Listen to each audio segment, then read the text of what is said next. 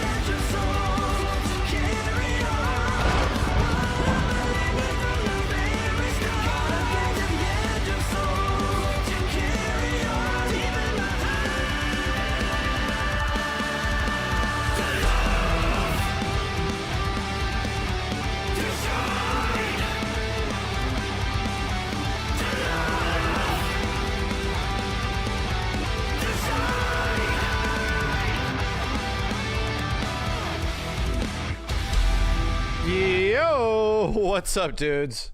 All right, chat. Let's get this microphone properly attached because holy shit, we're gonna start yapping. Oh my god, this thing better be ready to receive. So yeah, and likely some of the biggest news that's hit this industry in a hell of a long time. That's way too big. Halo's coming to PlayStation, dude. Yeah, it is happening. I had some plans initially for the evening and they were sort of rendered asunder. I kind of deviated those plans a little bit. So we're gonna be playing some stuff tonight. But yeah. Halo Remake was announced. It's coming to PlayStation. The most important thing we gotta talk about. That's just generally a pretty big deal for the existence of everything we know as like the video game industry, you know, like that's pretty crazy. We're sitting here in precedented times, you know, or unprecedented, something's happening. And yeah, there's just so much Final Fantasy VII news. There is so much of it that we gotta talk. Oh, the Kirby Air Ride Direct. I missed that completely. I was just too busy yesterday playing games. We played games for like, we played Yote, we played Ninja Gaiden, we played so much stuff. Maybe I'll check that out too. That might, how long is it? Is it like 45 minutes? Or is it like 30 minutes? If he's gonna go on for like, it's an hour? It's worth it? Does he ever mention the word Smash and or bros? Or brothers? Does he say the word brother and or Smash? He kind of does. Watch it on 1.5 speed. Unironically, he does. Wow. Holy shit. Wow. Everyone on YouTube is saying it's worth it as well. Holy shit. Screw it. I'll watch it. I'll lead us in. Did we even make a video or talk about the previous one? Nico, did we do that? You have to remind me, man. Did we put up a video of the previous Air Ride Direct? Did we even turn that into a video of some kind? We did. Yeah, dude, there's so much shit happening. So much shit. We watched it. I remember watching it on stream. I could not remember if it eventually made its way through the ringer and made it into the channel. It did. Then I guess we should do the follow-up. Yeah, that makes sense. But is it going to be Game of the Year now? Well, the year's not over. I still think it's going to be Expedition 33. I still think that the story of what Expedition 33 is, the game that inspired the industry, we're literally about to talk about that with Final Fantasy VII, bro. Like, Expedition 33 is like inspiring this industry, inspiring higher-ups in big companies and stuff. And they're like, hey, you know what? What these guys were able to do is pretty crazy. Why can't we do that? Like, and not like Dude, I think Hamaguchi, who's the director of like Final Fantasy VII Remake series, doesn't directly say like, hey, we should put more Expedition 33 stuff into this game. He has a really good quote that makes you realize Expedition 33 is not necessarily popular because it is a turn-based game and or is a JRPG. It's not. Like, that's not, being a brand new IP, brand new franchise, that's not the thing that did it for Expedition 33. The thing that Expedition 33 does is that it has it all. It doesn't feel like it's ever missing anything. Like, and that's the scope and breadth of like a full project. And this is where he gives the games its flowers. He doesn't feel like the game being a JRPG. He said this unquote. That game being a JRPG or a turn-based game is not what sold it. What sold it is that it's just a good game. Like, every aspect of it is on point, from like captivating characters, captivating story, great pacing, great environments, like great music. It literally has everything you want in a video game. And because they had such little roadblocks along the way, it's wonderful. And what happens when you get a game that just lands on all of this stuff or does something so exquisitely well? It's like, whoa, like this could have been anything. It could have been anything in any genre. But the fact that it was slammed so hard on every single element is like, shit, dude, this is great. Everybody was playing this shit, you know? The Rapture. You guys know the Rapture's happening. It was a little late. Yeah, like a month ago. All of social media thought the Rapture was happening. Like, a lot of folks are like, hey, it's the Rapture. It's like tomorrow. Get ready. Like, protect your families and your loved ones. Here comes the Rapture. They're pissed. God is mad. And it didn't happen. But they didn't wait until today. It's the Rapture, dude. It happened. Wait, what? Yeah. Like, God came down and brought his wrath or some shit. Mike, Halo's on PlayStation. Shit, man. It showed up in ways you wouldn't expect. I gotta go to church. Shit, dude. It's been way too long. Even the Rapture got delayed. God is doing layoffs? Damn. Cats and dogs living together. Mass hysteria. Shinobi Snowstorm, or Shinobi Storm. Thank you. Stitch Witch, Azure Sazabi, Curious Corduroy. Corduroy, what's up, man? We're gonna be talking FF7 stuff. Anxiety Attacked, Mr. Gurmick, thank you. Oh, if any of the FF7 heads are in there, get ready to shoot me links to stuff on Twitter, because I need to catch up on this shit, man. There's so much. I need to catch up with you guys. We're on the way. We're like literally on the way to Final Fantasy VII Remake Part 3. We're gonna kind of have like weekly to bi-weekly to monthly roundups of news and information, because there's so much shit, dude. There's just so much stuff to constantly talk about. It's like happening. Is this true? Halo's on PSN? Not yet, but in 2026 it will be true. Hold on a second. Let me get some shout outs before we get started. The Rapture is avoiding GTA 6. Yeah, the Rapture showed up early so it doesn't get interrupted by GTA. Mr. Gurmick, thank you. Anxiety Attack, Riedel 7, Ent2SG. So here, my homeboy, Rob Bojack, Mafu, Mr. Swift, Just Link, Spiral Spin, Jack DeNulls, Lightning Magna, Cue Ball, Zidakai the Assassin. God, freaking Streamlabs. Can you scroll down? $30 for Game Pass now. Yeah, they're trying to get their money somehow. In any way. Omega Watts, Z Karkami, Hacked Base, D-Dog, Silent K Gaming, Thickless Cage, shit, that name is amazing. Zero Ruckus, Hayes, Nabensa, Sigma Prime, and Trunks. Welcome back, everybody. KY, thanks for the 10. Sakurai touches on the same idea of a full package game in the Direct. Okay. Sakurai is a bountiful fountain of industry wisdom, right? Of this entire thing. So we definitely should be checking that out, right? Thickless Cage. Listen. Bangarang, thanks for the 61 months, dude. Final Fantasy VII Rapture. I cannot believe Streamlabs. I literally am just scrolling and it's dying on me. I'd like to give people shout outs, please. God. I really want to play Ninja Gaiden, but guess what, chat? Shit's gonna take priority later. Shit's gonna take priority. The tactics believers are losing faith. Tactics believers are losing faith. They're like, they've become the new Kazan fans. We gotta play tactics. And you know what? I found a natural bridge. We are going to talk about Final Fantasy VII stuff later. And then we're gonna get right into tactics. And guess what we're going to do in tactics? We're going to probably get Cloud, right? I think we're at the point where we can probably get Cloud in tactics, and he'll be likely like level 60 or something like that, which will be pretty good. And we can do some fun shit with him. And I can finally hear what he sounds like in the game and all that kind of stuff. No more Ninja Gaiden. Ninja Gaiden's not done, man. That shit's not done. I need to, again, I'm playing through 17,000 games right now as a reminder. I encourage you to, I deeply encourage you to watch this video. There you go.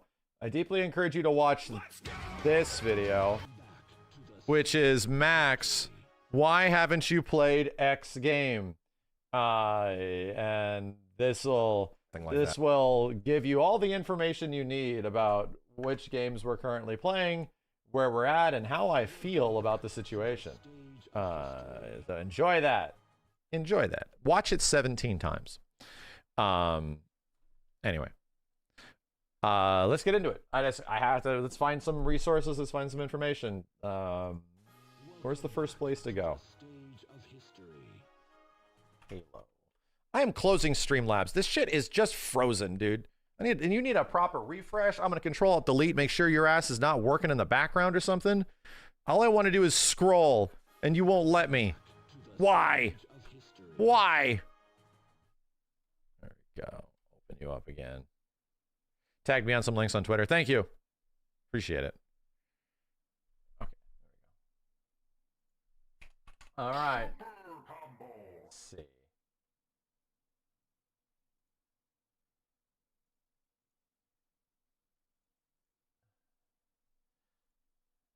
Let's get a link. Here we go. Beep beep. Welcome back to the stage of history. So, yeah, that is an accurate image, dude. You are looking at this correctly. The Rapture, this Rapture, wasn't from last month or so. No. The Rapture was late. It has arrived. True human cataclysm on planet Earth has arrived today. Halo and Master Chief are on PlayStation, right? What is Master Chief's number? Is it 117? That's going to be replaced by a PlayStation logo, right? Over his right tit. It's going to be a PlayStation PS5 logo right over his breasticle. The poor guy.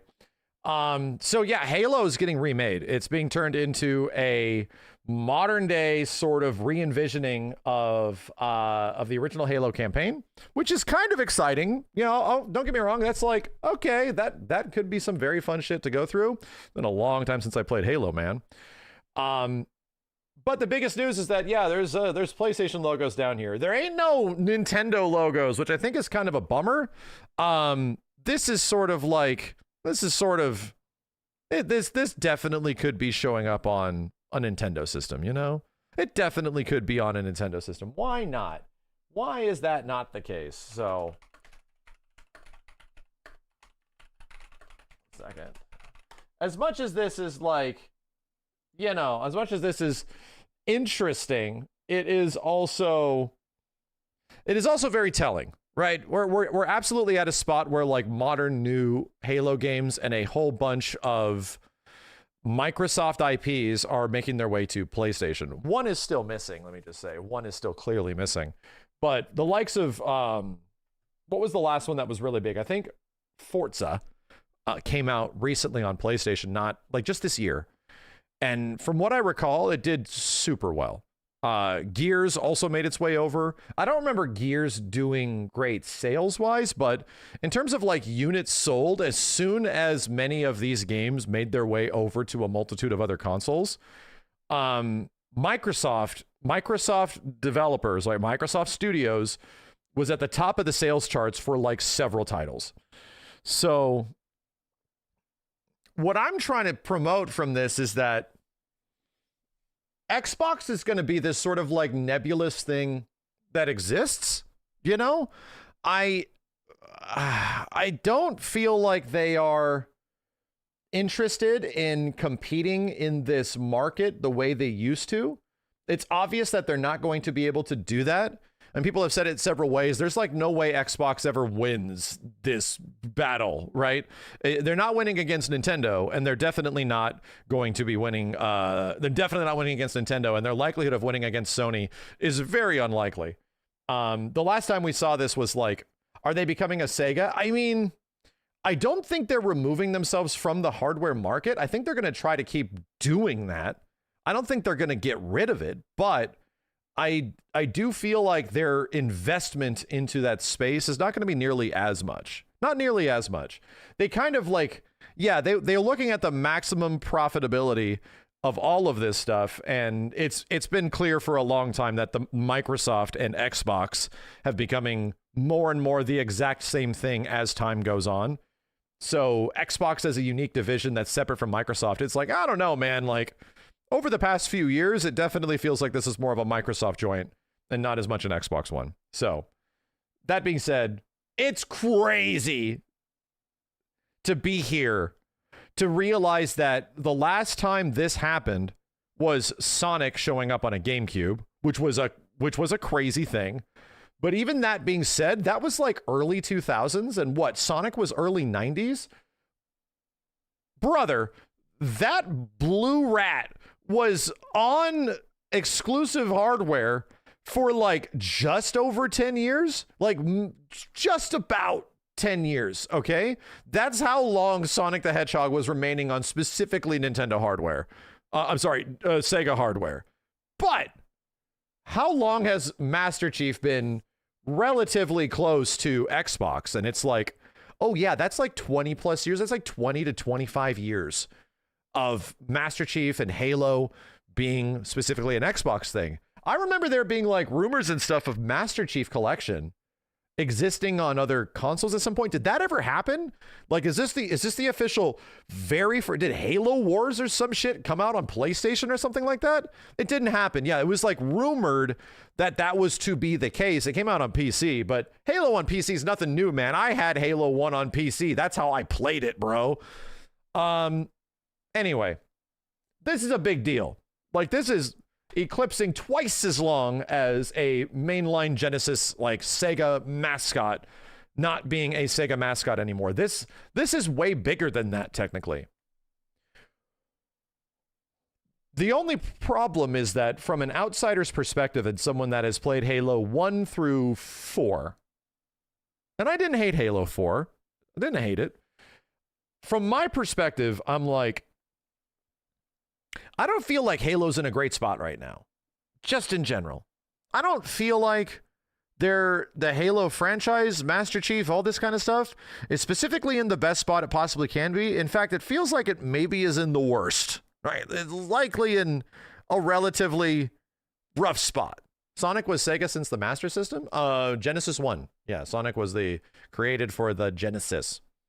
Anyway, and it's been kind of in a rough spot for a long time, you know? The last one I remember being really bad was like Halo 5 and it like not having an ending and stuff like that. And even when Halo Infinite came out, their co-op campaign was severely delayed to the point where by the time it came out, it was just like, I don't even care anymore. Like what in the holy hell, dude? I don't even, where did that even happen? I don't even know. So it's weird. Like to me, what has happened to Halo feels very indicative of the entire Xboxy Microsoftness that has sort of been going on for the past half decade, where they really don't know what to do. And then you start hearing things where it's like, dude, Halo Infinite costs like $1 billion to make or some shit. It's like, what in the hell is going on? Like, that is a ridiculous sum of money to just be throwing around, like a ridiculous. So that being said, do I think this is the best course for Xbox Studios as like a developer, as a publisher, like all that kind of stuff? Yeah, this is pretty much where we all thought this was going to go. It's still the most insane news to be here and to see this. And let's start following where the breadcrumbs go by watching the trailer first, and then there is several other things we got to check out.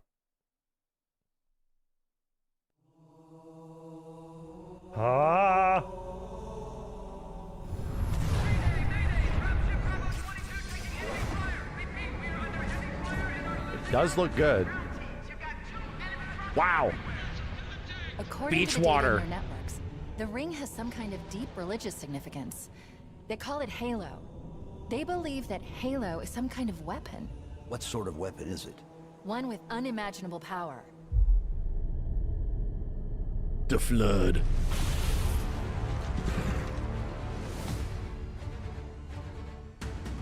Chief, you gotta find the cartographer. We'll keep him busy as long as we can. Fire Team Charlie, we're on our way. Touchdown! Hit it, Marines! Move. We need them going. Definitely doesn't look like Halo 1. Looks very different.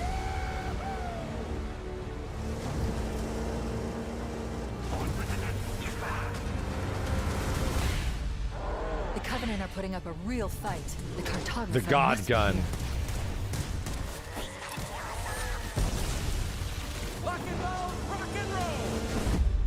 The God gun. Give them hell, Chief.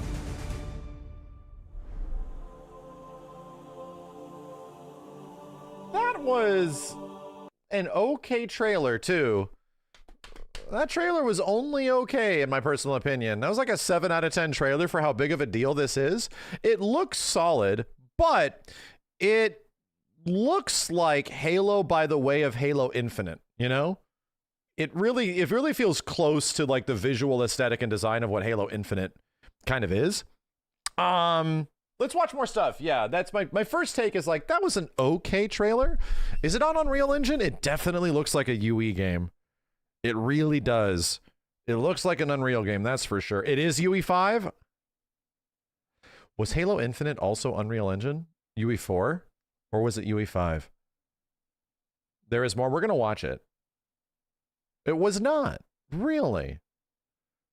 Huh. Okay. What's this? Show me more. I wish to see more.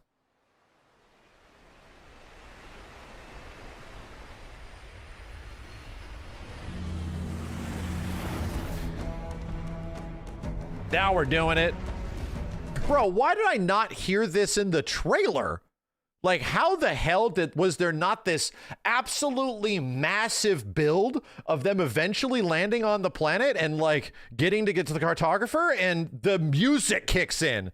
Like, where the hell was that, dude? The Covenant believe that what they call the silent cartographer is somewhere under this island. The cartographer is a map room that will lead us to Halo's control center. A lot of people will watch that trailer and not watch this. So I really regret that decision, man. Like, that's like the biggest, one of the best parts of Halo.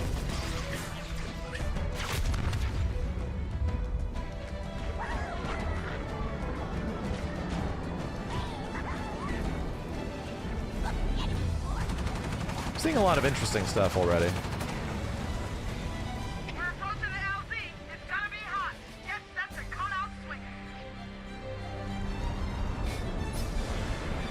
Yeah. Okay.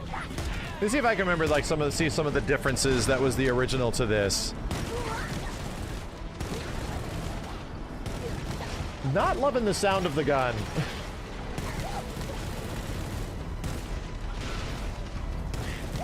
Okay.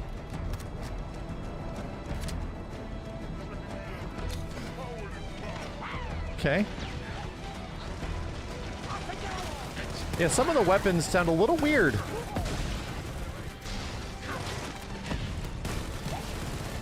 Interesting.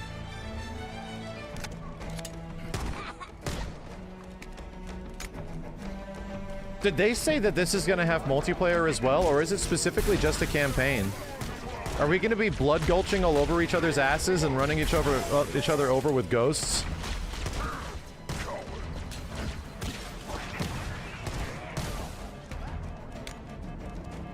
Area secure.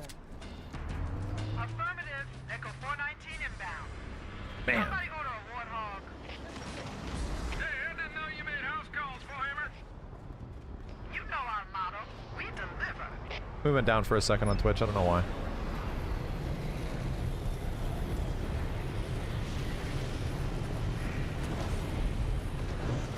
Huh. Yeah. Let's go find the map room. That will show us the location of Halo's control center. I've been able to pinpoint the main facility by cross-referencing Covenant survey data and religious texts. We were right. It's on this island. I've marked the entrance with a nav point. That's definitely some ray tracing in the water happening over there. It looks very nice. It does look very nice. I'll give them that. You hope there's split screen? I almost guarantee you there will not. If there is a chance of there being split screen in 2025, there is split screen? That's pretty crazy. That's a lot of like resource allocation and management and development to having local 4-player split screen. That's a lot, dude. There, But the frame timing is all over the place. It could be a bad video. They're already inside. This could be a funky video thing. 2-player only, really. 2-player split screen, 4-player online. Huh, interesting. There is split screen. That's cool. That's actually crazy, in my opinion.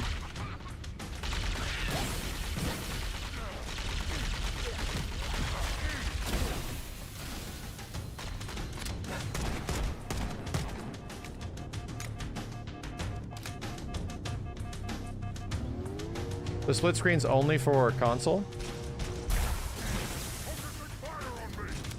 Interesting. Yeah, we have to check out the roundtable video. I'm also curious to look at that. The cartographer must This be right. looks good, My analysis indicates that the map room should be at the but it bottom also floor of looks this like it facility. needs a little bit of Let's work. keep going inside. And it could be a video thing. Don't let them lock the doors. This could be a full screen video situation, but there's some... I don't know if it's Unreal Stutter or something like that. There's some funk.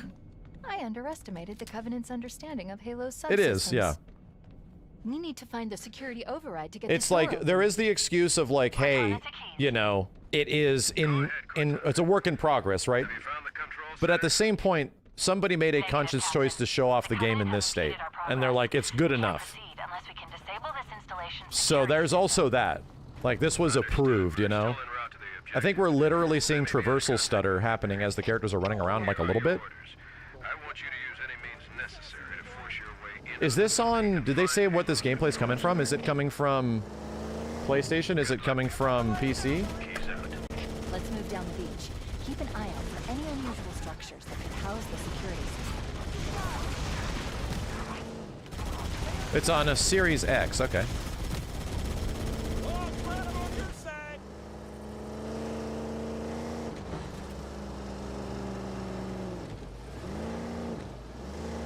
It looks like there is a path into the interior of the island.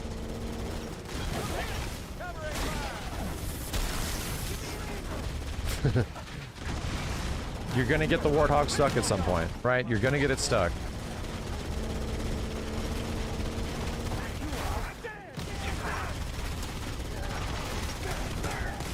Down, man. Triggers down. Okay. Alright. It has a much different visual identity than the Halo that I remember. It's very bright, you know? It's very bright. It looks very good visually.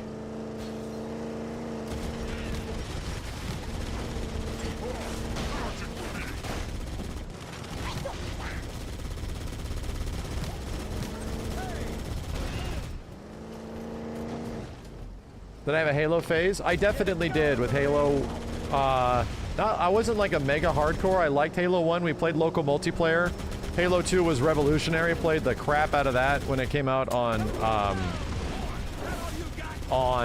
original Xbox. Was there for the midnight launch. And the same thing for like Halo 3. Halo 3 was an awesome... I loved the multiplayer in Halo 3. The problem is that Call of Duty came out like a little bit later.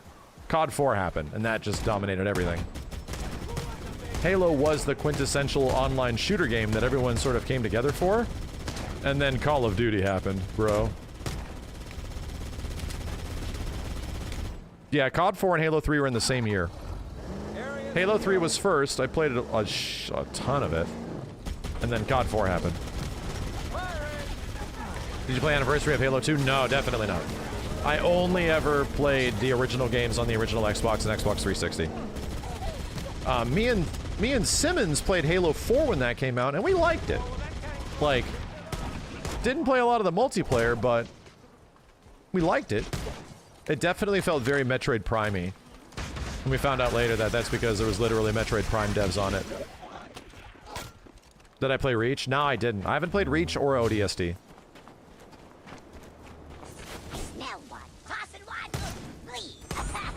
This would definitely be a really fun, like, campaign playthrough with Yo video games. If we can, I wish we could play this like, actually we could. We could play this all locally with each other. And just get everybody on different monitors. All the big boys.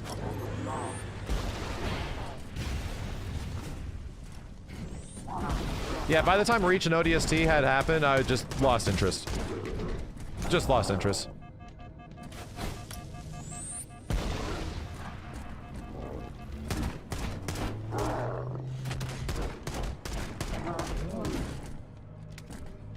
Jesus, Chase Rob. Good lord, dude. Thanks for the 25 gift subs, man. Use the holo panel to shut down the security system.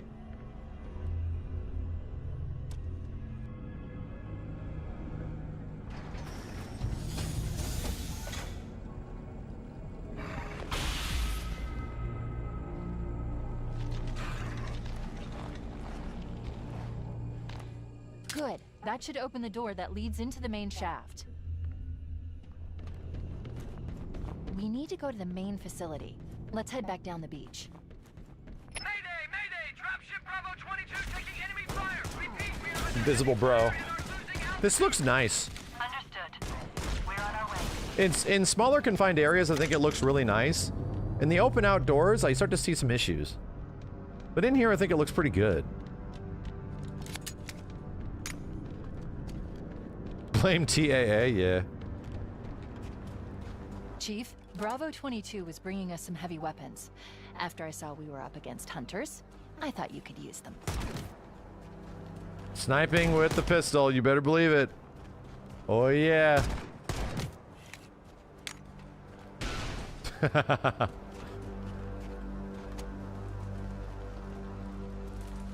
You're fine. Yeah, when was the last time they technically quote-unquote remastered, remade Halo 1? Did they like do a spiritual sort of retexturing, or was it still like the same game? Master Chief Collection had it, like the anniversary or something? Yeah, it was on the 360. It was a long time ago.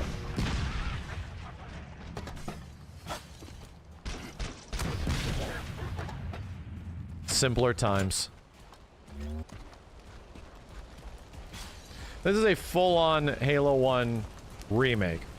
Like, full-on.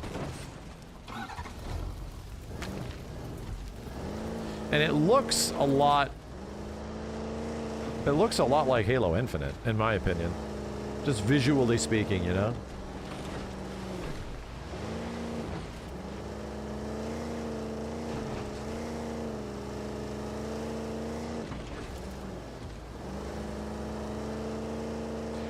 Yeah, that's a good point. Surprised this wasn't saved for the Game Awards. That's a really good point.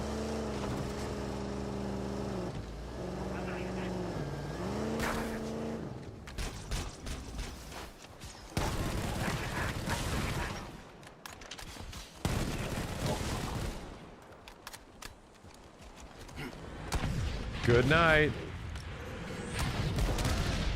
It's fun. Just simple fun, you know? Completely selling itself from the gameplay mechanics alone.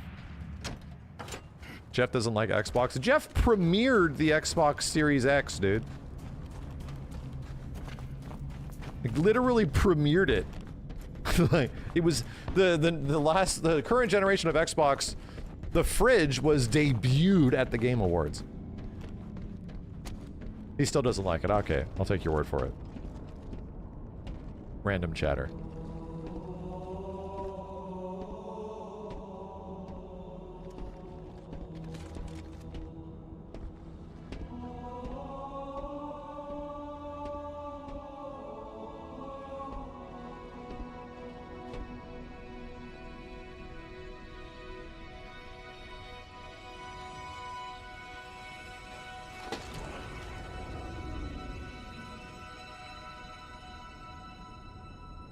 I like the old simpler Chief design, you know?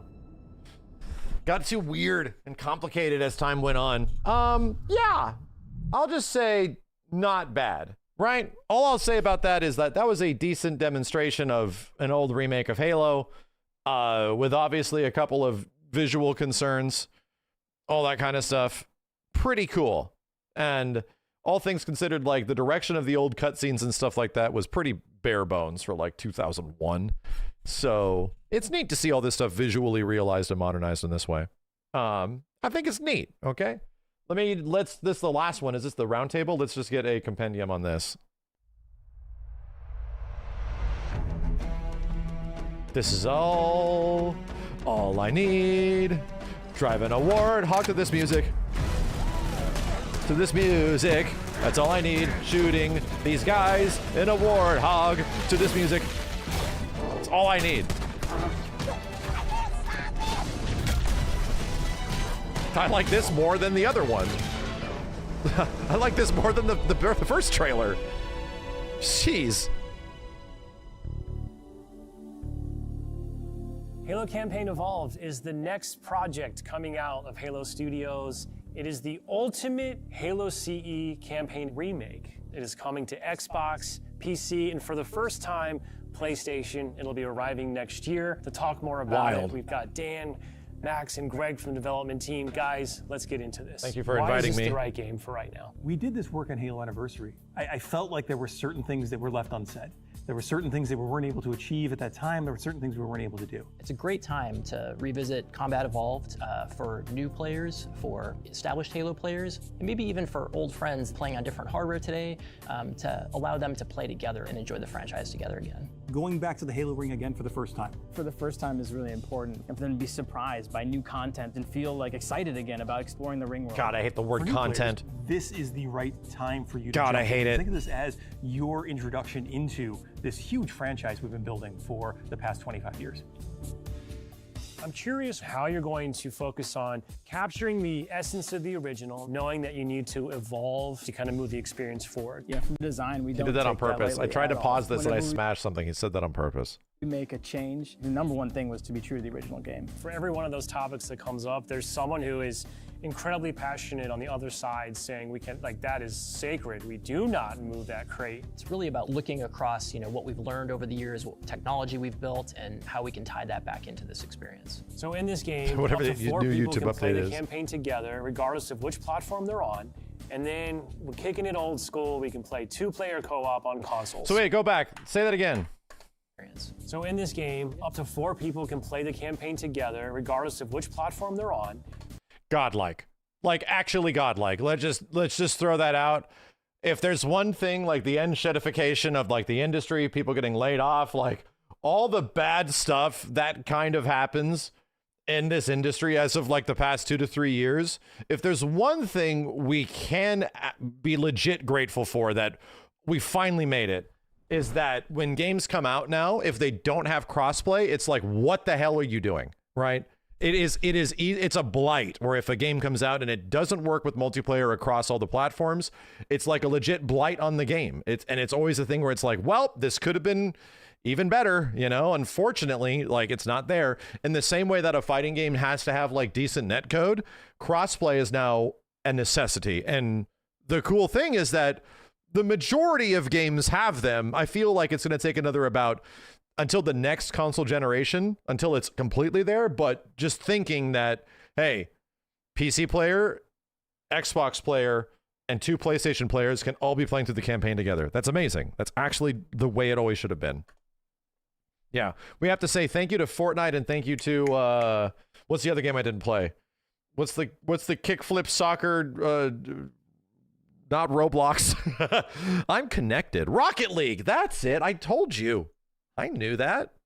And then we're kicking it old school. We can play 2-player co-op on consoles, on the couch together, just like we did back in the original. That's pretty cool to see What do 2 you have player to at do least. differently to account now for 4 people running around? For different co-op counts, we will make some of the spaces larger. We also want to make sure we're authentic to the encounters themselves. So it's a balancing act between that difficulty tuning and making those encounters the right size for the right space. My dude, understand that we have to get everybody in the same room. I get it. We're just going to be online because there's no 4-player local co-op, but it's streaming split screen is a challenge in itself. We have to get all of us in the same room. Everyone brings their PlayStations over and shit. And we technically LAN party by not actually LANing, but just connecting to the internet like the blackout days. And we'll have to get multiple cameras set up and just have us like playing through like a Halo LAN party with your video games. Like that'll be legit hella fun. We've done some special tune-up works to the beloved Warthog. See, here's what I mean is that like the depiction, the visual aesthetic of like the world in old Halo is very dark. Like it was the new one is super bright, like the sun and the reflections and everything. That's what I'm saying. It's like I don't remember Halo 1 looking this. I remember Halo having like a very like not muted color palette, but like a choice where it felt ominous. Like it felt really like alien and unfamiliar and like weirdly unliving. And now everything I mean, I'll be honest, it just looks like Wukong. Now it's like this version of the game just looks like Wukong because it just looks like every Unreal Engine game, dude. It just looks like every single one. Bring everyone with. Mind if I join you? Let's talk a little bit It's about the effect of the Unreal Engine, aspects of the Halo franchise. What is a skull? What's cool about it? What does it do? A skull is a gameplay modifier, generally mean-spirited. It makes the game more challenging for the player.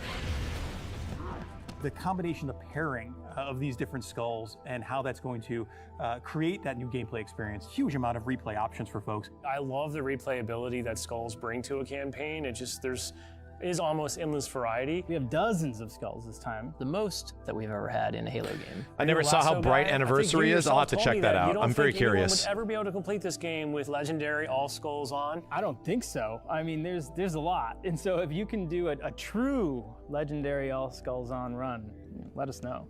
Because I'd love to see it. I think, that'd be really hard. If there's one thing that this community has shown us is do not underestimate them, and they will find a way.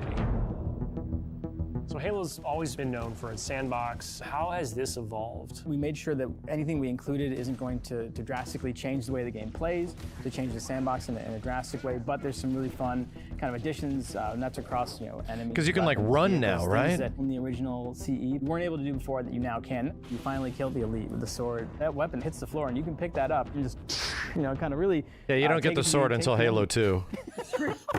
The sound design. All these weapons, by the way, have been painstakingly remodeled, rebuilt, higher fidelity. How do all these things kind of come to life? That comes across through the way they look, the way they sound, the effects, the actual panels on the weapons themselves, the ammo counters. With Unreal, the fully dynamic lighting within Lumen allows us to get those effects, right? That rich plasma lighting up and brightening the environment.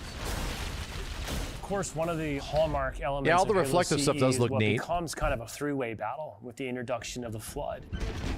There was quite a bit of development between Halo CE and 3 to kind of how the Flood behaved and just how they interacted with the player. So we've pulled a lot of those Flood behaviors into this game. And I would say this is a learning specifically from CE to Anniversary, which is just kind of that mood, the atmosphere, the tension, the horror, and really delivering on that from the way that we stage the encounters and the setup and how we reveal the Flood. In Halo Legacy, there were some pure form units. We have pulled in a familiar friend, familiar fiend, if you will, to challenge the player. No spoilers, man.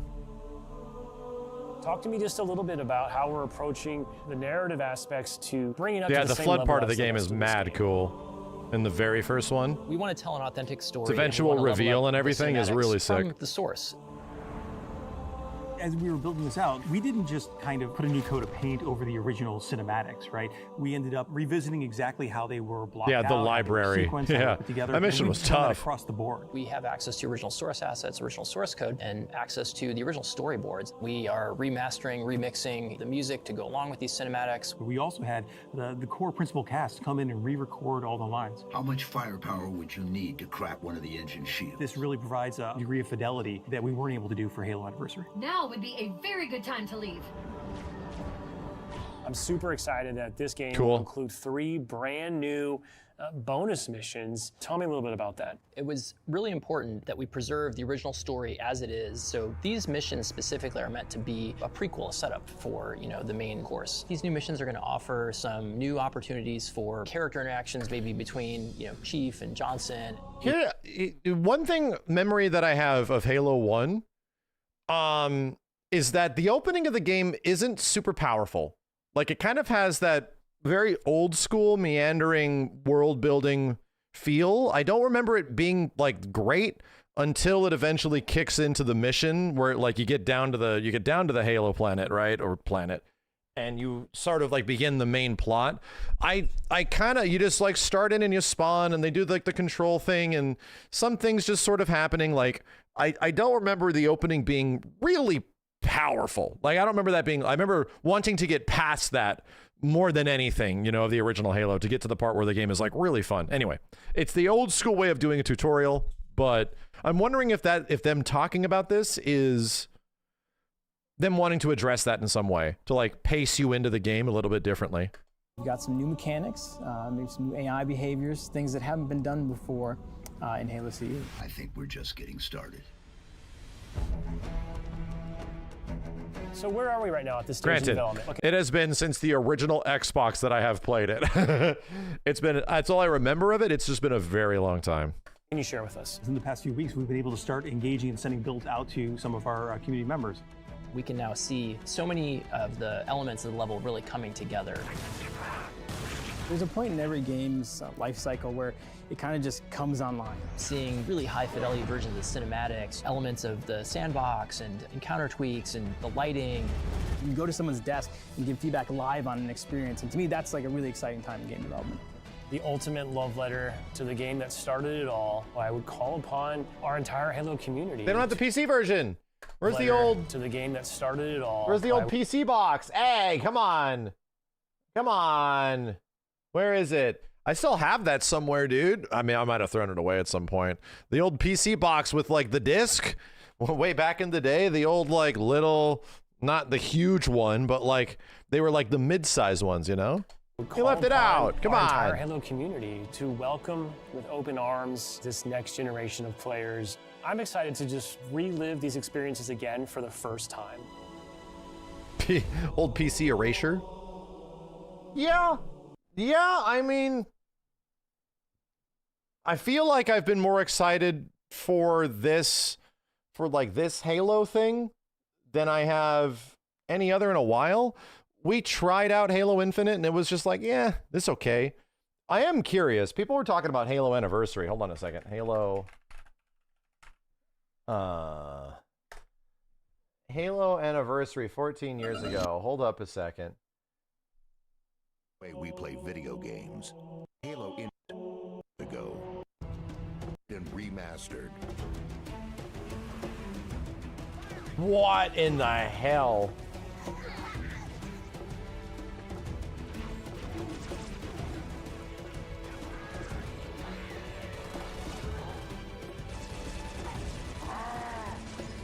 Combined with classic multiplayer maps enhanced and updated for Xbox Live.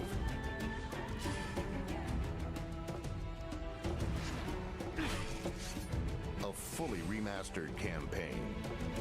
Co-op over Xbox Live. And 7 of the greatest multiplayer maps of all time. Have they talked about multiplayer, by the way? Granted, it's choppy, Chad. It's from like a long time ago. Have they talked about any kind of multiplayer? There is none outside of like co-op. There is no multiplayer.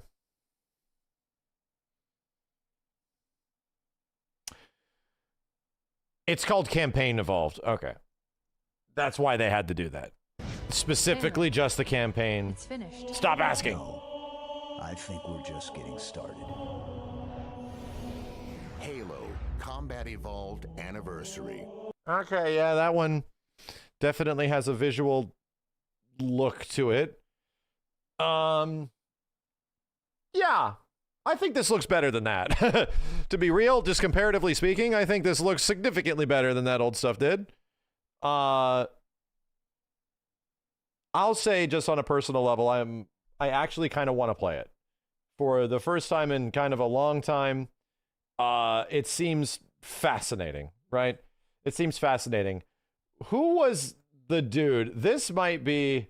Hold on a second. Halo PlayStation. Hold up.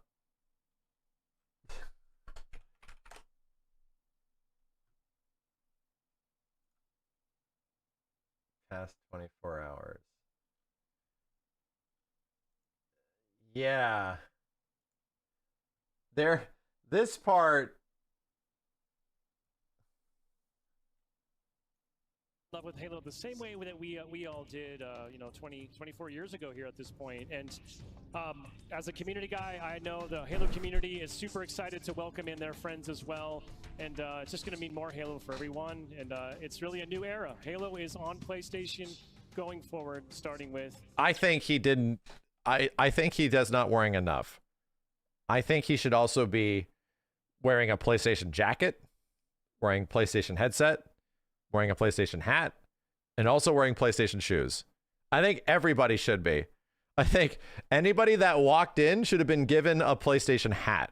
Like, that's what they should have done.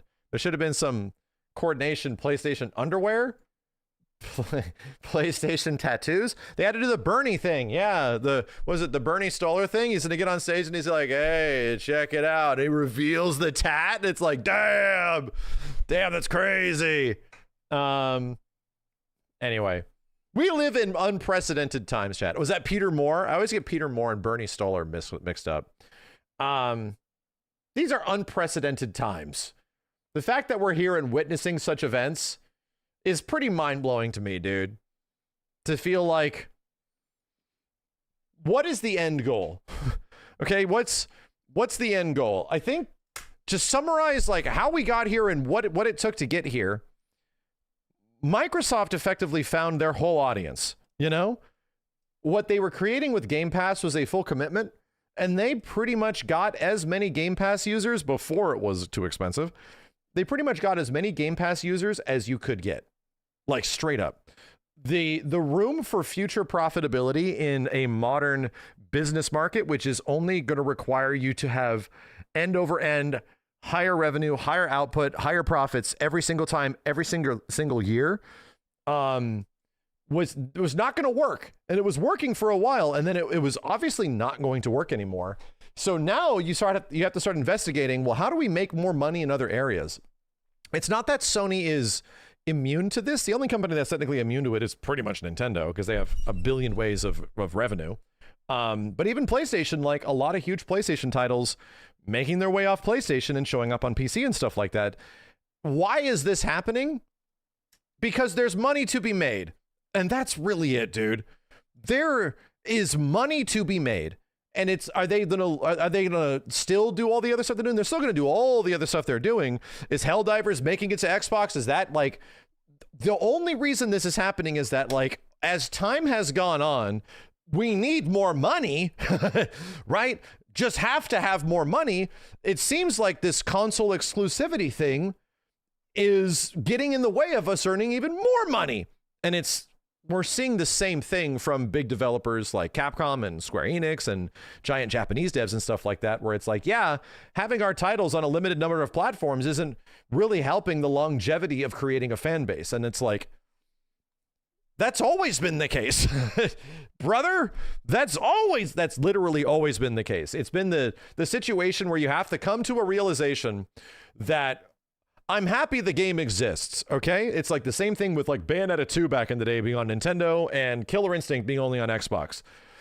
I'm glad the game exists. Would I prefer everybody to have it? Absolutely. Everybody should have it.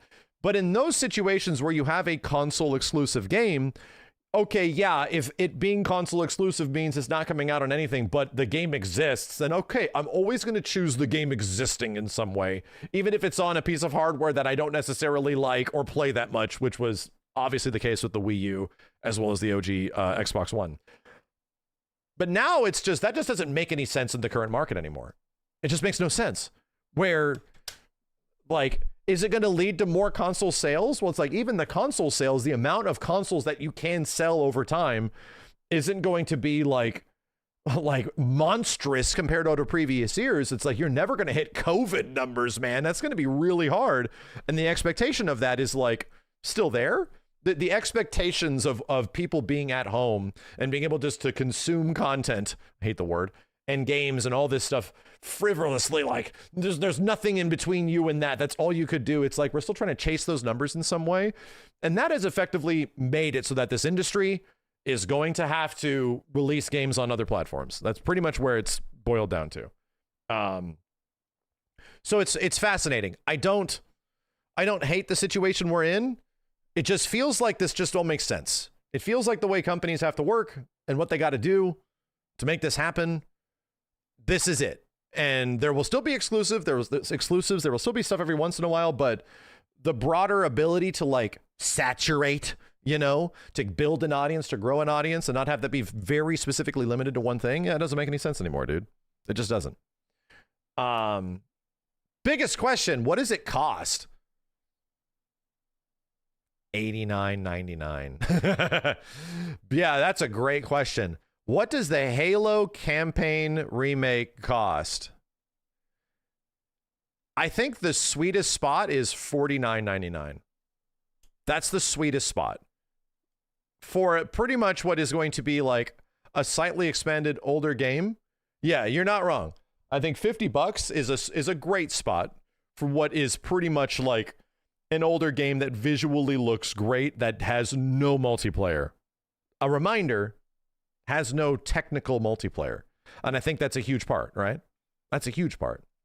$0 of on Game Pass. Well, you know, not, hey man, I don't think we can use the it's free on Game Pass anymore, dude. When that shit was like cheap, when you were getting it for like a few bucks a month, for like a few months, when you were getting it for $10, $15, it's like, yeah, dude, that's practically free. Like you can go a month and not realize that, you know, in some situations that you've spent $15, sure. But now that it's like half the price of a game, now you got to start making some decisions. How many games do I actually play? So anyway, I don't know if that counts anymore. I don't know if it counts as like, it's just free on Xbox. It's like, not really, not really, you know? You got to start making that consideration. So anyway, that's my call. I think the likelihood of it being $59.99 is very high. I think anything above that is should be illegal. And I think if they really wanted to get PlayStation players on their side, dude, Sony games, most of them don't come out cheap, man. They don't. You should definitely release your Microsoft Studios game on PlayStation with your main green hero right at the front and have it be cheaper. That would be smart. That would be very smart. Unfortunately, it's Microsoft. It's $40 would be... $40 is like the... Yeah, of course I'll buy it. Like, many people that would make that decision immediately, that's almost like they would never be that smart for that. They would never be that smart for that. That was... No. And I think under 40 is actually too cheap. I think you're devaluing your product, to be honest. I think at that point, it's like, there's a lot of work that's gone into this. Even me personally, like I can see on the top that some things I might not agree with the way they look, but if you start to be like, it's only $29.99, you're really trying and you're kind of devaluing your product a little bit. Like this is worth more than that. I think this is like a $39.99 price tag is about right. I don't think it's going to be that. I think it's going to be 50. I think it'll be 50. And to be real, I think I'm hoping it'll be 50. And I actually think it'll be 60. Do I want that? I don't, dude. I don't. And if it's actually full price, what are you doing, dude? If it comes out at $69.99, what the hell are you guys doing? Anyway, I'm looking forward to trying it at least. It'll be fun playing Halo with friends in the same room, shooting each other and stuff. The cool part is that I know me and Simmons have beaten Halo. It's been like 20 plus years since we have. Not split screen. No. Not split screen. Literally all of us, like in the same room. I'm on this one. Guys are over there. Guys are back here. Like old school blackout days. We can do that, man. I can make that happen. WAN party. Yeah, exactly. I wish there was a LAN ability for that to happen, but Yes, I would love to do that. I'd love to just dedicate an entire like weekend to that. It has split screen, but it's only 2 players. Tape. So we have to duct tape someone to the ceiling. You know.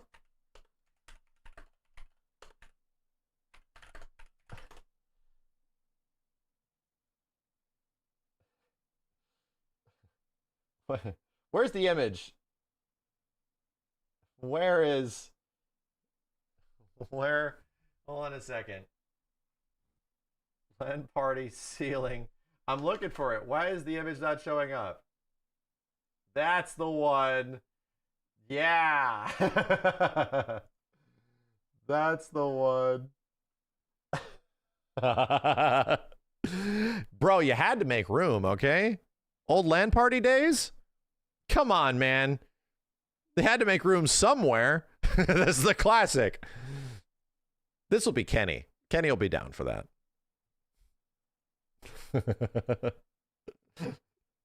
And I'll have to be really acting it out. Chat, has anyone ever taken a big ass like CRT monitor and somehow fit it into your coop with your fat ass tower and then brought it over to a friend's house where everybody else brought their fatty ass CRT monitors over to a friend's house where they all got tables, and eventually like 20 to 25 people, because somebody had a house. You had a friend that had a house, like a big place, like in the middle of nowhere. So you'd go there and you just get your setup. You said coop. I said coop. Yes. Like your 2-seater. And you would cram all that stuff, and then you take it in and you hook your shit up, and you all are playing either like Counter-Strike or some of that shit back in the day, you know, like whatever it was. And you all just connecting and just chilling and drinking and hanging out with each other. And the power goes out because your asses blew a fuse because there is just way too much power consumption. Like way too much. Yeah, good times. You all have some funny ass video from ytmnd.com or some shit. You have the Death Star rap video on somebody else's screen. You're like, guys, check this out. You know, while another friend is across from you watching, oh my God, Homestar Runner. They're like, hey man, latest Homestar Runner's out. Shit. And he pulls it up on his Real Player. And you watch it on Real Player, and you're like, damn, that's cool. And then you're like, do you want to play some Jedi Outcast? Let's go, dude. I'll burn you a copy. I just stick that shit in. Let's go. Damn, man, the days. The Star Wars rap. We got Death Star. Damn, chat. I'm crumbling here. Stop it. Anyway, good days. Newgrounds days. Yeah, dude, where you go to Newgrounds. Newgrounds was a bookmarked website that you bookmarked that you went to every single day, where you're just like, hey, I wonder what's new. Hey, I wonder what's new. Hey, I wonder what's new. I want to play some weird ass Flash game. I wonder what's new. You know, all that kind of stuff. I want to go back. I had that happen to me just recently, by the way. The Halo news is over. The rapture has ended, chat. We're here. We have to cover Final Fantasy VII stuff pretty soon. I had a moment where I remembered an old forum and like old Final Fantasy XI stuff or something like that. Like old art forums, like all that kind of shit. And the Kirby thing. Let's check out the Kirby thing first. I went back and like the website, you know, the only reason it was there is because it was in an old bookmark that I've had forever. And I was like, I clicked it and it was still there. It rerouted, but it was still there. And I was like, holy shit, dude, this is some like ancient archive shit. And I was literally able to find my old posts. And luckily enough, the image hosting on the forum was no shit from the forum. They provided it and it was still there somehow. So I went and I was literally able to go back and like relive 2002 And like, I found my old posts. I found everything.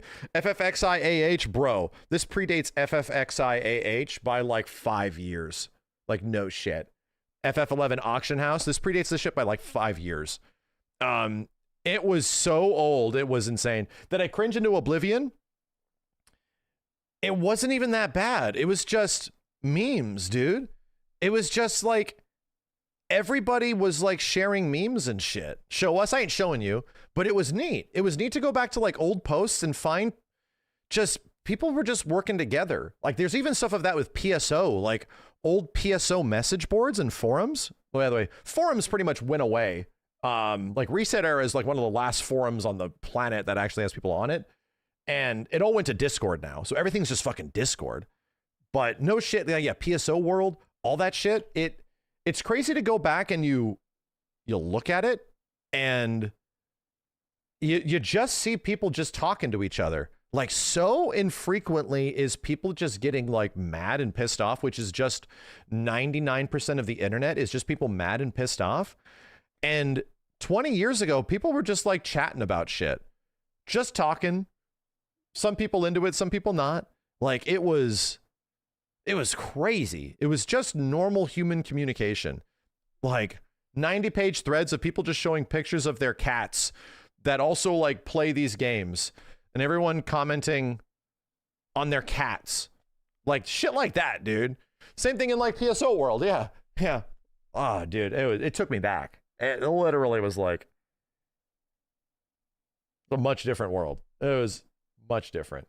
We need to, it'd be great if like the internet kept all of its functionality, but if we just went back to old internet, if we had like, let's just get Bill Gates or sorry, that'd be Jeff Bezos. Let's just get Jeff Bezos to be like, hey, you know, how about we just go back to old internet for a second? Just go back, right? Just for a day, just old internet. If you weren't alive back then or posting, you can't post. Your computer's locked off. Sorry. Jeff would never. Jeff wants us to go to space. I work for the guy, okay? Jesus. Work for the guy. I work for Amazon. That's why your package is late. I didn't pack it yet. Did you know that, chat, that everybody that is a Twitch streamer, in the day when we're not streaming, we pretty much are sending out Amazon packages? Yours personally. Yeah. That's us. That's what we do. They're putting that on us now. That's why it's late. I didn't pack it.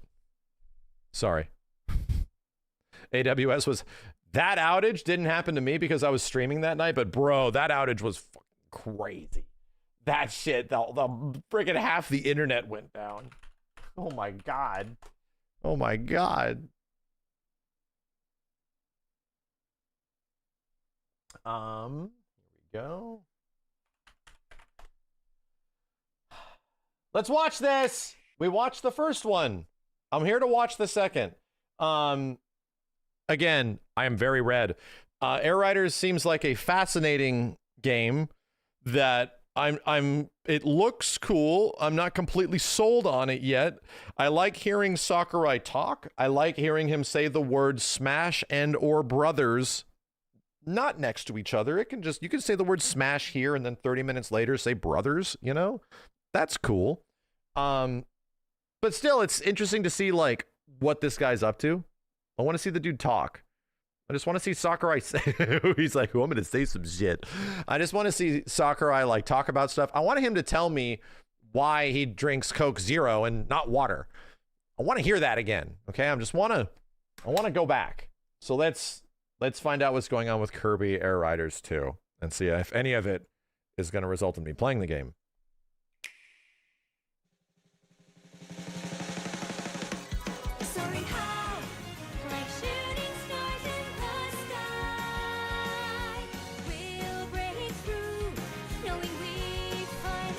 This is the Bandai Namco joy.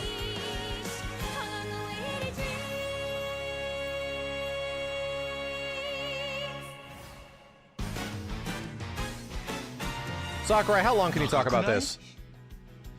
どうも、桜井勝です。こんにちは。前回に引き続きカービィのエアライダーのご紹介です。ボリューム多すぎで2回に分けてしまいました。An hour and 2 minutes. ゲームの概要、マシン操作、エアライド、シティトライアル、スタジアムなどを紹介しました。 I'm gonna have to go get some coffee. すでに盛りだくさんで。 It's a good question. Hey, stop me from pausing. Did anyone really want this game back?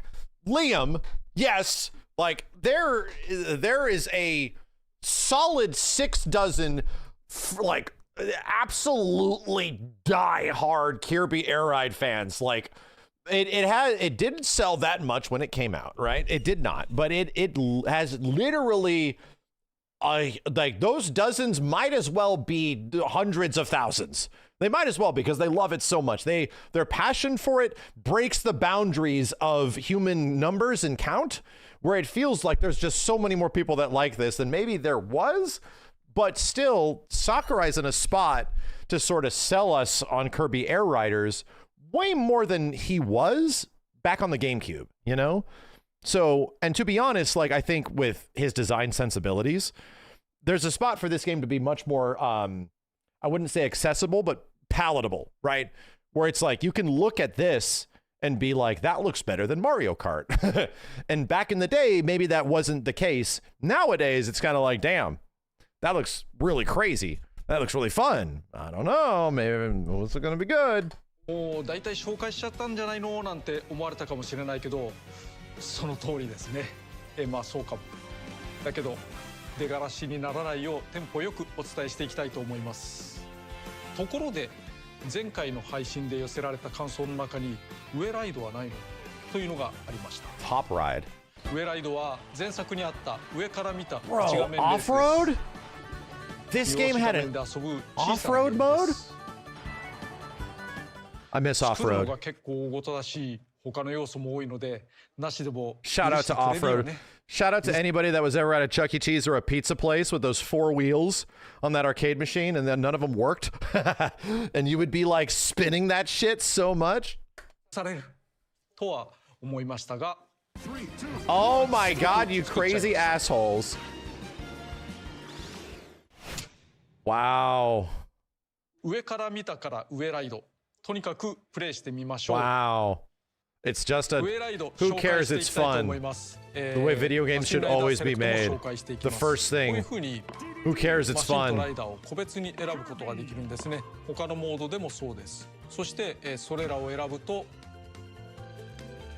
CP 選択になるんですが、ここで X ボタンを押すことによって Yeah, am I thinking of a different game? What was the arcade one? Was that not off-road? 参加数とかあるいは CP レベル、これマックスでいっちゃいますけど、ライダーやマシンとかはランダム切り替えも個別に選ぶこともできます。ではこれでいってみましょう。上から見てですね、スターティンググリッド。じゃあいきます。 Here's what we're talking 一 about, 番下 Chad. にいるカービィがマイキャラです。 Off-road. ルールは一緒です。 You know, クイックスピンもあり that's ますし、 definitely what I was talking about. いろいろなチャージによるドリフト、そういうものも基本的に変わらないです。新能力のフラッシュですね。フラッシュ、スピードが上がります。こう気持ちよくドリフト、クリッピングポイントを狙いながら進行するというのがいいですね。 ところで前作から随分変わったのもいるかもしれないですが、online multiplayer, 自分の画面でスクロールをしてるんですね。 this looks fun. Does it look like something you're going to invest your life into? Is your entire content creating career? Are you going to make a career off of the Kirby top mode? Probably not. But will it be a really fun time when you jump back into it every once in a while? というわけで、 Maybe that's the whole point. Somebody will. いいゲームでした。 You could be the first. サクッと遊べる上ライド、スピーディーでいいですね。前回と今回の特に大きい違いは、内部的にはエアライドと同じシステムでできているということです。つまり簡単に言えば、全マシンとライダーで遊ぶことができます。 So it's just a perspective change. 前作はスティックを倒した方向に進むフリースターと、左右で向きを変えるハンドルスターという2種だけでした。今回はその選択はオプション的に選べるようにして全マシンとライダーが使えるようになります。変更はゲーム開始時かポーズメニューオプションにて。Okay. 最初に多少手こずってもハンドル操作に慣れてしまうのがおすすめですがご自由に。コースは本作エアライドのコースをモチーフにしています。 That game looks insane in comparison to this little top-down mode thing. The third-person perspective of Air Riders looks nuts.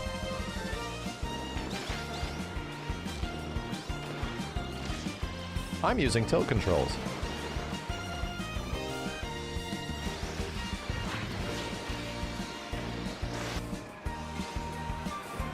There's a lot of maps.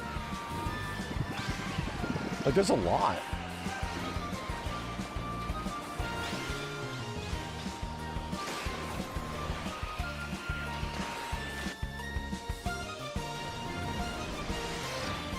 Friggin' music. This looks like such an F-Zero course. Oh my god.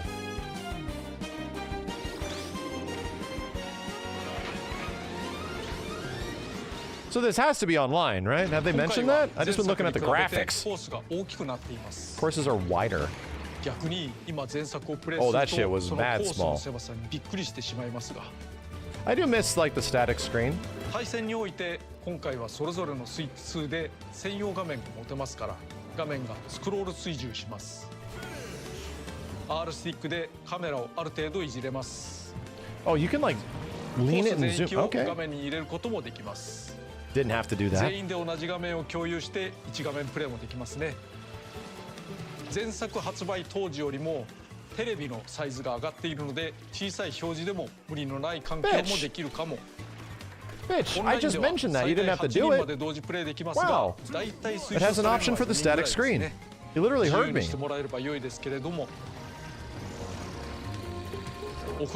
You know what I dig about Sakurai? Is that he's very much a developer that is like, why don't we do that? You know? And like many of the games like he makes, there's things where it's like, why don't we do that? Can we? Or do we have the ability to do that? How hard would that be? How many people is that going to take? Why don't we do it? Why not? You know? Is that going to make it more fun for some people? Then why not? You know? It also helps to be like one of the most influential people in the entire that part of the world. Actually one of the most influential developers to ever exist from the reigns of Nintendo and that side of the world next to like Miyamoto. You know, that helps.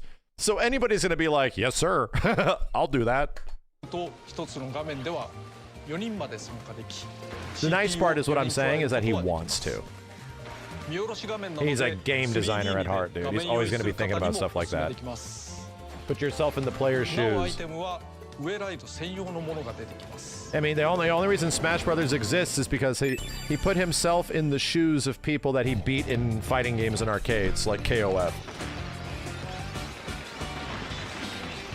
Like a Bomberman mode?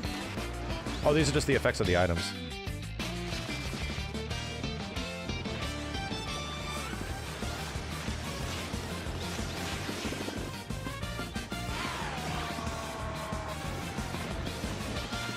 There's a lot in this mode, dude. Yeah, I thought it was just gonna be some goofy little like Tekken ball thing with like not much. There's a lot in here.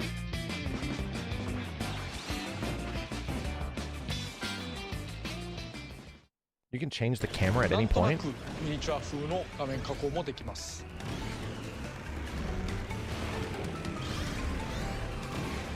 What the, wait. It's like tilt shifted.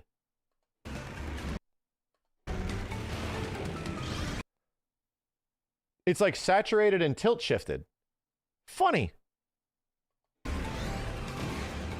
Why not?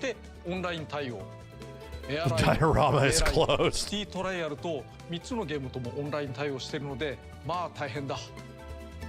パッと遊ぶ軽めのゲームをお楽しみください。たまにはこういうゲームがあっても良いのではないかな。上ライドは同じ画面で多人数戦しやすいです。 This is such an arcade game, right?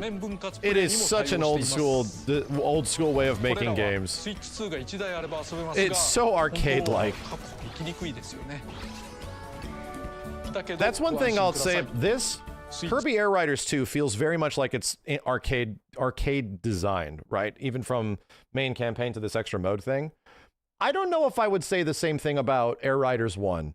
Because we played that, and it's like, what do you want me to do? Wait a minute. What? Huh? And I don't know by the time this comes out, but like the whole point of an arcade game is that within the first like few seconds of you playing it, you kind of get it. And then it gets deeper and deeper and deeper, you know, as you play it. Air Ride 1 was like, I need somebody to like break me down what the hell we're supposed to be doing in this shit. Because it takes some time to acclimate, you know? ではスイッチのコントローラーが使えます。プロコンはもちろん、ジョイコンも取り出して動機を取ればそのまま使うことができます。また、スイッチ2で使えるゲームキューブコントローラーがあります。昔ながらを楽しみたい方はこちらもどうぞ。あと余談ですが、Played the GameCube game like 3 or 4 years ago? None of us could get into it, dude. Because understanding the premise and like what to do and what we should be doing was just challenging. Because it was the open world mode, you know? エアライド、ウェライド、シティトライアル、そしてもう一つ3つのモードを横断するゲームを用意しました。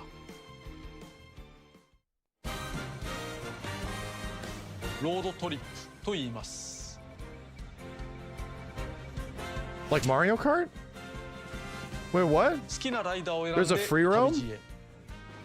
いくつかのステージが連なり、立ちはだかるお題をクリアし続けて進みます。And it just throws you into レーンを左右に動き、好きなお題へ。モードをまたいだ様々 What the な hell? お Are 題 you が出 getting てきて buffs? Is this like a 戦います roguelite mode? 3つのモードにおけるレースやバトルもありますが、スタジアム、チャレンジ、イベント系など多彩なお題が待っています。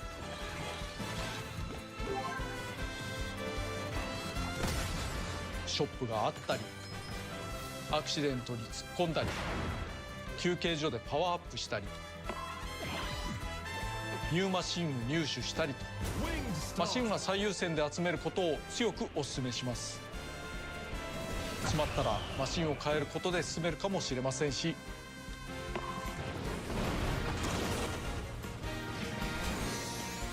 途中でシリーズゆかりのキャラクターを拾えるのですが、その助けによって次に分岐するステージが決まります。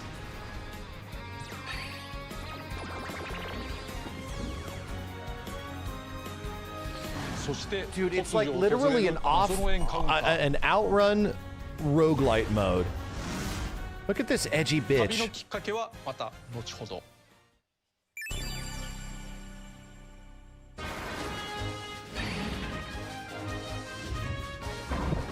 Mega Man's back. He's returned.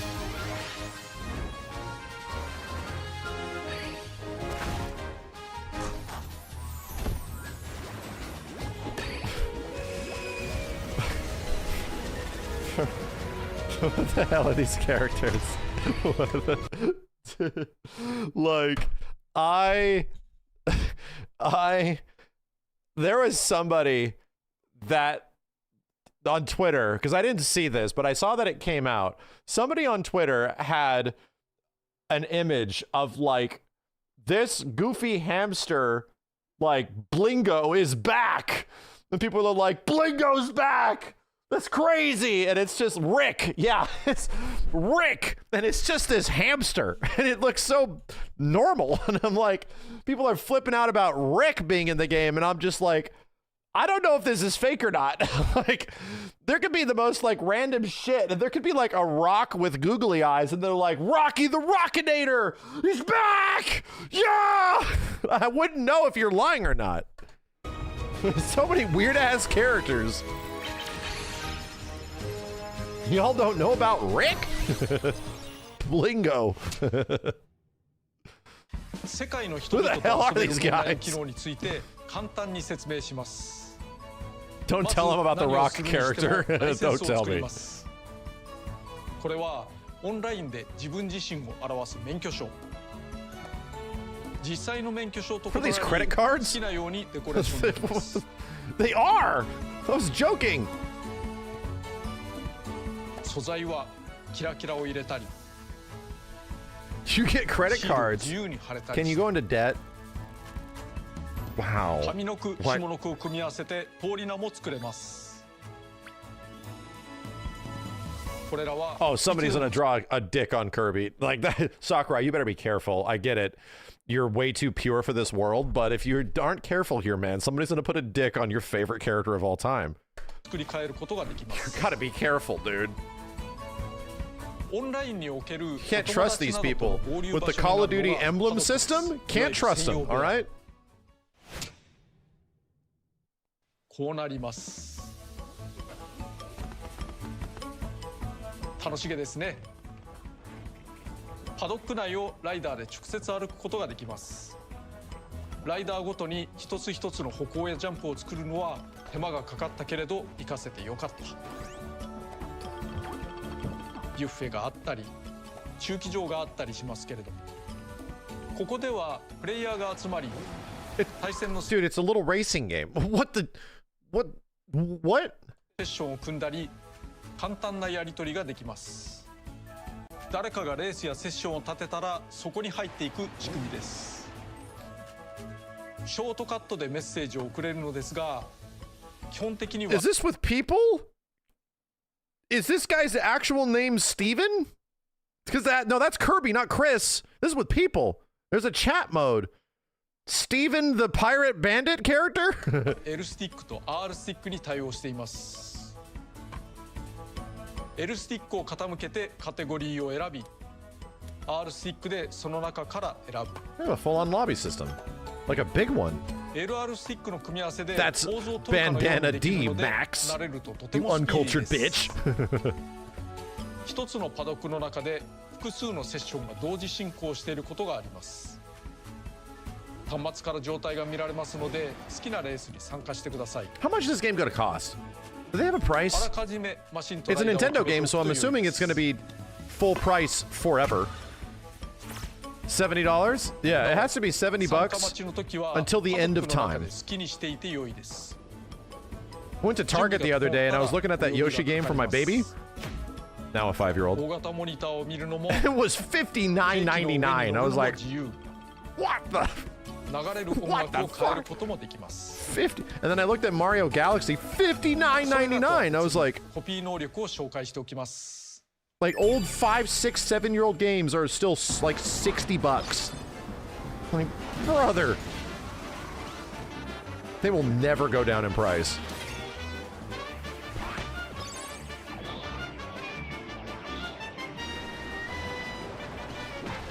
This game's gonna have like a Smash Brothers size roster or some shit. It's literally gonna have like 40 to 50 like playable dickheads from all walks of life of Kirby fiction. Okay.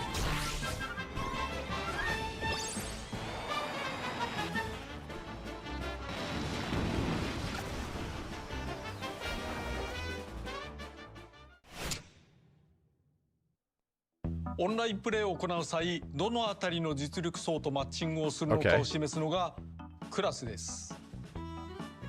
なお、ライセンスには Damn, have we been hanging out with Arc System Works too much? Is that what we're saying? Is the red square the pink square of this game? That doesn't work out very well for Arc System Works games, okay?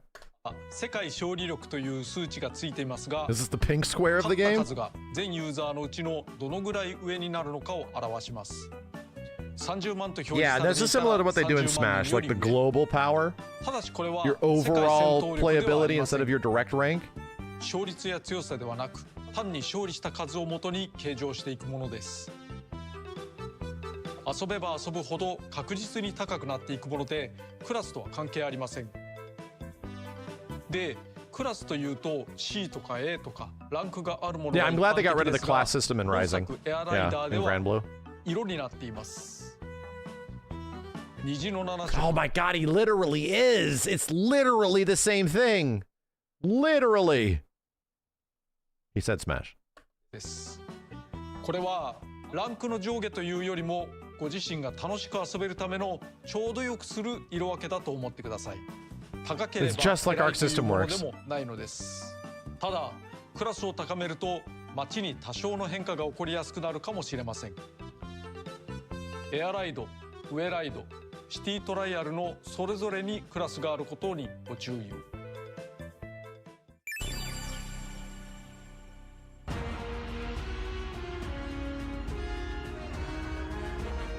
This is a new map? Not a new mode.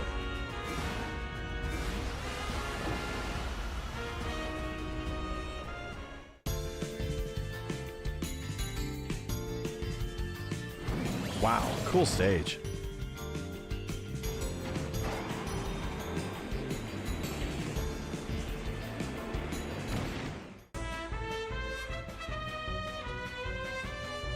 Wild ass industrial steampunk level. It looks like Final Fantasy VII.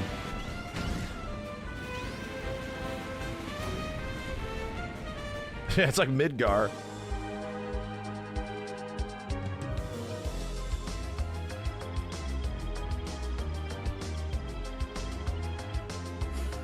Mystery Zone. Kingdom Hearts Land. 前作で曲を楽しんだ方もおられると思います。サンドーラ、コルダ、チェックナイトの曲などは人気ですね。今回それらの曲を楽しむことができないのか。できますけど、あっさり白状しましたけど、こういうのを作ってみたんですけど。What are you doing? Is there like a whole jukebox? Of course there's a jukebox mode.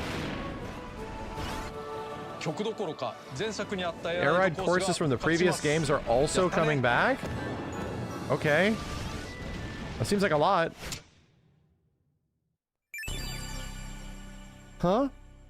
All of them? So like the whole previous game? Probably not the large scale maps, just the courses, right? Unless the large scale maps are remakes of the old one. This doesn't mean much to me, but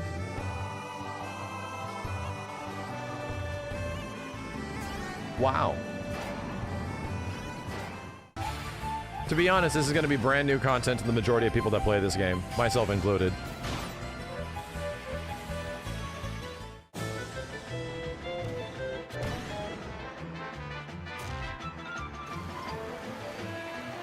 That's wild that you're pretty much doing a spiritual remake of the first title in the new title.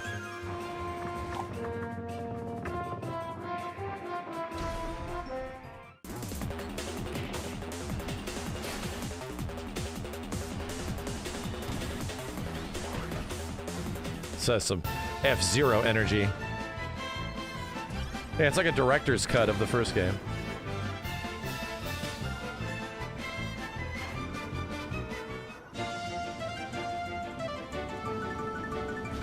Oh, this is so Melee aesthetic. Oh my god. Like, this entire stage is just the visual aesthetic of Smash Melee. Like, 1-to-1. And the sound. Like, literally Smash Brothers. なお、本作のコースも9種類です。よって、エアライドは全18コースになります。 That's a lot for a racing game. That's a lot. 前作に比べて平均巡航速度も異なるし、仕様も異なるので、前作コースは前作と同じタイムにはならないですが、コースも音楽もそのまま楽しめます。グラフィックは少しグレードアップ。昔のエンドまではさすがに厳しいでしょうから。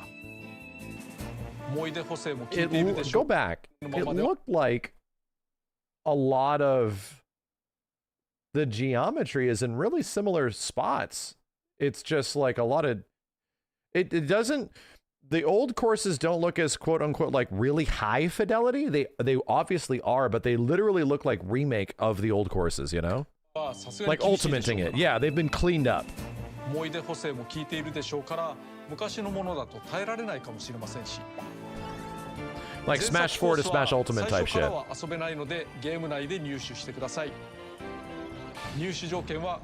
Because to me it looks like the newer stages actually look better.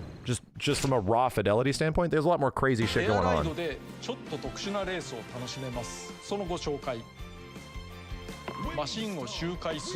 How are you still talking about this game, dude? You're literally going to talk about the credits.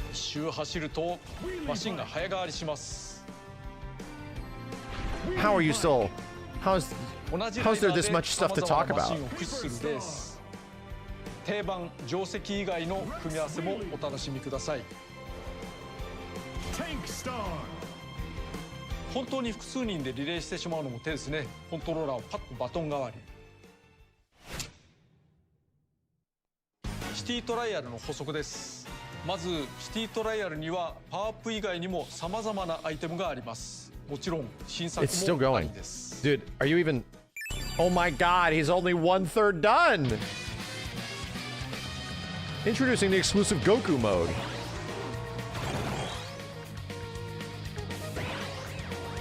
So these are now your different items in like the weird collectathon mode.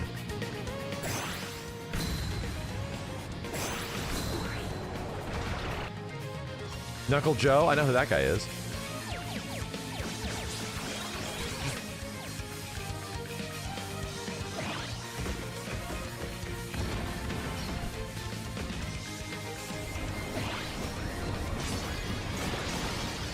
Kamehameha, there he is.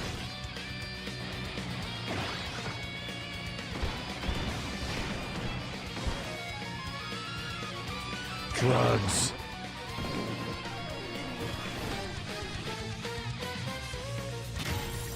That really looked like a Xenoblade thing. Wow, there's a massive hype beam. Holy shit. That is the Mega Cannon from Smash as well, right? That's the thing that you have to like assemble, is it not? God. God. I mean, it's in spiritual, very similar.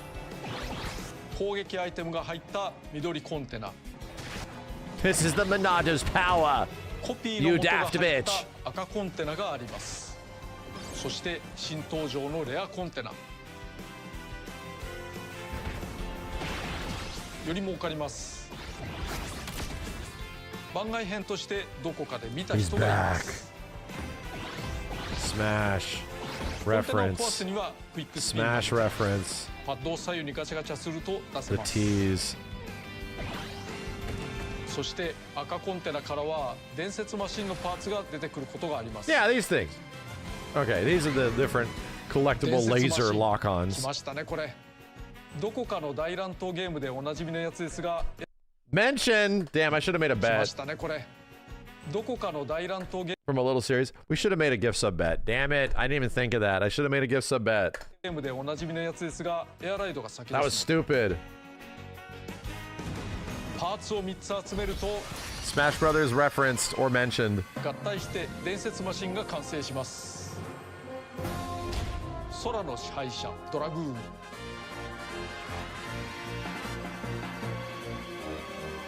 Dragoon.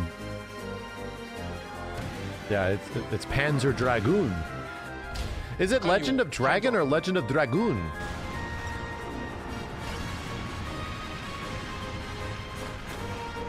It's Dragoon. それぞれめちゃくちゃに強いマシンです。専門分野なら負けなし。 God. 16人もい Hit る stop, と dude. 伝説マシンパーツを一ところに集めるのは至難の技です。だけど一度固まったパーツはそのままくっつく特徴もあります。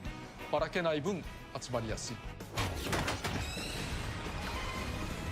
そして次に説明するチーム戦を使うとより集まりやすくなります。 There's a team mode?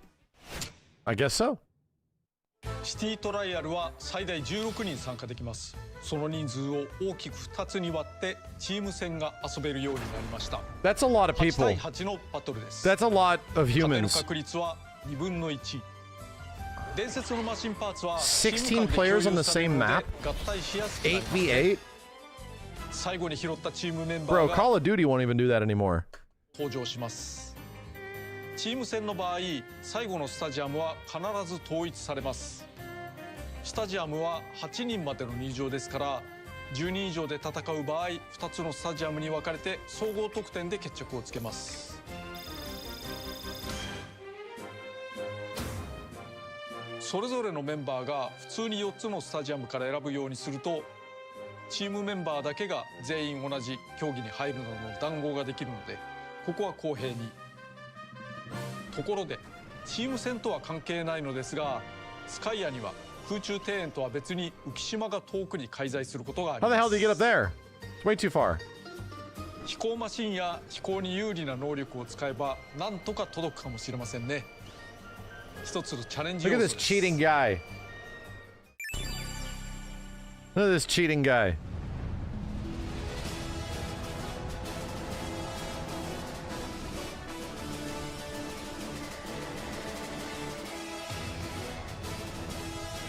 Yeah, I think the only thing that was miffing me on this mode from the previous presentation was that ultimately it boils down to like three sort of like, I don't even know if it was three, it was like one or two like random mini games that aren't exactly races. It was like launch a bitch really far, like a whole bunch of the objectives aren't like insanely defined, like win the race, like that kind of stuff. They were all over the place. It was like, wait, what? This all leads to what?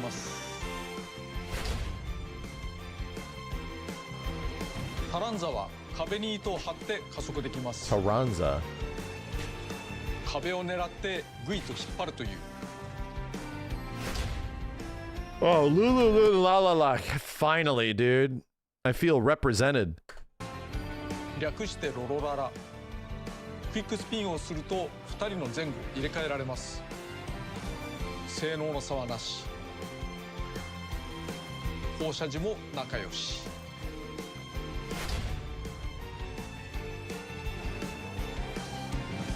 Deroach the rat bitch. コピー能力を奪うことができます。いただき。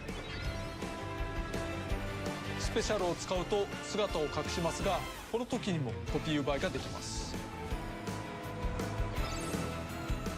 さらにライダーがいます。これで新紹介のライダーは最後。 How many? We're talking like 40. Fuck you. I literally. Fuck you. It was a joke. It was a joke. I was making a joke. I literally was making a joke. Such a piss off. Like. I was talking about Rick. Okay? I said Rick the hamster is the most basic ass looking bitch you possibly can add to the game. People are like, Rick! Can't believe it! Finally represented! I don't enjoy this future prediction bullshit. Rocky. Rick the Rockinator. Fucking hamster. This basic ass looking hamster.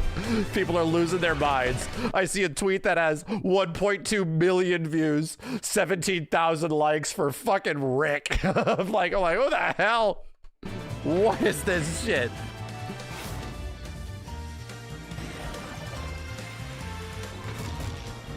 God is real.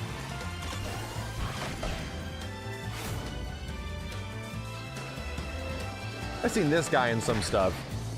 This weirdo. I've seen Waddle Dee before.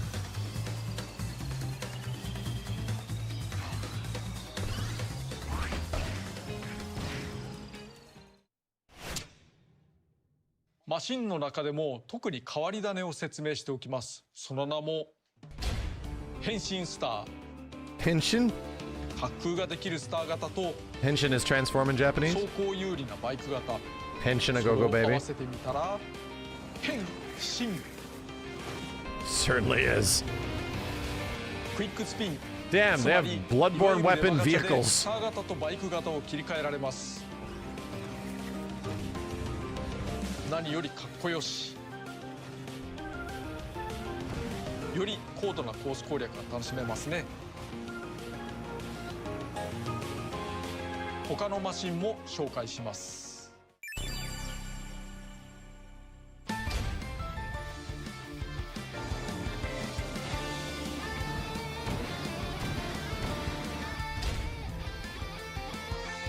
That looks inappropriate.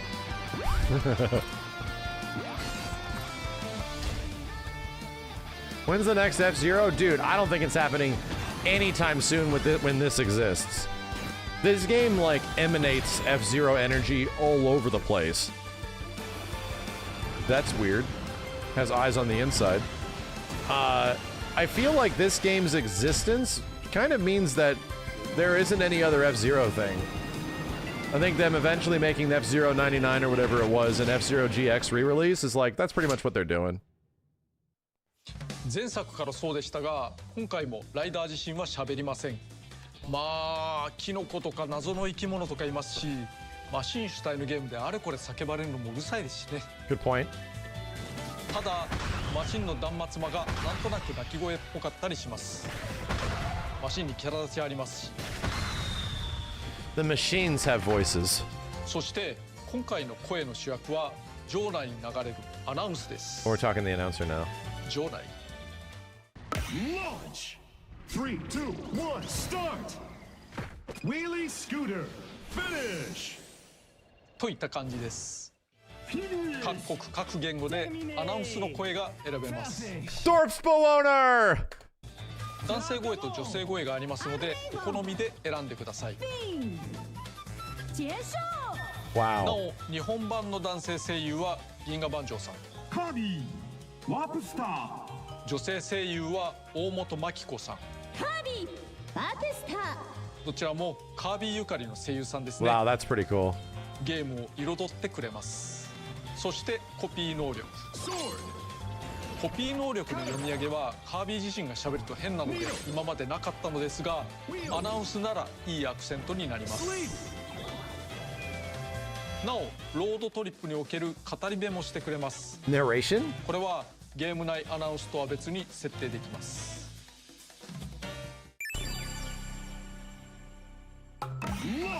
ロロロ&ラララ。ネオシャン、ボマガン。ビッタリアトタレ。3、2、1、はやめマイク。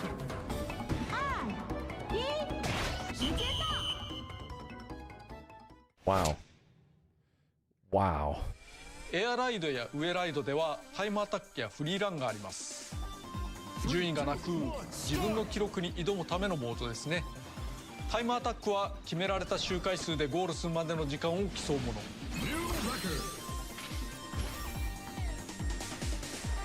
敵を倒した時の加速なども活かせます。フリーランは一周のベストタイムに挑むものです。敵はいないし Massive, like old school 90s arcade energy stages. フリーランではベスト奇跡という自身のベスト記録に準じた走行をするゴーストが出てきます。参考にしましょう。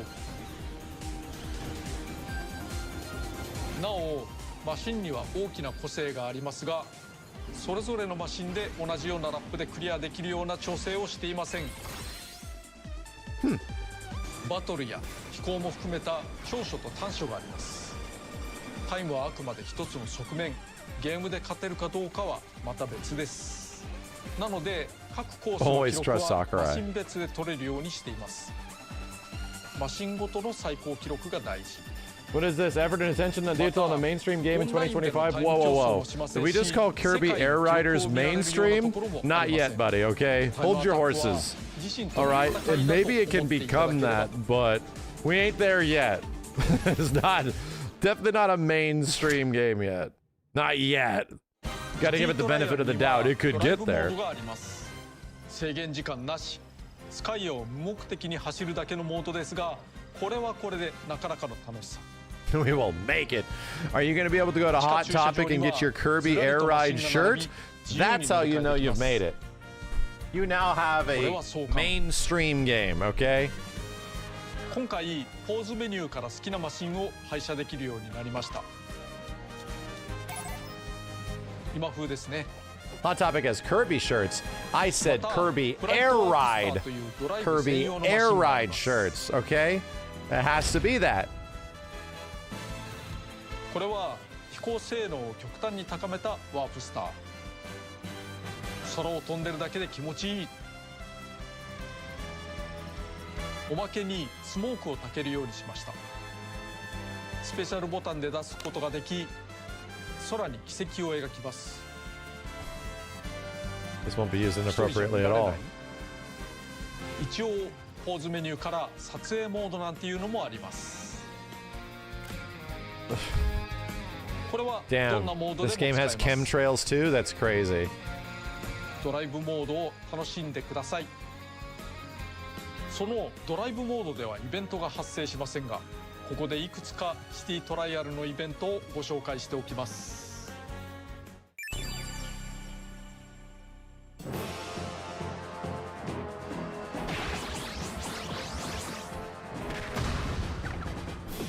Typical Sakurai fashion. Something that looks slightly different. You're gonna die for it.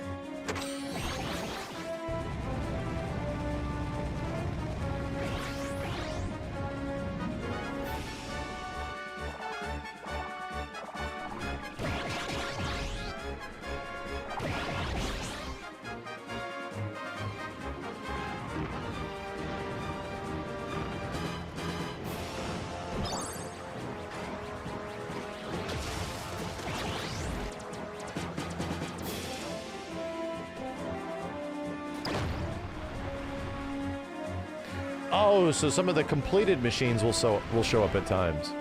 Ah, okay, so you don't have to like make them all the time.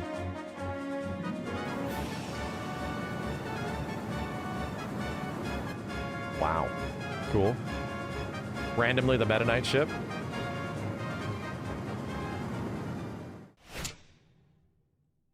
I'm gonna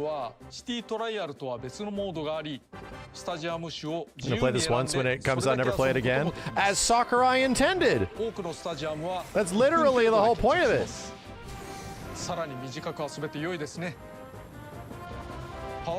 The true arcade way, you know?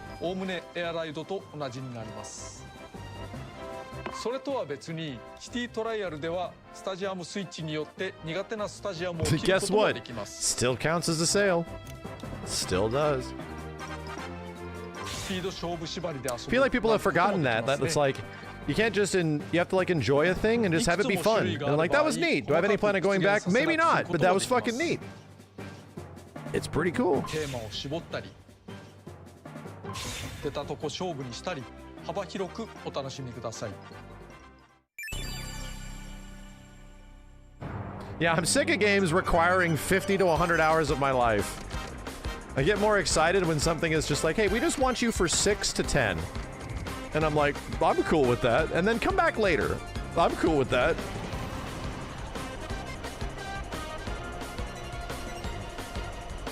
Granted, it looks like this is much more than like a 6 to 10. Because so much of games now, like, I think Sakurai's pretty much showing that here. Is that you have to create a game that has like an exorbitant amount of content nowadays for people to see that it's worth it, you know? Everything kind of like has to be a forever game. And I think this is designed in a way where like, yeah, it could be, but it also couldn't be. Smash Brothers very much is that way too. There's a lot to it, but it's like, how much of that do you actually want to engage with? You want to play this like once a month or something like that? Once a year? And just know that you have it and have fun with it? That's the way games used to be, man.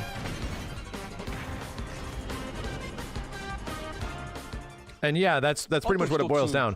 If the game is expensive, if it's a $70 game, then expectations are much higher. The expectation is that, dude, if I'm spending $70 on this, like, it better have some massive replayability or be at least 20 to 25 hours or that kind of shit. バイクに乗ったデデデにかなり手を焼いた方もおられると思います。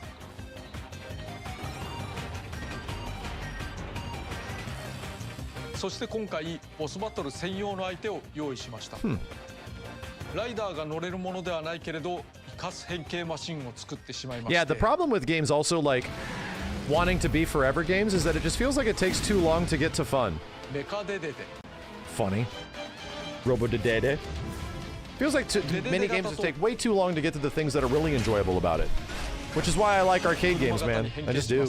I like the way arcade game design is all over the place in this. We just want you to have some fun with it. Which is why I asked, I'm like, how expensive is this? You know? I actually had a legit question where it's like, is this a $40 game? Or is it full price? And knowing Nintendo, it'll of course be full price. And to be real, it looks like it has the value of a full price game. It definitely looks like. R スティック押し込みで切り替えることができるので覚えておいてください。 So can you team up with people to do like raid そ bosses? してロックオン時の操作を上ライドと同じ形式で2通りから選ぶことができます。 There's a lot of AI in there. Can you team up to do raid 変 bosses? えられますのでお好みで。ボスの位置はロックオンしていた方が分かりやすいですが、周囲のアイテムを拾うときには一時ロックオンを解除した方が拾いやすいです。慣れてしまえば全てオフでもいいかも。私はそうしてますね。 R スティックの押し込みでロックオンのオンオフ覚えておいてください。なおメカデデデだけではなく数体のシリーズボスが待ち構えているという噂です。誰でしょうね。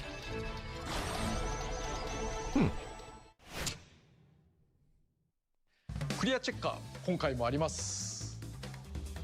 ゲーム内で何らかのお題を果たすと In-game Chivos? Yeah. And of course, the in-game Chivos lead to a unlocking thing of some kind.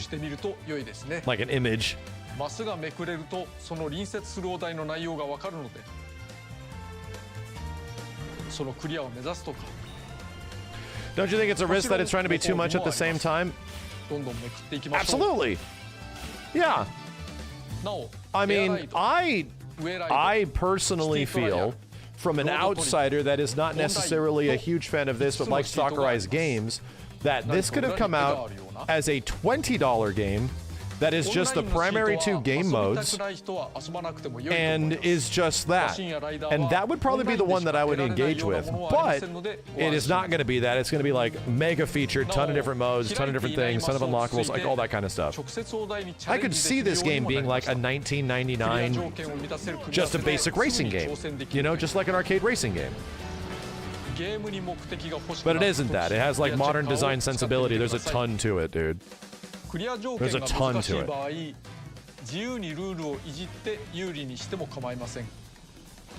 A billion options per stage, per level, manipulating levels to play them certain ways.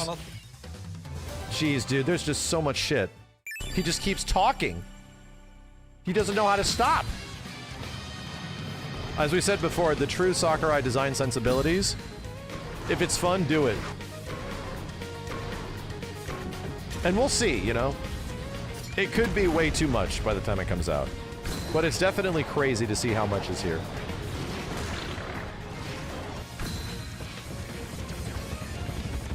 He just runs. He just cooks it.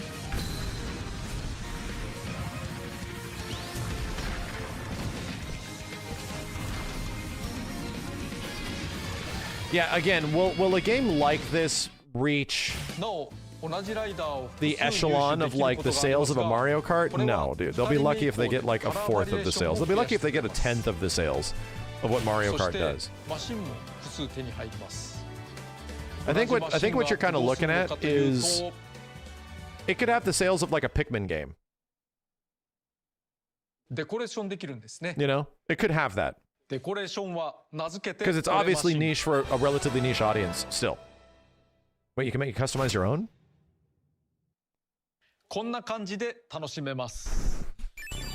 Nintendo wants to keep Sakurai around. Hey man, that was the initial presumption behind this whole thing, is like, wait a minute, Air Riders 2, that has to be like, Sakurai, you get to do whatever you want as long as you make Smash for us. You know? You get to do whatever you want as long as you eventually do the deed. Oh, these are all technically fan-made. Oh, wow.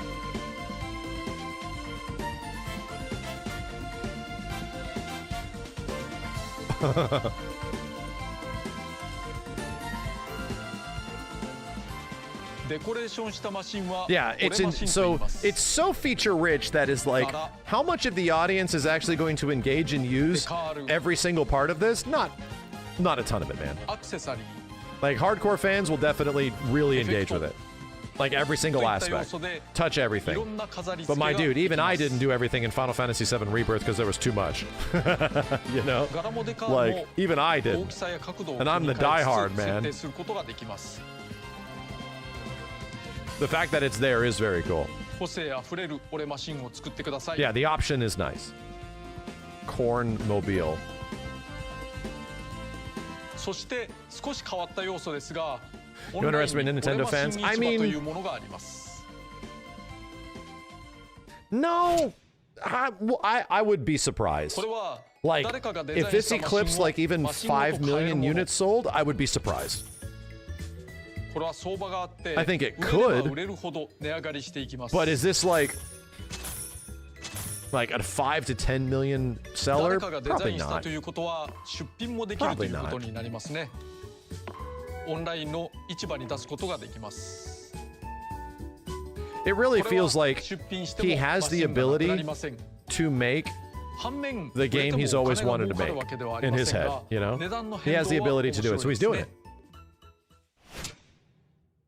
マシンを飾り付けられるのだからライダーも飾りたい、おしゃれしたい、そんな願いにお応えしてライダーの帽子も用意しました。 5 million is pretty low for a Nintendo game. We'll see. We'll see. Chat, like, what did the Kirby game sell? Which was like an adventure game, right? The latest Kirby game. Did they eventually release the sales of that? There's drip, by the way. There's customization.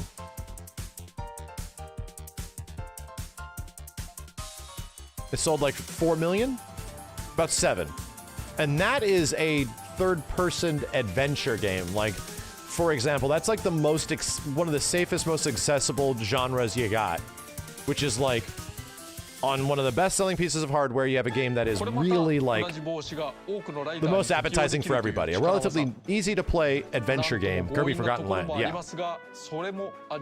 Even Pikmin 4 sold about 3 million units, and that game has a ton of fandom, like a ton. What I'm trying to say is I wish for the game to find its the most success possible because of how much passion is going into it. But it is a relatively niche game, you know? It's got Rick.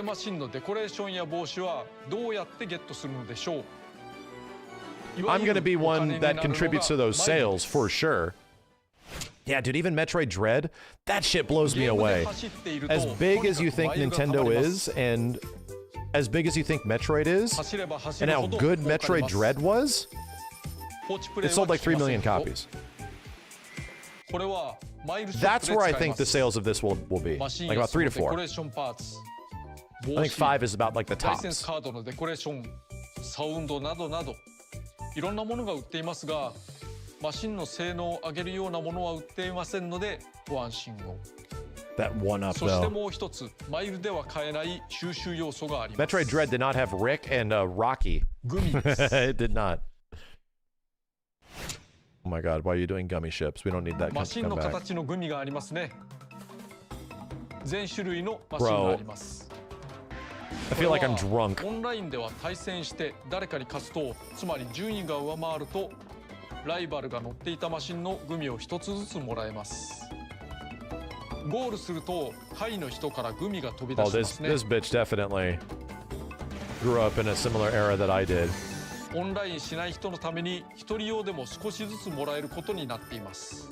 Chat, I want you to close your eyes, and I'm about to put something in your mouth. Listen, I am just gonna quickly give you a gusher. Here's a gusher. Chew it. Think. That's a gusher in your mouth. And it just blew up. Exploded. Listen. No thanks, bro.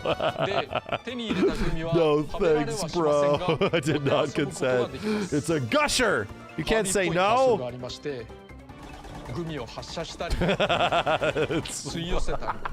You're gross, chat. Jesus. I said the most innocent thing possible, and you turned it into the grossest. You said the C word. Oh, Jesus Christ. What the hell? Brother, literally thinking of a gusher. Disgusting, chat. Absolutely disgusting. You need to be put into timeout.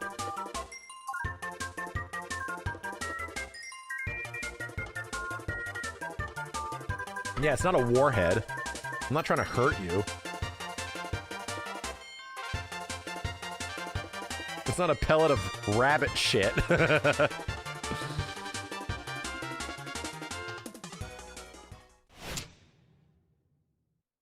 Moving on. 折れマシンを含むいろんなマシンを飾って楽しむことができます。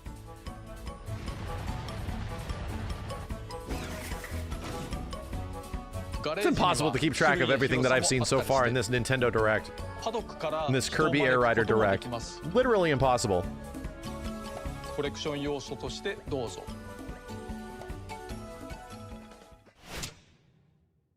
まず今回の作曲家は酒井翔吾さんと岩垂紀之さんです。酒井さんは前作担当の音楽家、岩垂さんは今回のメインテーマなどを手掛けていただいています。スマブラや新パルテラにも参加していただいていますね。Smash Brothers mentioned again. What is that, the third one? 今回シティトライアルにはスマブラでおなじみの俺曲セレクトを実装しました。This menu looks familiar. Boy, howdy. これは Is this still this is Sakurai's wife in action, right? Like there's her design sensibilities are definitely still all over the place in these old like HAL games and stuff, right? フィールドであるスカイアの音楽登場 For anybody that doesn't know that history, Sakurai's significant other is the one that does like the interface design. I think going all the way back to either Smash Brawl or Smash 3DS, Smash 4. Does she go all the way back to Melee? In the old like HAL Lab stuff? Damn, that's crazy. Melee's UI is so clean. エアライドとウェライドのコース曲には通常曲と And old 低 air 確 ride, 率で damn. 流れる裏曲を設定しています。今回の裏曲は登場シリーズが全て異 I な wonder る if と that いう story's こだわ actually りで true. 作ってい That's ます。 just one of those things that I've heard for so long. Like 15 plus years. I wonder if that story's actually true. You know? I'm just assuming it is. It's just been out there for so long. Let's pretend it is. Feels メニュー good. 画面にも触れ Feels ておきた good. いと思います。前回はこんな感じでしたが、今回はタッチがだいぶ、それはもうだいぶ異なります。 God, yeah, even the first one was very, こんな感じ。 very Smash-like. 机の上をモチーフにしています。アナログ感があるタッチで良いですね。 Yeah, no, Sakurai never directly mentions it himself. He doesn't, no. またカーソルには人形がついて回っていますね。 But he's definitely showing it off right now, you know? 机上のアクリル板には項目のイメージや説明がありますから困ったら見てもらえればと。なお主要モードを引き立てるために格納していますが右下にあるタブがとても大事です。中には今回説明した以上にいろんな要素が詰まっていますから製品を手にしたら開いてみてください。つながる遊びはオンラインに必要なもの、いろんな遊びはモード的なもの、そしてコレクションには収集要素が詰まっています。なお ZL ボタンを押すといつでもクリアチェッカーが出るようにしました。これは大事ですからね。いつでも気軽に ZL It's like a completionist dream. There's so much shit to get and collect. Like, but that's the same thing in Smash Brothers as well, right? Like a huge aspect of every single Smash game outside of like maybe Smash, I think it is even in Smash 64, is like a massive collectathon. Like a massive checklist collectathon of like things to grab and get and figuring out how to get them.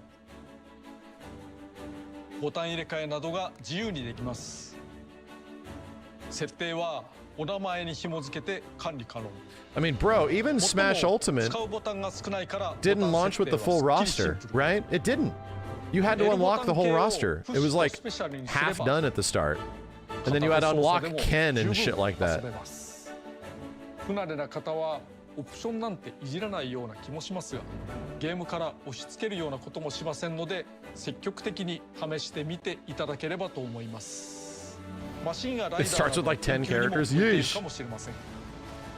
That is him not giving a shit about the competitive integrity of the game. That everybody has to unlock it, you know? They stopped doing that in Street Fighter and Street Fighter 4. Because it's like, again, they realize, oh, people just want to, people have to go places to compete, and they don't have the full roster. Like, oh no, we can't do that anymore. It's very much an old school design mentality. It's very old school. 画角を変えられたりとかカメラの設定と併用し合うものを探してみてください。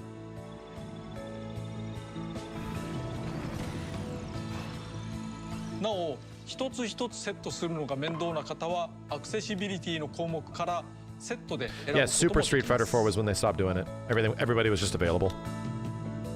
酔いにくいカメラは演出のないカメラなので But there were secret characters in Super Street Fighter 4 technically. In the arcade version, man. 体質などによりますからね。 I was there. People hacked that game in the arcade and people literally discovered like evil Ryu and Oni and shit. You know, before the game was out, like that was insane. We're going to the arcade, we're like, who are these characters, dude? What's going on? It's very fun. I will say, it's fun. It is fun having like unlockable characters. Yeah, dude, Floyd was also a great unlockable in MK1. Good call. エアライダーのアミーボはこれでかい。サイズが違いますね。 Very large. バンダのワドルディも出しちゃいますけど、カービィもあるんですけど、そしてこのようにライダーを乗せ替えられてしまう。Cute. マグネットでがっちりです。マシンとライダーの組み合わせがゲーム中に登場し、I forget that there's still amiibo sensors in all these controllers. I completely forget ライ that. ダーが育ちます。マシンではないのですね。 $50 amiibos? なおトップメニューにいた瀬戸物のカービィもアミーボを読み込ませると切り替えることができます。もちろんマシンとライダーは読み込んだセットにできます。 Holy shit. しかしこんなに豪華な仕様だと Holy あんまり種類は作れないだろうな$50. なんて思うところもあるのですが Wow. Thank God for tariffs. It was a good idea. That all cost $250,000. Chat, what did amiibos come out at? Didn't they come out at like $9.99? $14.99? They were like 15 bucks. Like, I think they were less than that. They were like 12. Yeah, no kidding. Amiibos were dirt cheap when they first came out. And it was like, to be real, since Nintendo, let me pause this for a second. Since Nintendo was getting into that market, like official collectibles, like direct, like these are officially the game collectibles. They honestly were dirt cheap. It was like, that's a really good looking toy. And to be real, it is aptly priced. Like that's a decent price. Like this is like around like the Wii U era and stuff, right before the Switch, when Smash Brothers 4, I think, was kind of doing it. So at that point, amiibos were like pretty cheap, and it was like, wow, yeah, they're smaller toys, but they don't look bad. They actually look really good. So those are pretty decent and high quality for $14.99 or $12.99 or something like that, you know? 本当に作るの？これは驚き。こんな時代が来るとは前作制作時には考えつかなかったですけれども。Problem is you all bought too many of them. Myself included. We all bought too many goddamn amiibos. I bought an amiibo of every character I like, you know? That was in Smash. Everyone I liked, I bought an amiibo for. So everybody bought them. It doesn't, and that doesn't mean they're gonna get cheaper. That doesn't mean they get cheaper. ホバーで走るんですね。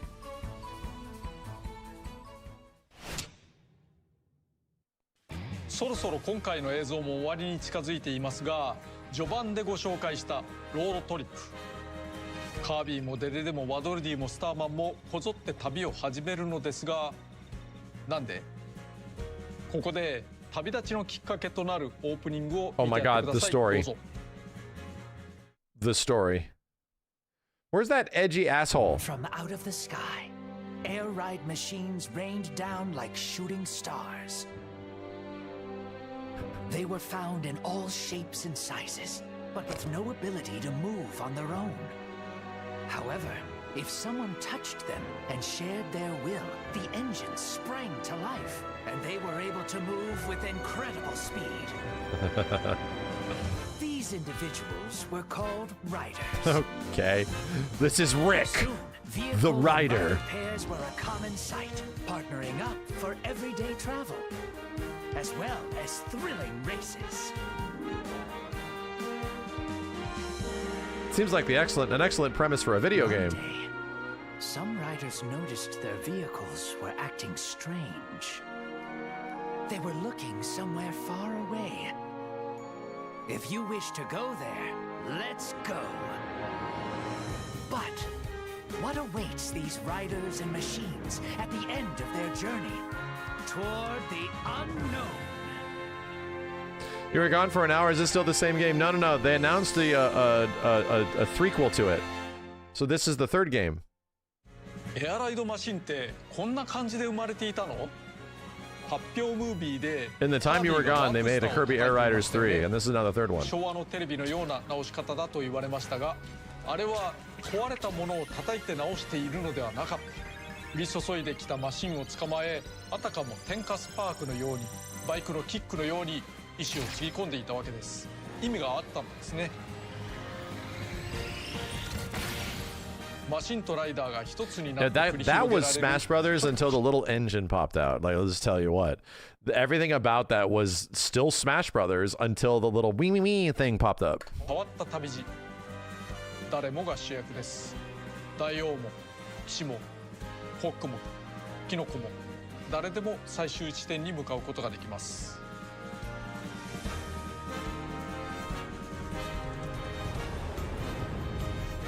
これは反生命体ゾラ。 This is where the edgelord's from, for sure. 意志を持つけど動けず、気が遠くなるほどの長い時間を過ごしたゾラの願いを中心として運命が動きます。Is this thing the ship from Transformers? It just sits on the planet forever? カービィのエアライダーのいろいろご紹介してきました。ボリュームでかいな。私のチャンネルと地続きでの制作となりましたが、前作費10倍以上の工数がかかってると思います。今時の Wait, read that. I want to read this out loud. I ended up doing this right after I finished filming my YouTube channel, but I think this took 10 times the amount of resources to make compared to Kirby Air Ride. In this day and age, creating a game and bringing it to life takes a surprising amount of effort. びっくりするほど労力がかさみますね。 But I think that's reflected in the final product, so I hope you enjoy it. A good comparison. Like, you can't really, as we were saying, someone like me would be super down if this was a $20 arcade game, right? $20, here's just 8 courses. You want all the extra throwback courses and remake of the old game and the top-down mode and the create a car mode and the lobby mode, all this extra bullshit where it's like, dude, if it was just like 15 characters and like 20 courses, or 20, like 15 characters, a few courses, I would be down to play that. Just give me the experience, you know? But because the modern sensibilities of what a game is, it has to be, like, every game has to effectively be a forever game, you know? Like, every game has to be something that you will sink 30 to 60 to 100 hours into. And we used to do that on very small games. We used to do that on small, like, arcade games and stuff like that, for sure, just because we enjoyed how those games played and wanted to figure out everything around it. But that just doesn't work nowadays. You can't release a $70, $60 game with no guarantee that, hey, look how much content is in this, man. That's why the term content, as much as I hate it, is around now, because it's stuff what he's saying. You have to make something that's worth that much amount of money. 今回このゲームを制作することになったのは、やはりファンの熱い声援が大きかったのだろうと思います。ゲームを作るのには spend time and money to make games, so those wishes aren't always granted. 必ずしも叶うとは限りません。 And that's thanks to support and the efforts of many great people. Dude, I would imagine, like, the first Kirby Air Ride, its core development staff was probably 20 people. Like no shit. I would not be surprised if, like, the amount of, like, not every other facet, every other part, all the marketing, like, all that kind of stuff. Yeah, that will be big. That'll be like hundreds of people. But the actual core development team that was sitting in those smoke-filled Japanese offices and shit, like original HAL Studio, like that kind of stuff. Yeah, that they took 3 months to make the game, according to Sakurai. Does he say that at some point, that, like, Kirby Air Ride 1 took 3 months to make and they just made it? Like, yeah, it probably was like 15 people or some shit, dude. 感謝しております。なお DLC の販売は予定していません。ここにあるものが全てです。 Also very old school. またシリーズを重ねるつもりもありません。 Because you're going to be busy. Right? That's exactly. I'm not planning on making this an ongoing series. That makes a lot of sense why there's so much here. Because it's like, okay, so this is a one-shot. This is a one-shot. It's everything that you ever planned to put in. Nintendo's paying for it. Because Nintendo's paying for it. It's the game that you want to make, that you always wanted to make the way you wanted to make it. All right. And now it's happening. It also seems like it didn't take that long to make it. Like the development of this game was probably like 2 to 3 years or something like that. Yeah, he likely just got a blank check. But I think there's also a logistical reason behind this that you need to be available. I'm just saying.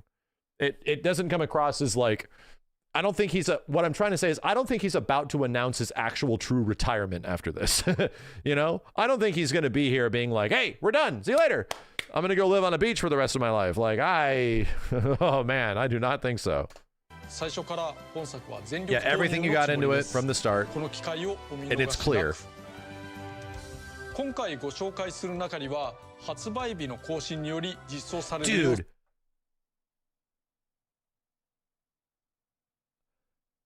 They crammed so hard that final code, the gold, like the game went gold and they're like, we're not done. You know, like literally the game already went gold. They shipped and they were like, so these extra modes that we're putting in aren't done. We'll just make it a day one patch. We're still putting shit in, man. All right. Because they can do the patch stuff like all the way close to launch. Right. So the day one update is like, because we just wanted to cram as much shit as possible into it all the way until the very bitter end. I didn't hear no bell. Exactly. Yeah, the physical versions won't have it. That's crazy. Damn. The physical versions will not have it.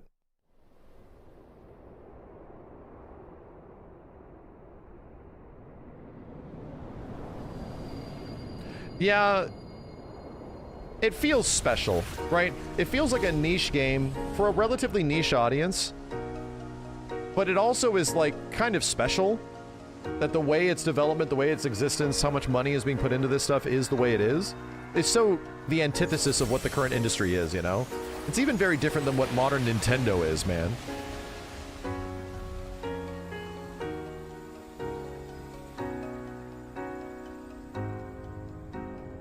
Sakurai gets his way.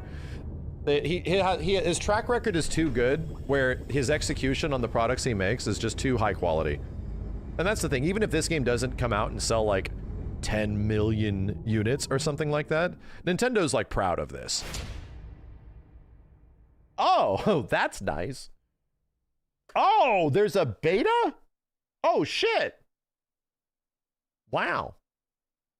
Because of course, dude, it's got like 16-player online multiplayer. So 8v8 modes and shit. You have to test that stuff. Like, you have to. Man, I think the bigger question is, it's a global test, not a regional. That is pretty different than the traditional net play experience. Saying it's a global test means that you actually want to be playing people across the globe, like actual America to Japan, Japan to like UK, all the different routes and regions. So I'm curious. I'm curious if they are indeed implementing functionality, if they're indeed implementing online functionality that Bandai Namco has sort of been using. I don't mean it's like, is it a predictionary state rollback netcode? I don't know if it's going to be something like that, but it's like curious, you know? Curious at how it will actually run. How much fidelity will the game have if you have really big distance in between each other? That has me very fascinated. I'll have to try it. I think I'm on a trip at the beginning of November. I think I'll be back for this. I'm literally like on a trip right as Predator comes out and all this stuff is on the way. And then I'm only gone for like a few days. I'll be back on the 8th. Yeah. But is this the 8th Japan time? No, it's PT. 12 a.m. to 6 a.m. Oh, 8th. This is weird. 2 times on the 8th, 1 time on the 9th, 2 times on the 15th, 1 time on the 16th. Is this like a Saturday, Sunday situation? Is that what we're talking about? It is. It totally is. It's a weekend. It's a weekend. Okay. That makes a lot of sense. Okay. Cool. It's inspiring. That's all I'll say. It's inspiring that even in Sakurai's position, you wouldn't get that kind of a budget and that much consideration and sort of like the ability to have the free will to do whatever the hell you want, right? To be able to execute something in a way like this. There's no reason why this little Kirby racing game is as insanely feature rich as it is, other than the fact that it is entertaining the mind of a genius creator that, as a publisher like Nintendo, you'd want to make sure they're happy. And Nintendo doesn't want Sakurai making YouTube videos for the rest of his life. They want him making games for them, you know? And I think, obviously, it eventually boils down to him making a Smash Brothers game, but still allowing him and giving him the space to do this. And he didn't cut short, man. Like, if something comes into Sakurai's mind, then it seems fun. It's clear it's making into the game. And that's pretty inspirational, dude. It's the complete opposite of how almost all game development is nowadays, dude. It's the complete opposite. Does Nintendo have a guaranteed investment on return for this? Actually, no. You know, like, I don't think that's necessarily true. I'm curious the viewership on this. Yeah. That's really high. But it also is like, I don't think anywhere close to the traditional directs for big games like a Donkey Kong Direct or like a Mario Direct. That's a lot, but it usually is higher for like relatively big Nintendo Direct events and situations. I wonder if the Japan one is bigger. Still, I still think it's going to find its audience. I still think it's going to eventually get to a point where it finds its audience. Yeah, good word of mouth hits, and people just say how much fun it is. I also think by it being an extremely speedy, frantic, this is a manic game. This is one step away from being a crackhead game, right? Like F-Zero, we've just talked about this. F-Zero and Ninja Gaiden are like legit crackhead games made for people that just love insane speed and high action momentum like constantly, right? This, from an outsider's perspective, looks kind of close of just like, man, this is a manic ass game, dude. Like, this is really crazy. That will not be for everybody, you know? That's also a thing that is like, people are going to like the slow sort of methodical aspect of like a Mario Kart, you know, like that kind of shit, you know? So either way, I'm curious. I'm very curious. I think I'm more fascinated by this than I was with the gift of foresight, right? With the gift of like what happened. This definitely looks more interesting than like Mario Kart World, or whatever the hell that game was called, that we played for like a couple of times. And I was like, I don't know if I want to go back, dude. Like, I enjoyed myself, but huh. All right. Am I having that much fun? I don't know, man. Anyway, Nintendo JP Direct has like 1.8 million views. That makes a lot more sense. I think it'll find its success. I really do. I don't think it's going to be like, I think it'll be close to like Metroid Dread or Pikmin levels of connecting with its audiences and shit. And the people that, similar to Kirby Air Ride 1, not that small, but like it'll find people that just love this shit. It'll find people that just love it to death. And I think that's exactly who Sakurai is making the game for. Anyway, yeah, that was neat. That's like that's a feel-good direct, where even if it's something that you're not super into directly or based on a game that is obviously historically relatively small, you can be inspired by watching that and seeing a visionary and like a master of the craft doing work, dude. Like actually doing work. Yeah. About 40 minutes into that, you're just like glazed over and you're just like, you have talked about so much stuff in this game, my dude. There's so much shit on here. Like, how can you keep going? How are you allowed to keep going? But it's just nice to hear Sakurai talk. This was why we made like a metric shit ton of videos going over his video series, because what he talked about in his video series about making games on YouTube was deeply fascinating. It was fascinating to understand his design decisions behind stuff, why stuff has happened, relationships with other developers, all that kind of shit, dude. He genuinely interesting as shit because of how much experience he's got. All right. Hold on a second. I think I'm gonna go get some coffee because I want a tactics tonight too, bro. Hold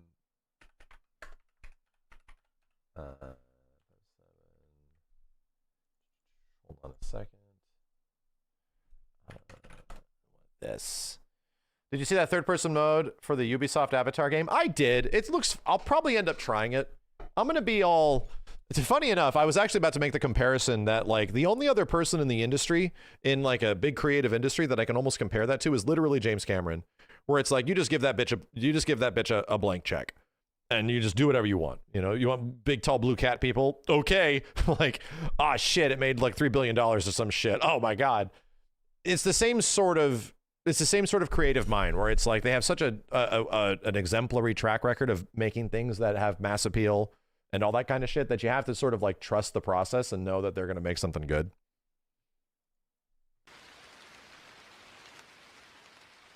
Let me go make some coffee. Go make a little bit of coffee. Shout out to Killica Beats. This was also recently in the video we watched. I'm gonna need 2 minutes, chat. Make a quick little bit of cafefe and subtext. So you have to be my guide. Whoever's in the chat for all this FF7 news. Every time I feel like I have a grasp of what is happening for Final Fantasy VII, there's a new thing, and then there's a new thing, and then there's a new thing, and I'm just like, Jesus Christ, dude, how much stuff have I missed? How much stuff have I missed? Because it feels like there's so much. I know that Audrey collects a lot of that stuff. I'm sure Shinra Arc has a whole bunch of stuff. I'm sure Genki Japan has a whole bunch of stuff. So it's Shinra Arc and the VGC interview. I'll check it out. We have a lot to talk about. Yeah.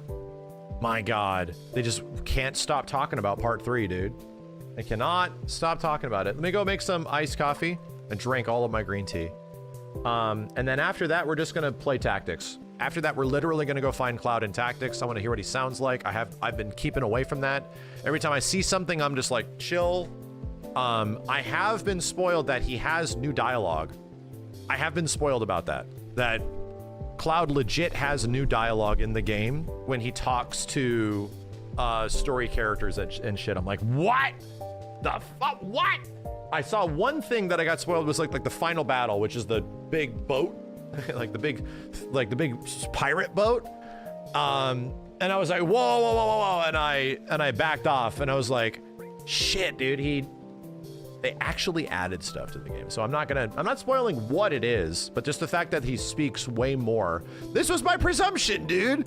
We said this before it was out, and I'm like, dude, if they're gonna commit to the Cloud and Aerith thing, then he definitely is not saying like 3 lines of dialogue and then grunts for fighting. No, they're gonna add a bunch of shit. They're definitely gonna add a bunch of shit. 1 second, hold on.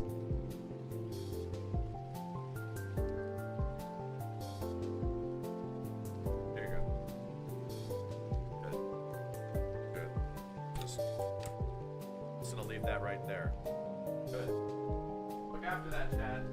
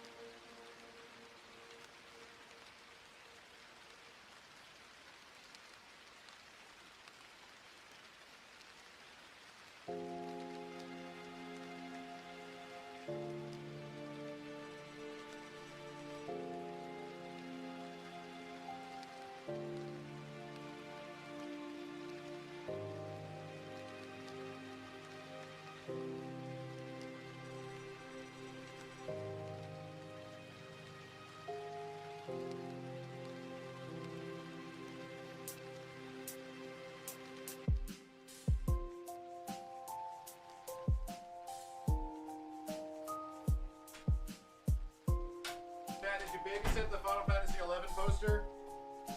Better have. So beat up. I don't even remember where I got this shit, bro. It's so beat up. Damn. Probably worth something. Not anymore. Shit. All right. Hi. Sorry about that. Where can you find this music? Killer Beats. Yeah, lo-fi Final Fantasy VII. If you just type in FF7 lo-fi, you will come across this. Let me stop. You'll come across this. I used to drive when Ripley was a baby, and I would take her out to Dad Magic. I DM'd you about the VGC article. I don't think I'm putting a VGC article on my stream anymore. I did that for previous one and gave them a lot of shout outs. They were not happy with me. You know, I think I'm going to avoid that. Yeah, the lo-fi remixes before, I used to like drive Ripley around to this music and she would fall asleep. Why? Because it's like, I understand where they're coming from. It wasn't, what eventually happened is like something happened in the YouTube video in the process of it being made, from me giving everybody shout outs and like, here's the website, all that kind of stuff during the stream. That didn't make it into the video. So the video was just the article, which is on a website, on an independently owned journalism website that didn't have the link to the article. So I'm like, oh, let me quickly correct that in the process of editing and everything like that, which I have a team. So I was like, okay, we'll get that fixed. But in that process, I was an understanding that actually a lot of people hate me that I bring up articles and talk about articles on stream and stuff like that. So I learned that. So now I will do my best not to put the article on stream and then also show people that, hey, if you guys want this there, then here's where you go to learn it.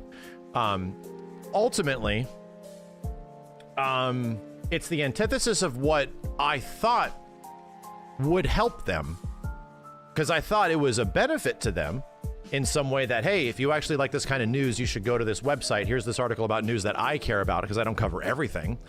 Because in the past, when I've talked to people at GameSpot and IGN and all that kind of stuff, like, yeah, they're like, please, like, put it in your video, do this, do that. They were completely fine with it. However, I understand that those entities in the past are much larger corporations, like corporative sort of things.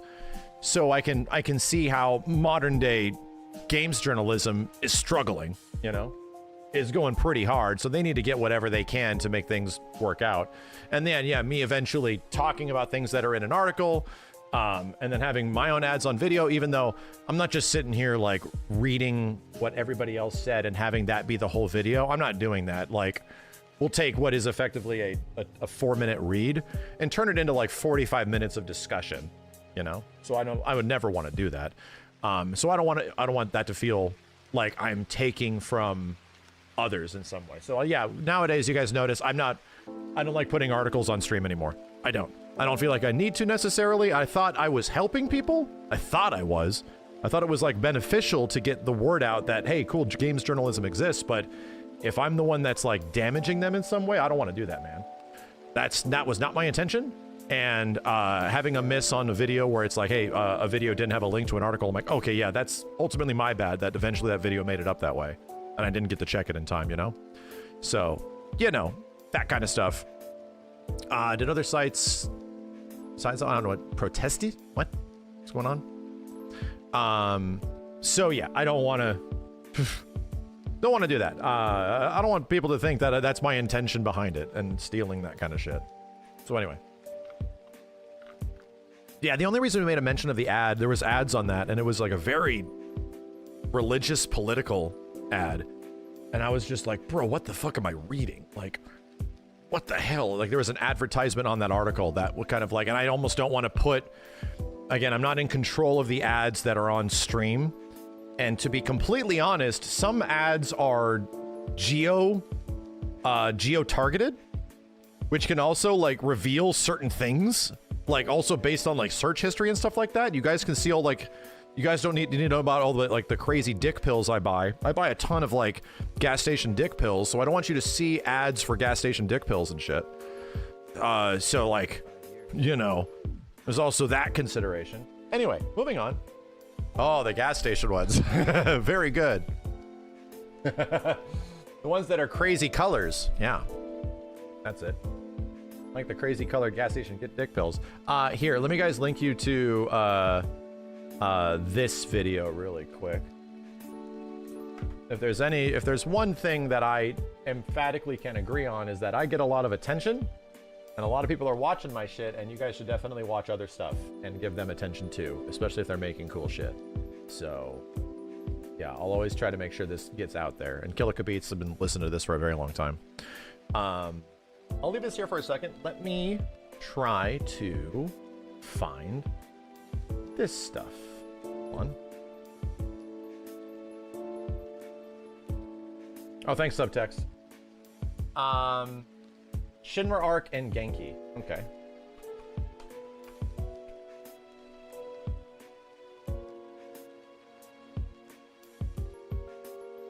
Bam. Shinra Archaeology, and let's look up Genki Japan.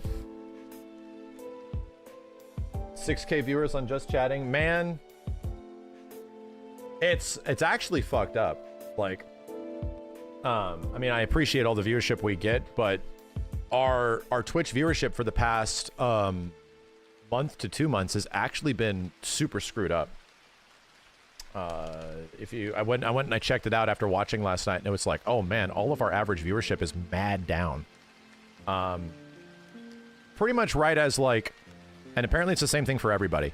Like everybody's Twitch viewership is way down because of their combat against bots, you know? So it's not just me. I asked around and I was like, is this just a me thing? Like, do I need to like drastically change what I do on Twitch or go back to something? Did I fuck up? And no, I actually asked Ko.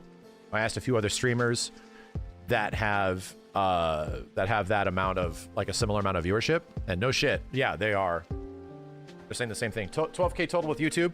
What I'm saying is that our Twitch viewership, if you look down there, here's the difference, chat. And by the way, thank you for all of this. I don't want this comes across as like really bitching and moaning, but all it is me just seeing things differently than what normally happens. You notice how the Twitch viewership lately is like the same as YouTube? Notice that? It's been about the same. We've been doing YouTube, Switch, and Twitch streaming for over a year, and I've been very much able to decipher and analyze and apply analytics to how it works and what works and all that kind of shit. So you notice how it's been like very similar. Those two numbers down there, this is why I put those numbers down there, because I need to know, for my sake, they've been pretty similar lately. The YouTube side has not changed. It's pretty much the same. YouTube side has the number of people watching, how many people are engaging, all that kind of stuff, that has been the same. But for me, that's looking at both of these sides the entire time, that's never been that way. It's never been a similar number on both sides. Twitch is always up like 20 to 30% over YouTube. It's been that way for an entire year, for the whole year. Until pretty much like September to October, it's been on a natural downturn. Yeah, YouTube's usually lower. That's exactly it, dude. YouTube's usually about like 10 to 30-ish% lower than Twitch. Twitch is always our #1 streaming platform, always has been. And YouTube, we've been doing this thing for a while. It's not like YouTube's has changed. The number's the same, dude. It's just that the Twitch side is now lacking. So it's very weird, you know? It's very weird. That's all I'm trying to say. That's actually why that's down there. That's for me to have a better understanding of like when, where, what, and how. Like, why is this shit happening the way it is? What the hell's going on, you know? Tagged you in some of the most important information to look at. Thank you very much. I'm bringing up Genki really quick.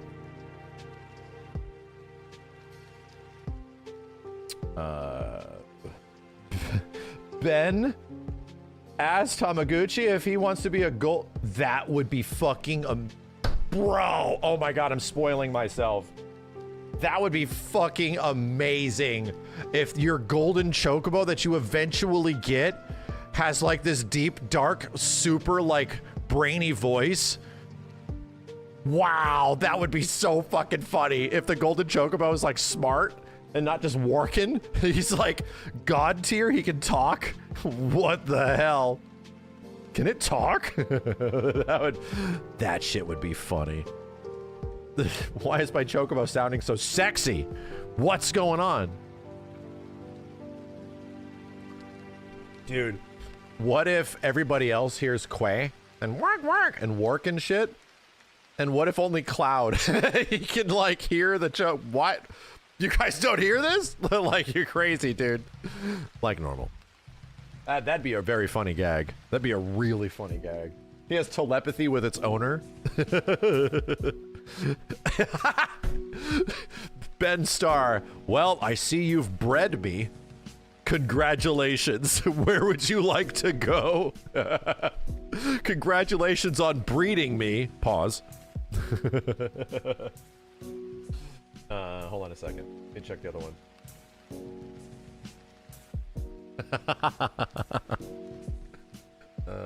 God.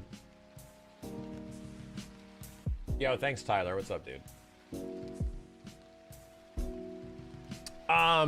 Let's start with Shinra arc, and we'll just go from there. 11 hours ago. I probably have to go back a whole bunch, man. Right? Jesus, dude. Wait, how long am I gonna be here? This is only 15 hours ago? What the dumb ass? This is from today? I'm still scrolling!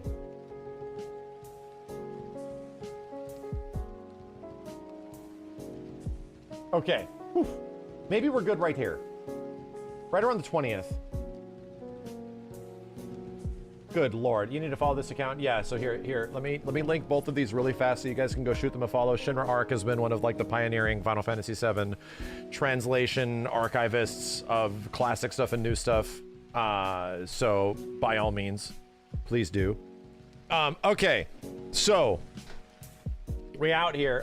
This is gonna have to become like a weekly thing or something like that, you know? Here we go. In the year 2000! Welcome, Jesus. Welcome to the weekly Final Fantasy VII News Roundup.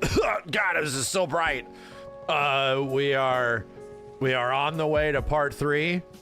This was a dumb idea. Blind. We are getting so much news, it's crazy. Okay,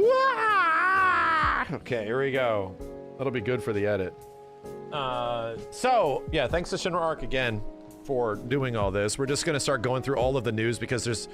Hamaguchi cannot shut up. He cannot keep his big mouth shut. Is it the same stuff that was happening when Final Fantasy VII Rebirth was about to come out? Dude was so excited to be talking about his game, bro. I appreciate the passion as someone that is emphatically excited for where this stuff is going and what is happening. I will say that, yeah, I'm here for it, okay? Because I'm on board. Music's a bit loud. Let's fix the music. I'm on board. We just need to know. We just need to take any little snippets we get and keep moving forward. I'll let it go. Dude, where? Where? Close that out. Too much stuff open. Okay. You know what? Let me pause this so we can actually use real music in the video itself. All right, so let's start here. There's been so much, bro. Just sit with me. We're just going to be reading through a few of these things. I'll be giving call outs to where this information came from. Just chill with me for a bit. First one on October 20th, Hamaguchi saying that there were plans for a Rebirth DLC at one point. And a DLC is still possible after the third game. Yeah, that makes sense. Makes sense. They've already said several times that they stopped the DLC for Rebirth so they can focus on part 3. Because there was DLC for part 1, obviously. But pretty clear that the story's going to end and they'll probably make more. I can assume the franchise doesn't stop, much less they also will enable you to have some sort of like early mission, mid-game mission, that kind of thing. I can see that absolutely happening. So with the trilogy's conclusion, the FF audience will likely grow. Whether they bring another DLC or a future title, that's something they're actively considering. Whoa. That being said, once we release the third installment, there's a possibility of having a DLC for that third installment with the conclusion of the remake trilogy. There's probably going to be a much wider audience for Final Fantasy as a whole. Yeah, I could see that. Whether we bring another new DLC or a full title, that's something we're actively considering. I don't know if he's talking about DLC for FF7 Part 3, but I don't know if this doesn't come across as him actively saying, here's a whole new title, like a brand new Final Fantasy VII game. No. That doesn't come across as that, where it's like, here's Part 4. No. This comes across as like a different Final Fantasy. Yeah, he means Final Fantasy in general, right? He means, and I think that there will eventually be the game put into all three parts together. Will they change or balance things? That's in the air. But this does leave the bigger question of like Advent Children DLC or some shit. You know, is the game going to have like an Advent Children DLC? You're going to make like Advent Children but playable? Shit, dude, that would be crazy if that doesn't already happen in the main game, you know? Cool. That's already pretty fascinating news.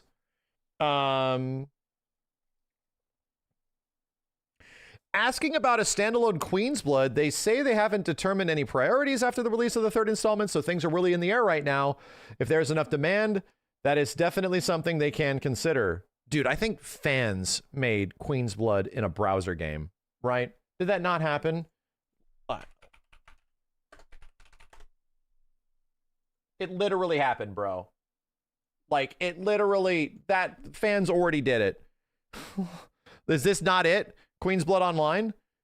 Like, you literally can play people Queen's Blood right now.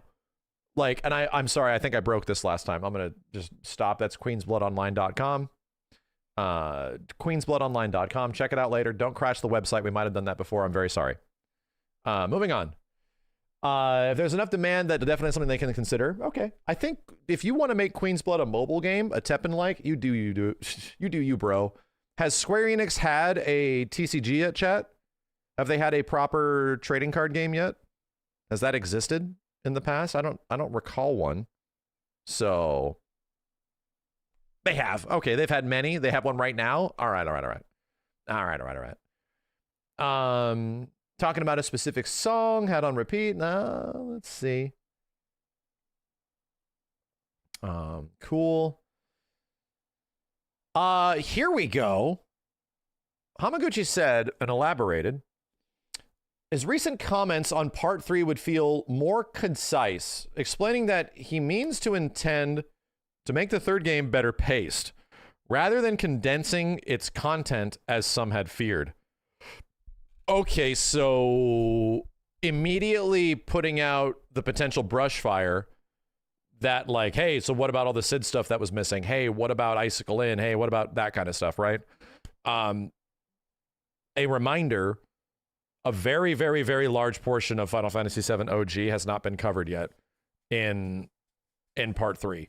Like, there's a lot of world events and a lot of story that needs to be covered because those things do not get covered until right after Rebirth ends. Like, literally the actual hard story of Final Fantasy VII, no shit, doesn't actually start until after Aerith's death. Like, that's when shit really kicks in, man.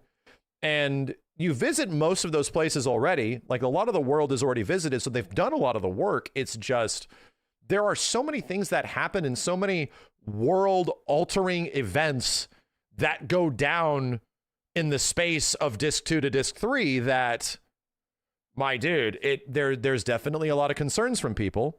Aerith dies. We don't know. Hey, did Aerith die? They're definitely trying to set that up, right? There's so much to cover that a lot of people were worried. A lot of people were genuinely concerned. So if this is him once again coming back and kind of alleviating the fan base, if not putting out that fire, that's this exact same stuff that he was doing before Rebirth was out. Kind of saying like, are you going to have a fully big interactable world that's like large and not small corridors, similar to what Part 1 was? Because people thought Part 2 was just going to be Part 1 again. It wasn't. It indeed was not. There's a lot of checklisting, though. It's about making sure the pacing feels right. It's not about cutting out content. It's making sure that it feels right. The speed of the story and the progress is the progress that feels good and is fairly quick and feels like you can get through it at a reasonable pace. Wow, dude, this is literally what we were talking about. This is literally the exact same. This was the pacing in part 1 is a little off, and I think part 2 is an amazing first playthrough, but it has some issues in pacing as I play through it a second time. And that's because of like the side content. It feels like the side content takes so much priority that it almost takes away from the story at points, even though it's completely optional, but you want to do it, you know? I feel like, yeah, like how you introduce that stuff to the player. I'm not even using the term content. Let's just say side quests and extra things that aren't main story. The way that stuff is introduced to the player could be a little heavy-handed and a little too much on people, that by the time you got to Gongaga, you were kind of like, all right, dude. You know, Gongaga is the hard out for many people, where it's like, I did everything here, I did everything there, I did everything there, but as soon as you get to these jumping lily pads with these stupid chicken fucks, like, sorry, as soon as I get to all this stuff in this area, this is a bit too much. This Gongaga stuff is too much, you know? And most people are like, I think I'm going to skip this and come back later. Everybody, that happens to everybody. So that's a pacing issue. That is a pacing issue. And yeah, it seems like they're aware. Dope. That's one of my biggest concerns from part 2. Clive Rossfield, aka Ben Starr. That's his middle name. Ben Clive Rossfield Starr. Asked VGC to ask Naoki Yamaguchi if he can voice a golden chocobo. I'll ask the team if they want to do that. I got the impression he's kind of the guy that at every event you go to, he's there. So I'm going to have to see him at London Comic Con. I'd imagine he'll be there as well. I look forward to seeing him. My dude, like, that was his card worth like $100,000. And we just talked about this on stream. Dude, if Ben voiced the golden chocobo, which normally doesn't talk, the chocobos don't say much in the old game, but if the golden chocobo could somehow like communicate to Cloud or some shit, again, Cloud's going through a lot. I think Cloud talks to animals at some point. I think Cloud actually translates in a joking fashion for animals during a side quest. He talks to Moogles. There is some goofy stuff that happens already in part 2. My dude, if nobody else can hear the chocobo, but only Cloud can hear the chocobo, that shit is so funny. That shit.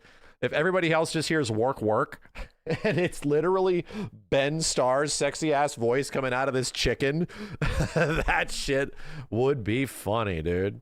That shit would be funny. Granted, characters turn into frogs and stuff.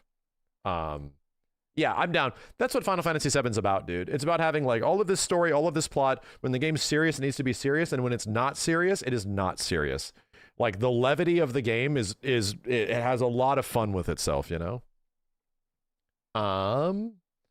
Moving on. Amaguchi says that having the original creators there to help to ground the trilogy in the original and keep the essence of what made FF7 what it was, in some sense, if it was just him responsible for everything, then it might wind up becoming his personal take on it as a fan. Yeah, that's smart. I mean, obviously that's always been known. The fact that Nojima, Kitase, Toriyama, and yeah, Tetsuya Nomura all involved. Yeah, these are all the people that made FF7, dude. So yeah, that's already felt. Asked if he would recommend. Wow, look at this shot. Asked if he would recommend newcomers to try the OG first before moving on to remake. In a lot of ways, it's difficult to answer. A lot of people will say to me if they could go back and play the original FF7 with no knowledge of the story and enjoy it for the first time, there'd be nothing better than that. The remake is designed to be enjoyed by people who have played the original and know it well, but also by complete newcomers. Yes, I think they're doing that well, right? I think the only part where that's technically faltered is the fact that part 2 does not really get a chance to get to its plot because it's following so closely the original game that a lot of plot happens in Midgar like a lot. Like that's almost an entire story to be told. And then you learn it's like the game continuing. The issue with Rebirth is that, dude, it's just a globe-trotting, postcard sending kind of adventure, man. Until you get to the northern crater, until you get right after where Rebirth ends. So that being said, like, I can see why some people get disconnected in Rebirth of like, what's the story? Like, what's happening? Because as a trilogy, it's the one weakness. It's actually the one weakness of having to wait for the next game that is going to be so story dense. There's going to be so much to it, dude. I honestly feel like if they have the focus that they have, the next game is going to be a friggin' roller coaster, dude. So yeah, I think it's good for both. And I love it that some of the mysteries of the original game, even when I'm playing still to this day, I don't like spoiling those mysteries. People are still like, why is this character saying that? Why is he doing this when this character's doing this? Why are they saying that when they don't mean it? And it's like, just wait. And like, little do I realize they have to wait like 3 more years. Oh God. Either way is fine. You'll enjoy the game and have a similar experience whether you've played the original or not. If you have the opportunity, I'd like you to play the remake first and enjoy it as a fresh experience on its own. Yeah, because it's still doing a good job in keeping all the mysteries intact. There are definitely nods if you've played the original before. Yeah. You can see how we've reworked things, and that's a complete legitimate way of playing. But if you've not played it before, it's kind of like you get to experience remake first with new graphics and presentation and have that be your first impression of the game. It's almost impossible to make this game appeal to everybody. Like, you realize how daunting of a task it is of making a game that has a narrative that can appeal towards new players while also providing interest, intrigue, and discovery for an existing audience. It's so difficult. And in that way that you're going to lose a lot of people because, yes, it's either going to feel way too different or too samey. And that's the craziest part, dude, is that I have heard the legit criticism from both ends of the spectrum about Final Fantasy VII and Rebirth, both games. One criticism is that this is way too similar. Why is it so the same thing? And one other end saying how different everything is. Like, it's very, and I think that means they're doing a good job because you can't get people that agree on it. People are like, I wanted it to be way different and it was too similar. I don't like it that it's so different. I just want a remake of the original. Like, what? Well, I honestly feel like that means that they're effectively doing what they are doing to certain people. It's just not going to eventually appeal to everybody until the story's done, until you actually you get to take 2 steps back and realize what narrative were they going for? What was the reason for all this? We don't have the reason yet, dude. We do not have that reason yet. It's like walking out of the theater of Empire Strikes Back and never going to go see Return of the Jedi.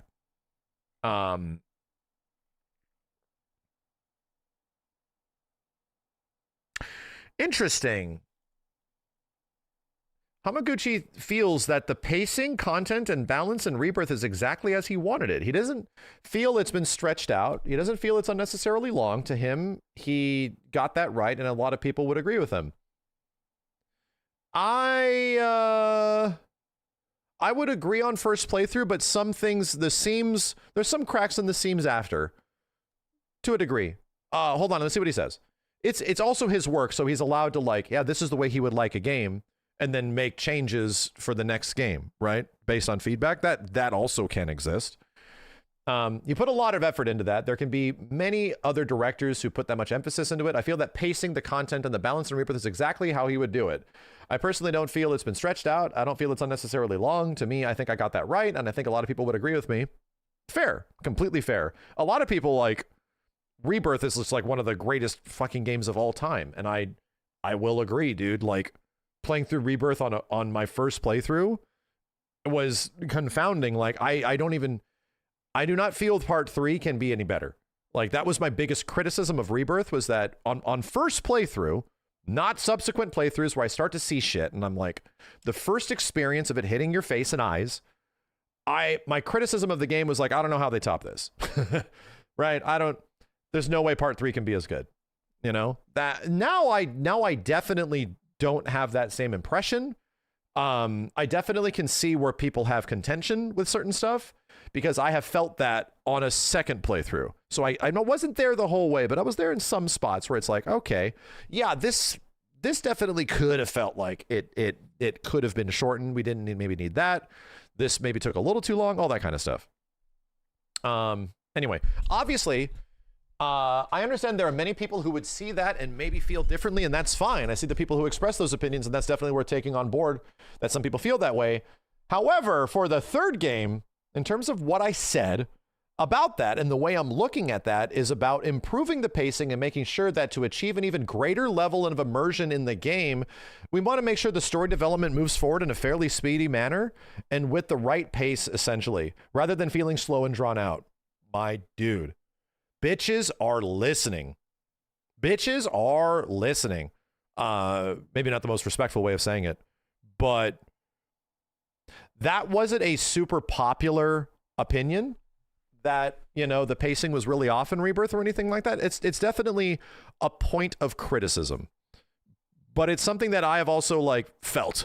I've felt it at some points. And I think almost, even if you like the pacing of Rebirth, dude, the Cosmo Canyon and Gongaga thing happens where you're just kind of like, I think I just want to go to the story, you know? So that's a pacing issue. That legit is a pacing issue. And I have no issue if a game wants to provide that much content or have 150 hours. Like, bro, my playthrough of Rebirth was on a similar level to that of Elden Ring on first beat. Like, it was no shit, like 140 to 150 hours. Like, what in the hell, dude? That's so... I felt like I lived this shit for a month. Like, it took away my whole life for a month, you know?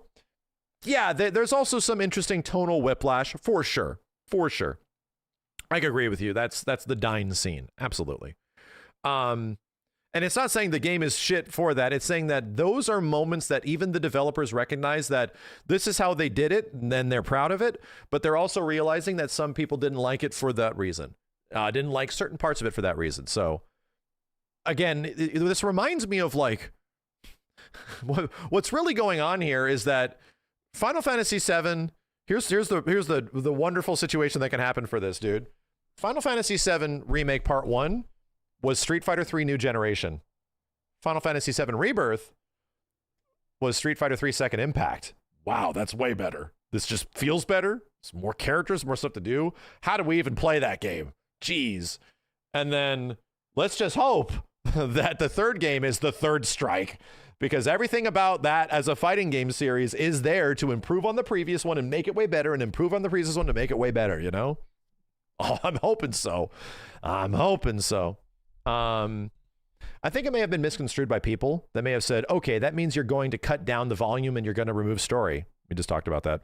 It's going to be shorter. They're going to cut it down. And that's not what I'm saying at all. It's about making sure the pacing feels right. It's not about cutting content. It's making sure it feels right. The speed of the story progresses. Yeah, then it gets into the same quote.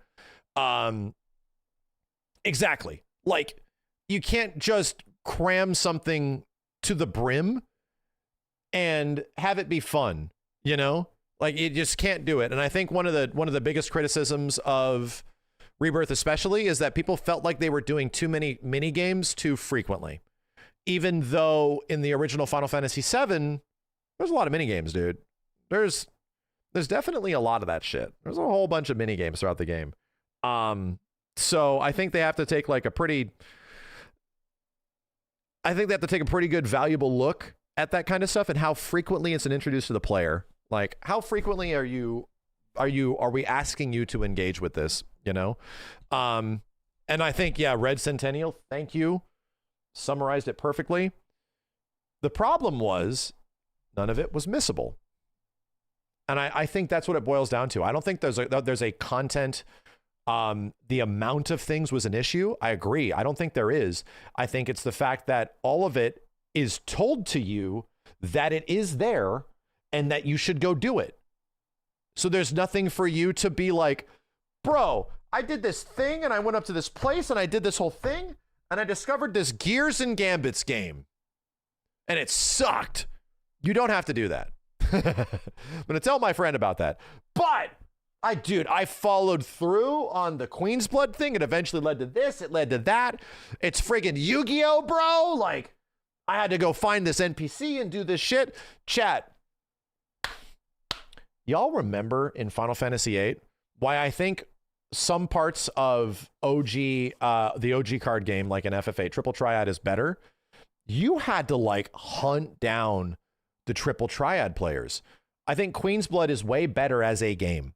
Way better as a game. Like, you need to, just playing it is so much more enjoyable. Like, but Triple Triad, you had to go find the people that had the cards, dude. And there were hidden people. Like, it would eventually be very hard to just run into an NPC. I'm like, does this bitch play cards? Does this bitch play cards?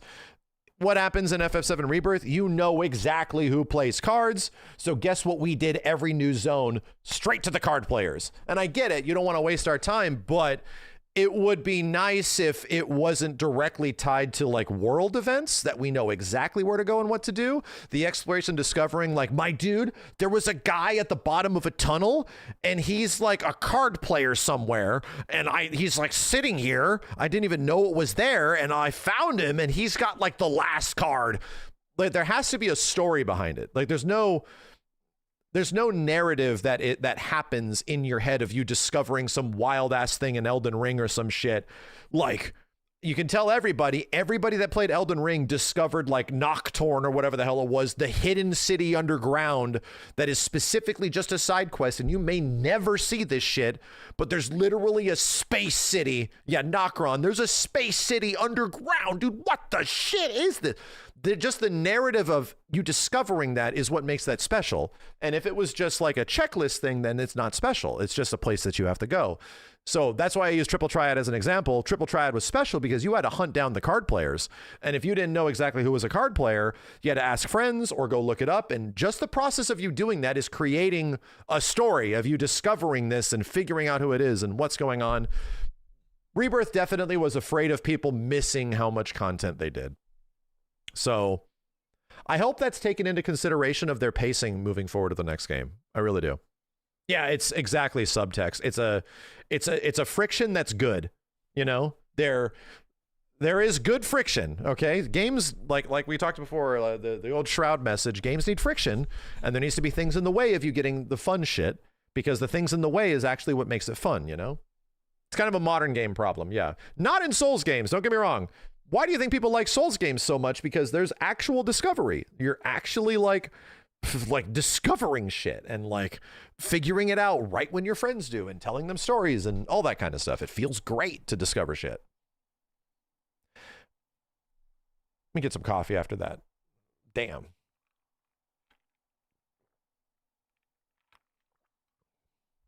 Yeah, let people make guides. That's all I got to say. Yeah, bro.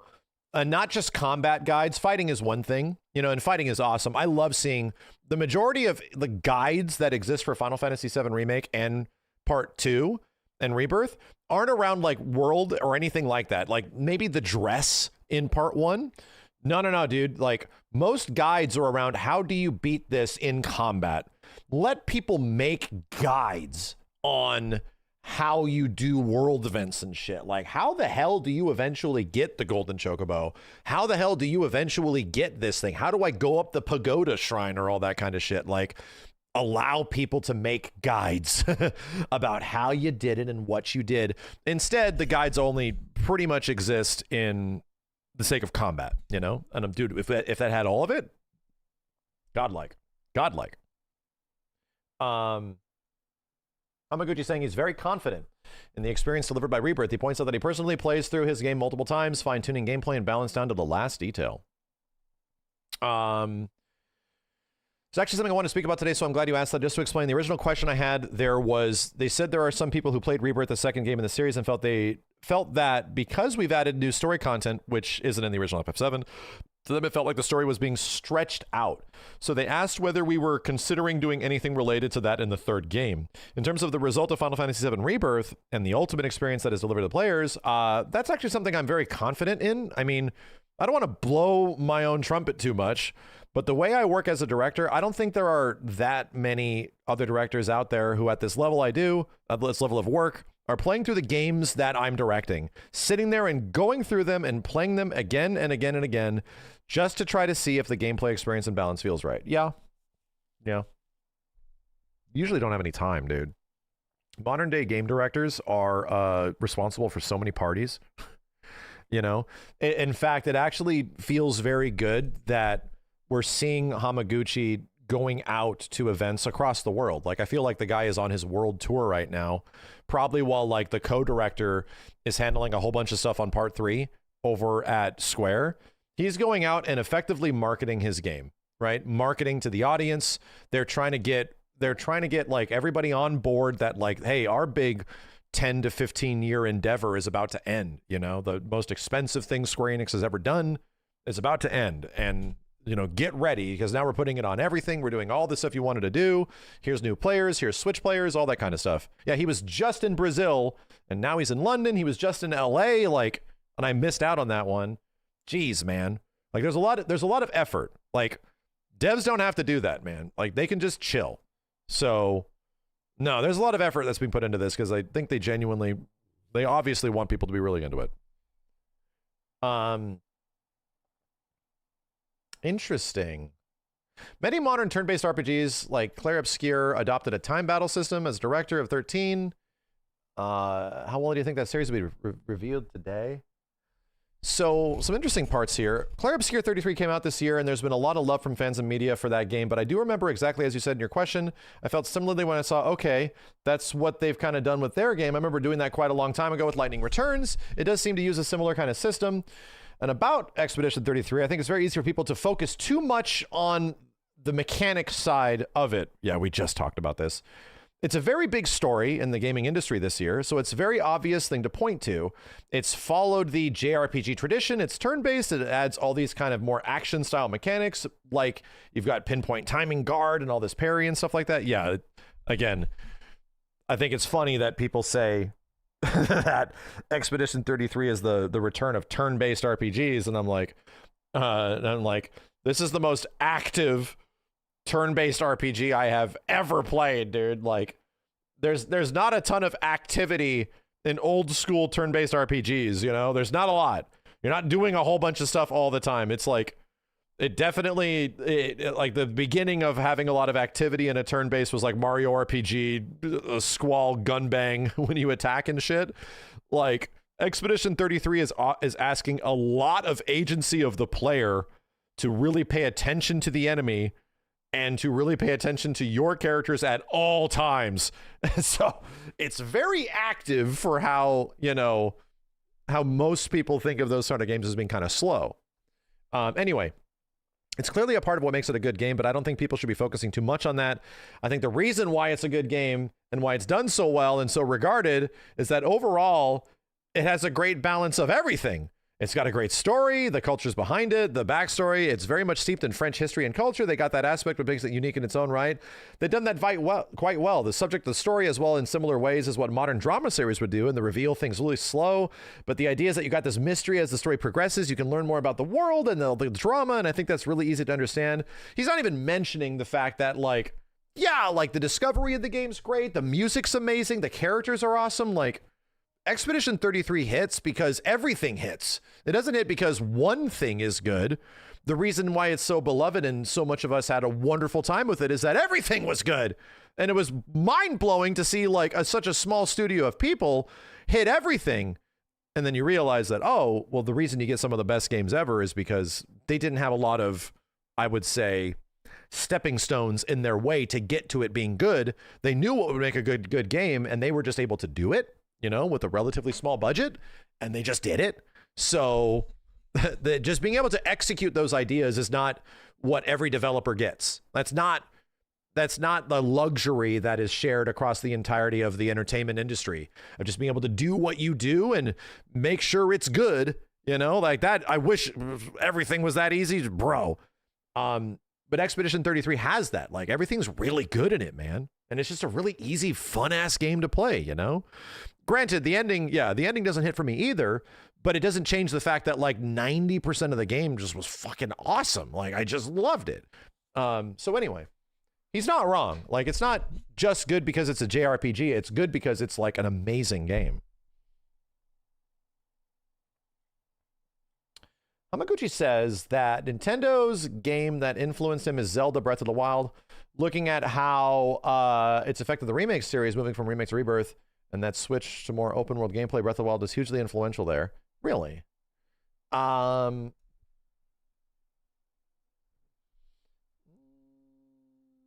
Yeah, okay. I mean, yeah, we get to see that.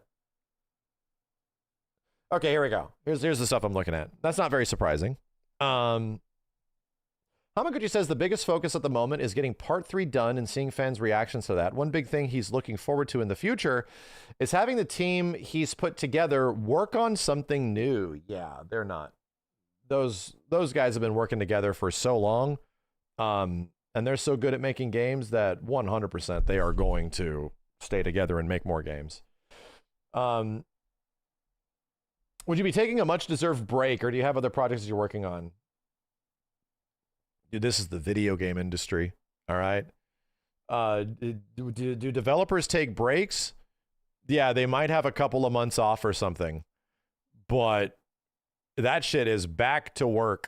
Like, this is an industry. There is no breaks, man. Like, I mean, in almost every project behind the scenes, you're like, hey, they're taking a huge break. Like, no, the break they're taking is making the next game, bro. They're literally making the next game.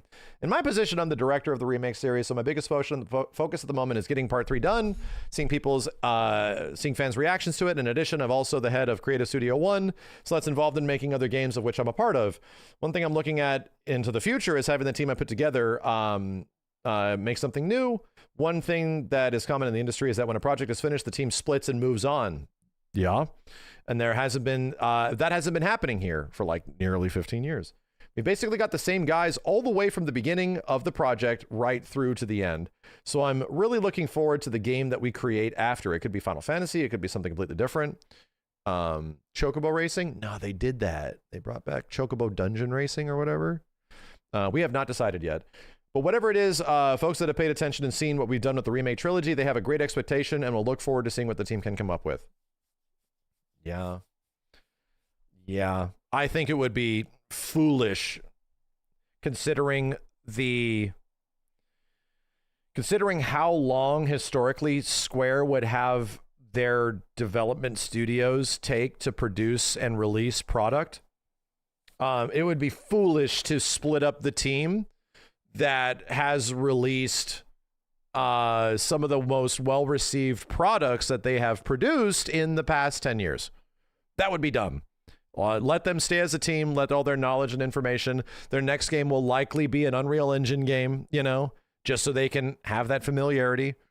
Yeah.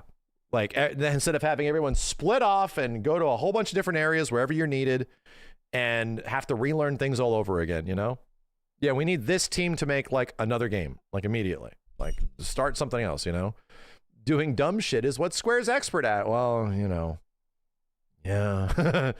Well, I think everyone's pretty emphatic that it would be cool if they took on Final Fantasy 17. Because if anything, like the FF14 devs, the FF14 team getting Final Fantasy 16, and then who's the next big team there? It's like, well, it's pretty much these guys at Creative One. AI talk. He thinks his team can do better than AI? Damn. Quit making me like you. Not a necessarily hard thing to do. All right. Have them remake The Bouncer. Don't tell Tiff that. Especially because Square Enix games aren't guaranteed financial successes. They've escaped bankruptcy how many times now? A couple. Yeah. Yeah. Final Fantasy, dude, as much criticism and hate that Final Fantasy 15 gets, that shit did very well for them. Like, that game did very well in total. Final Fantasy 14 has been the game that sort of kept them afloat for a very long time. 14 will always make money. It'll always do well. Did it though? No, dude, it did. That game sold a fuckload. Like Final Fantasy 15 has like close to like 13 to 15 million units sold or some shit last I checked. Like it sold a fuckload. And it sold a lot like quick too. Like it isn't that they got all of that from the Royal Edition and everything else. Like no, dude. Like 15 ended up being one of the best selling Final Fantasies, regardless of what you feel about it. It sold a lot. Anyway, that game helped them out. Actually ended up, how did it cost? I mean, that's a different question. They definitely, dude, you sell 15 million copies. They made money on that. There's no way they spent like $1 billion on this shit, but they definitely probably spent 2 to 3 times the amount they wanted to. You know what I mean? But they made it back and more. It ended up being worth it, right? For them to kind of hobble a game together and make sure it works in the end and turn it into something that was completely different. Like, yes, like that game was such a burden on the people that made it that they left the company after. The director left the company. But he did an amazing job, dude. No shit. Like they took a game that was something completely different and turned it into Final Fantasy 15 in a very short period of time because it was all over the place. It was never going to come out. People wanted Versus 13 so bad. Aren't you guys getting that in Kingdom Hearts or some shit? Isn't that like happening? Isn't it like the same thing? Obnoxious Rex or whatever the hell it's called. Versus Rex, thank you. It's not Obnoxious Rex? Yeah, Verum Rex. It's like the same shit. Yeah, 15 was put together in like 2 to 3 years. After it was like not really a game. You know, they made it into a game at some point.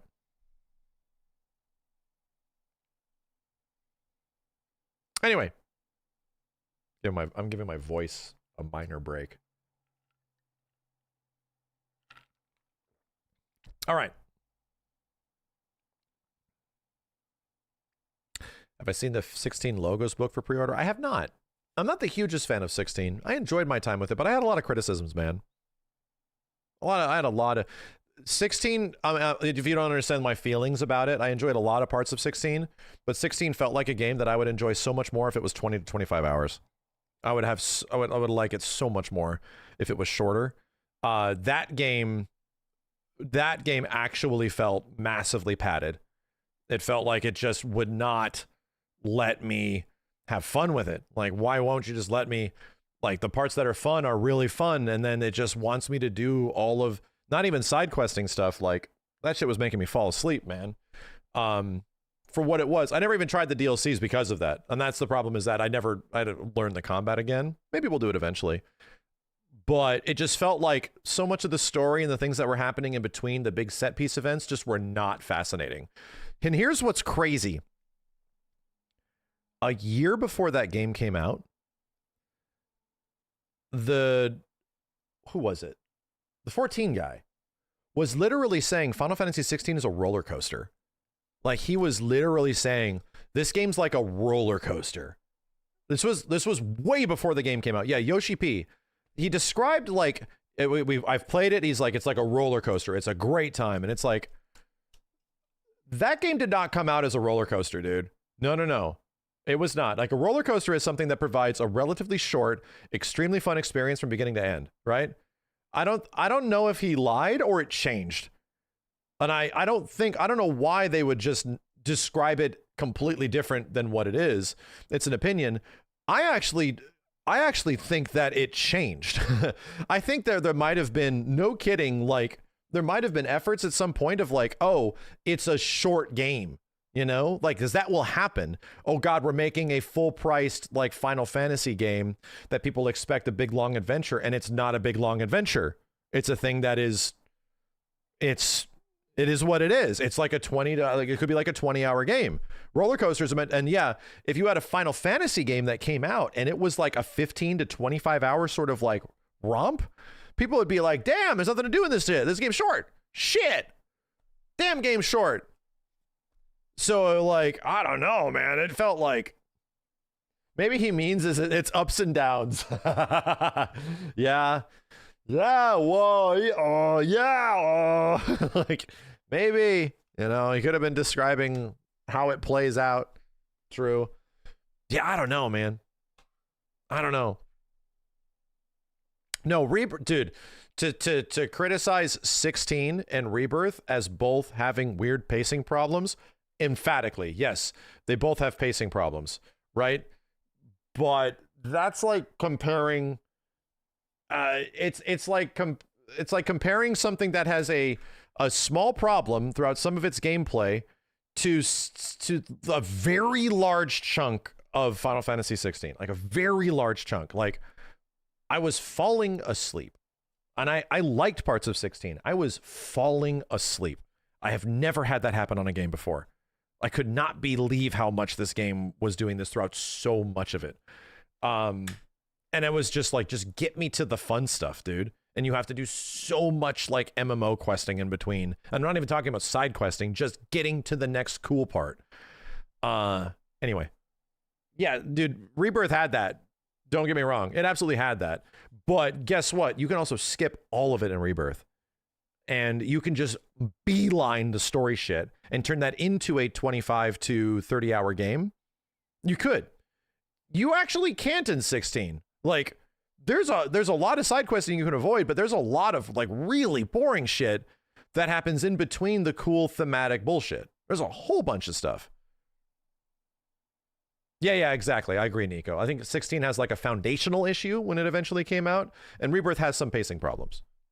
Yeah. But I mean, that's not to say not allowed to like it. You're allowed to like it.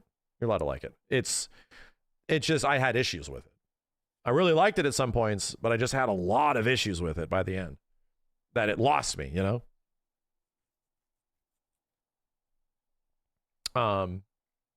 Anyway, moving on. Kamuchi says you can look forward to the climax of the remake series, and it'll be exactly what you want it to be. Damn. He says it's coming, and it's as good as you think it is. He's very confident in the game he's made. What the hell? Can I have one final message? Oh, he wasn't even asked about part 3? And he's just like talking all that good shit? I've been here before. Dude, I feel like it's 2022, 2023 all over again. I really do. Because there was definitely a lot of people that are having no faith that you can make a big, like, large scale world of Final Fantasy VII with Rebirth. You can't do that. It's too big, too much stuff. What are you going to cut? They're going to cut out Junon. They're going to cut out this. They're going to cut out that. Like, so there's just going to be hallways. And it was like, yeah, we don't know if it's going to be that or not. And then it clearly wasn't. Like, it clearly had a lot of shit to go with it. So 2 final things. They cut Fort Condor.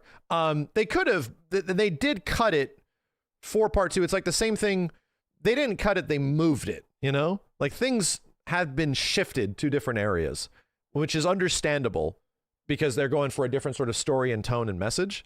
They kind of did, but it's, without this perspective, it's like Rocket Town isn't gone. It's clearly going to happen later for Sid to have his, like, breakdown. Sid's not going to be the emphatic, like, happy guy he always is. He's going to have his moment where he's, like, truly going to become deranged by Shinra and all this stuff, and you're going to figure out he's a big disappointed shitty shithead. I guarantee that's going to happen. He's not just going to be the Han Solo of the whole show. They're saving that for the next game. We're working really hard on the 3rd game in the remake series at the moment. It's coming along really well. I've got in my head the vision, the gameplay structure, the gameplay experience, the core experience, and it's already looking in a really good state. It's something really satisfying that gamers can get their teeth into, and it'll be a brilliant experience that it really should be and has to be. And as like a heads up, this line, they have known what this is since they started. Chat. They have the plan and execution. The execution is one thing, but the plan of what part 1 to part 2 to part 3 of how gameplay and traversal and all of this stuff, how each game will one up the next one has to be. No, it has to be. The expectations are higher than ever before. They knew what each game was going to have to deliver from like a technical perspective. We're like, by the time you get to the final game, you're going to need full world traversal by an airship. And the airship can't just be like a point A to point B thing. This is all theoretical. You're going to have to engage with shit in the air and stuff like that. This is why, like, they already kind of hyped that up like a year and a half, almost 2 years ago or something like that, right? It was like a long time ago. They were hyping this up after Rebirth came out, talking about like the airship. And it was like, whoa, dude, this is, what are you saying? And it really feels like Skies of Arcadia type shit. I'm like, what are we talking about here, dude? And not to mention that we're already forgetting the submarine, ground, water, air, right? Like full traversal, everything. An actual 350 gigabyte game, you know? The sky's the limit. We're going to work on that, brush that up even further, and then deliver it to the not so distant future. You really can look forward to that climax of the series, and it'll be exactly what you want it to be. So don't worry about it. It's coming, and it's just as good as you think it is. I'm very confident in the game that I'm making here. Imagine in part 1 and 2, as they're spending like all these years making this stuff, knowing like that potentially part 3 is just going to lead to this absolutely massive thing that you almost have to like intentionally hold back on some stuff. Because by the time you get to like the next game and the one after, you know you're going to build the whole game around that.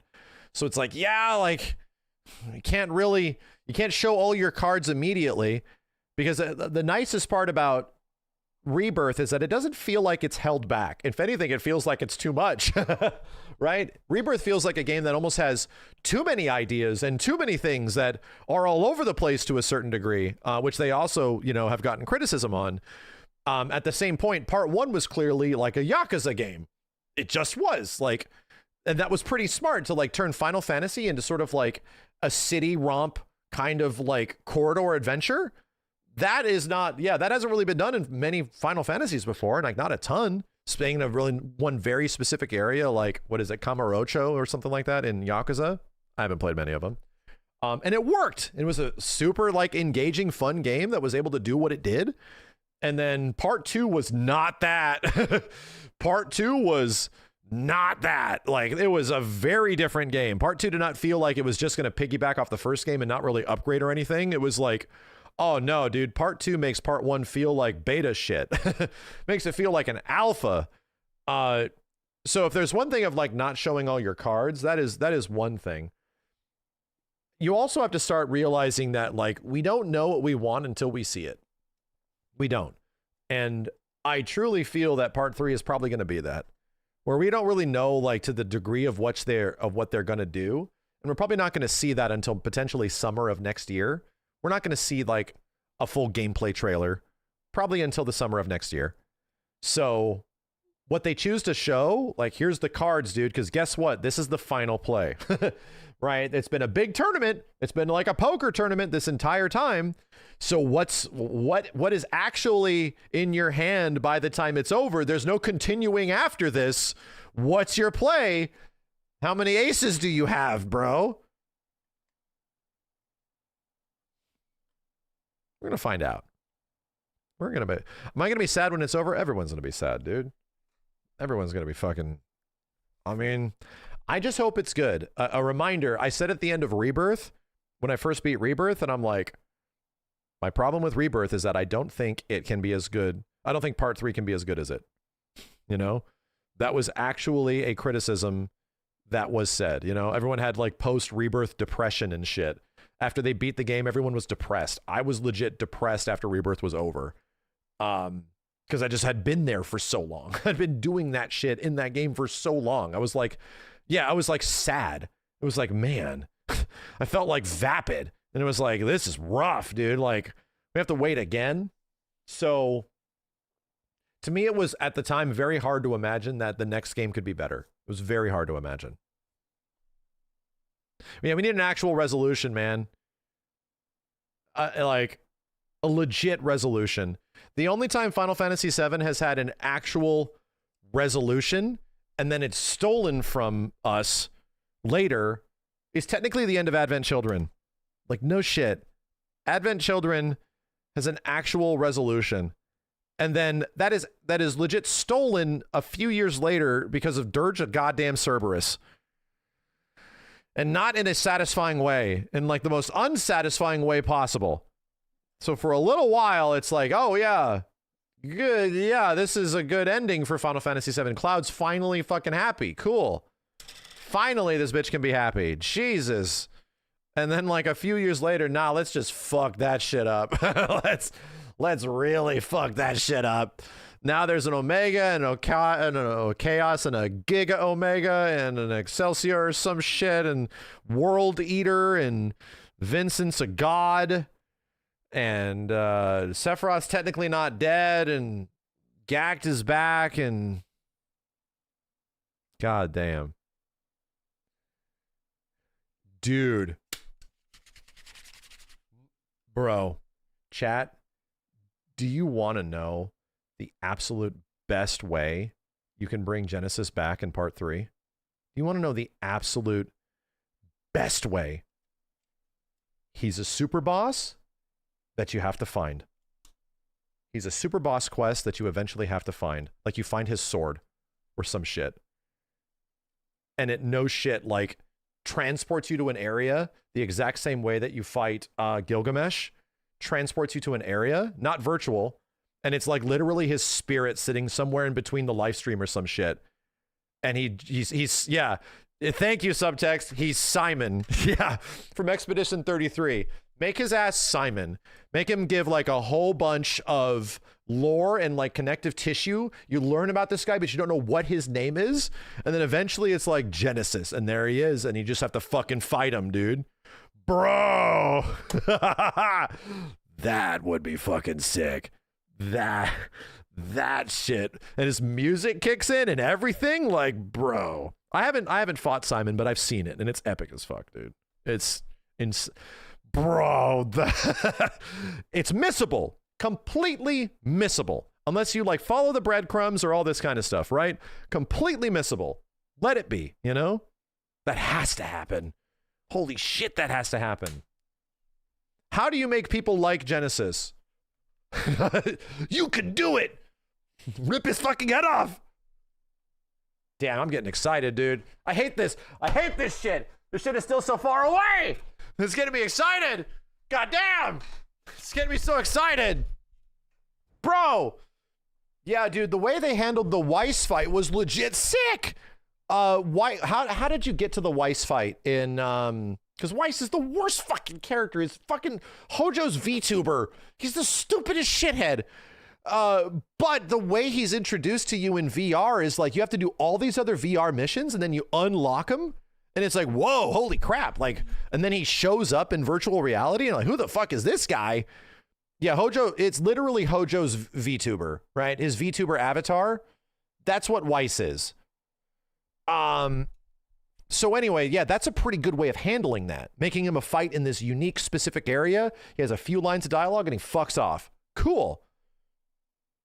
And it was hard mode. Did you have to be in hard mode for it? Wait. Did you have to be in hard mode for the Weiss fight? Wow.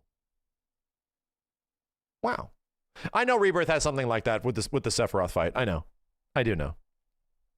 I just didn't get a chance to do all of that. I would like to. We'll be setting unless like Marvel vs. Capcom 4 or some shit happens right when FF7 Part 3 happens, we'll be setting apart a unique space of time to allow me to do all this stuff. Can other fighting game devs be considerate of that? Can we not have like on the next Marvel vs. Capcom come out?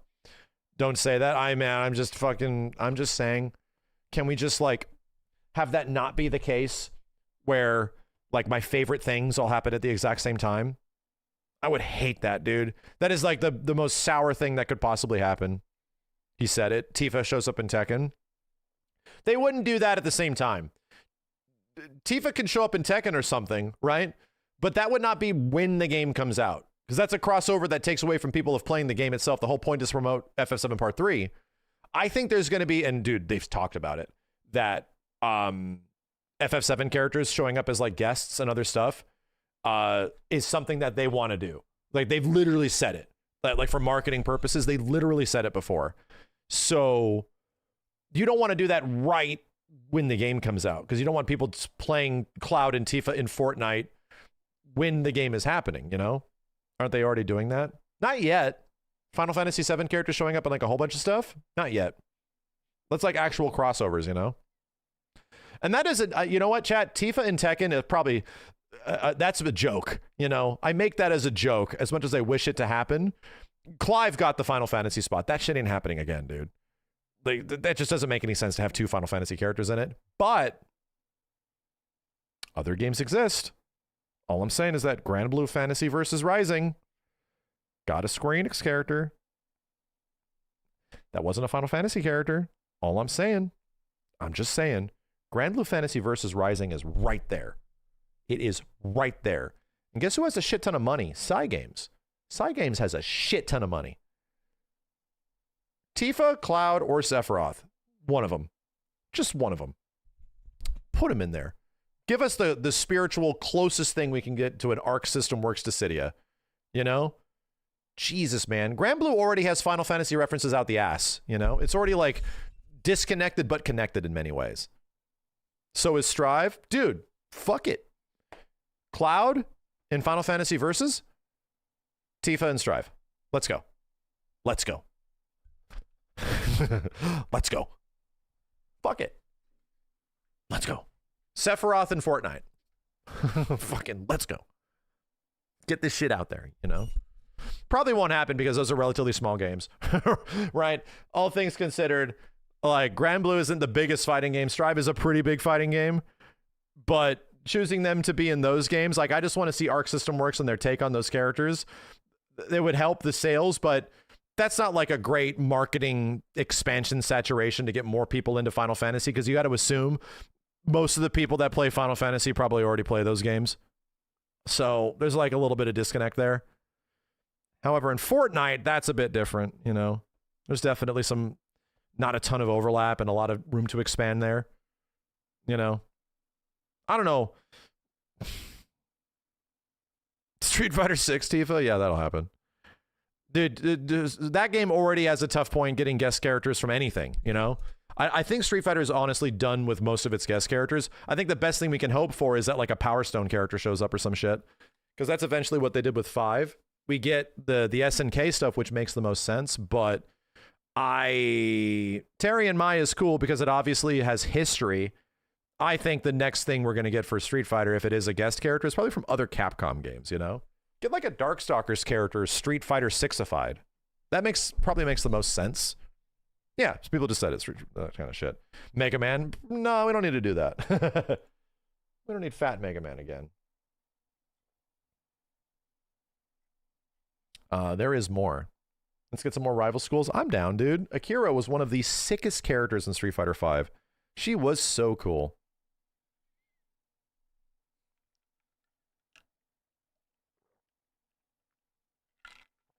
Cloud in Soul Calibur 7. What do you think about Air Guys? I think it has one of the greatest sounds in a video game ever.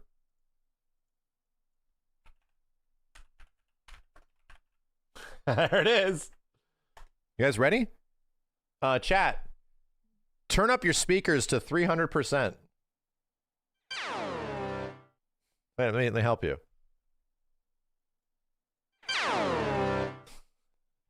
It makes that noise every time you choose a menu.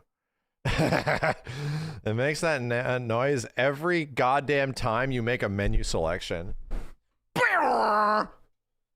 And even, yeah, it's even when you move. Like, oh, holy. You know, like interface that makes you want to, that interface that wants to be used. The interface in this doesn't want to be used. It's punishing you for using it. It's genius. We definitely got to do this for the FF7 Legacy, bro. That'll be great. The Final Fantasy VII Legacy, whatever the fuck we do, this has to be there. We have to play. We have to get good at Air Guys. I might just do that recently.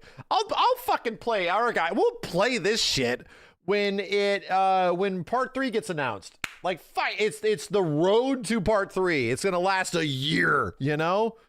Is there a way for us to 1v1? Parsec does exist. You absolutely could parsec this shit. Parsec does exist. Chat, this game fucking sucks. Like, I get it. The Square and Dream Factory just shoved in Final Fantasy VII characters into this bitch because it fucking sucks. Like, they knew, they were like, all right.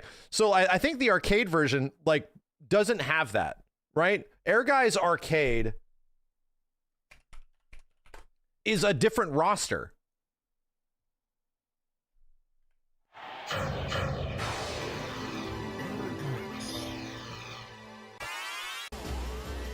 Yeah.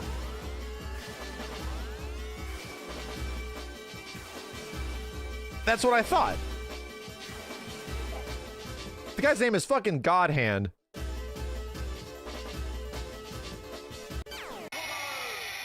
Anyway, there's an arcade version of the game that has no Final Fantasy characters in it. Just a bunch of weirdos. It does terribly. It performs horribly. Nobody likes it, right? And it also controls like shit. The PlayStation version comes out and they just dump a bunch of Final Fantasy VII characters in because it's FF7, so like people like that, right? It still is awful. It doesn't change the fact that it's good. Also, their movesets suck. Just piloting the character and moving them around is trash, dude. It feels, you don't understand how bad a game can feel to play. It feels terrible. So anyway, the shoehorned in Final Fantasy characters are one thing that's interesting about it, but yes, like we will have to go back and evaluate why it's so bad. I was planning on doing a fighting history episode with Benny on this game. It was going to be like a couple episodes away after we stopped making the show because of Benny. But yeah, like this game sucks. Like this game actually sucks, dude. Anyway, moving on. We don't need Air Guys to come back. I see people like defending Air Guys. I'm like, Max, you played Air Guys? It's great. I'm like, what? Like somebody farted in my mouth. Like, what the hell? Salty, thanks for the 20, dude. I'll read those in a second. That was the AI thing. All right. Damn, we're going to get a lot of juicy bits of part 3 stuff. Hamaguchi says that in terms of the overall construction of the trilogy at the beginning of each game, the overall structure is pretty much fixed down, decided by Nojima. But when they started the first game, all they really decided was that it escaped Midgar.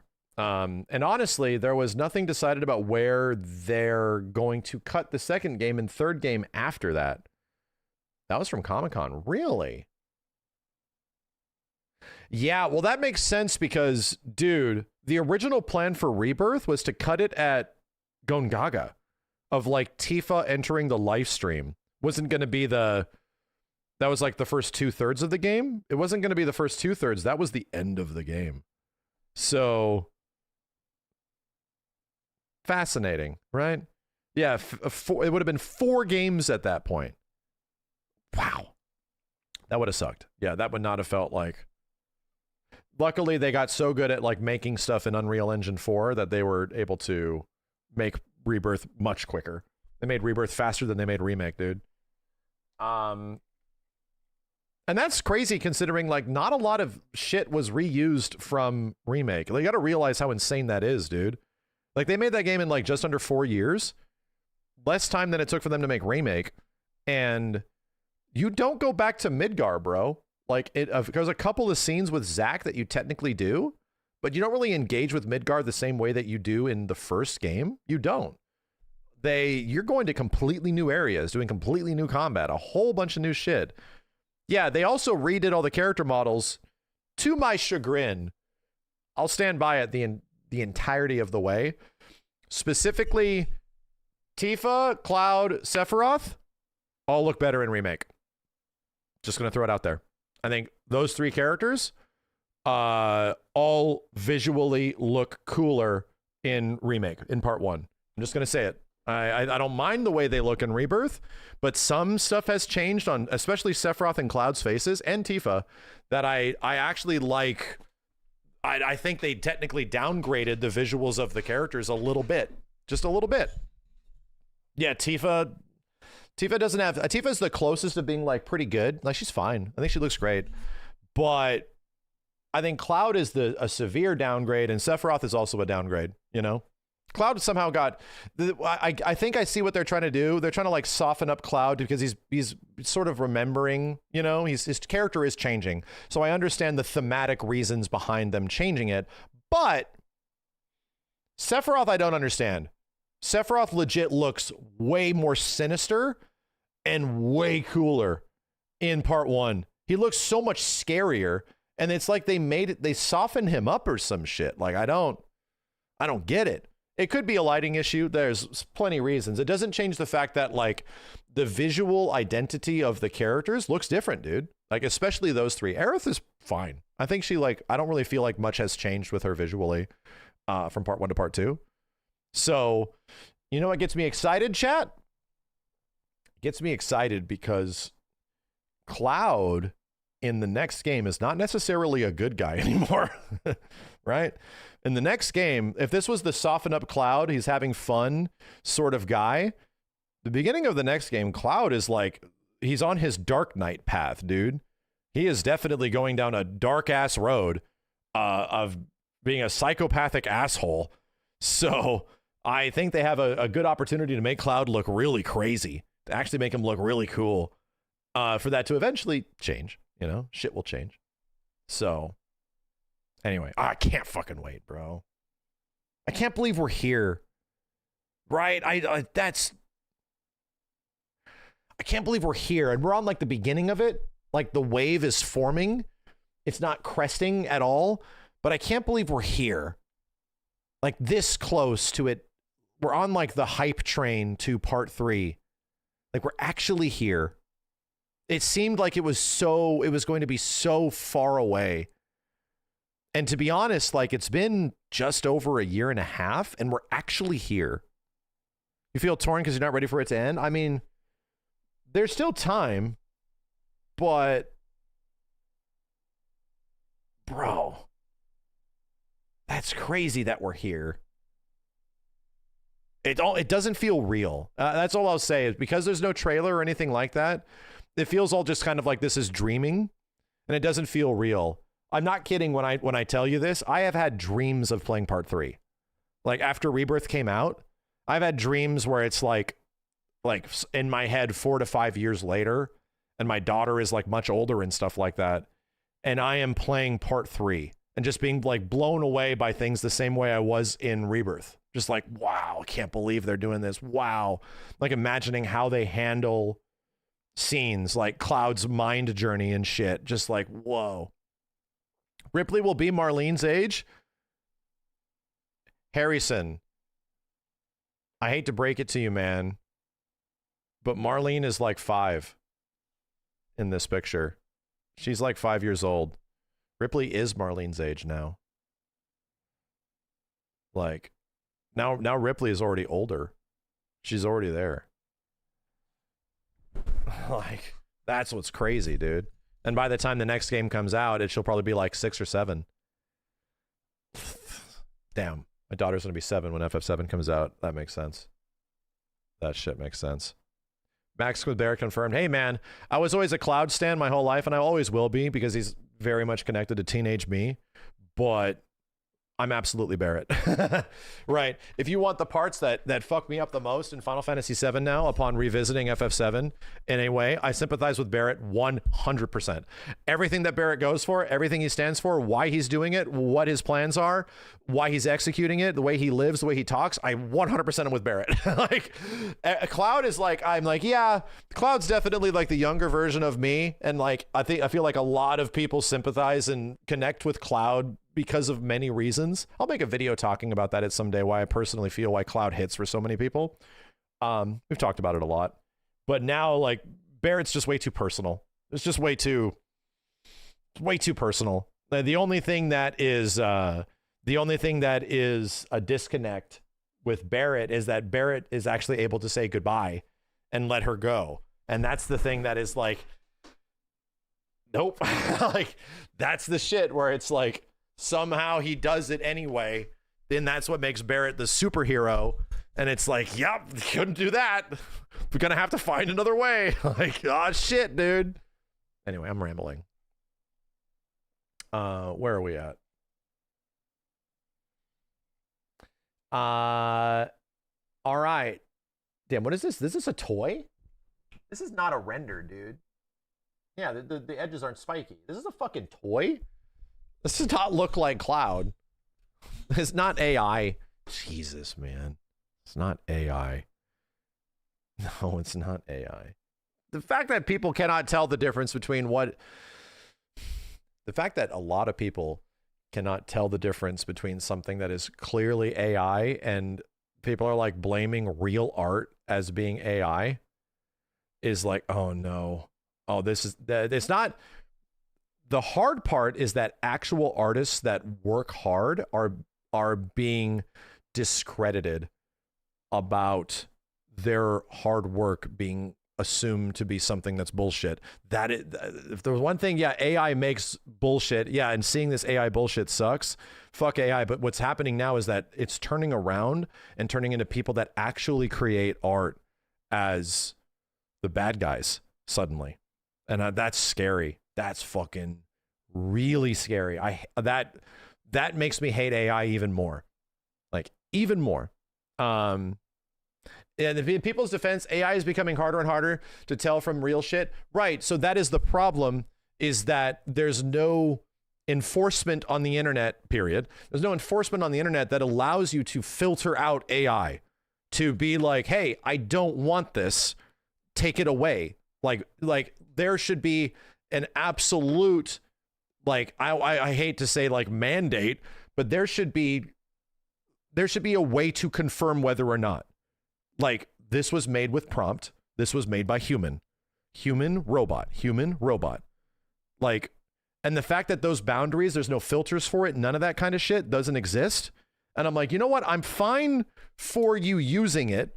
You know what? You just use it. It's everywhere now. I don't like it, but there definitely should not be people trying to peddle this off of being like human made. Like, I hate that.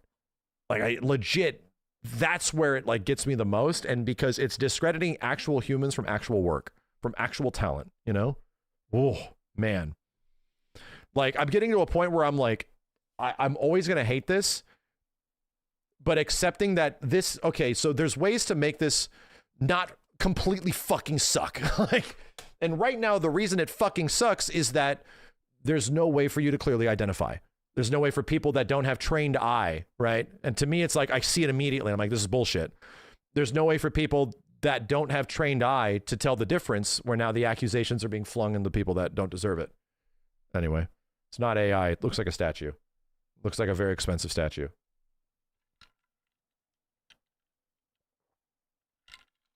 Yeah, and that's all. Well, number one, it's also the fact that, yeah, the AI companies are literally just trained off the hard work of humans. Man, I wonder if all the hard work and real art of humans that those AI things are being trained on went away, how good it would look. I wonder how pure robot created art would look like. Probably wouldn't look nearly as good as the one that's trained on actual humans and their hardware. Fucking Jesus, bro. Anyway. I need to get out of this mindset. Hold on a second. I hate that I didn't get baited into that. I did not, but I did that to myself. Hold on a second. As somebody that spent like 25 years of my life like making a lot of art, like hand-drawn art, it hits me personally. And like, okay, get out, stop. Stop. If there's one thing you get me on like my fucking high horse, this is probably one of the deepest ones, chat. This is probably one of the ones that like to my goddamn core, okay? So shit, dude. I need to quickly detox. 3, 2, 1, 1, 2, 3. What the heck is bothering me? I mean, it's pretty obvious, but 3, 2, 1, 1, 2, 3. Now to get your mind on it, when's that Chrono Trigger playthrough happening? Listen! Max plays Chrono Trigger for Steve for Christmas 2024. I didn't hear no bell. I didn't see no bell. October 25th, okay? 60 days. 60 days. Okay, listen to me. Oh God, there's an emote. Slapping the wrist emote. All right, I have 60 days to play through Chrono Trigger, okay? For my good friend Steven. It was his Christmas present last year. All right? Trust. He better fucking watch. Steve better restream the whole goddamn thing. He better. I want his side of it. I'm gonna fucking make him. I'm gonna make him restream my stream of me playing it, and he just has to watch the whole thing. He can call. I'll let him call in. He could be like my goddamn, like, you know, who wants to be a millionaire. I can call a friend. Yeah, he can always be in contact with me, and I can tell him how I'm feeling and shit. I have to teach him how to use Discord, but he can just call me. He can be my lifeline. Yeah, 100%. Come on, dude. Right when I start that, Marvel vs. Capcom 4 is announced. Watch. You watch. Fucking watch. No, how about that? Yeah, I'll go back to Steve. Steve loves Chrono Trigger. It's his favorite game. It's his legit favorite game. I'm going to go back to Steve and go like, Steve, I will enable you to open and eat a durian on stream. Because he wants to do it. He still said he wants to do it. Like he said it. He's like, I want to do it. And I'm like, all right. I will help you and enable you to eat a durian on stream. Not a bullshit one, like in your house. He said it. He wants to do it. If he does that in some way, I'll also begin the Chrono Trigger playthrough. It's been almost a year. Not at my house. That shit is not entering my house. I won't even let that shit in my driveway. All right? Steve has said, and I've asked him off stream, I'm like, Steve, if you open a durian, I will literally give you like 100 gift subs, and I will like restream your stream when it happens. Like I'll be there, and we'll make an event out of it, dude. Like we're gonna hype that shit up for a month by the time it happens. I'll go buy the durian. I know where to get one. Like, so we try our best to get a good durian at least, so it's just not the smell and not the taste. Yeah, no, we know where to get good ones. Dude, 99 Ranch exists, okay? Whoever knows what a 99 Ranch is in LA or in California, like we have like the best like Chinese grocery stores and stuff like that. They have good shit. So you can get durian at 99 Ranch. You can. That's where we got our durian Fig Newtons. That's all we ate. We just bit into durian Fig Newtons, chat, and it permeated the entire upstairs of my house for 2 days. Like, once you turned the corner and you came back up, you would turn the corner and the durian would kick in 30 feet away or some shit. And it was like, oh my God, how does it smell so? They were Fig Newtons, my dude. It was just the meat inside a cookie. And we just took a bite of it. Just that little bit smelled like the geostigma shit. Now you got me upset in a completely different direction. Thank you for the 10. Appreciate that is very good. That's a very large amount of numbers. Did you guys just read that? Human art will always be superior to AI art because AI art will never get anyone laid. If you know how to draw, dude, that shit is cheating. I'll tell you what, that shit is cheating. It's like playing a musical instrument. Like, you are cheating. Like, that's, brother, my there's a good reason I am currently married. And I'm gonna go all the way back to the fact that, hey, I knew how to draw, okay? So, moving on. Let's just move on. Good comment. High quality. What does this even say? Hamaguchi says there was a very big theme when they sat down when working on remake for the first game, which was Reunion. There's two parts to that, and you can interpret it in different ways. Oh, dude, from the trailer. The trailer does that. There's so many interpretations of the trailer now. The first idea is that this is a returning to FF7 after more than 20 years. Was in the trailer. The other is that the fans are coming back to meet their favorite characters, such as Cloud, Aerith, and the others. Yeah, that was also in the very first trailer. The other side of it is how the characters relate to each other in the game itself. Okay. This is Cloud, Aerith, and Tifa coming back together again within the story as well. And it literally is the, literally is the entire other part of what the reunion is that is not on the surface level. So they wanted to show their feelings of how that affected them was a big part of the direction for the development of the game. So that's something they took great care of in creating these scenarios where the characters are all kind of coming back together. Yeah. That was felt in the first game, dude. That was definitely felt. Bro.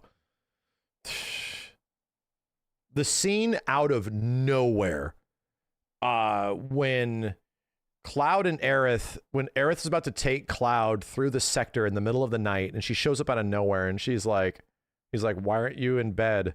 And she's like, I'm going with you, sorry. And she's like, well, fine, like, let's go. And then he has the vision of the future because he's fucking connected to the live stream, and immediately like sees her walking away. And he's like, oh, and it hits him in some way that it's like, he literally gets visions. I'm like, why is Cloud getting visions of the future, dude? Shit fucked me up. I was like, whoa. God damn, out of nowhere, dude. Shit messed me up. He's literally just met this girl and he's like, why is she so important to me all of a sudden? What the hell is going on? Good shit. Very good shit. The vision was due to the white materia, the Ultimania said. Yeah? I mean, yeah. That makes sense. It's also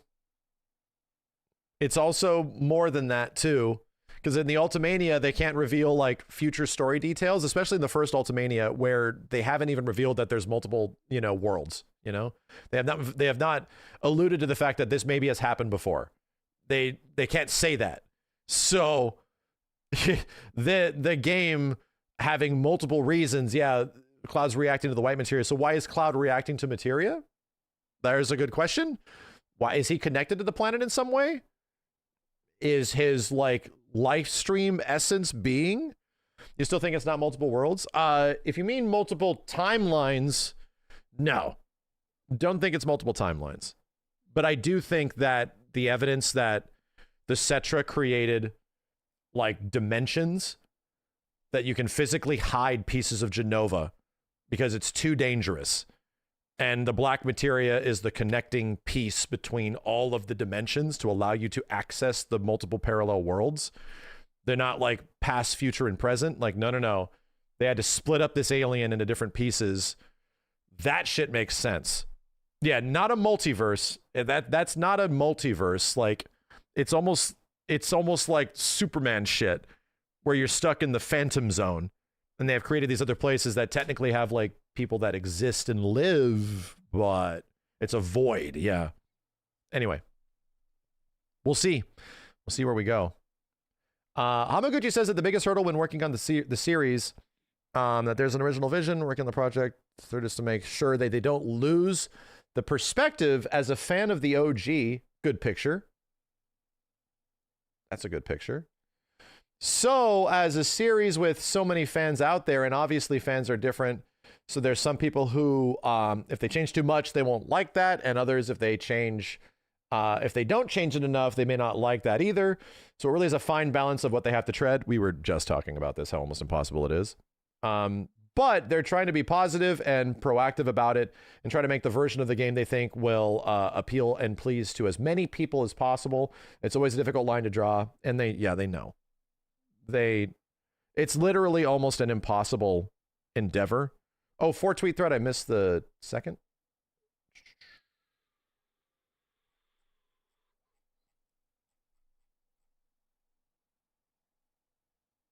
Did I miss this one?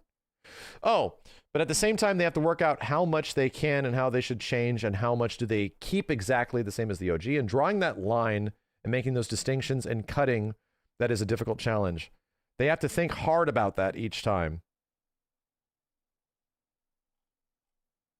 Okay. Yeah, that makes sense. You're at Comic-Con this weekend, but you missed the FF7 talk. Ah, it sucks.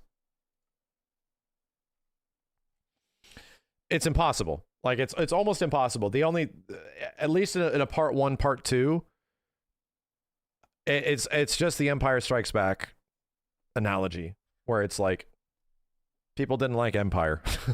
Now it's regarded as being the best one, but like people were disappointed, upset, and confused at the end of Empire Strikes Back.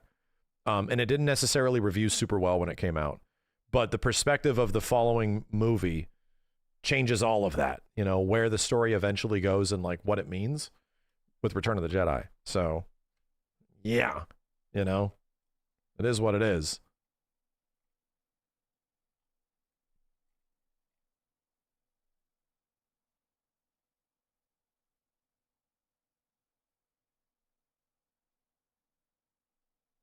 No, that's weird.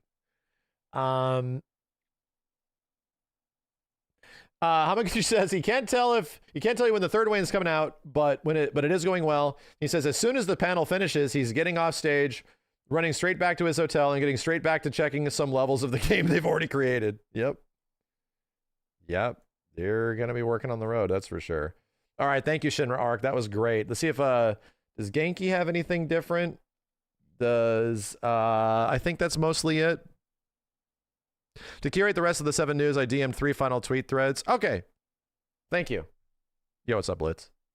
I love that all the FF7 community shows up when this shit is happening to sit here and be together and just bask in this stuff as we are on the way.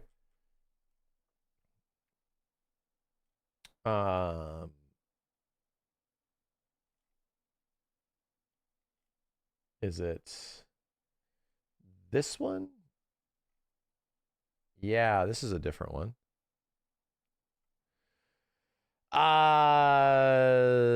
Let's see. Hamaguchi says that with the 7 remake project, they've taken the through line of the OG story and carefully combined it with all sorts of timeline storylines and created something that can keep players feeling excited and wondering how everything is going to turn out. That's the basic concept, and you can tell how you approach is something that's not going to change in part 3. Obviously, on his end, he's got the ending of the trilogy all drawn out. But at this point, what they're aiming for now is to deliver an ending both OG fans and new players who entered. I think Shinra Arc has done this on purpose. I think this was done specifically because of people like me. Fans and new players who entered with the remake series can find it compelling, something they can fall in love with over and over again, and that's something he feels confident that they'll be able to do. I'm just going to leave this on screen for a bit. That's all I'm going to do. I am just going to leave that right there for the next couple minutes so that the thumbnail gets it. I'm going to watch the viewership spike. Okay. All right. Yo, Sleepy, what's up, dude? I'll read that in a second. Back. So he hopes everyone excitedly looking forward to seeing if the OG story will change or not. We'll play part 3 and enjoy seeing how everything unfolds.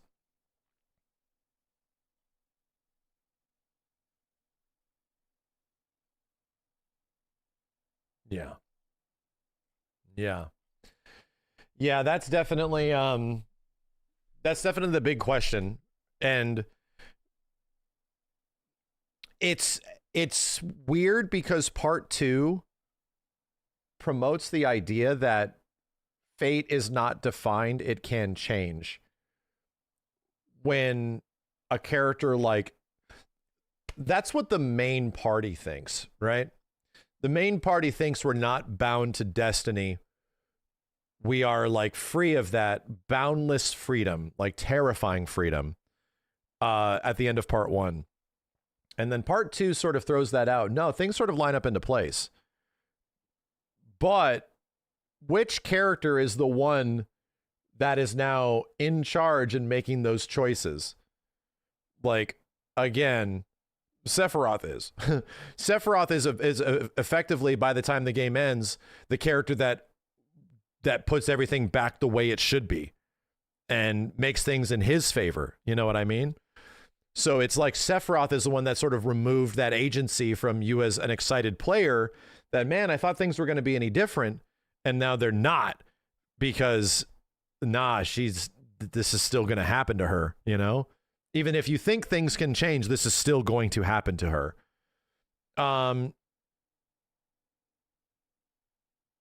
We literally predicted that was going to happen. You know, at the end of part 1, we were literally saying that at the end of part 1, how do you make part 2 interesting with this? What's the whole point of changing fate? To make you feel like you could save her. That's it. Just to make you feel like you can save her. Because you're not. You know? Because you're not going to be able to save her. And do you even know if you saved her? Like, technically, do you know? Like, we don't. Like, we actually do not have the details. Is she still around? Wait a minute, what is going on? Now it's like we don't even have answers. Now there was like false hope. Oh, it happened the way it did. And then, yeah, it's like, well, and they tease it constantly. Like, the entire game is teasing you. This girl's not going to live. Like, they do it the whole game through. The game is way more aware that she's gonna die. Like, get ready. So anyway, but still at the end, it's left specifically vague, like intentionally vague and weird by the time at the end, to where you don't even know what you're supposed to feel. Sephiroth is the one that has removed that, right? As a character, he has set things into an uncertainty that do not feel like it's going to hit or not hit, you know? In hindsight, it was probably the only way to cross the part 2 to part 3 chasm. Yeah. Like, how else would they have done it, dude? Like, no kidding. If you start thinking back where it's like, did they just make you be really big sad that she's gone and then she's gone and that's it? With no confusion, no nothing? And if they did that, then it just plays out. And then we're just like, all right. Like, the uncertainty is almost interesting. Do we think that the next game is going to line up exactly and have like no changes? Like, no shit, dude. I think the next game is likely going to have the most changes and new stuff. Like, not new stuff in terms of like, oh, we're going to throw in a casino or some shit like that. I mean, like, how characters come to their conclusions. In what way do they come to their conclusions? Like, how is that stuff? Yeah, in the previous 2 games, it was 90% new. I'm sorry, 90% old, 10% new. It's kind of how part 1 was. And part 2 was like 95% old, 10%, 5% new. Almost 105%. Like 95 to 5. So it was like, damn, dude. Like, this really isn't changing that much. Holy shit. The 5%'s a big 5%, but it's still like 95% of the game is just the way it is, you know? It's just kind of the way the old events sort of play out.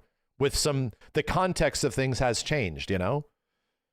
I think the next game, no shit, is like a 75-25. Like, I'm just going to throw it out there. I think how and what happens, like, just for perspective, this hasn't happened in part 2 because they talk about it happening. There's a world war about to start. Right? Like, they just announced that Sephiroth has tricked Rufus into starting like world war. And he's like, shit, I got played. That sucks. He's going to like war with Wutai. The Wutai war is like over for the most part, right? Like, it's being played in espionage and stuff like that in part in the early FF7 remake and also in part in the OG game. Like, that's just sort of a thing that has they sort of allude that there was a war and a conflict. Like, that's there. Like, legit now there is a world war about to happen in the next game. On top of the meteor, on top of the weapons, on top of all of this stuff, like, global strife, no pun intended, is about to like go down in the next game. So again, this is why I say 75-25 is that, yeah, there's going to be just as much conflict happening as the old one, but now just like way more. Things are going to be way worse. Like, until you get to a point where things can actually get a resolution, things are going to be way worse. Also, not to mention the fact that Zack is around now and free of whatever crazy bullshit he was going through in the previous game. Zack was sort of stuck into a world where he didn't really get to exist, but realized that something weird is happening. So now he exists and he's somewhere like normal. theoretically like with our characters in the same party or in the same like world as the other characters now, right? So that's gonna be a lot different. Like, that's gonna be a lot different, dude. This is why I think the next game's 75-25. I think a lot of the stuff that people hoped would happen in part 2 with where the story is going is actually just going to lead to a finality that has like a bunch of wild shit's going to be happening, but it's still going to follow the same basic plot line. And what is the beginning, middle, and end plot line? Northern Crater, cataclysmic event, the party regrouping, take on the kaijus, let's go fight Sephiroth. Like, that's it. Like, and it's still going to follow that, but what happens in between all that kind of stuff is going to be way different. Like, all the shit, all the connective tissue that happens in between that is going to be massively different in part 3. The legendary sex scene, they'll handle that well. I think they'll handle that very well. I think it won't be like the Italians do. No. It's not going to be an Italian sex scene, all right? I think Square is a little afraid of that, to go that far, to be real. It's a fade to black sort of situation.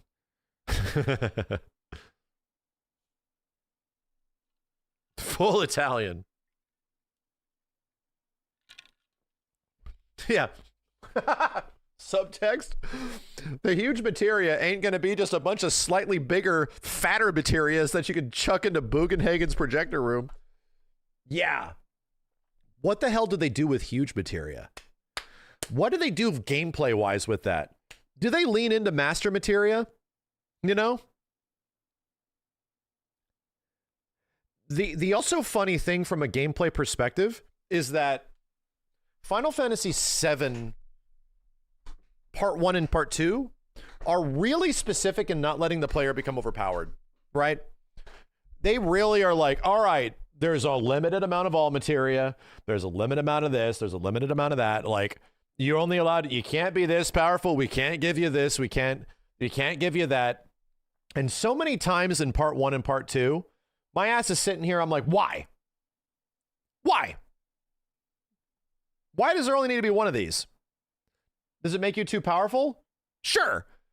But that's like the point of FF7, is that I put in all the work to become a god, and goddamn, I become a god. Materia birth not being in the game has been so conspicuous. Exactly. Like, when you max out a materia, it doesn't get reborn. Like, that's the whole point of materia back in the old day, is that, hey, I really like 3 times cut, you know? Or 4 times cut, whatever the hell it was, 2 times cut to 4 times cut. I love that shit. I want everybody to have that. What do you have to do? Well, you have to like max it out and it makes another one. It reborns into a brand new materia. So that's also been conspicuously, as you say, missing. It could be Chadley's greatest gift before he dies. The ability to birth materia. Oh, shit. Before you lose Chadley, he gives you the gift of materia birth. Oh, shit. That was the thing. Yes, when you maxed out a materia and you got it to the most stars, it gives you a new one at the bottom star. So you have to level it up again. The gift of breeding. Anyway, yeah, that's one thing that always questioned me in Part 1 and Part 2, where it's like, why don't they let me become super powerful? It's like, it feels like the game is being held back because they know there's going to be more game, right? It feels like I'm being held back. So all I got to say is that, yeah, I definitely think that there's space to improve the materia system to be like, the limiters are off, right? Here's all of the fucking materia. How many elemental materias you want? Who cares, man? You want one for everybody? Sure, dude. Go grind. Go figure out how to get all that AP on that shit. Because guess what? That makes OG FF7 fucking fun. That makes the original Final Fantasy VII mad fun to get everyone like all materia. Does it make you hella powerful? Sure. Yeah, you become hella powerful. But it's fun, you know? And the hidden bosses are still tough, you know? They still are. Give us multiple magnify materias. Exactly, dude. Magnify, the all materia being super limited in both games was kind of like, come on. I get it with some stuff like the goddammerung, you know, that gives you instant limit and shit like that. Yeah, I understand why that's limited. Don't get me wrong. There should be a limitation on gear. I'm fine with that, and accessories. But Blitz, imagine if they do that and they still don't have material loadouts. I could not believe that they added so much more materia in part 2 and they still didn't do loadouts. Like, it's easier to swap materia in the original Final Fantasy VII between party members than it is in Remake and Rebirth. Like, you know how in the OG FF7, if you have a whole line of materia, you can just select the whole line and go transfer down to this other bitch that has the same gear, and you just go beep, whole line done, beep, whole line done in the OG FF7. It does not exist. Like, you have to do it every single time. It was almost like they knew that, like, all right, so we're going to change this in the next game. Let's just wait. We're just going to wait. It's honestly one of the biggest detriments of Rebirth Part 2. It's the thing that stops me from playing multiple characters. No shit.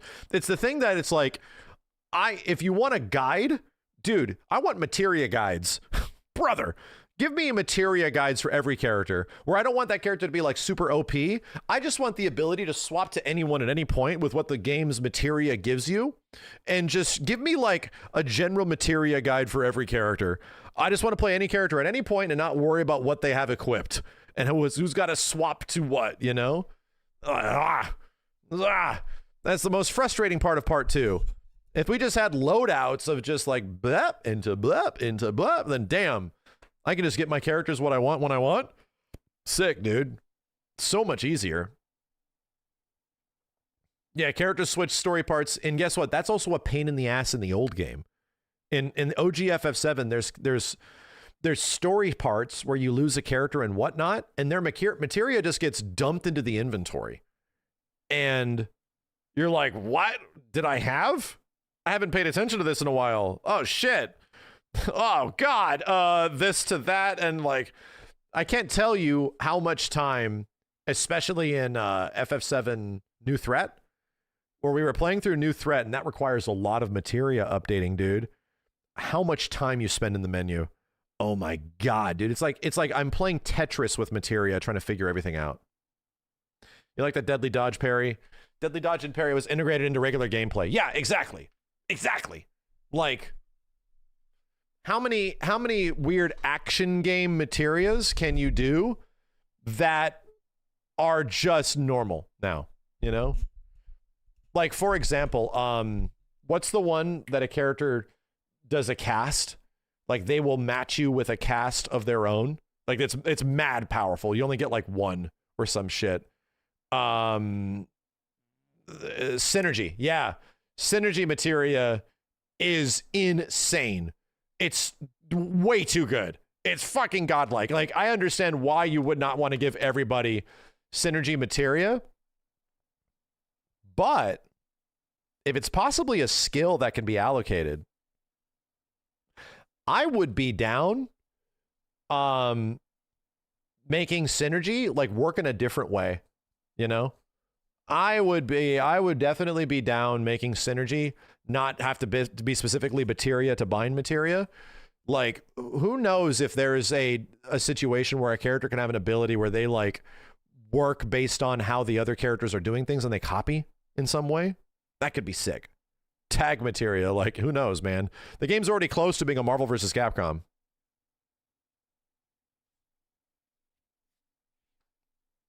Oh, yeah.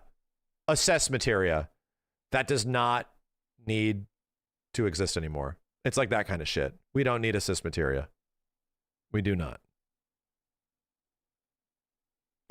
I do love what they did in part 2 with dual elemental materia, so that your fire and ice doesn't have to be 2 different slots. No, it's 1 slot. You just choose. Like, oh, this is great. This is fucking great. This is so much better. That shit was very nice. Yeah, that's all I'm saying. From a gameplay perspective, you know what would just feel better is materia with the limiters off. You know, if you want to give everybody synergy materia and have it be as powerful as that, yeah, you can go get it. You just make it fucking hard to level up. That's all it was back in the day. Like, everybody that played FF7 back in the day did not have a problem going to the little orange room with the magic pots and the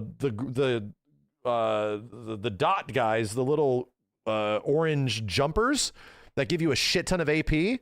Nobody had an issue going to that one part of the game where the movers, that just let you grind the shit out of materia. Where it's like this one room in the game is designed to have you just grow. Just you get a massive amount of materia growth by just hanging out in this room for like an hour or less. Like you level up so much, dude. Let's just not make it in the final. It doesn't need to be in the final dungeon. Yeah, materia accessories are also an interesting idea. I was going to say you can turn synergy into an accessory. Materia accessories kind of sucked, I'm going to say, because they didn't do anything interesting with it, It was just like, hey, here's like, didn't they have like a fire materia accessory? It was like, I don't want to waste my accessory slot's valuable, dude. I don't want to waste it on that. If it was like God tier, like synergy accessory, oh shit, how does that work? If it was locked to actually good abilities, then yeah, trading a ribbon for something hella good that doesn't take up a slot anymore or what other characters have, that's worth it, Now that's actually worth it. That can be expanded.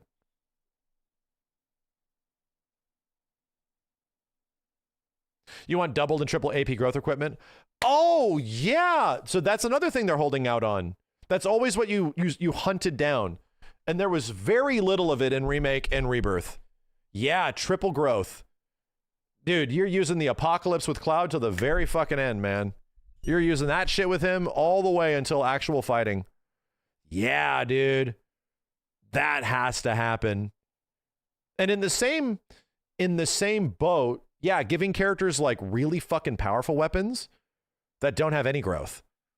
Where it's like, this is your put up and shut up sort of weapon, I do also like the idea of like, yeah, some weapons having really crazy materia order, where even in OG FF7, it was like, hey, these gloves are godlike, but guess what? You got no materia slots. I think that's cool. I think that leads to a loadout where it's like, so what can you do with these crazy busted fucking gloves that lets you beat the shit out of things really hard, but you only have your defensive materia to work with? So how do you make a class out of that? That's crazy. I want a lot of class diversity is what I'm trying to say. I really want that game to lean into a massive amount of diversity of like how we could really play all these characters and like what's really cool and different combinations of how characters can play, because I feel like we get that a little bit in part 2, not really in part 1. To be honest, not so much in part 1. Part 2 a little bit, but there's too many limiters. There's too many like limitations on what you can use. You know what also needs to show up in part 2? Oh, I'm sorry, part 3? You know how the battle arena changes, chat? We all know how this works. The battle arena does not give you everything at the start in part 3. Because the battle arena is amazing, right? It's mad fun. In part 1 and part 2, they're just fights. They're just like unique fights. I'm like, okay, this is fine. But that doesn't have the stakes, right? It doesn't have the stakes of kind of like the old game where you start powerful and end very weak and still trying to find a way to survive. So how do you do that nowadays? That's a weird way of doing it. So what's the stakes? Well, how about if you go in very weak and you end up very powerful? What if your choices of what buffs you get through the battle arena, if it's like 8 fights, 9 fights, what if by the time you have to fight some random big final boss, what if it's a mini roguelite? Just saying. What if it's like a little mini roguelite? Nothing crazy, but just allows you to like play through and get to this boss in a different way. In a way that makes like more sense and allows you to do it a variety of different ways. Like fucking shit, dude. That shit would be fun. That would be way different. Like a bunch of different ways. Like that turns the normal combat minigame into something super fascinating and can clearly be expanded, Like trying to pick your buffs and shit like that. Do you go in with 1 character or 2 characters or 3 characters? Like all that kind of shit. Yeah, like God of War Ragnarok Valhalla, 100%. I didn't play that, but I watched Kenny play it just like that, dude.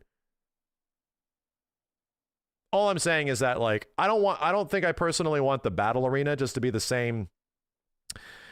I don't want it to be the same thing where it's just like, oh, we just fight a bunch of different fights and they're just weird. You know, here's these guys, this boss, that guy. You just fight them. The challenge is the fight. I kind of would love it if the battle arena turned into something more spiritually close to the OG Final Fantasy VII.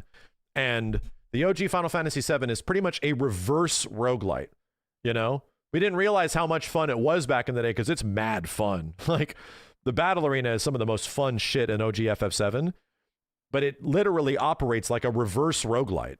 So what if you just made it a roguelite? Start weak, end strong.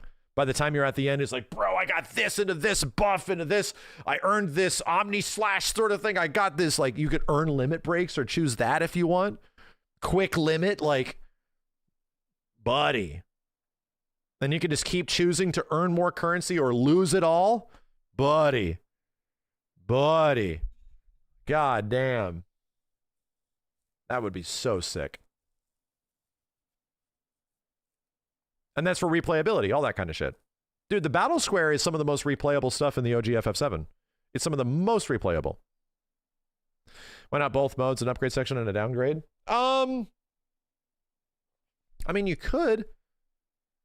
It doesn't really seem necessary to have like a downgrade section. You know? Because it's weird. Anyone describing a Final Fantasy game anymore? No, we're talking about the battle arena.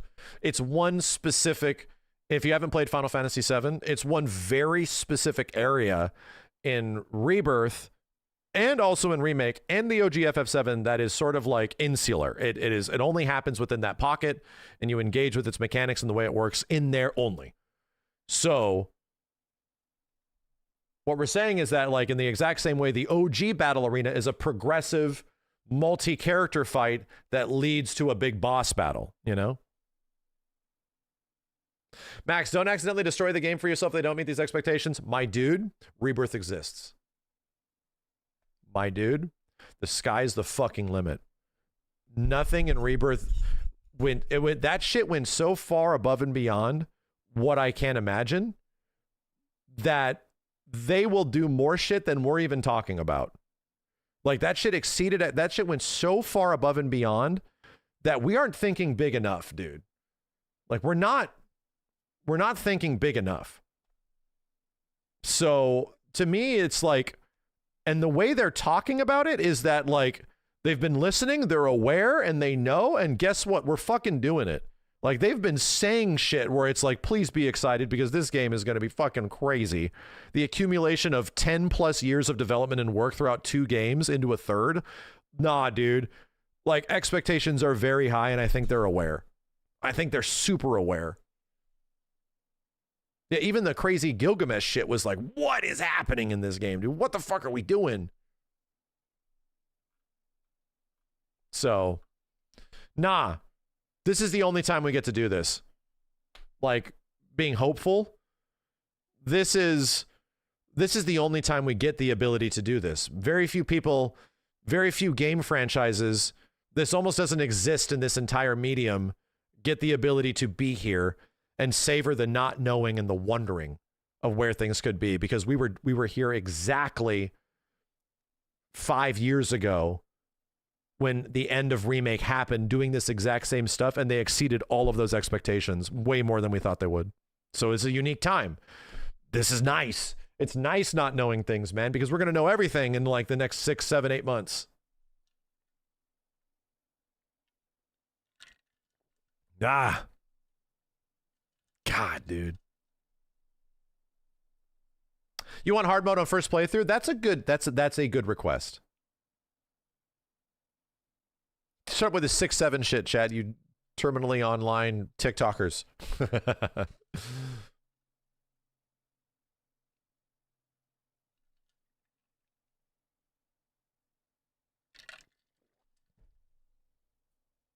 Hard mode is really cool in Rebirth because it forces you to like engage with mechanics you normally never engage with in the base game.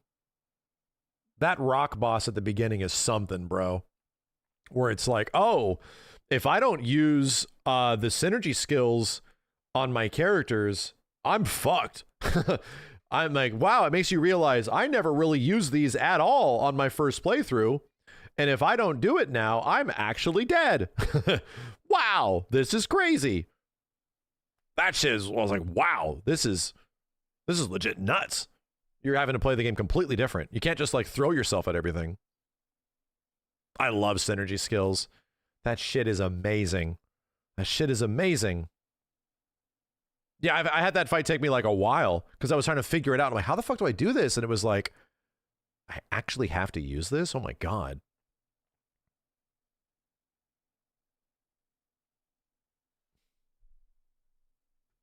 Yeah, you had to start using the stop timer on enemies to prolong stagger. That was a big strategy in part 1. Like, a huge part of part 1 and some of the harder VR fights was you would stagger the enemy and then immediately cast stop on them and then like do it again so you can waste them while their stagger bar is stuck. And you don't really have to worry about that in part 2. You don't have to worry about that.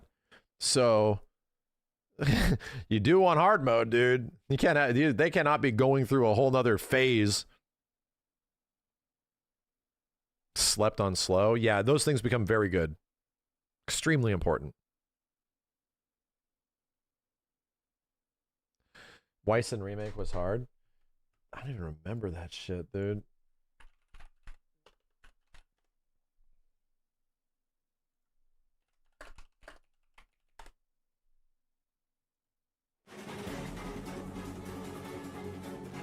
With I'm just totally screwed. God damn it. What the hell did we get him down to? Extremely close? Something extremely close? 30%? Last form is definitely some interesting shit. The orb was definitely something, but I think in the last form, you just have to dodge his shit and then punch the fuck out of him. God damn it. Oh my God, this dude is literally already up my ass. I don't believe it. His big ass dumb gun.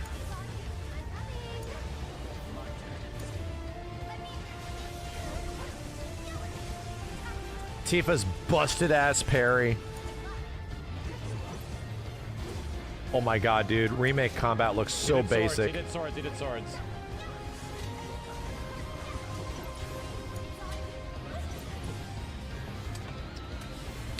God damn it.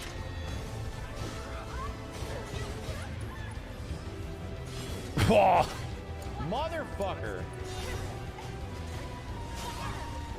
That's bullshit. I hit that.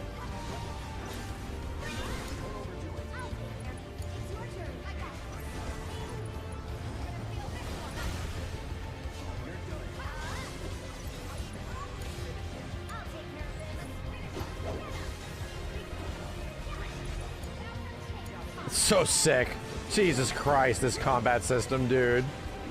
Watching all these characters just fucking roast this guy. Not bad.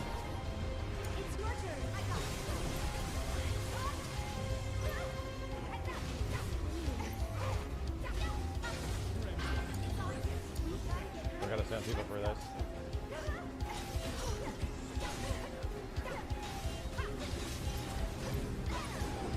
Get the stagger, bro. Get the stagger. What an asshole. What an asshole.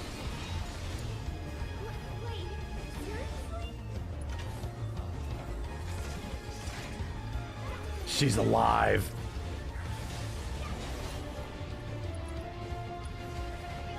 So we can take it down.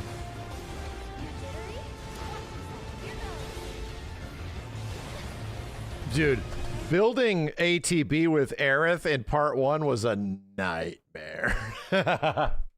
Aerith without her friggin' radius lasers? That shit sucked. It sucked, dude. And she built ATB so goddamn slow. And then in Rebirth, she's a god. Zip, zip, like, whoa, dude. She's insane. You fucking asshole. It was always like really hard to win with Aerith in your party if she wasn't the nuke. She turns into the nuke, right? Which makes her good. But it's hard to get her to that point. And in Rebirth, she's like one of the easiest characters to play. She's so easy to play, dude. Like, they make her so OP that she wastes anything in the game if you know how to use her.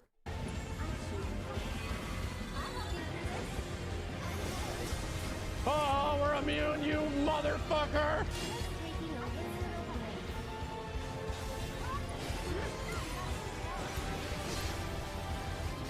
Oh! It's beating the shit out of this guy. There we go.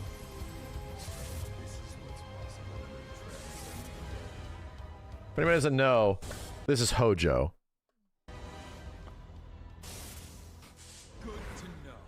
Good to know. Good to know. This asshole.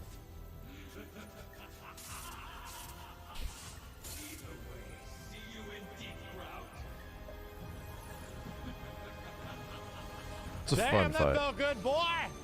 Damn, boy, that felt good. Oh, it only took us 2 hours.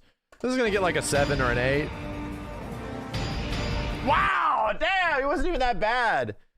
He wasn't even that bad. Was the See You in Deep Ground thing technically is from Intergrade, right? Like that comes around because of the Yuffie DLC. Because Weiss is technically in the main game, and then Yuffie is the DLC with Nero and all those weird shitheads, right? Intermission, yeah, sorry. Deep Ground becomes like an optional hard zone for part 3. Available after the assault on Midgar. Yeah, I mean, maybe. I see they can reference that. I definitely got to do the crazy fights in Rebirth. Oh, I know. I know. Oh, I know. The craziest part is seeing people do that shit and just waste it. Goddamn, Chad. Have you actually watched videos of people like completely wasting Rebirth? Like ripping it apart? It is a sight to behold. Like, I kind of want to look at that right now. Hold on a second.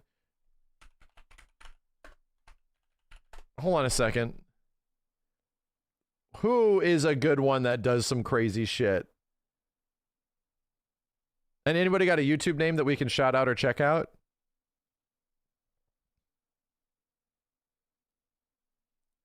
Combo Mad? Is that it? 4-8 Productions?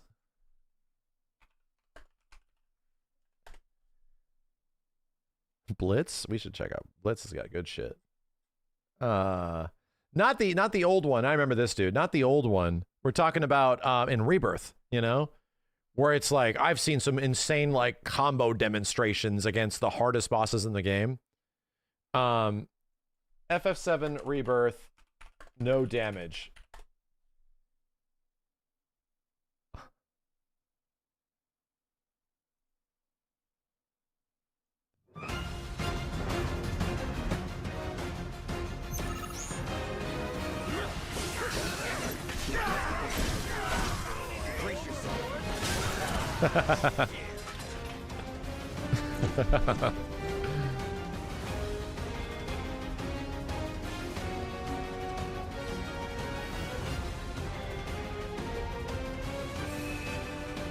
It's just a dog. Let's be smart. Allow me. Oh no, you don't. It was better when Kate Sith no damage.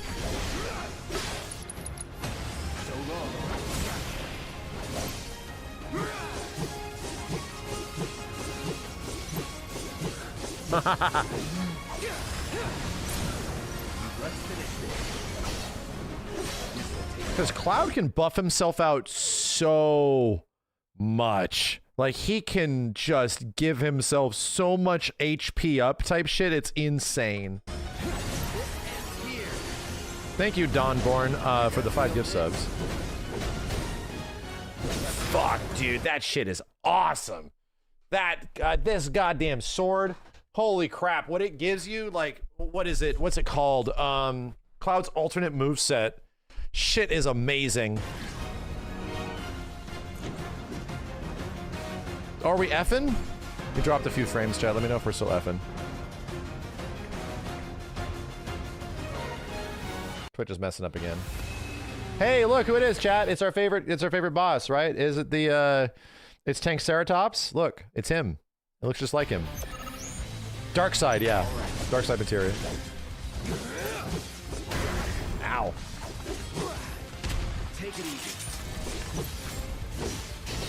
Get ready.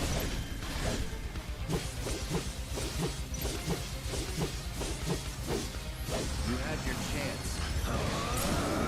Going in. That'll do. These are insanely impressive. Gotcha. Back to the planet. Not my tank Ceratops.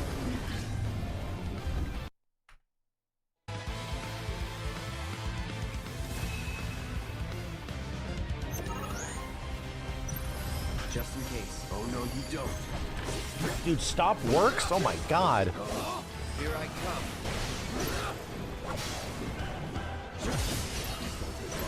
You're gonna feel this. Yeah, the Monster Hunter weapon was his most damage. Take it easy.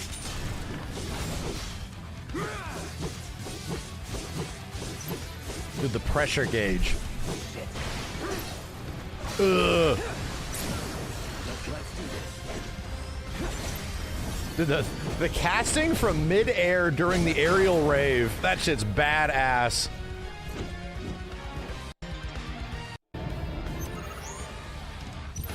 Let's be smart. Whoa there. Into Berserk? Oh, parry. That's the only thing that I really wish I would have been able to do, is really get into the combat system of this game. To really dive into it. This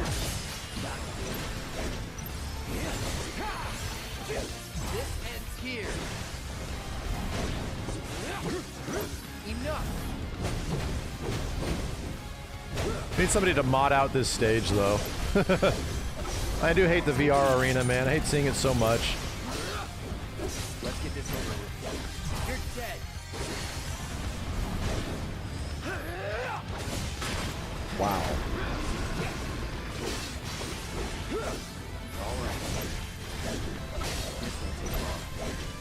Disorder is such a cool ability. I love Disorder. It's so much fun. All done. All right. What was the other recommendation? Bradman was over here. What's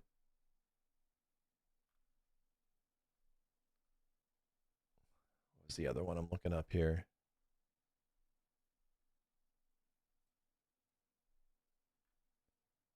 No damage, Kate.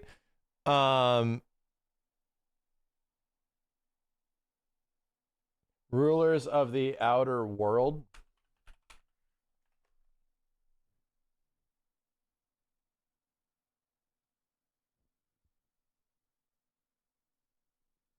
Rulers of the Outer World Tifa solo. 3 minutes. Rulers of the Outer World, but all at once? What the hell? Holy shit! Holy shit!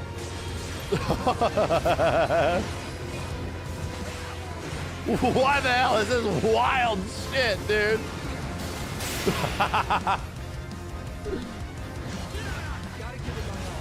What the planet is pissed off. Sephiroth's helping out. He's like, shit, dude, you need help. Are you fighting him? Cloud's alone. Though he's actually trying to kill you.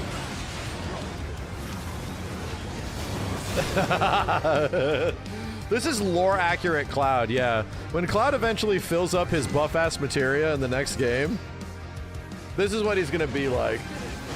Just constant, infinite limit breaks.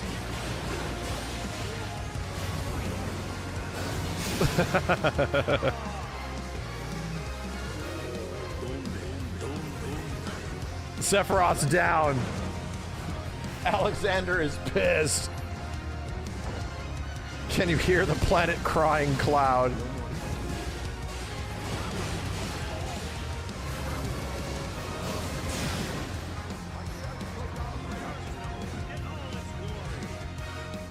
They're all dying. Yeah, I get it. He's back.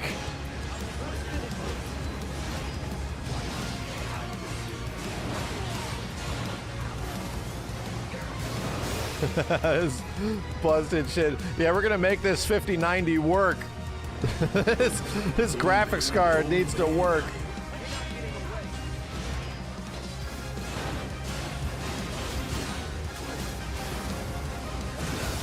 The sound effects. The fucking sounds. Oh, dude. The sound effects are so funny. The sound of like approximately 17 enemies getting slammed at once. I'm finding it crazy that the game is working. That's what's mind-blowing to me. Dude, Alexander the Tank. I think it's just Alexander and Sephiroth that are left. He's just spamming ult. Jesus, dude. Wow. Wow, brother.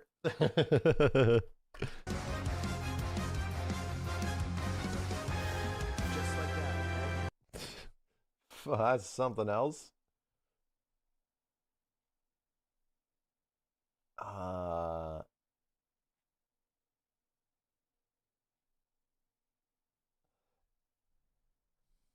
Aerith versus Rulers of the Outer World. No damage, no limit, no Genji gloves?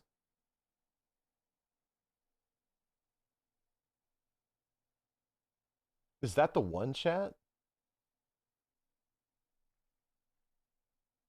5.3 views.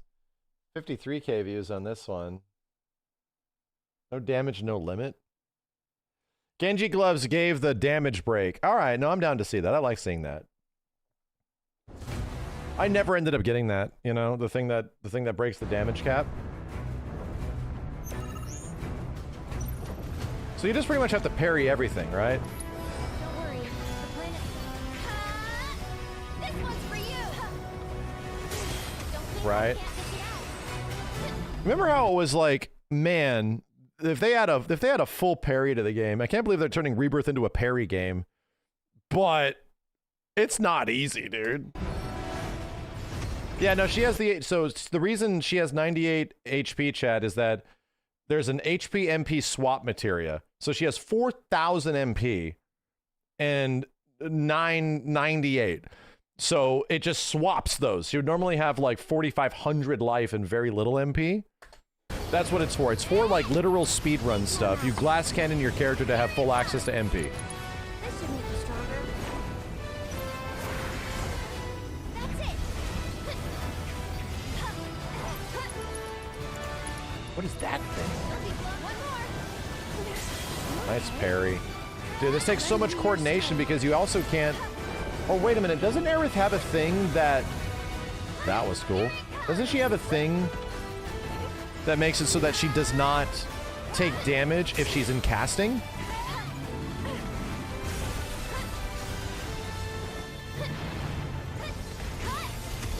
Yeah, there's something in Award where if she's in cast, she can be protected.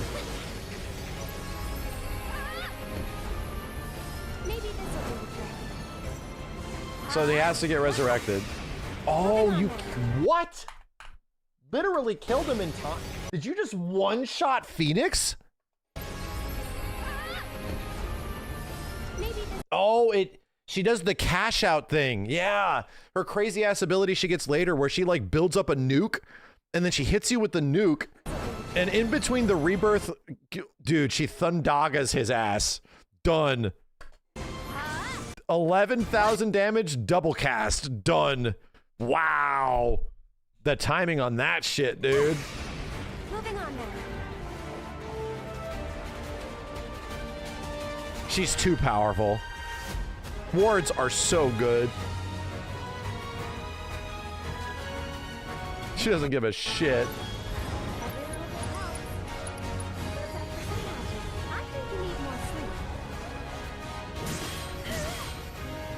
So did you slept Titan to handle Bahamut alone? I won't let you down.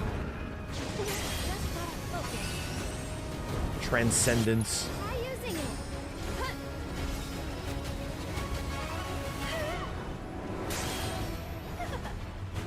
I love that, teleporting to the... Damn. All right. All right, Ken. Let's go, Justin. Maybe this'll do the trick. Okay. Magic damage up. Is eventually gonna lure him far away. And then teleport back and just start nuking. Wow. Wow.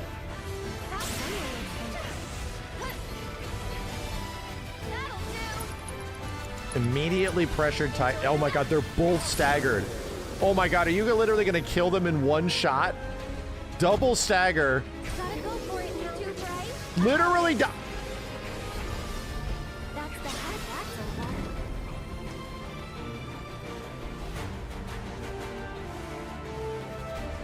What the fuck? What the fuck?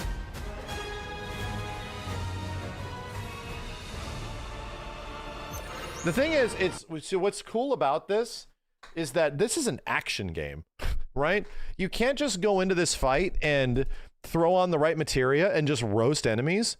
No. It's like a Devil May Cry like action game. You have to know what all the enemies are doing, predict patterns, move around them, and then go crazy with all the RPG bullshit. You can't just like jump in without coordination and just nuke. Nah, that's what's cool about it, is that it's like a true mixture of both elements. This is why this is so impressive. Yeah, this person had to do this hundreds of times. Maybe even thousands to get the perfect run, you know? Like true execution. True skill expression type shit. Teleport? Wow, just parry it. Needs more magic. Every little bit helps. Maybe this'll do the trick. You jittery? Having to know where to look and what to pay attention to is crazy.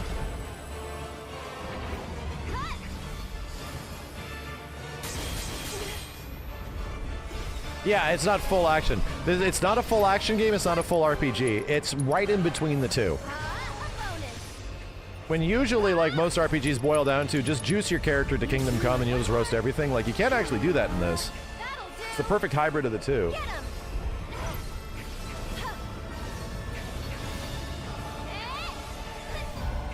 The goddamn Vincent theme. The Bloodborne-ass Vincent theme. Was he slept?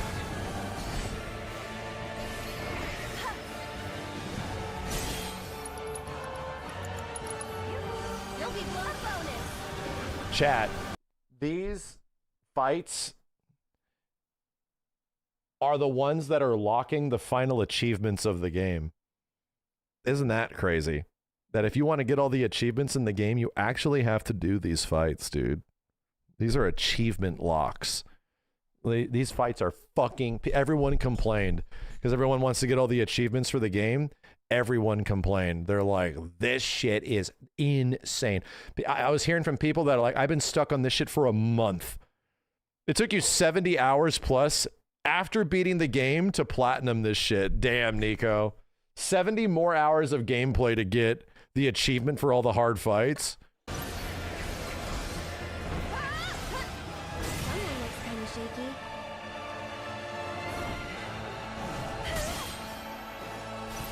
You too? I think that wasn't so bad.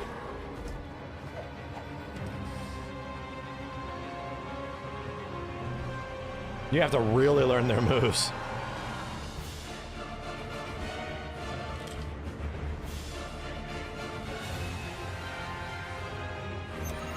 There he is.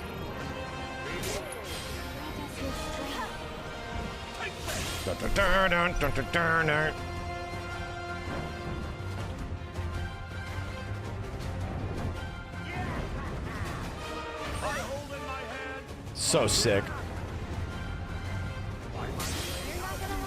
Gotta dig deep for this one.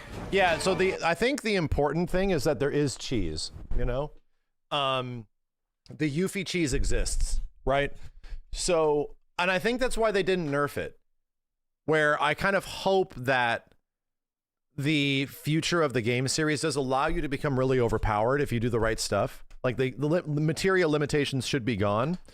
And that means we sort of like maybe if they left the Yuffie cheese, because she still has it, she's busted with enemy skill, dude. It makes everything in the game trivial.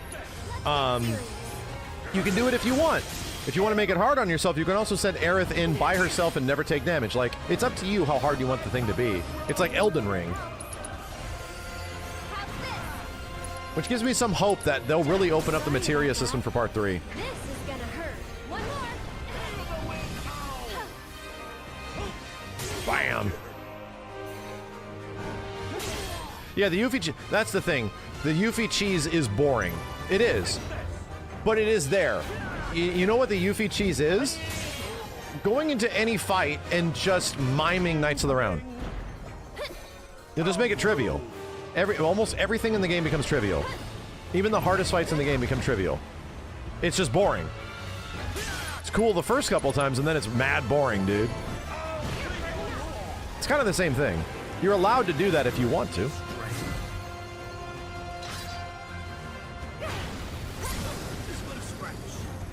Sorry, but I gotta. Get fired up. Good night. Moving on then. Yeah, you didn't use the cheese because it sounded boring. Exactly. I wouldn't want to do it the first time I do it. I would want to use a normal team composition, you know? Wait a minute. How much damage was that? 21k. 41k into 21k? Shit. Like 64,000 damage in a heartbeat? Moving on then. Bruh.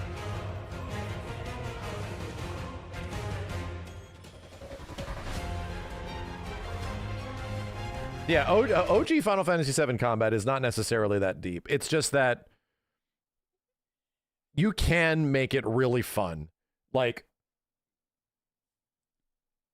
we did something outside of like a new threat. We did something in the last playthrough of FF7 where we actually made some of the boss fights really interesting. I can't remember what we did. It was against Emerald Weapon and Ruby Weapon, but we didn't. We actually limited ourselves in what we could do. I think I didn't grind. Like, my characters were really low level, and I wanted to see if we could still beat Ruby and Emerald, and I think we did by finding like a different way. This should make you stronger.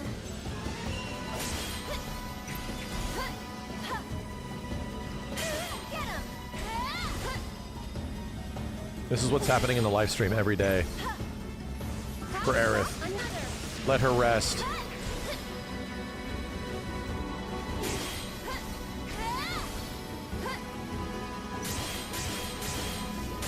Damn.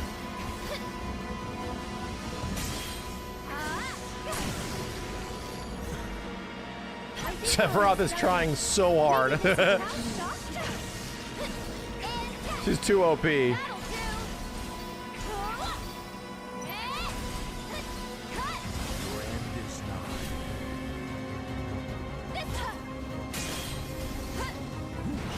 Damn, that was fast.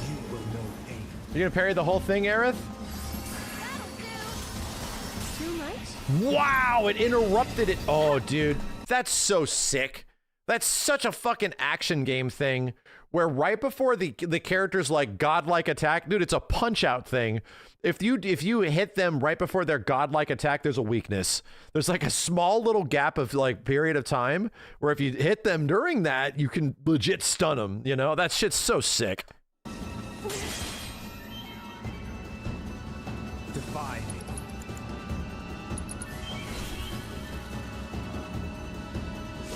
This is gonna hurt. Whoa! That's that. Wow.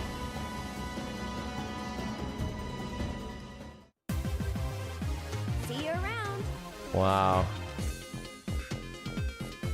That was pretty sick, dude. That was pretty sick. That's what Aerith is doing in the live stream every day. Don't you feel bad for her? After 130 hours, it's over. Limit loop method. Cloud solo.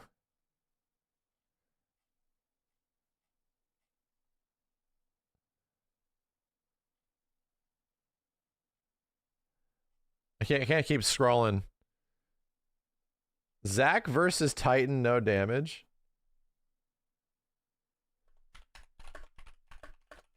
Yeah, this got spoiled for me, Chad. I know that Zack is playable in this shit.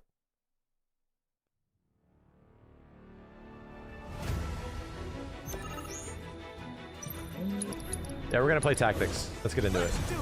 Hold up.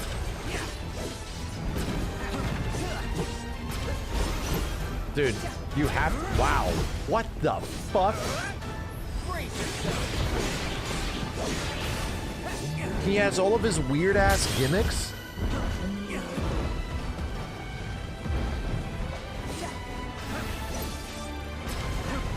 Oh my god, he's like a fighting game character, dude.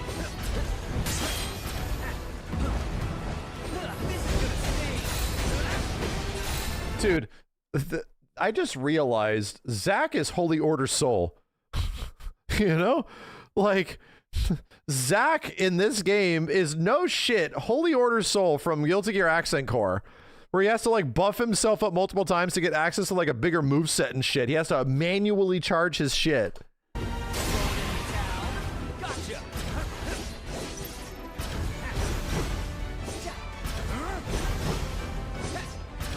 Wow. Wow, what the hell? Whoa.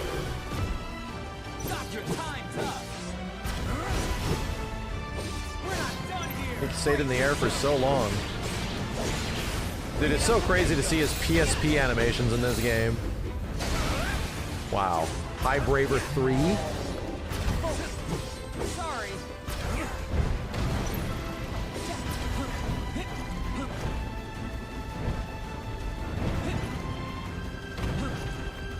This shit is so sick, bro.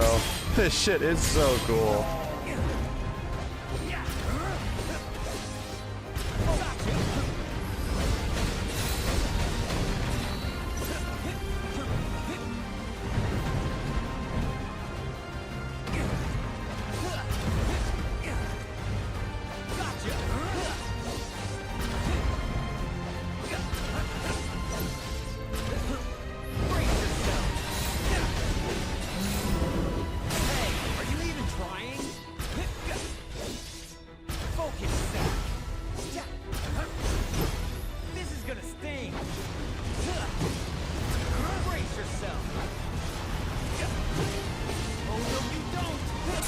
God.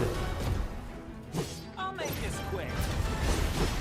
This is gonna sting.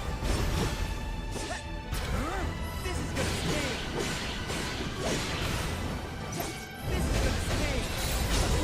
Victory. Conflict resolved.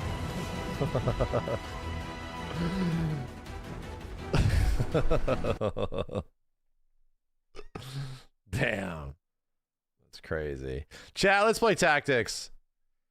Have you heard the phase 1.5? Genova takes over Eris theme and Genova Lifeclinger. It's heard only in hard mode. Do you have a link to it, Goose? Don't show me things I've never seen or heard before right now. Yo, Sleepsy, thanks for coming to Dude, man. Thank you also for the 10. You're a madman when it comes to these theories. I hope they will replay FF7 Remake and Rebirth before Part 3 comes out and need those underwater missions to still be there. Yeah. Yeah. I agree, Sleepy Zero. I agree. Thanks for the 10, Zeter Zero as well. Cloud disappears in the live stream, and then when he comes back, he introduces the party to his new friend Ramza. Yeah? Yeah? Ramza should be in somewhere as like a side character. That'd be funny as shit. Where are we at in tactics? We're right about to get Cloud, I think. Like, no shit. Dawnborn Forger, thanks for the 5 gift subs again. Hercule, Smoochy Pizza, Demon King Hey. Thanks, dudes. Let me grab this.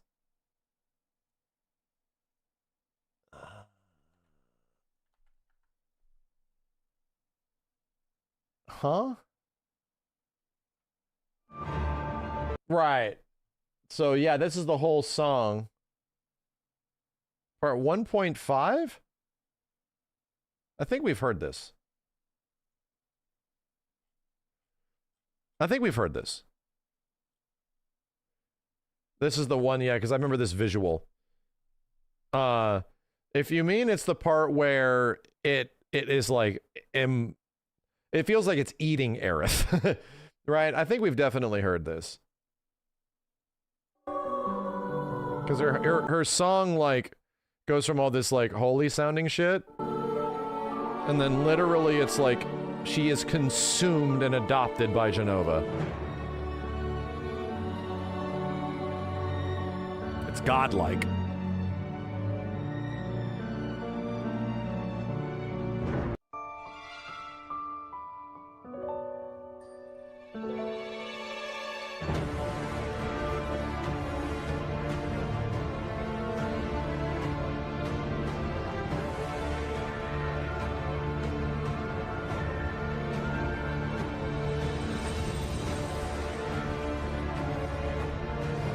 Yeah, I don't know if this is hard mode exclusive, or is this maybe not it? Yeah, we heard this right before after the first game.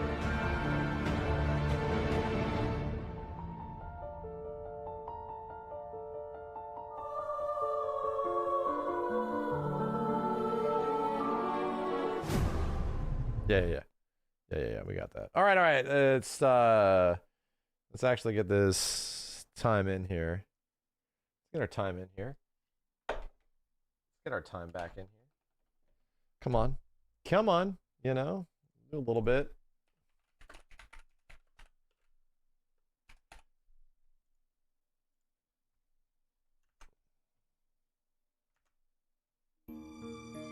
Hold up.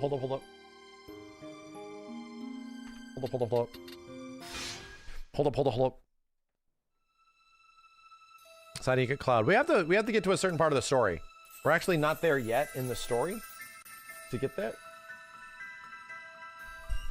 There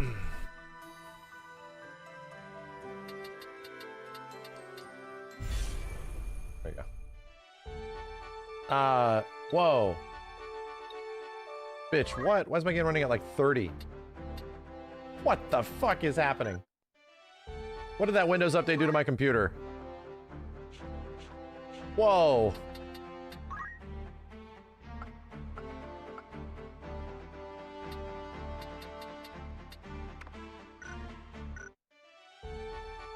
Okay. All right. Weird. Head to Zeltenia Castle to meet with Orlando. I think we should just, like, go do it. Oh god, you guys are seeing mad screen tearing now. Hold on a second.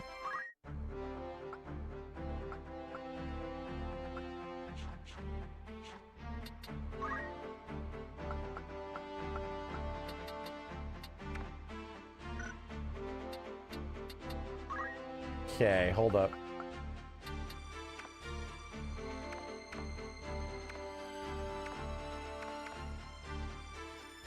Let's try this.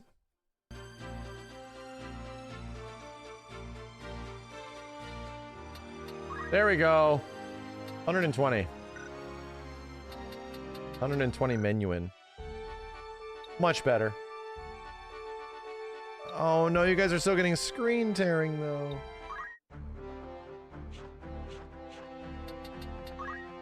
They might have adopted something from the ROG settings. Yeah.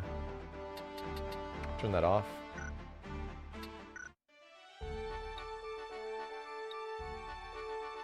There we go. Much better, right? No, is it really still there? Motherfucker, it is! God damn it.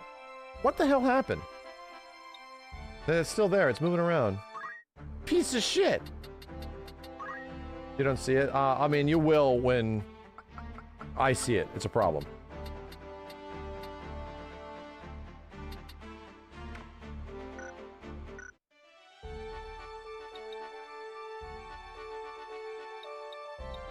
I think it's gone now? Or is it below? Yo, Ryoteka, thank you. And Dragon Gag, thanks for the 5, dude. No, goddamn, it's huge. It's in the middle now. It just moves. The massive screen tear at the bottom. There's a bottom there. the bottom again. Okay. God damn it, dude. I'm gonna reload the game. Yeah, I'm actually gonna reload the game. There's no reason why Borderless should be acting that way. I don't know why it is.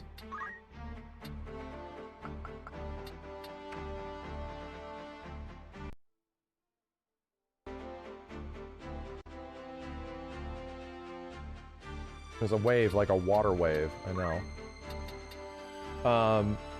Let's exit the game really fast.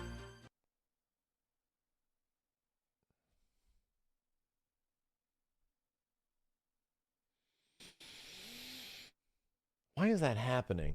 Yeah, I wonder if it's like, it shouldn't have set the settings from the ROG. Why is that happening? Fucking Windows 11 update, dude. I'll find out. I'll get you. Okay. This is looking good now. No. The mouse is mad smooth, but the cursor is, for some reason, fucked? Buddy.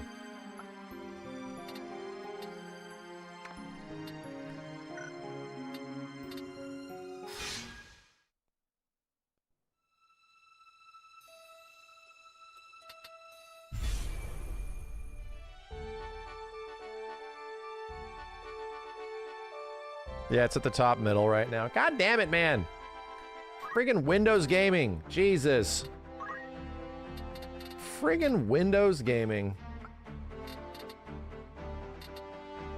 I'm gonna do this.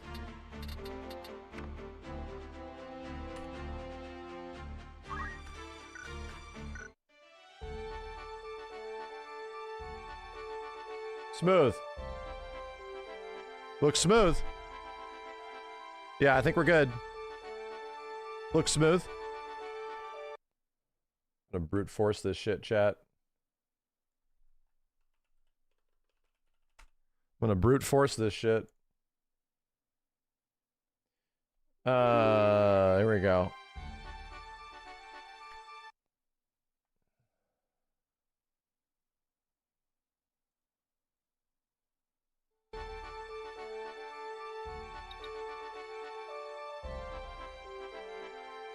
Whoa.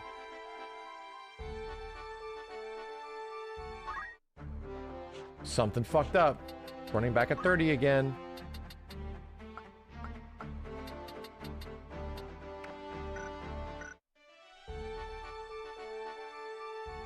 God damn it.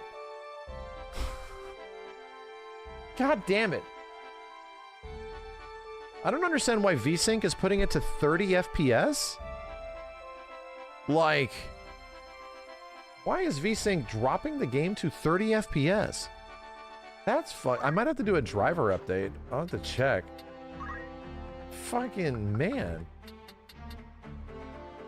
That makes no sense. Enables VSync, which may reduce screen tearing.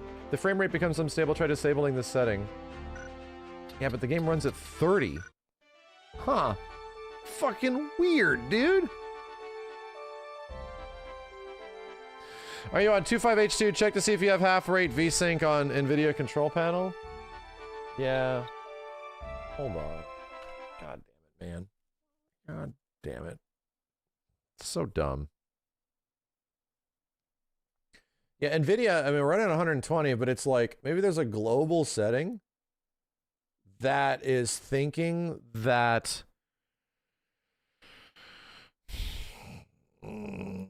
literally is on G-Sync, dude. Literally is. What is going on?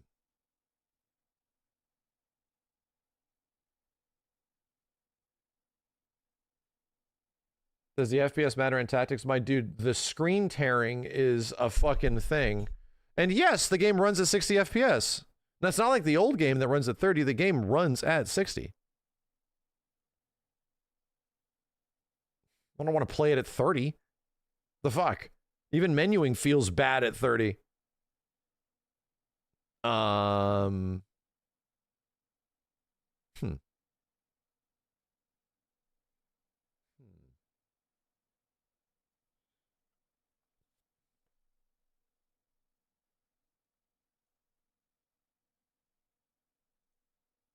Come on. This thing still takes forever. Oh, wait. Did you do something stupid over here? Did you, like, adopt some dumbass profile? Chill.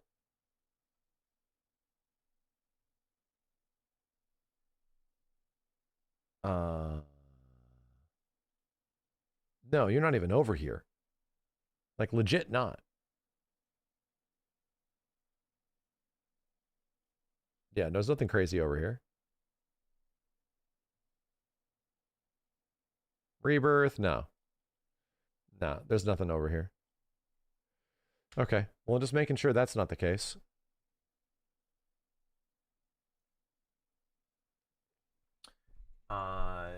Tic Tacs.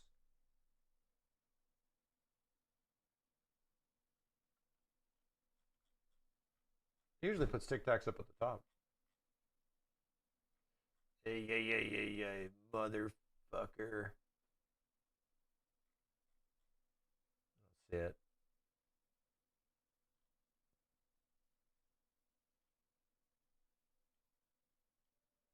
Yeah, I'm trying to put VSync on in the control panel and off in the game. Trust. I just gotta find the goddamn program. I don't know if it's under FFT. It doesn't look like it is.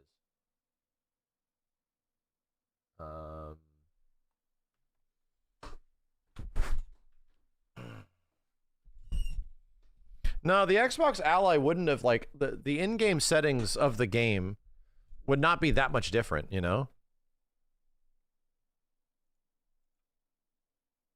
There it is. All right.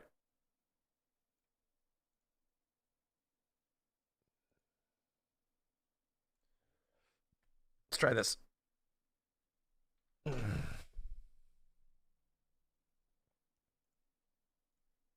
Give that a shot.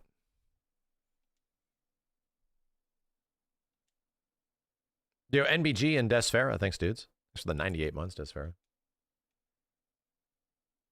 And Nathan Mark. Appreciate the 5, man.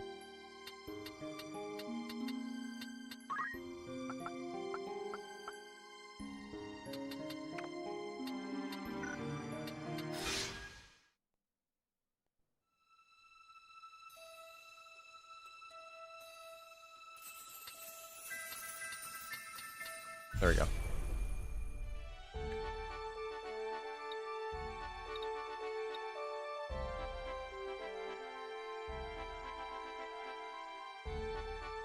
Did it! It did it! It did it! Thank God! Let's get up here. Uh-oh. Where was that at? Dude, where? Hold on. Huh? Where were you guys at? Wait. Where? Huh? Not accepted 5? Oh, these are just the new areas. Bro. In progress. All errands complete. I'm in Goog. Ah, there they are.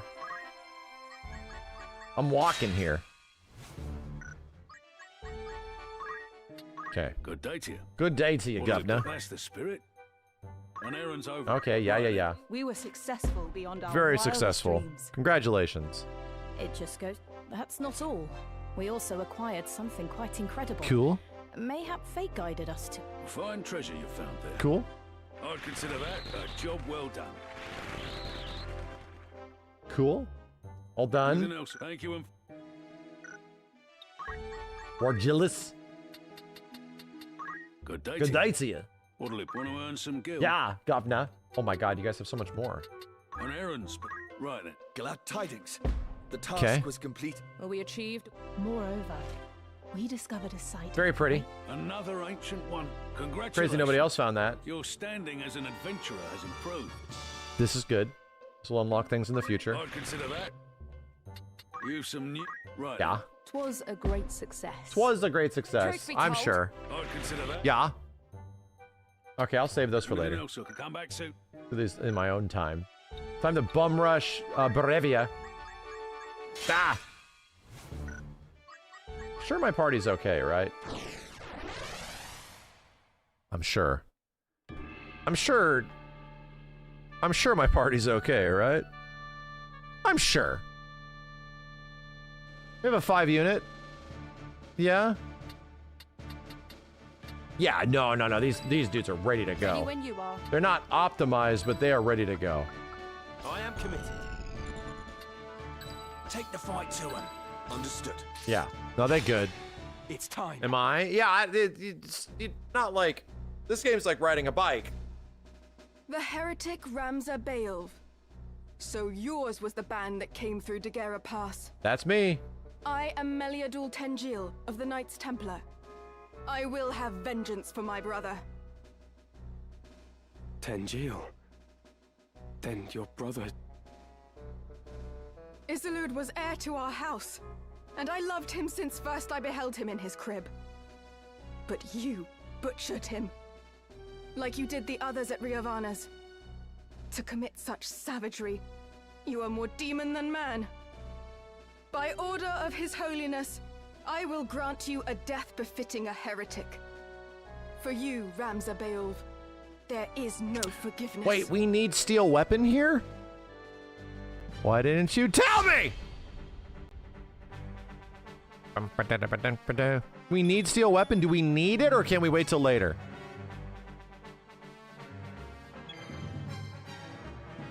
Can we get it later or is it a one-time only thing? Her sword, 1 chance. Fuck.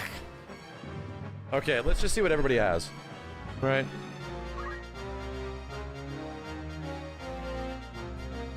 You can get it later, but it'll be a while.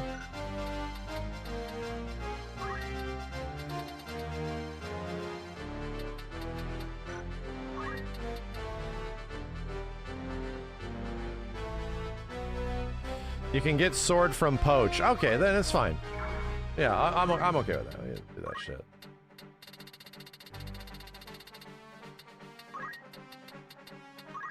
Wish I had a silence bomb. I must concentrate. I must.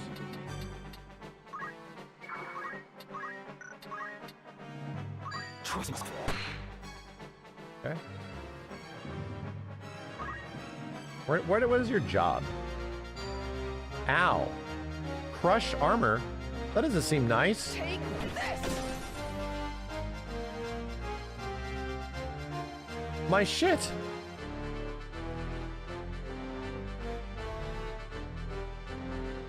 That's my shit.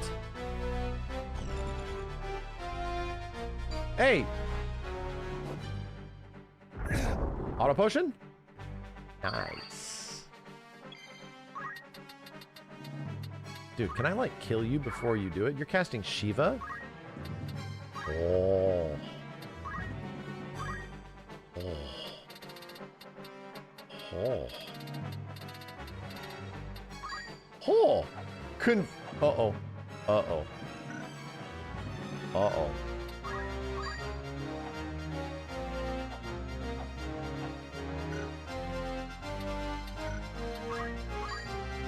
All right.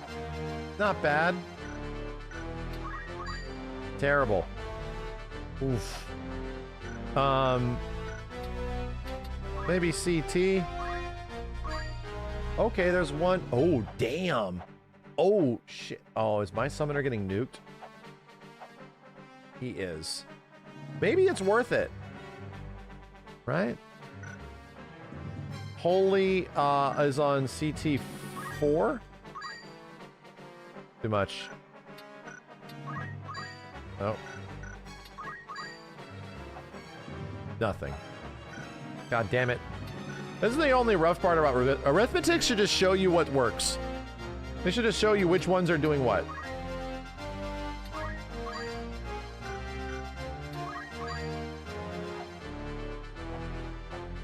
Nah, I'm just gonna nuke her.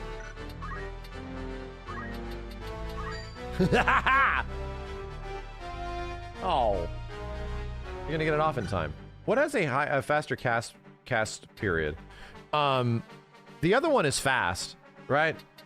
Like arithmetic is mad quick.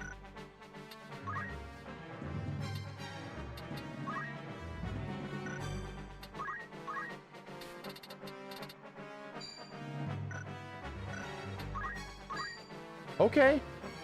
All right.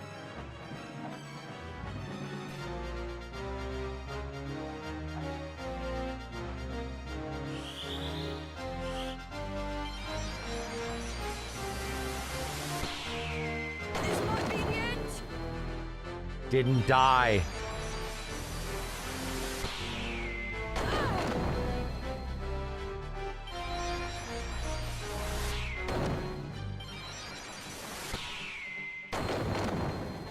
Ah! Let's get this over with.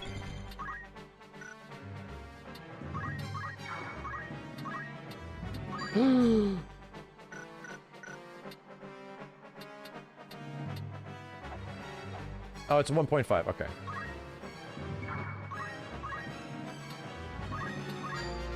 Don't give up.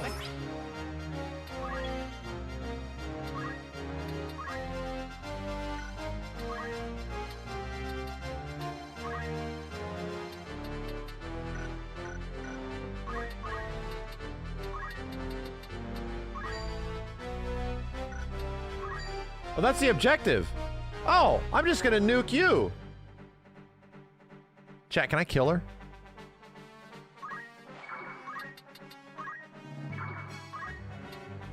Why did the last one hurt so much more? Because we're on hard mode, and on hard mode, you do way less damage, and they do way more. Straight up.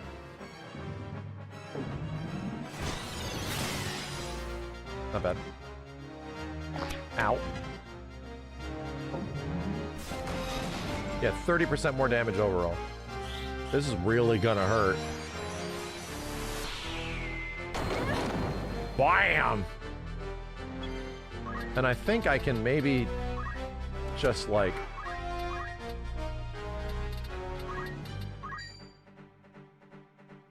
$78, 63%. 89. 89. Dude, can I throw like something expensive? Like a battle axe? Ah, that doesn't really seem worth it. An ice brand. Damn it, nothing's killing her. Eat a battle folio. God damn it. No, I shouldn't throw the ice brand. That would be bad. That would be bad. Alright, fuck it. Okay. Wait, Meliadul. I am not your brother's killer. Had you seen what happened at Riovanes, you would understand. No mortal hands could have carried out such slaughter. The one responsible was twisted by the power of the Orosite into a Lucavi. A Lucavi? So demons of Eld walk among us, killing for their own delight. A splendid tale. But a lie less fanciful might better persuade. It is no lie. They keep the truth from you as they did your brother. Even the High Confessor is but a puppet, dancing on strings he cannot see. The Zodiac Stones are much more than holy crystals to be revered. They hold real power. The power to work wonders. That power manifests the heart's innermost desire. And in itself, it is neither good nor evil. Yet there are those who seek to use the stones to evil ends. These are the masters you unknowingly serve. Listen to me, Meliadul. Your commander Fulmarv has been deceiving you. Do you think to convince me with this prattle? You are a fool indeed. Lord Fulmarv is my father. And I will believe his words over your slander, heretic. Your father? Time to kill her. My brother fought to save this blighted land. I share that dream. And extreme though our methods may seem, it is the only way to deliver salvation to the people of this realm. Even you must realize that revolution must happen now. With each wasted moment, the land sinks further into a mire of misery and death. Revolution exacts a price. But what price too high to see Ivalice born anew? Every birth must be baptized in blood. And to quail before that blood, Leaving others to dirty their hands in one's stead is weak and vile. For the sake of the realm, I would fain stain my hands crimson 1,000 times over. Please believe me. I am not your enemy. There are others you ought to be fighting. The Zodiac Stones harbor a terrible power. Power that allows the darkness in one's heart to spawn the Lucavi. The man who was your father is gone, replaced by a demon in body and mind. The Lucavi are as real as you or I. 'Tis they who are the true foe. Still you persist, heretic. Do you not tire of your own lies? How pitiful that a son of the I think this was great two House Bael scenes put together should as so one. seek to blame others for his sins. It is not enough that you failed to realize your own destiny. You would drag the name of your house through the mud as well. If you've any honor still, you will submit to your punishment and beg Lord Barbeneth's forgiveness in the hereafter. My Lord Father would find no fault with my deeds. I would hope that he watches me from above with pride. Rather than concern yourself with him, you would do well to look closer at your own sire, who succumbed to the Orosite's allure. The third one. You fight well. Small wonder Wheatgrass fell to you. The third one. Hear me, heretic. When next And we win. meet, your blood will soak the earth. Bye-bye.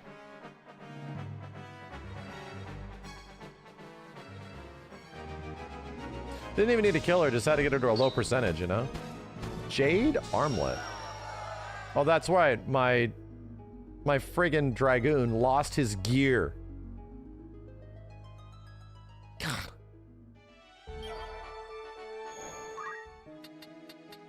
Greetings.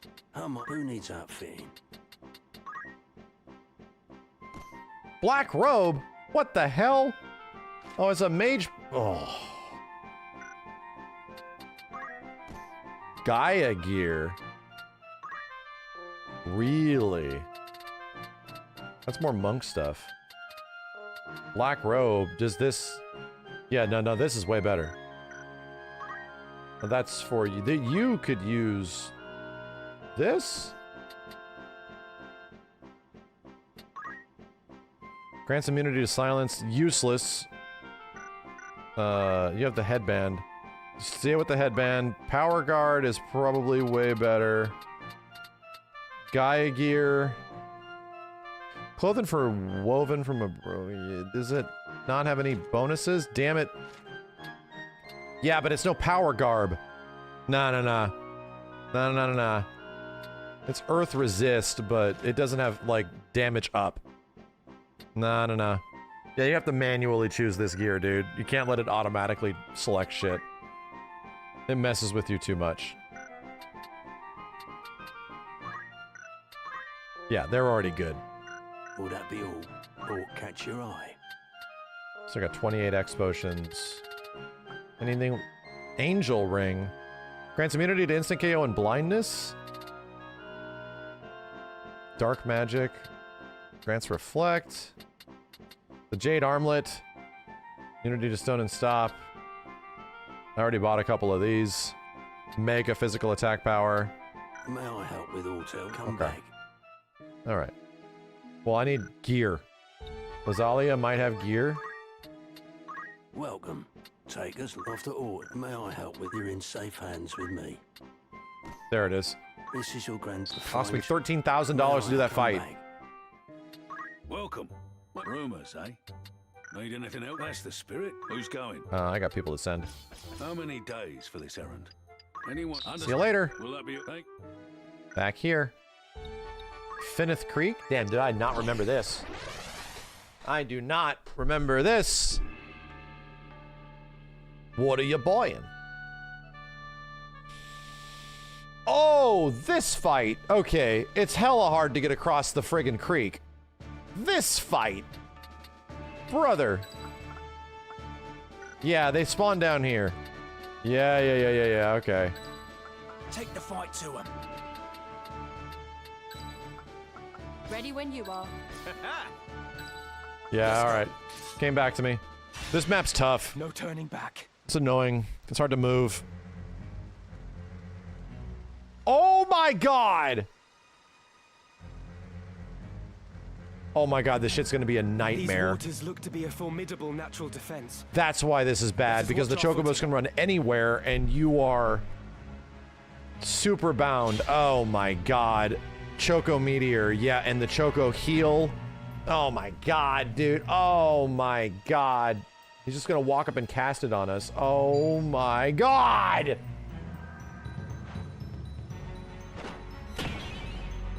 Get the pig? I already got the pig. I think we already... Chat, did we not already, we poached... Did we poach the pig or adopt the pig or some shit? She's already fucking dead. We already did the pig thing. Great. Lovely. I'm gonna nuke you fucking chickens. Ow!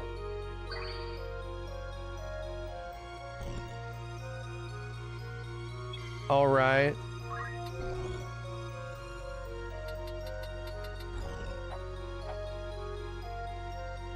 Alright. What do I got? Marital arts. I don't think this is gonna reach that far. Is it kill every enemy? I think it is. Nope. 173, okay.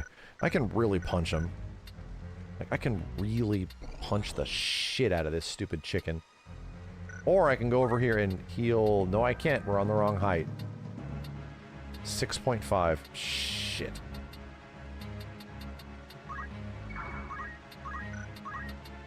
Let's give you something to think about.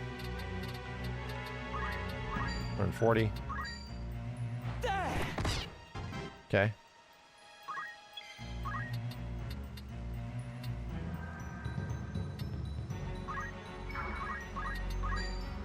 Ooh. That chicken is way up there. 184. Why does it seem like you'd earn more? Wow.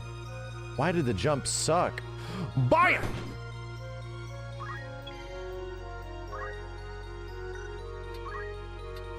Arithmetics.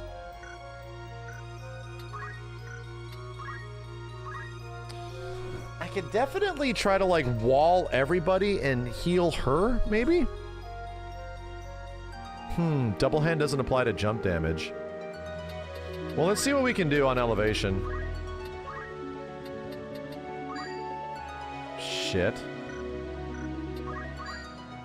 Okay, that's one. Nothing. Not bad. That's really not bad. Okay. So, elevation prime is good. There's a instant revive. Maybe we'll get lucky.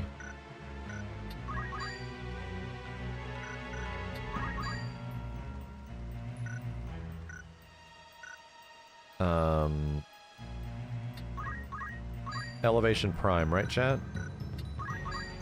Not bad. I'm not really worried about the pig.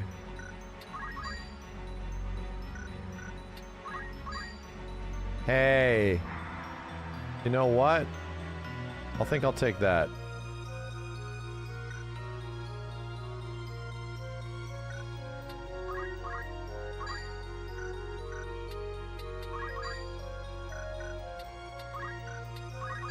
Oh my god. Oh my god, it's everybody.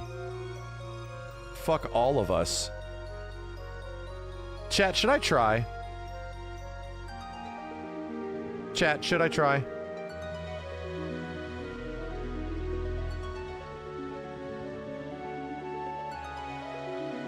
I think it'll kill us too. Yeah, we're dying. It's gonna backfire. Yeah, we'll die and that'll be it.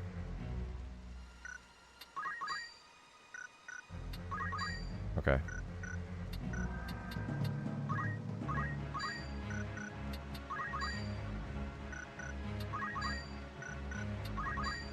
God damn it. This is the really worrisome part of this shit. What was the good one?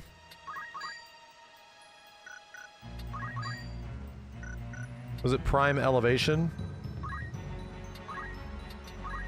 Thank you. Flare him.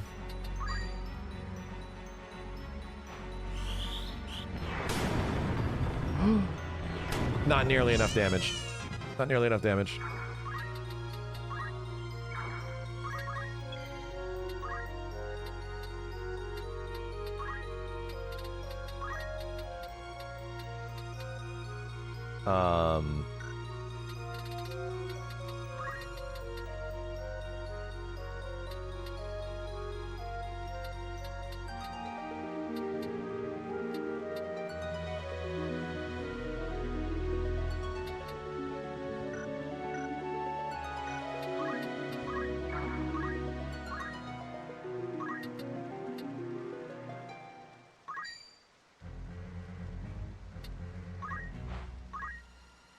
Yeah, walk towards me. Good.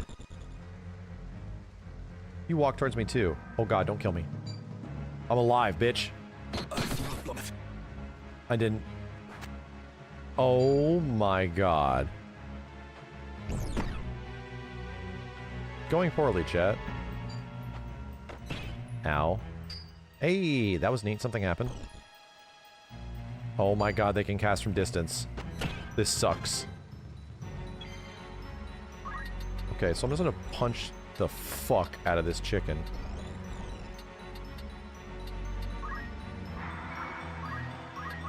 What? Finish.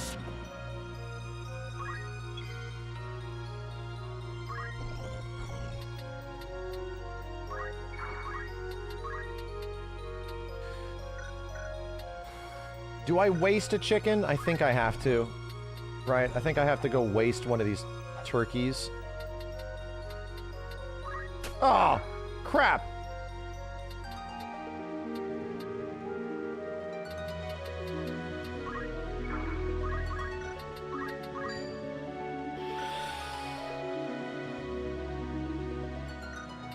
She gonna crystallize? She got one turn left. Okay, I have a plan. I'm gonna revive her with arithmetic.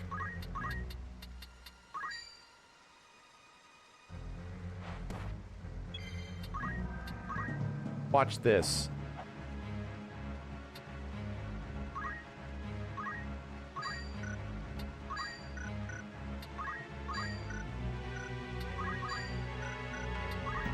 Okay. That didn't work.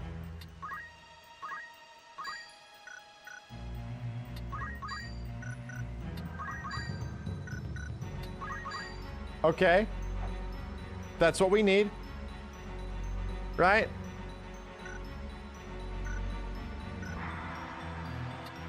I don't think elevation gave us the XP prime. XP prime.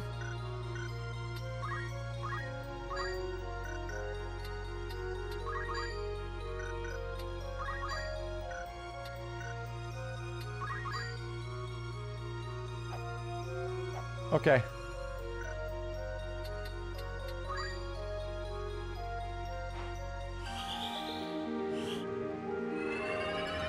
Doesn't matter for you. Matters for you. There we go. There we go. Run away. Okay, we're fine. Doink. It's one down. It's about to hurt. Instant fucking death? Dude, this shit sucks!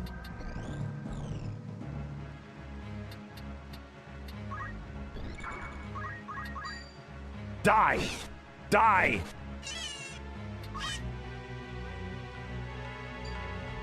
Ow. Okay, path to victory. Present. We just have to kill him in 2 turns. Deep water. Piece of shit.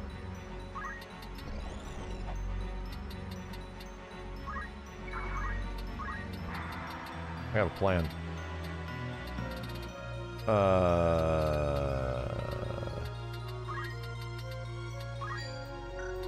No!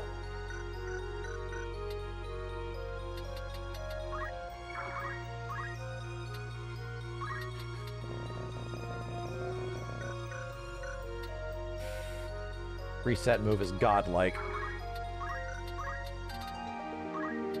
A Get the hell up. Okay. You're not gonna be able to hit me or do anything damaging. Yeah. You know, those guys aren't actually that threatening. The only thing threatening about him is that he might run away in time. What's the elevation on this dude? Status 7.5. Okay, I could revive him. I could.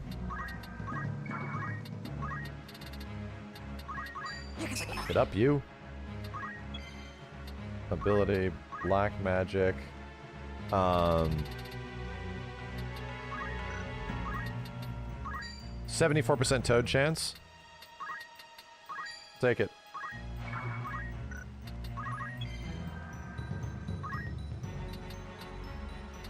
God damn it.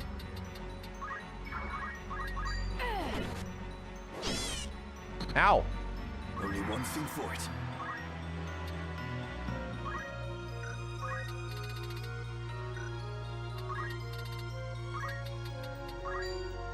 Instant death.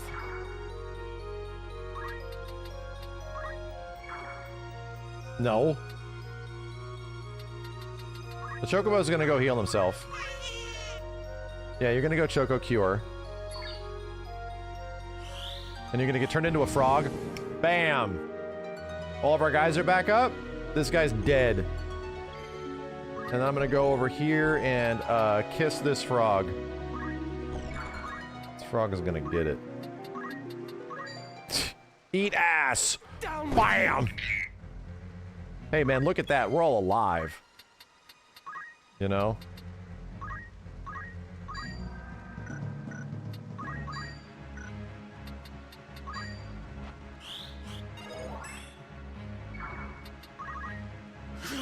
Here goes the pig. Good night. We already tamed a pig.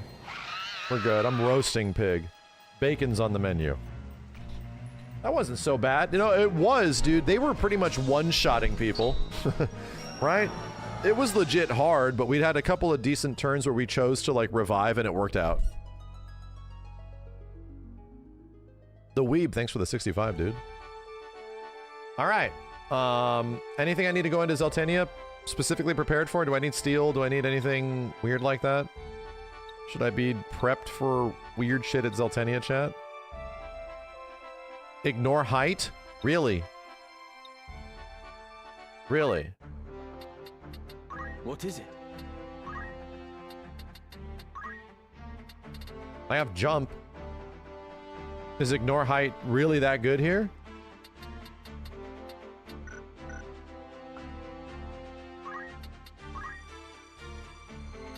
Ignore elevation.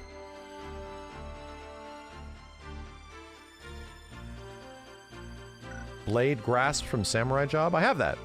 That's just super fast jump up to reach the boss.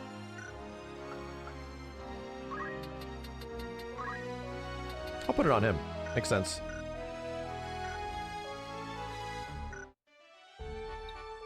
Let's go. Teleport would also be good.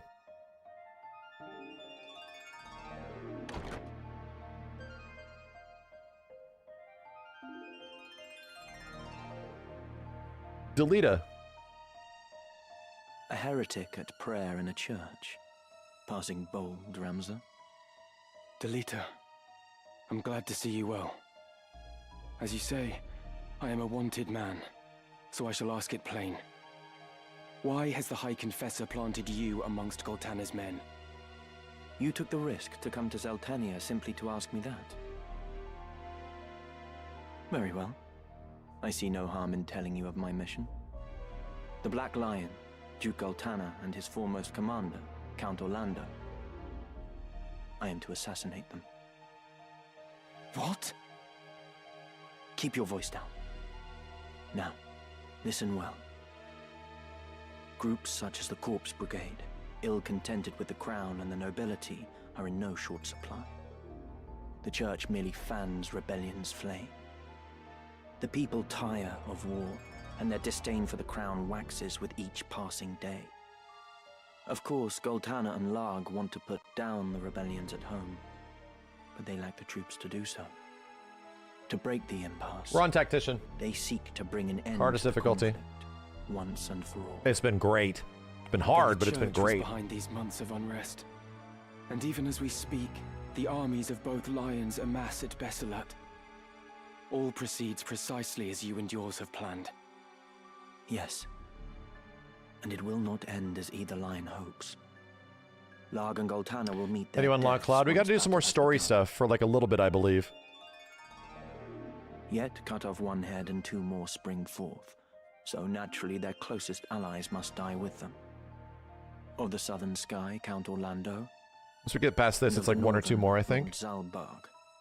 And Larg's right hand, Count Dicedard. We're pretty far from the last story bit because this chapter is very long. With the leaders of each army gone, the fighting It's been a long time, but I think so. And those who remain will have no choice but to embrace the peace we offer. A peace? Or surrender on the Church's terms? The people will proffer to the Church the role of mediator with hands upraised, as will all the battle-weary soldiers. Moreover, the Church will have the Zodiac Braves. Yeah, this game is a godlike mobile game. You know, being able to carry it around anywhere. Sorry, handheld. A legend reborn to captivate. I loved it on PSP, dude. The Zodiac Braves reborn. Of course, one thing yet stands between the Church and the Orosite. The heretic, Ramza Beowulf. Is that it? You've come to fetch the stones? How much do you know of their secret?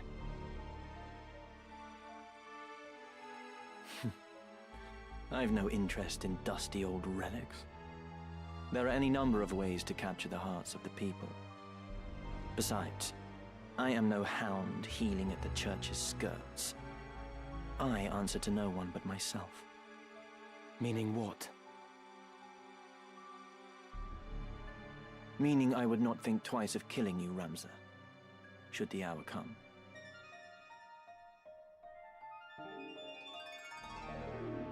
Christ. But not this day. It's like we weren't even friends. Though our methods be different, our goals are not. As long as they remain so, you are no enemy of mine. Delita, you could come with me. I cannot join you. She needs me. Far too much to leave her now. Avelia. One army has crowned a king, and the other a queen. But only one will rule.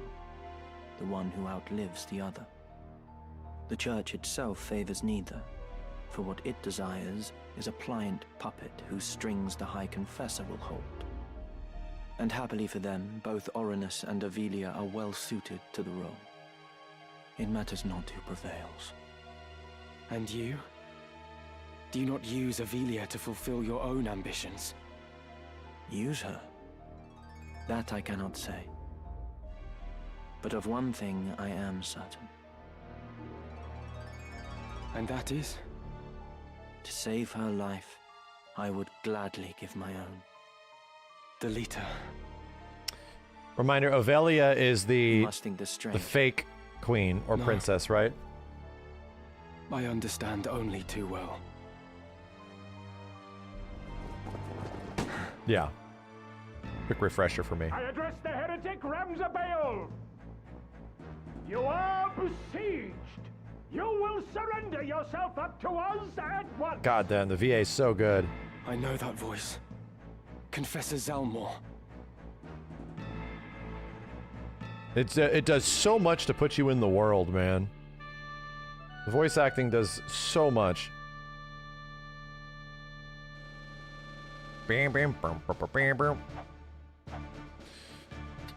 Oh, we're at 4 units? Right.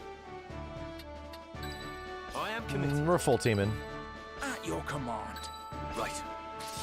Weird map. I don't remember this one at all. Damn. Oh, yeah, we have to bum rush him. I see. I see. You are Delita Hyrule of the Black Ram Knights. What are you doing in the presence of a known heretic? Damn, if I get one stab, he might be dead. You see me. You must not live to tell of it. In this at least, Ramza, it seems we must fight side by side. Cool. Wait, Talita. They are no more than pawns in this game. They know nothing of the plot or the secret of the Aura Site. They simply carry out their orders.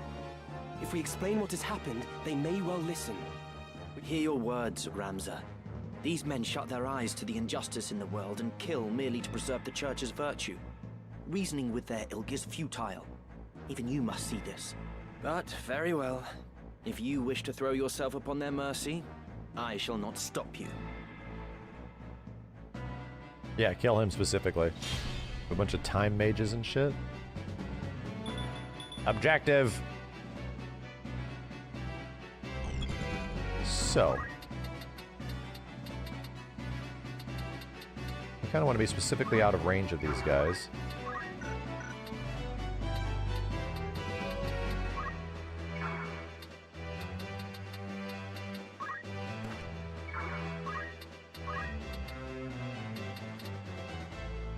I don't understand how this one works. Reducing the CT of all enemies to 0? It never seems to do anything. Like, I swear. I read it, I see it, I just don't understand why it is doing that.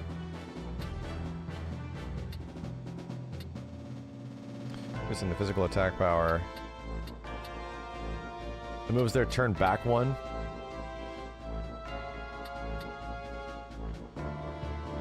The speed debuff. Yeah, the slow dance is like the best one.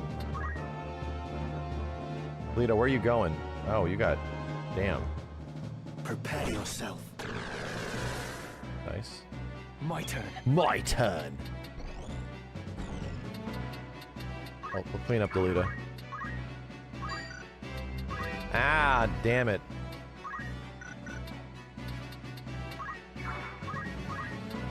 I must look at it.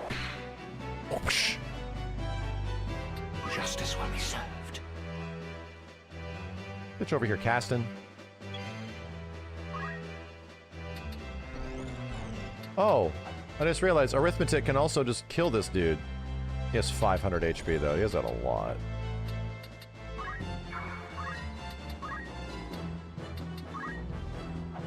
Well, this sucks. Okay. I can see him. Target elevation. Got him. I got him. What do we think, chat? Holy or flare? Holy or flare? Probably flare. Right? I think flare really hurts. I got a couple of guys with this.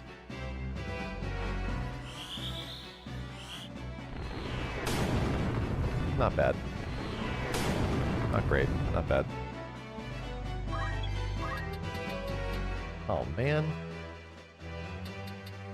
Can't move around that much. Nice. Let's go. You know what?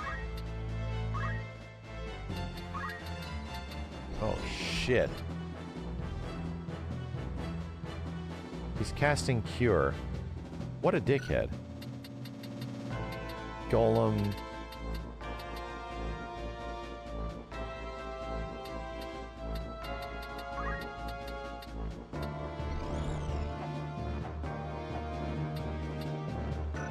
Yeah, let's just do Bahamut.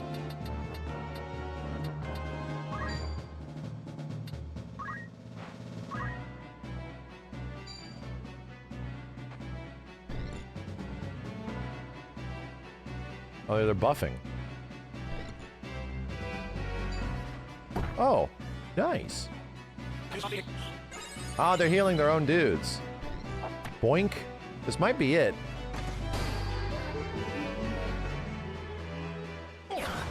Worked.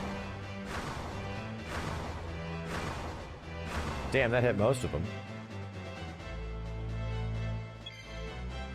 Can't jump up there.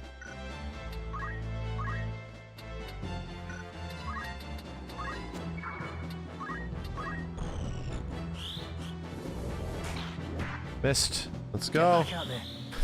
Under the HP, you have a CT meter. It's filling through class speed per round. You can easily use the values to calculate via math ability and also reset the round turn for long charge spells. Really? Get him, dragon.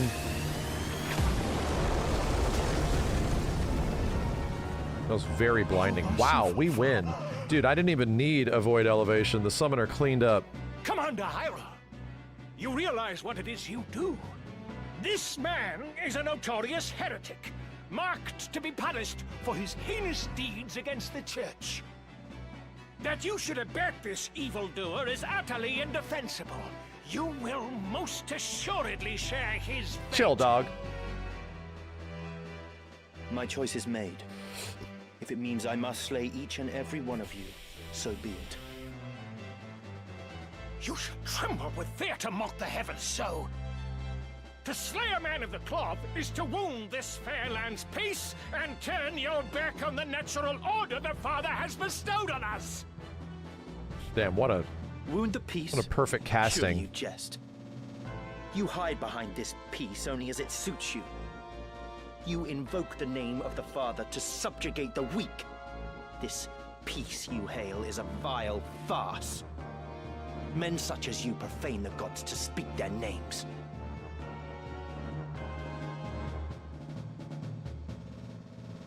Oh, I'm dead, actually. How can this be? Great Father, strike down these sinners, that they may feel your wrath. No stone, right? Now you actually big dead. Damn, this voice actor was amazing. Like, Zalmor, this whole totally like nothing character, made way better through just a voice acting performance.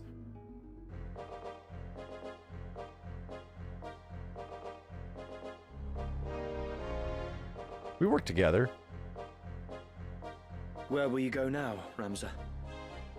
2 errands brought me to Zeltenia. The first was to meet with you. The second is to speak with Count Orlando. The Thunder God? For what purpose? I mean to enlist his aid in exposing the Church's intrigues. How?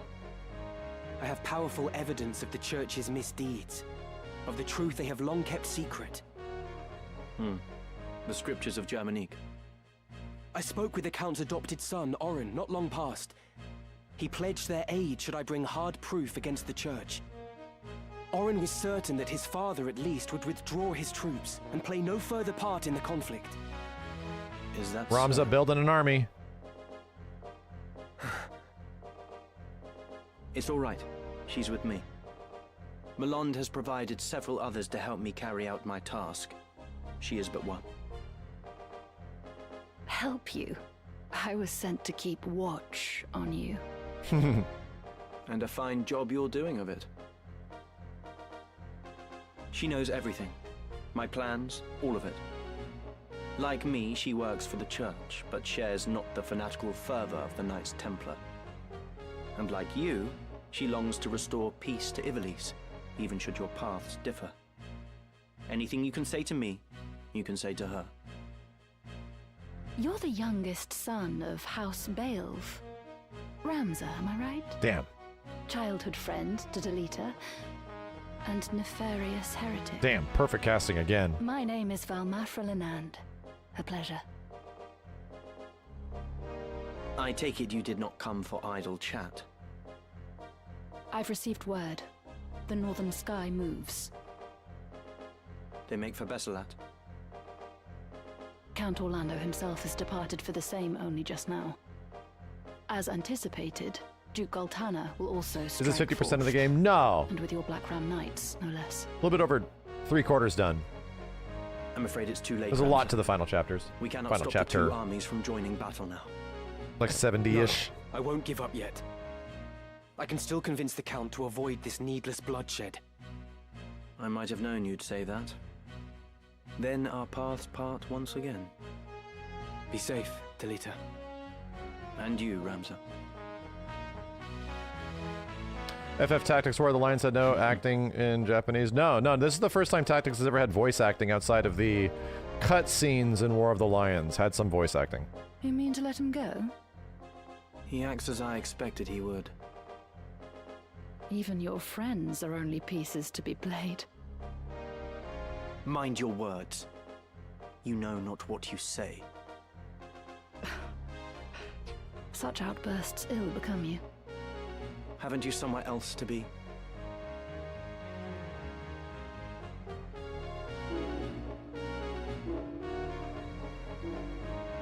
Nice touch on the bells. And it said side quests too. You have to. You have to do all the fun side quest shit and get the robot and, you know, go adopt the best animals and stuff like that. Dude, the game gives us so many more slots to work with. Oh my god! I need to start killing these guys. Literally. I literally need to start murdering these dudes. I gotta go to some basic ass goblin fight and literally start murdering these stupid pigs. Right? I gotta start culling the bacon. Holy mother of God. I didn't realize there was so many. There's already like nearly 15 of them or some shit. What the hell? Yeah, chat, you literally have to keep one pig to poach it because it gives you what? Right? You go into a fight with poach and you literally poach the pigs. You can only get pigs in 2 fights. Yeah? Oh, ribbons. Is it a chance of poaching it for? It's just a chance, right? Huh. Good to know.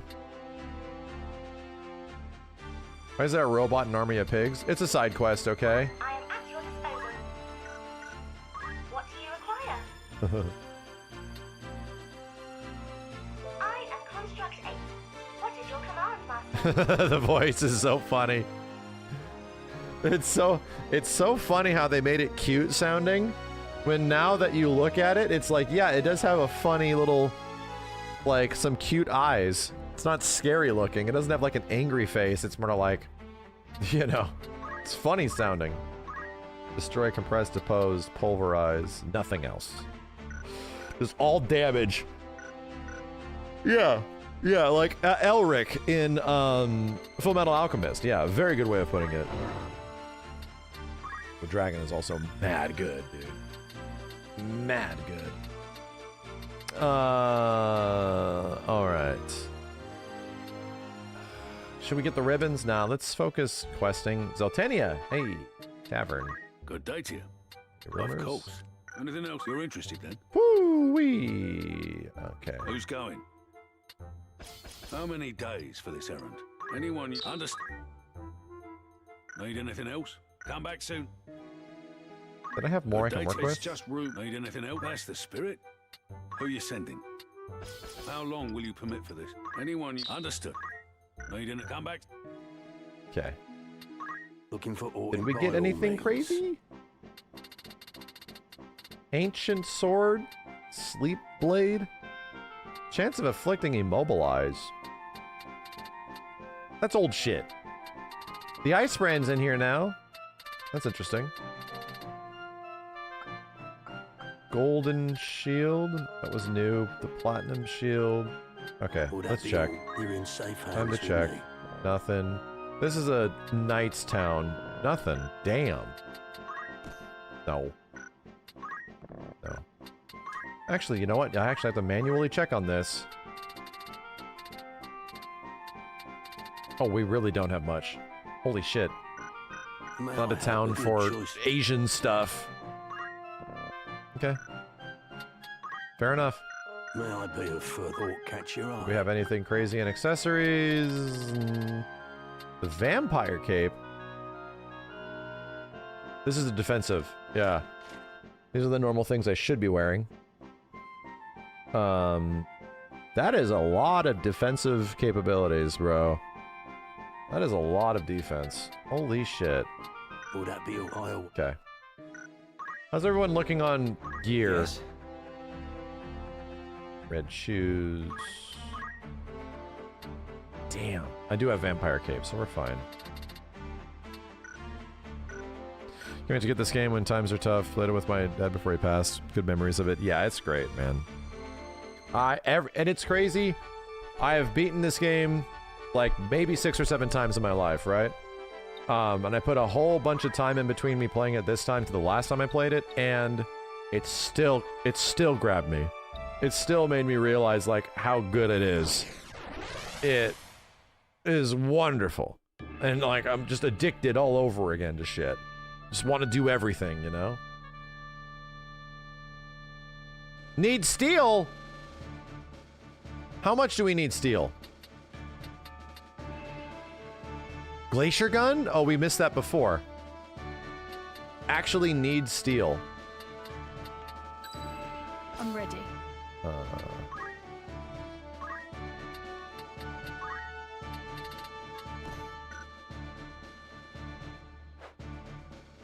Steel weapon. Right? Yeah. We're good. Did you get the materia blade? We haven't even unlocked that area yet. We can't even go to... we can't even go to that area yet.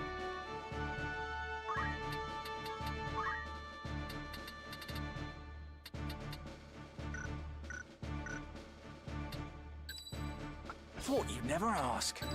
Right. I am committed. Let her rip. At the ready. What music we getting? It's a random fight. That's the last of it. The winds bear it onward. Wonder if I just have to kill him. And fair winds they are. I should keep it airborne for a half day if they hold more than enough time.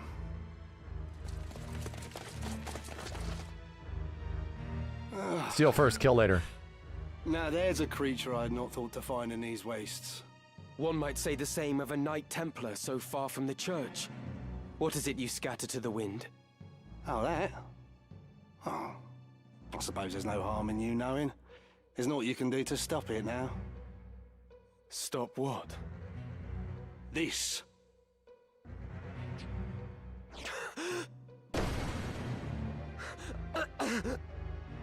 Poison! Rude. Indeed. Though it is something of an acquired taste. We cast this fine powder upon the winds toward the northern sky. The toxin will not kill the men who breathe it, but it will strike them ill, rendering them unable to fight. But why? Surely the church does not intend to hand victory to Goltana. Very clever. I'll expect no less of a Beowulf. The moment Goltana hears of the northern sky's plight, he will send his armies against them. With his own stronghold unguarded, Goltana will be an easy target for assassination. And Count Orlando with him. But do not think Duke Larg will escape this scourge. He too will die. So you see, we really have thought of everything. Your methods are inhuman. You should rejoice. This will mean an end to war and bloodshed. And with that end, a new beginning. The church's hand shall rule. Such is the will of the people. They clamour for change. An end to groveling at highborn heels. The church is a covetous would-be usurper. Nothing more. Rather than seek to elevate the people, you manipulate their hopes and fears in order to seize power. The war will end, but not like this. Mayhap. But you shall have to best me first. Let us see how your strength holds. This guy's got a gun. I need to steal that immediately. Oh, I think I still had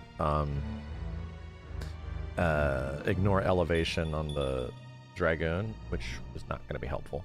You're going to shoot somebody dead right at the start, aren't you? You fuck. Soulbind his ass, please. Soulbind his ass. Let's go. Kiss it. Give me my life back. All right. Oh, I can... Let's go, dude. Right out the bat, right?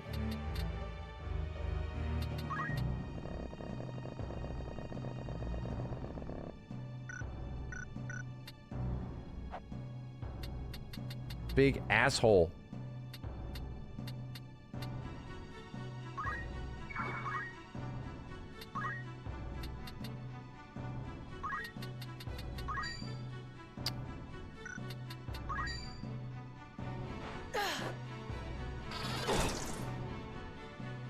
So lame. Oh my god, I'm gonna get shot. Nah, I'm gonna go over here and punch you. You're gonna get fucking punched. Now! Got me Okay. to contend with.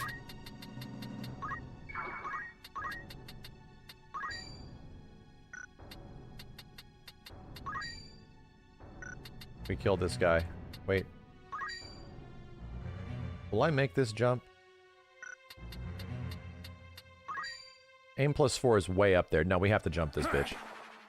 Alright, here we go. Abilities. Arithmetic. We gotta find something that targets, like, everybody, dude. And I just realized I do not have... Fuck.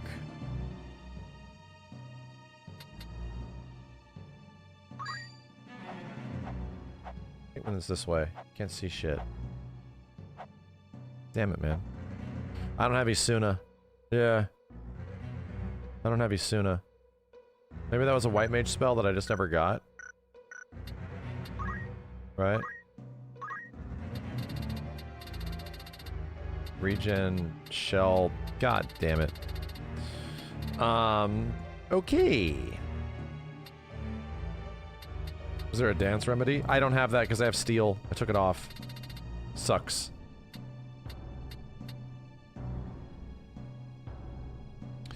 Regen would be beneficial. You're right.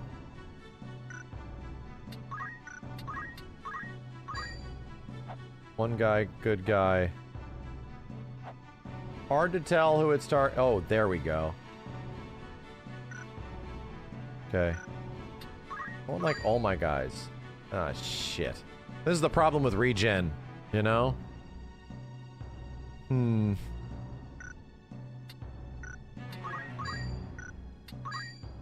Regen for 1? We don't have Isuna. Jesus. Nope. 1, 2... Fuck.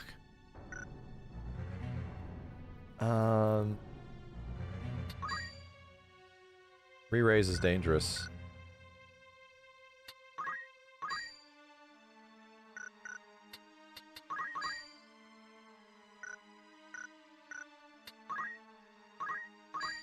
Mine. Yours. Shit.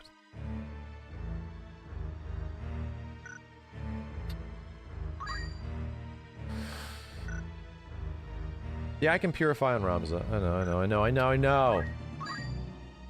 I'm just trying to figure out what I want to do here. Okay. That can nuke 2 bitches. 2 problems. Right? It's just them. It's just them. I like it. Holy or flare? Let's go with holy. Right. Let's go with holy.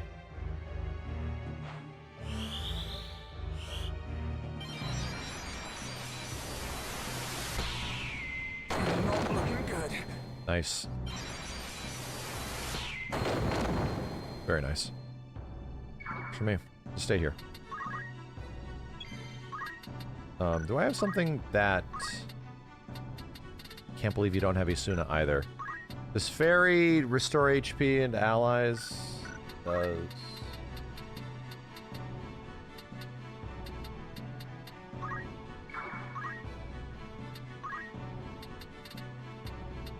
You don't even have regen. What the fuck?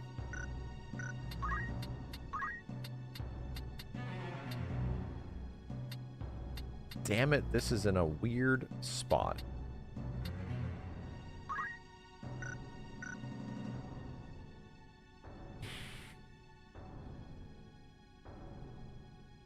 He's poisoned to death. Here.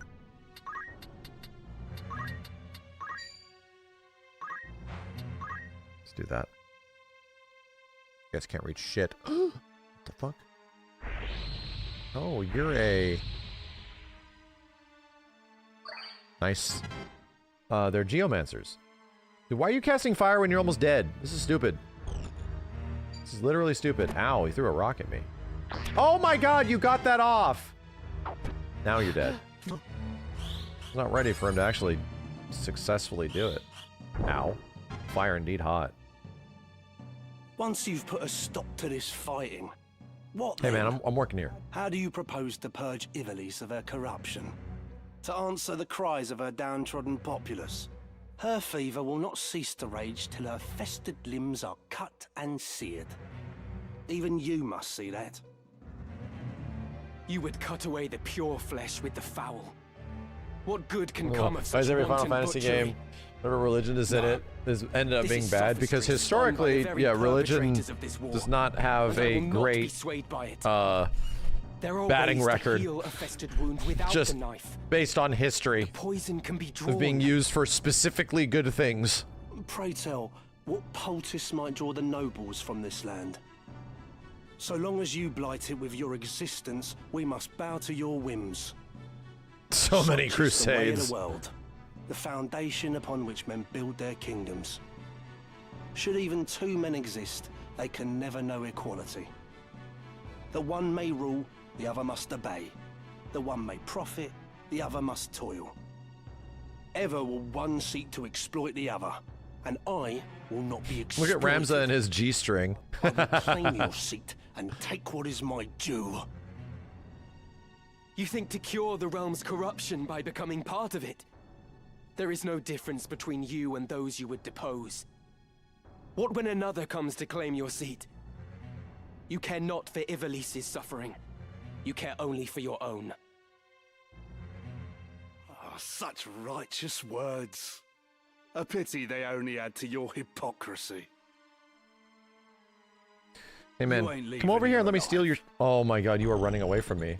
Holy shit. No match for me. Guy is literally running away. I'm gonna go over here and punch the fuck out of all these dudes. Although I am dying. Who deserves to die harder? Let's get rid of you.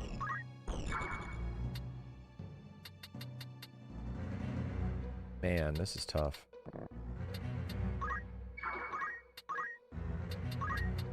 Man.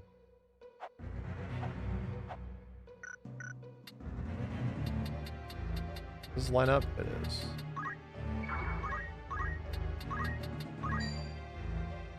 Damn you! Okay. The archers are... Oh my god, that does a ton of damage. Holy shit. Arithmetics. Alright. We're definitely gonna have to do some shit. Okay, was there a CT that was really good here?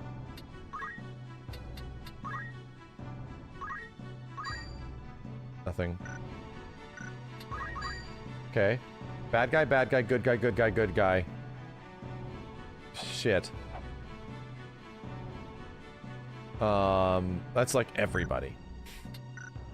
Literally everyone, alright? Literally everybody again. Like, actually everybody.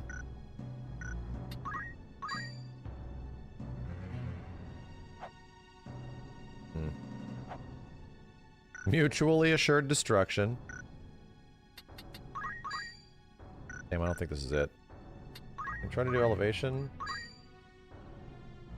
Okay, alright, this is getting my dude, their dude, all of my dudes. I'm giving one guy regen? Dude, let's do it. One guy, yeah, no. I think I should do this. Right? Let's just do regen. Yeah. Screw it, you can have it. Kill you later. Oh my fucking god, why did it miss? Why did it miss? How can it miss? That's insane. That's actually insanity. Ability.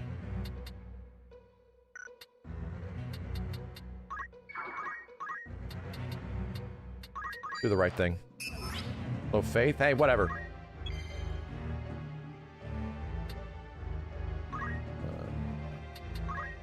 White magic. Holy dadass. Wow. Dude, this guy's mega faithed. Oh, god damn it. Hey, work. Come on. Let's go! What? What? 61%? Leg shot? Let's go! We're on up there! I cannot believe that I can't reach him. Cannot believe this shit. I need a heal. What is steel heart? Oh. Oh.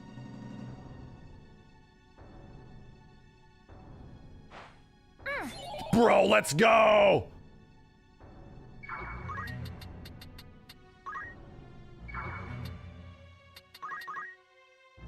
You work for me now. You break his shit. Damn straight. Where are you gonna go after? 70%. Aim +5? This guy's really aiming +5?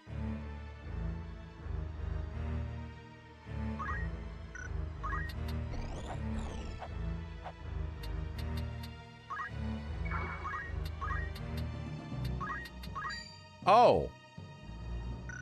Well. That doesn't work.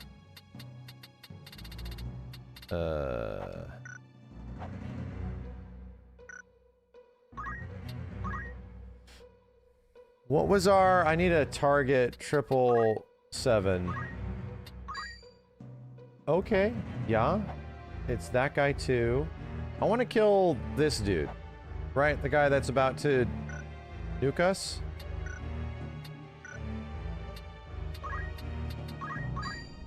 No.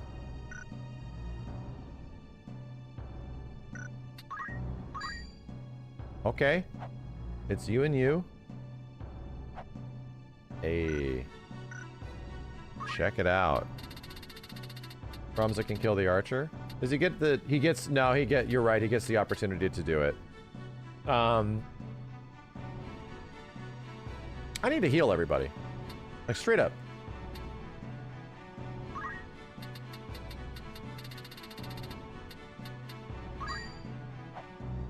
That's for Miss 777 exclusively? Oh my god, let's go. Let's go. That was worth it. And Rum's gonna go over here and waste this dude now. Being an asshole. Just stop being an asshole. Dude, Ramza doesn't... Only one punch takes care of shit. Ramza's probably dead now. I'll just go over here and stab you. Gently. 63%?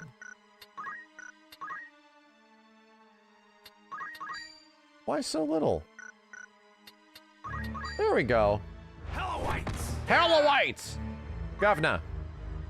You gonna shoot Ramza? Yeah, you big dumb bitch. Missed! Dude, this guy is literally camping the corner. I do not believe him.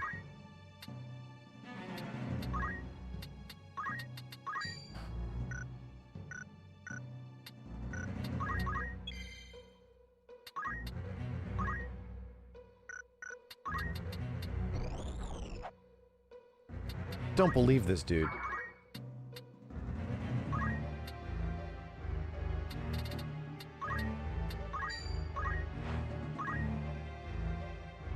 Oh, you're not charmed anymore, my dude. What the hell's that about? Ow, my shield. Soulbind this guy.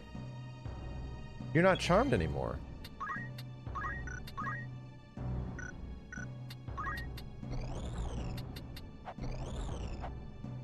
I'm gonna go block you. Right? Can I block him? Can.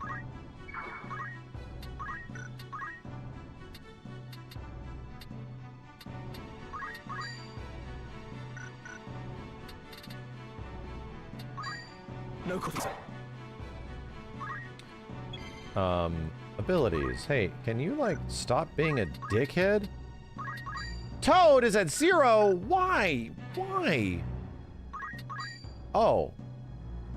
Good night, sweet prince.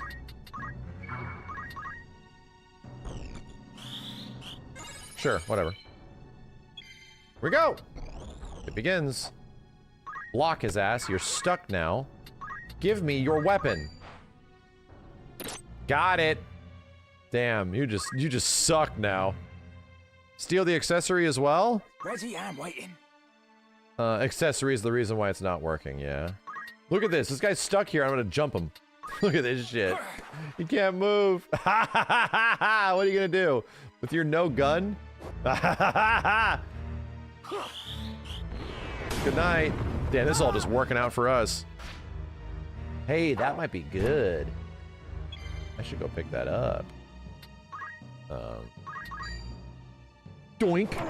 Doink. Bloody hell. What's this? Speed surge. Yeah, sure.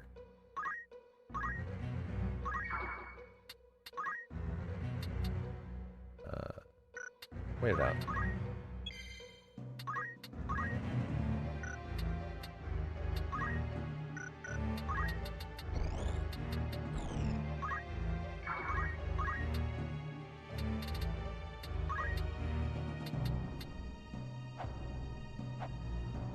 Just for funsies. Stop it. Waste your time. Let's go. Not now. Not when we're so close. People aren't teleporting away anymore. In Chapter 4, they are dying. We must find Count Orlando. R.I.P. Bozo. That was a clean fight. Yeah, we got it. We didn't steal the armor. I don't think the armor is anything necessarily super special. It's not like we really need it at the moment. We're doing fine. We're doing fine. Count Bloom? Me? Plotting against the Duke? Are you mad? Ryutaka, thanks for the 777s. Thanks for introducing me to FF7. The franchise has very quickly taken over everything around me.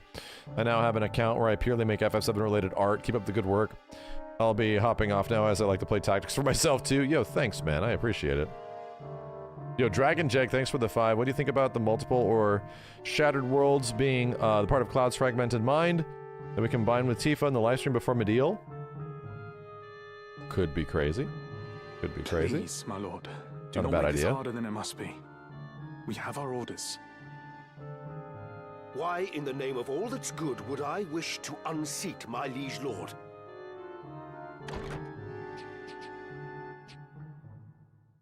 You ask the very question that vexes me. I am gravely disappointed in you, Cid. I had thought you a friend. Surely you cannot mean that, Your Grace. The gods as my witness, I am no turncloak. I am your most loyal man. My conscience is clean. What lying blackguard would besmirch my name? Even yet you deny it. Your betrayal is as cold steel through my heart. You have conspired with rogue elements within the church to see me overthrown. My information comes from the High Confessor himself. You can imagine his distress upon learning of the plot. Your Grace, the High Confessor deceives you. It is he who schemes in the shadows. Now there is an august claim. Have you any evidence of this? My son Oren is close to obtaining proof, yet even without it, the plot is as clear as day. It is by the Church's design that you are at war with Duke Larg, that they may seize control of the kingdom in the aftermath. Ha! Never have I heard such nonsense. Pray tell, when did you shed your pride and don the fool's motley in its stead? What a line. 20 and more years of loyal service. And still, I have not earned your trust. Words fail me, Your Grace. As you fail me. I cannot hope to fight a war without your Order's forces. Still, it seems I am left no choice but to deny you your freedom. A lamentable situation for us both. Take him from my sight.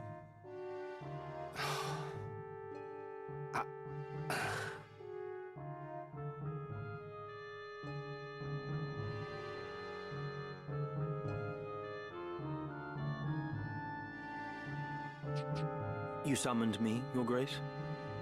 I want you to maintain your contact with Malond. Jail your best fighter, idiot. Sycophants they may be, but I cannot do without the cooperation of the upper clergy.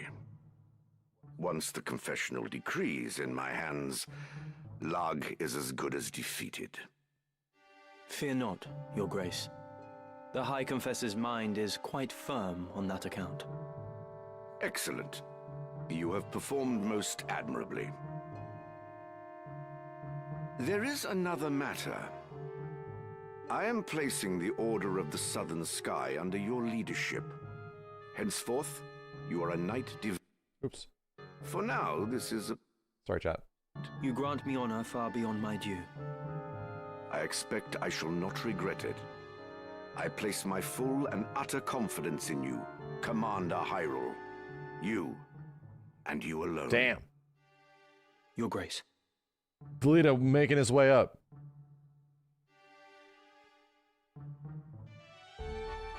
But the Sandwaste. We don't need 777 to be doing this anymore. You can do some dancing. Right, I don't think we need steel anymore, right? I also don't need ignore elevation. We need to give you your mobility back. 52 is god tier. I don't think we need 200. What is it? You also... You've mastered Dragon. We don't have any more for you. Good day to you. You've also mastered Ninja. Ramza, you've also mastered Monk. Cuthbert. Certainly. Mastered Dragoon. Me. You still got shit to learn on Black Mage. Where is it? Where is it? Oh, oh, there it is. Thundaja. Isn't Dancer and Bard have movement +3? Yes. It's a reason to get those things. Movement +3 is pretty amazing.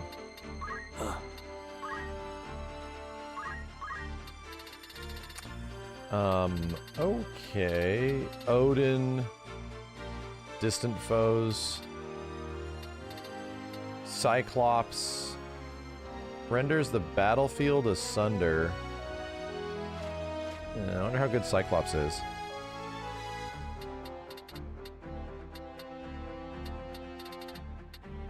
Let's grab it.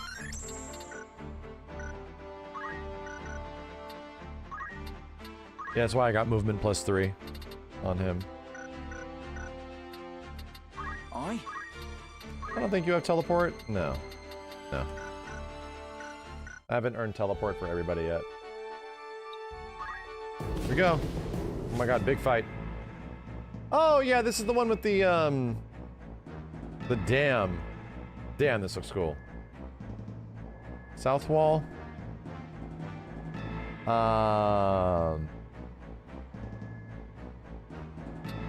Sure. Yeah, the sluice gate. I don't remember what I have to do here. South wall. Why not?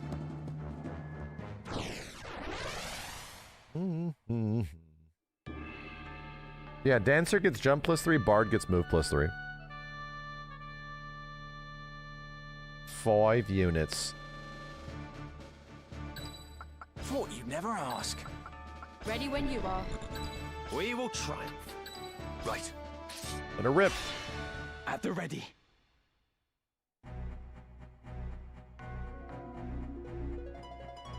Simple. Who are you? How did you breach the fortress? We come under a white banner with a matter of the utmost urgency. We must meet with Count Orlando at once. So the Count has visitors. I wager you're the rabble he found to assassinate the Duke. You fools. We hold Orlando in a cell behind these very walls. Not to worry. There's room enough in the dungeons for you and the Count both. Murder everybody. There's a ninja over there. Damn, there's a lot of targets here, dude. Oh, I'm just gonna go kill this ninja. Here we go. Let's do it. Don't give him any chance. Ah! Let's go. Hey, don't do that. Oh my god, this did not work out well. It didn't work out well.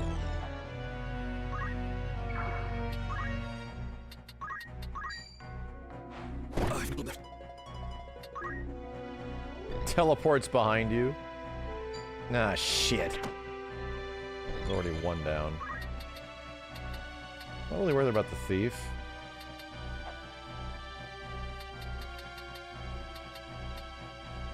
But I think I can just stab the thief to death, maybe?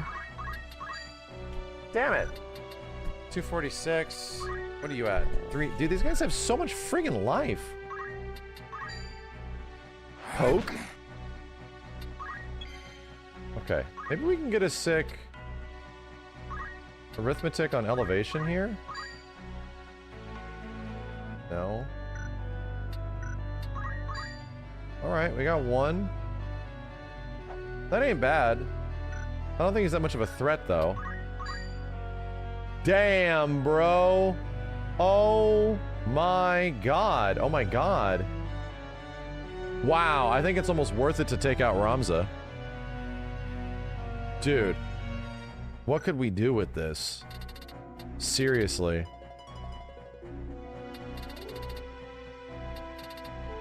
Is like Flare the best bet?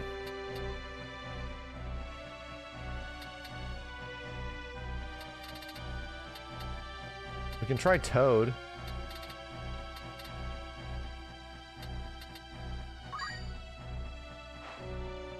I like it. Done. 2.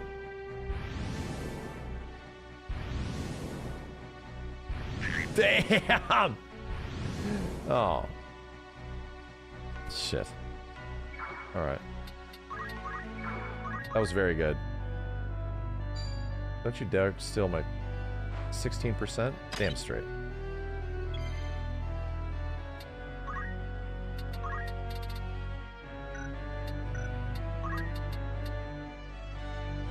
I can go kill this guy. Wow.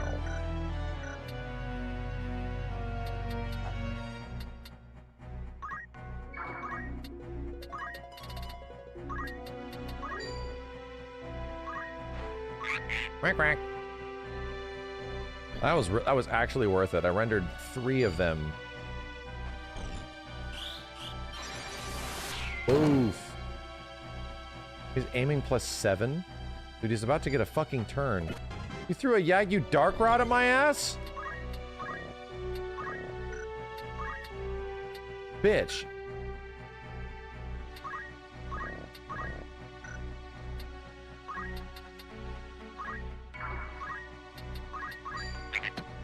Wonderful. Nice!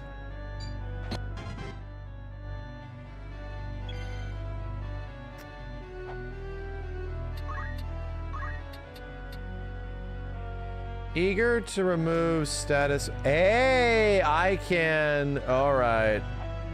All right. I have to get Miss 777 up as well.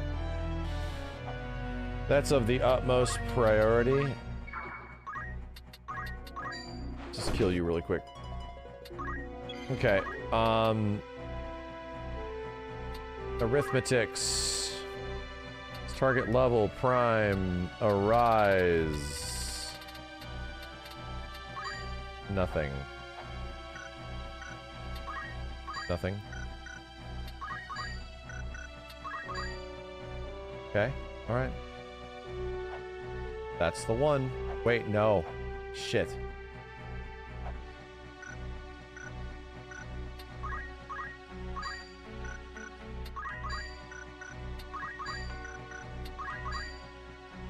Got her. Okay. Yeah, I think we got her. Good. Screw you, frog. Get her up, though. Oh my god! What the fuck? We will try.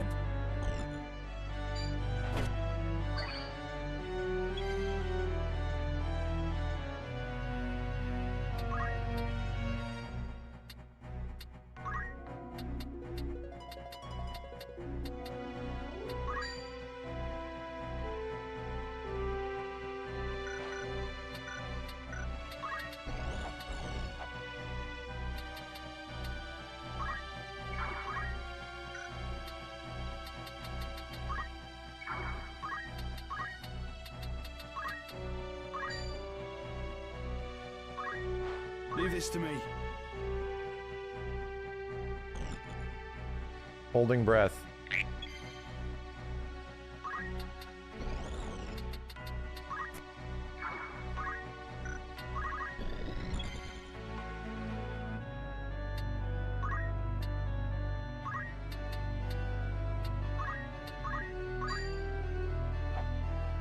Hey, I'm getting that dude. Let's go for it.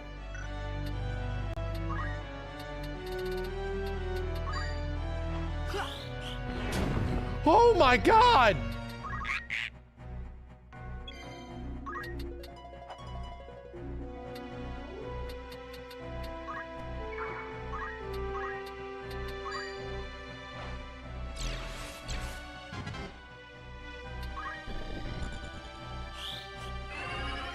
Let's go!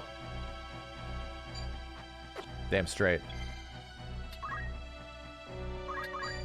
Waste of time.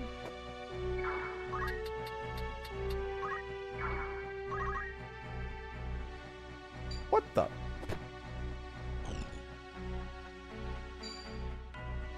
%? Good luck, bitch. Oh! Oh my god!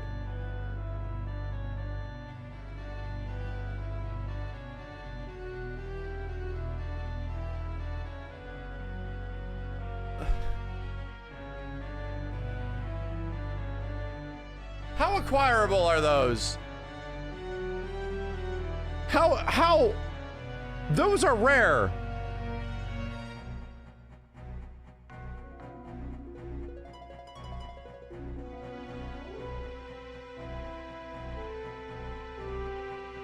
Reload the last save?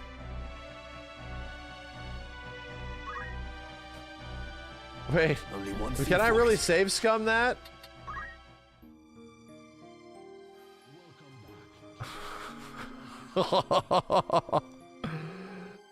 What are we talking about?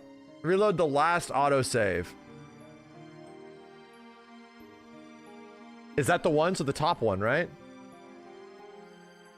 448.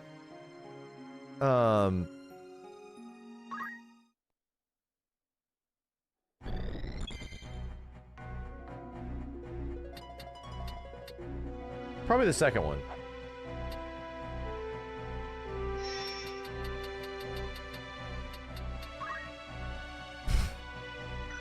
The second one.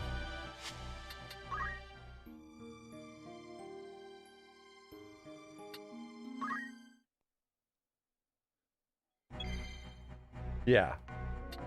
Okay. Okay. Let's try this again.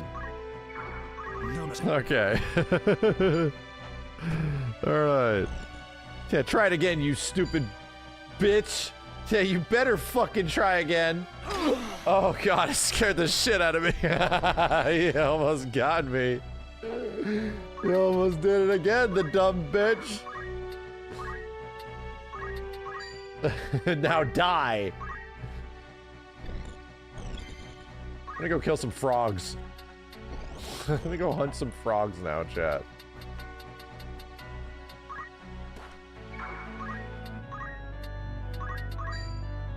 Oh damn, that was really low.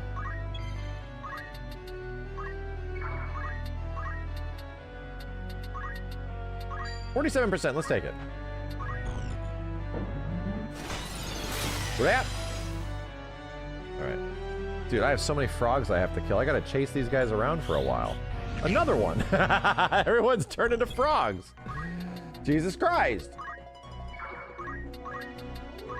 Okay, fucking frog. Eat the shit. Oh my. Just what? Brap!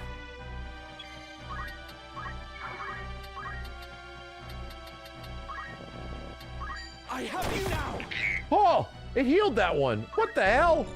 These cheeky ass frogs, dude!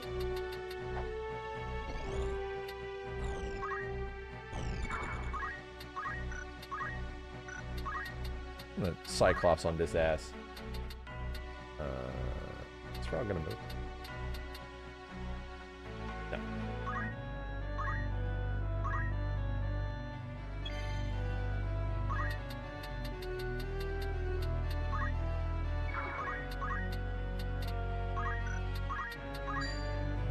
Yeah.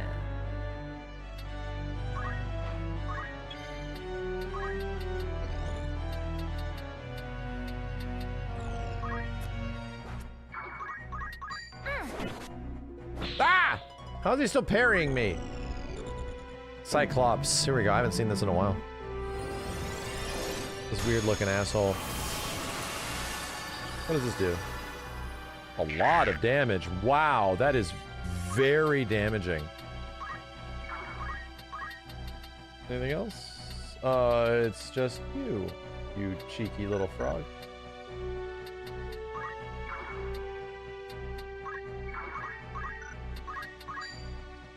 Ah! Swear to God, this guy hit me.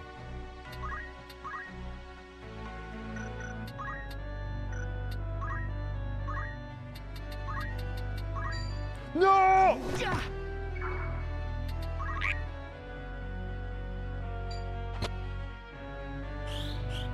That's insane. That's insane.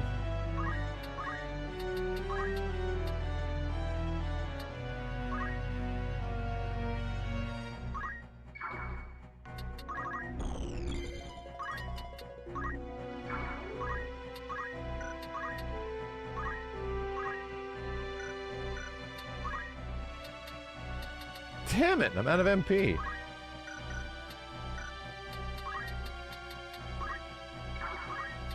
Die. Ah. You're gonna get it. Gonna get it now. Friggin' frog is surviving forever.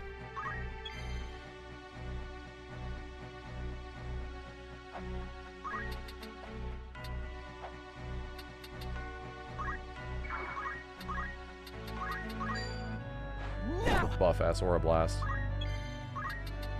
Won't die now. It's over.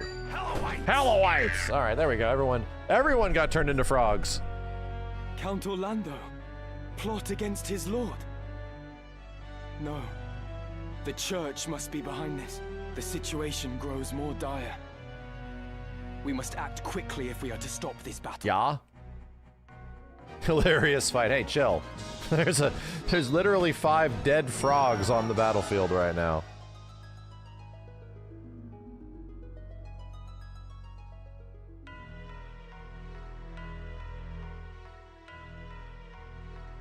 This is looking dire. What's happened here?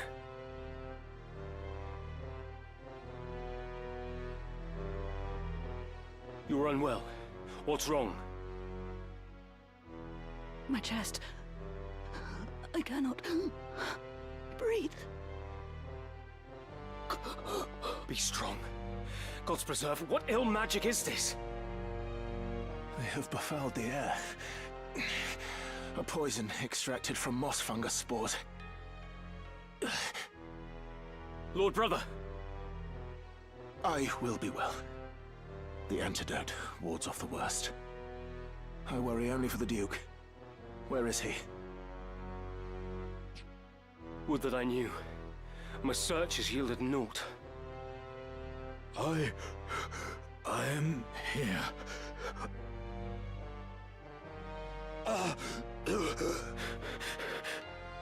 Your Grace, are you harmed? Someone! Summon an apothecary! At once! How do you feel, Your Grace? Every breath is like choking on water. And my head, it is as though it was split in twain. But the symptoms seem to subside. I just need some time. I see. Unfortunately, time is one thing you do not have. What? Oh. What are you? Dice Dog! Be silent, brother. You've betrayed me. You killed your father to gain control of your house, and now you have killed me.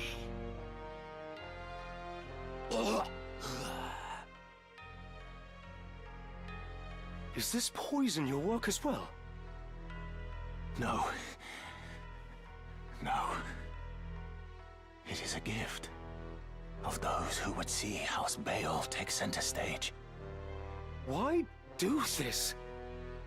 Duke Larg was slain in battle. It is now left to House Baal to carry out his wishes. This... You go too far. This dagger, place it among the corpses. They were assassins, sent by Goltana. You understand me, yes? The die is cast. Damn. Lord Brother! Cool voice acting. Jesus, man. This shit's incredible. I don't think I could have asked for more. Like, no kidding. I don't know if I could have asked for more of, like, Final Fantasy Tactics just getting, like, the most love. It feels like it got so much love. I almost don't even really miss, like, the Dark Knight stuff and the Mog Knight shit. Like, I don't know, man. That's, like, the only things about it not having those other elements, because this shit is fucking awesome. It's so good. Take the fight to him. Let's go. I'm ready. Forward. Gonna sluice it up. Oh my god! So I have to press both buttons? The sluice. With the sluice open, the lake's waters will flood everything downstream. Battle will be impossible. Open the sluice! So we pretty much gotta punch the guys that are on it? This is so hard to figure out when you first do this. Oh, let's just go kill the Black Mage, yeah. Dead. Dead. Works for me. Yeah, good luck with that. Grab the sword! How are we to see the sluice opened? Ah, I see. We've only to pull the two levers located at either end of the gate. This will be no simple feat, though. Our foes will stop at nothing to protect the devices. We must act with the utmost caution. Okay. Come on. Question is, who do I go after? The obvious target? With the back attack? Yep, that's the one. Damn, he one-shotted him! Dude, you're fucking crazy! Okay, that hurts.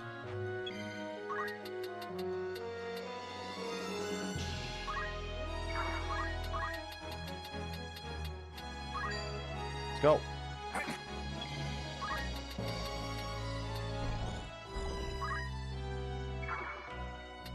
No, we don't need to do this.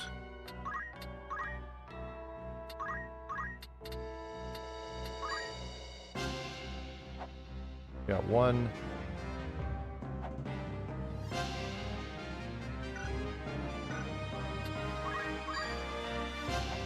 Another one.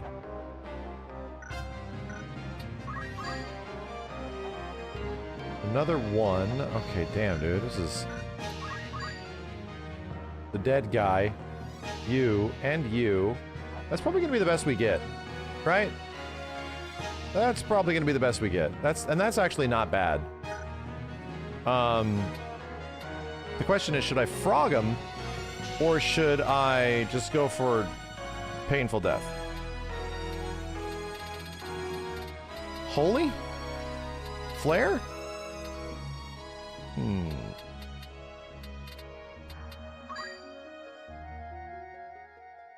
Painful death.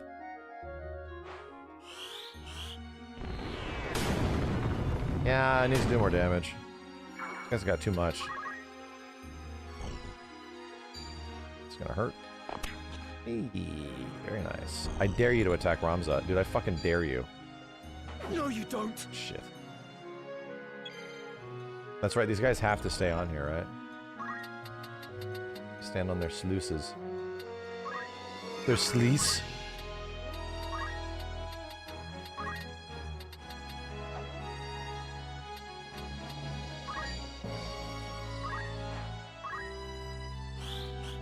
Ow. Huh? Nice. Very nice. All this is going very good. Oh, if you frog them of the other, the frog is a chance, not a guarantee. That's why.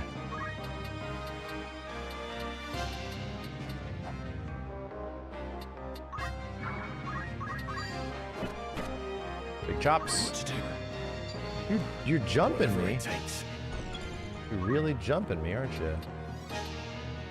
Let's just punch this guy to death. Oh, he's not dead, and I am very shocked. Holy hell.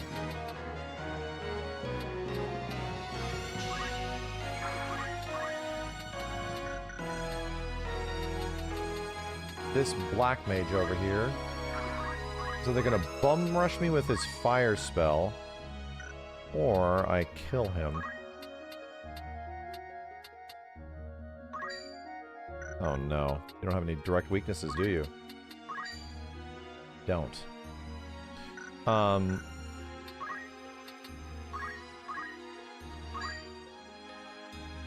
Okay.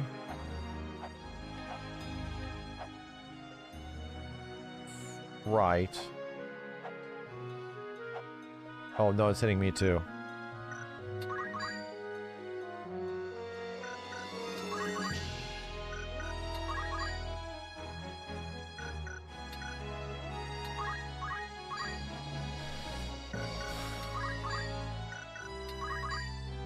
Damn arithmetics. Arithmetics.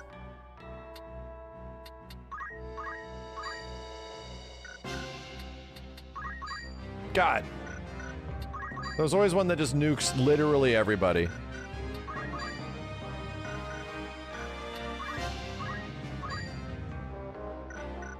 See if there's a way I can kill this guy right here, right now. I don't know if there is. Alright, that's it, but it also kills me. How poetic. I don't know if it's worth it. Just Thundara his ass. I get it before he acts, that's why. You literally would walk up to me. You would fucking walk up to me. You fucking fucker. It's gonna kill you.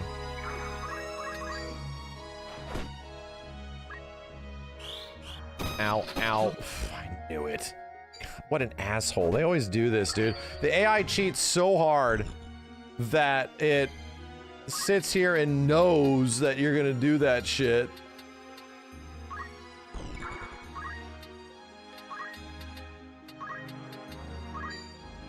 %. Not gonna risk it. Ow! Wow, that really hurt. That like really hurt.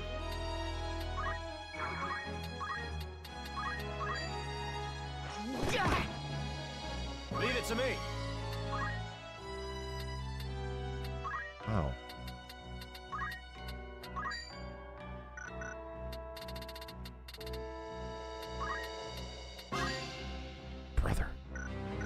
from the top rope, too.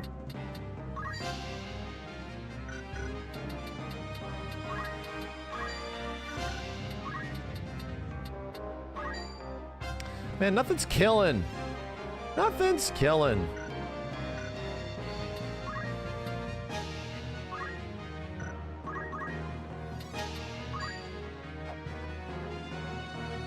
Oh, well, that's godlike.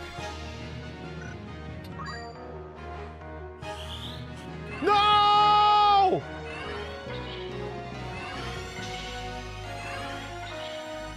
Didn't see that one.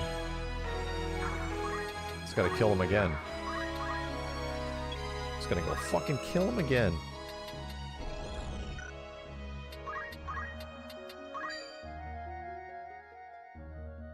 This guy has something called vigilance. What if I aura blast your ass? Damn, you survive. That's crazy. You're not leaving that spot. I'm gonna jump you. Ugh. Good call.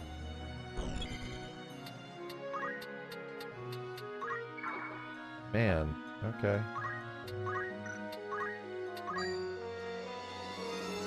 Just need one. God! It will let you pay. That guy's at very low life and he's surviving. I don't like it.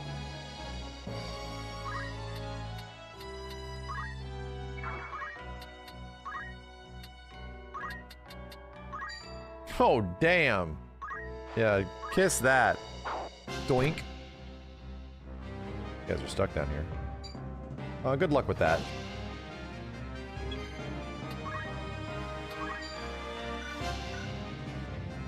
I hope you're able to dodge this lady. The Earth's wrath flows. Didn't dodge it. Oh my god, we literally have to wait for these guys to despawn. I forgot about that. We gotta wait for them to unpop. To stand on the sluice.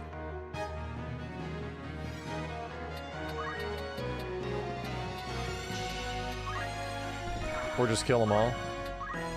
Yeah, alright.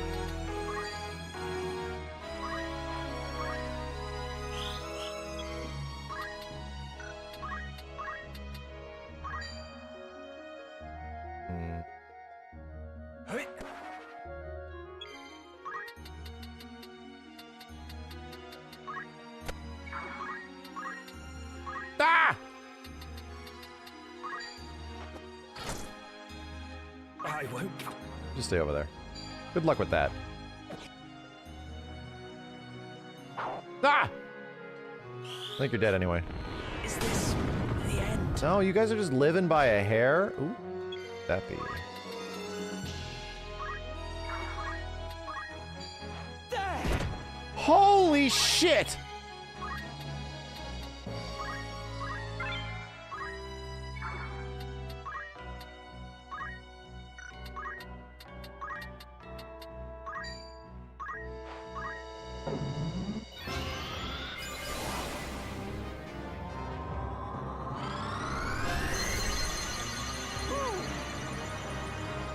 That was hitting the mage.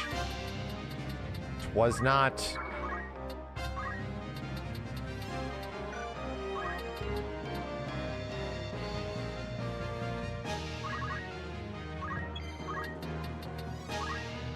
This is not deep water, is it?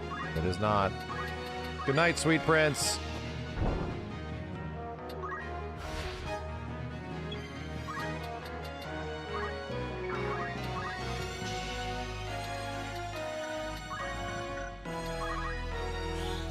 Torched.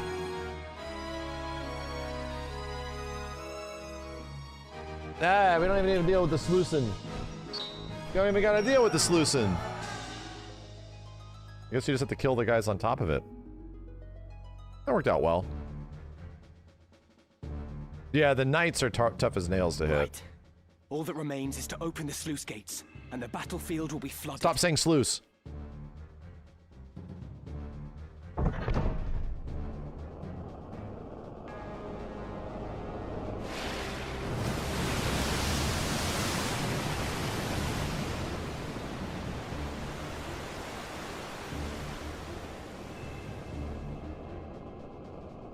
Damn, that water animation, though. It's pretty.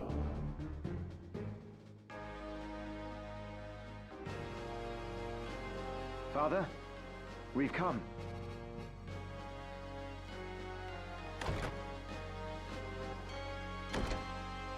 I trust you've been kept well. I made a box fort. Well enough, as you can see. And this must be Barbaneth's son, Ramza. How you've grown, boy. Still, I recognize you at once. Have we met, my lord? Yes. Though I can't say I'm surprised you've forgotten. You were only a child of some 3 or 4 years at the time. You gave us all quite a fright trying to lift my sword. Your father gave you a scolding that left you in tears, but at least you weren't hurt. It's cute. And now here you've come to rescue me. I thank you. There's no need to kneel.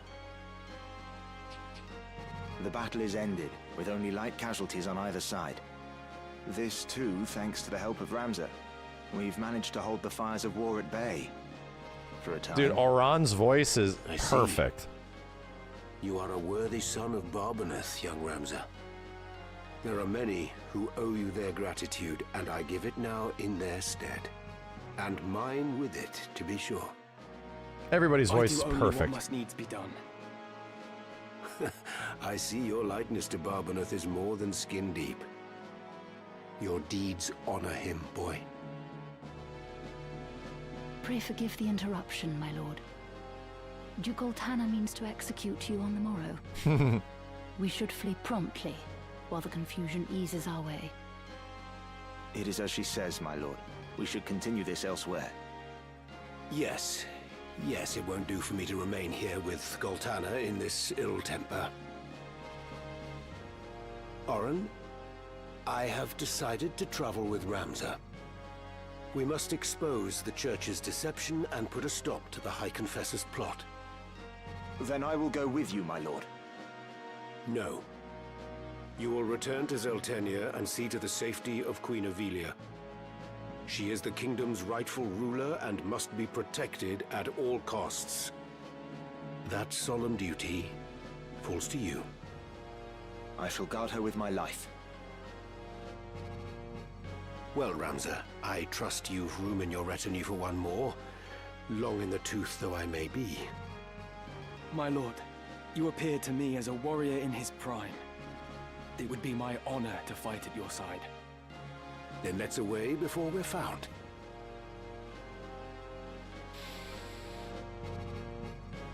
Sidolphus has such a sick design in this game, dude. He's so fucking cool looking. Look how cool this guy looks. The Sword Saint. Can't confusing that. I pledge myself to you. I gotta fight with him a bit. He's so sick looking.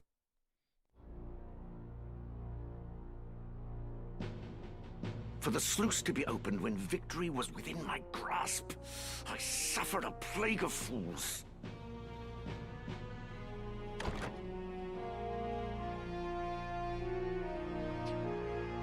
You called for me, Your Grace?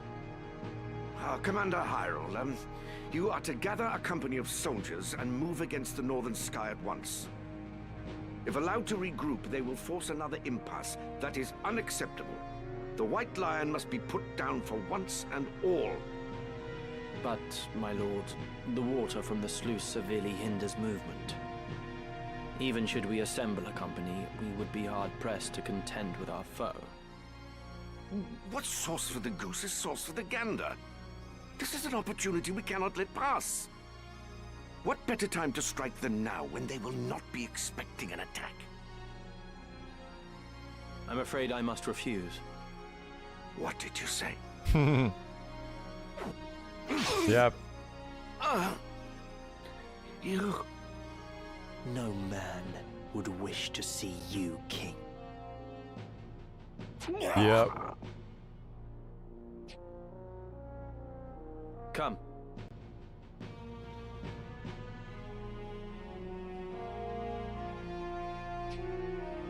Know that your death is not in vain. The vanity would be in living. when Saint Ajora calls me to his side.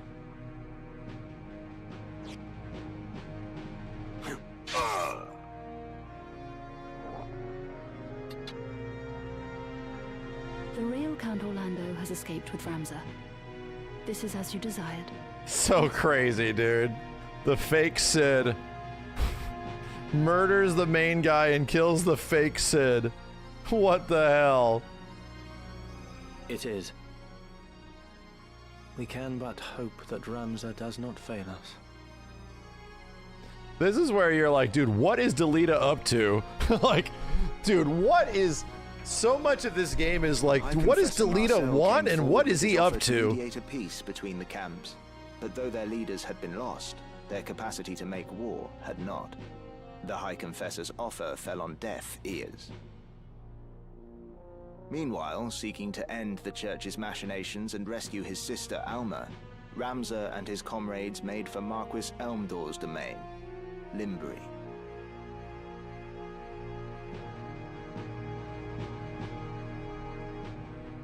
Control Alt Delita.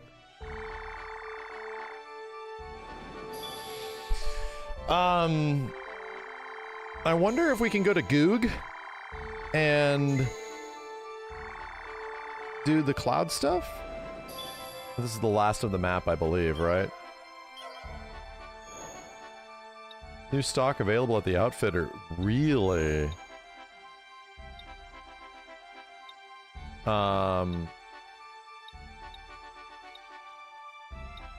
Is it in the Clockwork City of Goog? Go to the next city first.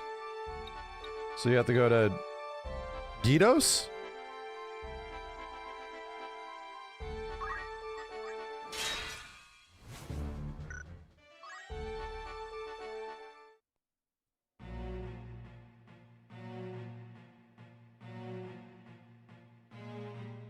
Oh, damn. A flower, sir? It's only a gill. Did they get Bree to do this voice? Did they get her to do... They did? And she's British? A flower? Yes, a flower. A blossomed bud. You've seen one, I'm sure. Of course I have. Well then, surely you could spare a gill for one of mine. They're quite pretty.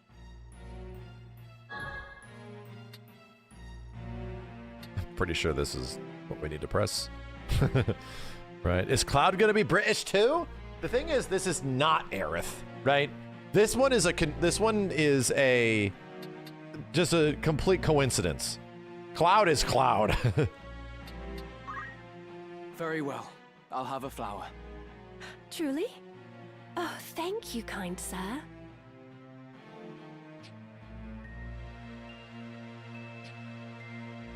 Few are inclined to stop in this squalid rookery, and even fewer buy. It is a harder life than you know. I always dream some charming knight will come galloping through and sweep me away from all this. Dude, it's actually insane that in the original Final Fantasy Tactics, its crossover with Final Fantasy VII was because they were just coming out at the same time, right? And 25 years later plus, almost 30 years later, Final Fantasy VII is also back, is getting a new game, its final game, and also Final Fantasy Tactics came back. So the crossover makes sense again. Like actual insane coincidence that somehow it is a cross-promotional situation once again. Beg pardon, sir. I know there's naught you can do. I thank you again. May that flower bring you good fortune. These times are hard for all.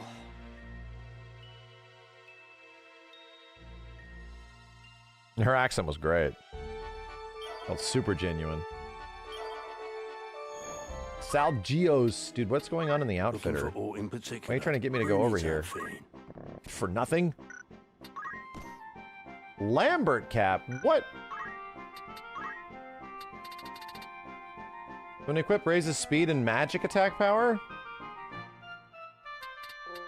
Well, it's not as good as the headband, because the headband's damage. It's more HP, though. Well, I know who that's going to be good on.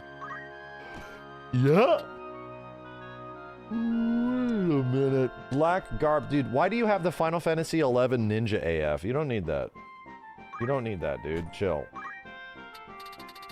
Gaia gear, hempen robe. This is old shit. Luminous robe. 50 MP. I don't really need more MP. I just need magic attack. Yeah, this makes all your regular stuff more damaging. More HP is always good. Yeah, I mean... Yeah.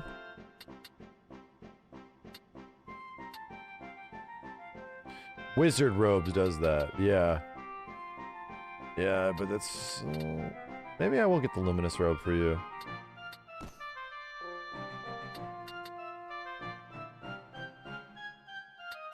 This is hopefully won't be expensive.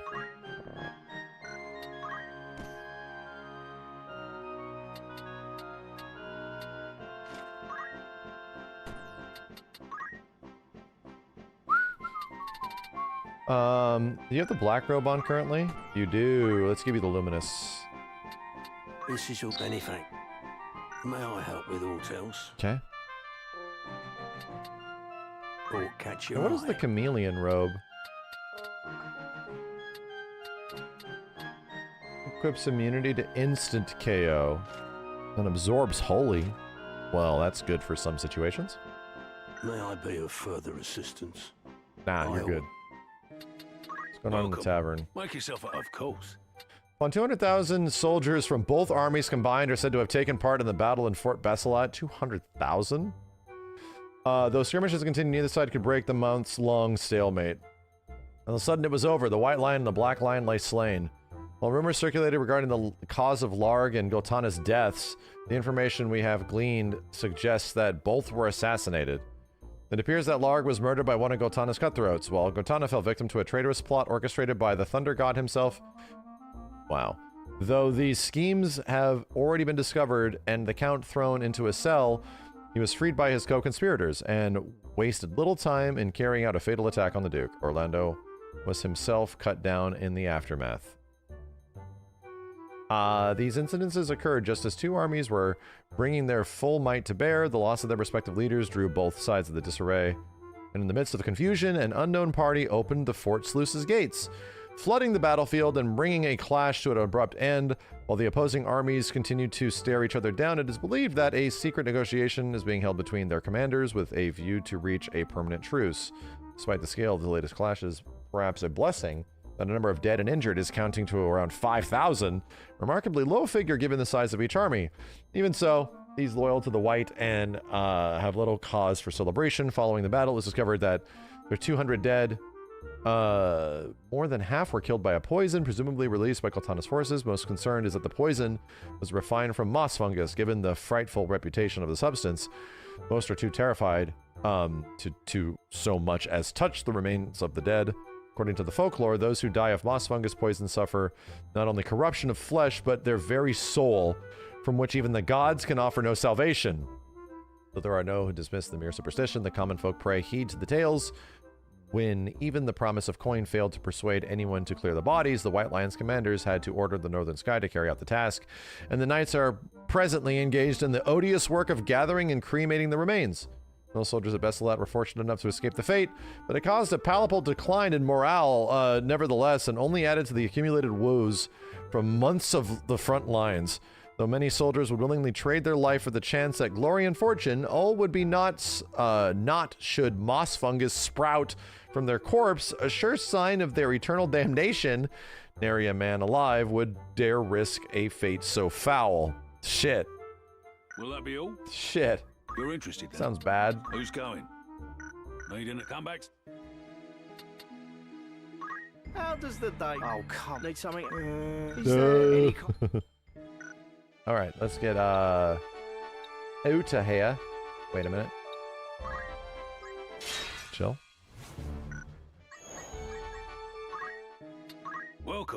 Want to earn an errand's over. Right then. It was You did some great stuff. success in Thank you for that. It just one last thing, a slight A detail that Chocobo is to make a forest. fascinating Rare discovery. breeds of Chocobos thrive in the mystical forest, and the world tree is rumored to be at its center. The pungent scent of Chocobo fills the air. Another ancient wonder, eh? Ancient wonder. Will that be all? Thank you. Who else is here to report? Y'all are definitely... Oh, I gotta go back. That's Zeltenia. Yeah, red Chocobos also make the game very easy if you can capture one and have it leveled up. Want to earn some gil? They kick ass, dude, and they can move anywhere. It was a complete success. Truth be told, we were met with even greater fortune. The when we Zanmato? discovered this peculiar treasure. Interesting. A fine treasure you found there. I'd consider that. These squires I have doing this work for me. The task was a success so great, none of us had thought it possible. I'd consider that. Done. Who'd you have in Just mind? send them out. How many days will you allow for this? Very well. So many And side then quests. All right, now to Goog. Ah! You know what I did when I was playing on the handheld version of this? I was doing battles in all the areas I normally don't go back to.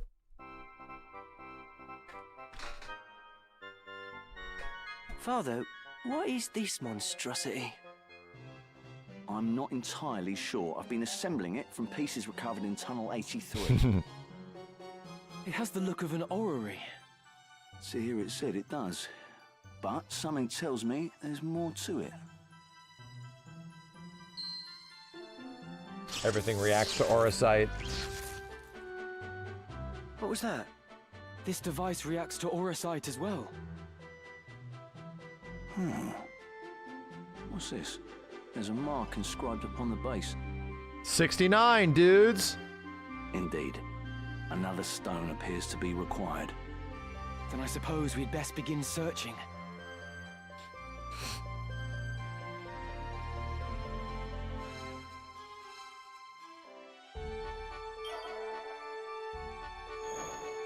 New rumor available in Goog? Good day to you. Of course. Not here. Will that be all? Thank you. I gotta run all the way up here? That's a lot of traveling, bro. Ah! Thing's trying to fight me. Dude, in the old game, you would literally have to save scum every time you moved once, chat. Like, that's what's crazy. If you did not want to fight those fights, every time you moved one location, you'd have to save so that you couldn't fight, because anytime you traveled, you got into fights, and it was just like, well, I guess I'm just gonna fight, right? It literally would add 10 to 15 hours to a playthrough, where this game could be like 30 to 35 hours, but it would make the game 50 hours, because it was like, the save scumming is a thing, and if you just let it rip, you would just get into fights all the time, you know? Welcome. That's the spirit. An errand. Right then. It was a complete success in every sense. Through our That's not all. We also acquired something quite incredible. Fine treasure. Congratulations. These random fights are story fights. They are random. They are like the equivalent of random battles in old RPGs. The problem is that the battles and tactics scale with you. Anything else I can help you with? Of course. Like, the tactics battles scale with you. So if I go even to the very first area of the game, those enemies are hard now. Like, they're level 60. So any area I go to will naturally scale to whatever I'm currently at, and they're all going to be challenging. Every single one is going to be challenging. You can't just run from fights. This seems interesting. Mayhap I should look into it. The Isle of Noveska lies some 80,000 domes north of Zeltenia. The center of the island is home to the ruins of many ancient temples, which serves as the crucial base. Isn't this the place that we go to where you fight the dragons and you go on top of one of the pillars and you can yoink something out of the ground? Noveska may appear to be a lush jungle paradise. The local fishermen avoid it, claiming that it's cursed and a fearsome iron sentinel. Yes, you have to fight the robot. Those who wish to see it, rumors is substantial. Need anything else? Thank you. New errand available. Damn, yeah, and it opens it up. Noveska. Cool. warm welcome to. Nothing. Need anything? Of course. Anything else? Come back. So, do you want a treasure hunter with chemist and a high jump stat? This map has missable items on the pillars. Yeah, I know. Do we need to do this right now? Is this the one we have to do to get up there? Best spear and shield? Yeah, I have to bring the robot. So, what's the game plan? I need 4 missable items. Okay. Chill. Low bravery alchemist with treasure hunter. You say. What is it? You do mean chemist?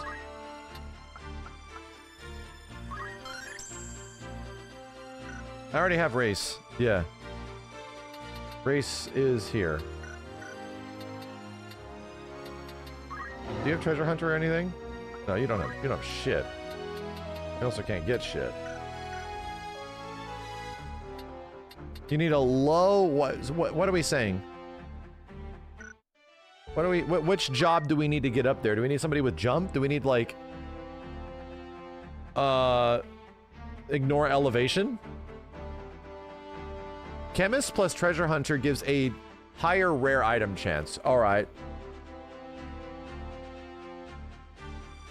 This fight sucks on hard, by the way. I can see that. You have high bravery while jumping and getting that. The spear, you get a shit one. Really? Low bravery, higher chance for good item.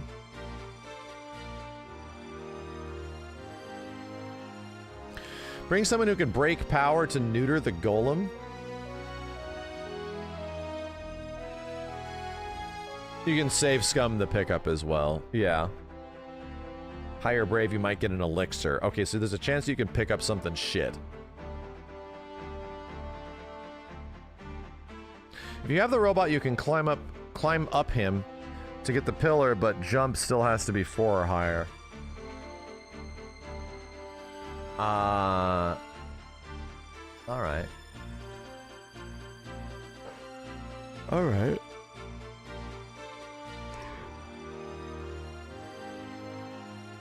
Just give a chemist jump shoes. Dalmas, what are you looking at? What is it?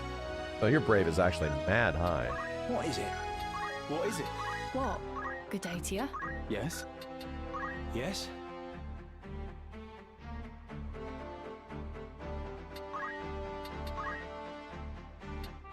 I rather like this.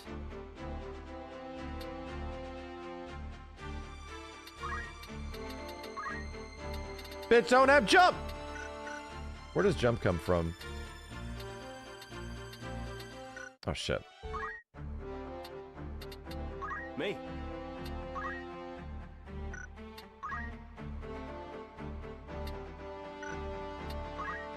Oh, I definitely can learn it.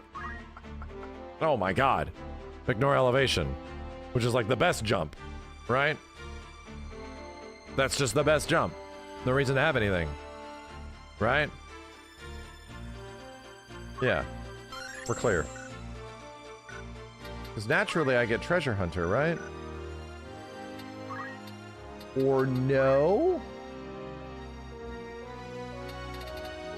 God damn it. We have to have this.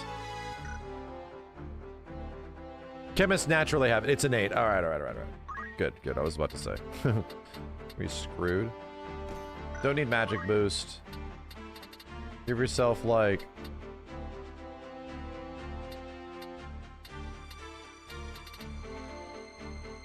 defense boost? Yeah, might as well.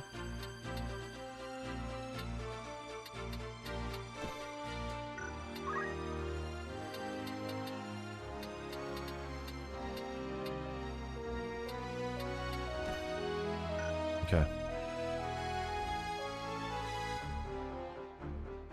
Thought treasure hunter and chemist stack for better odds. You know, we'll be fine. I think we'll be fine. They have a lot of defense. Yeah, I might just throw in, Jesus Christ. I might just throw in Orlando. Is it? The Sword Saint. I feel like I've done this before. You know? I feel like I've done this before with him.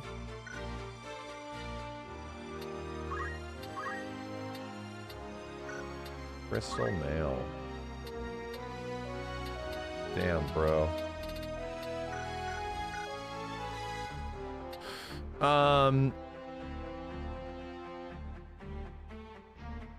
Chicken saves the day with high brave shenanigans. Yeah. So, what is the unique game plan here we got? Let's try to do this. Save.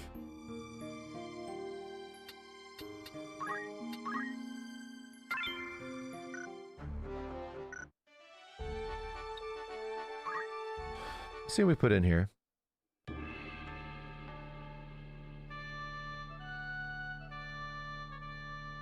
Yeah, this is definitely the map. I remember this. So we need one robot. Actually, we don't need the robot.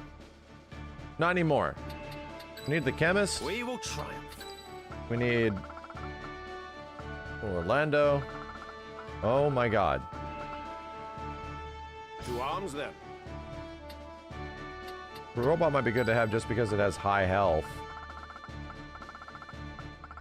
Right, 538. Is he just good to have around as a tank?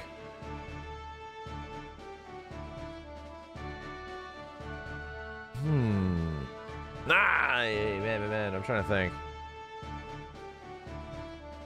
Yeah, I have the ability to get up there, it's no problem. It's just... add someone with rend? I don't know if I have anybody particularly good with that. You have Spellblade and shit.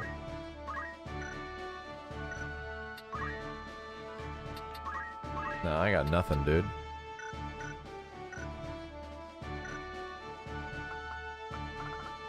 Guess I can change somebody else's job to be that. At your command. Yeah, the enemies hit very hard here.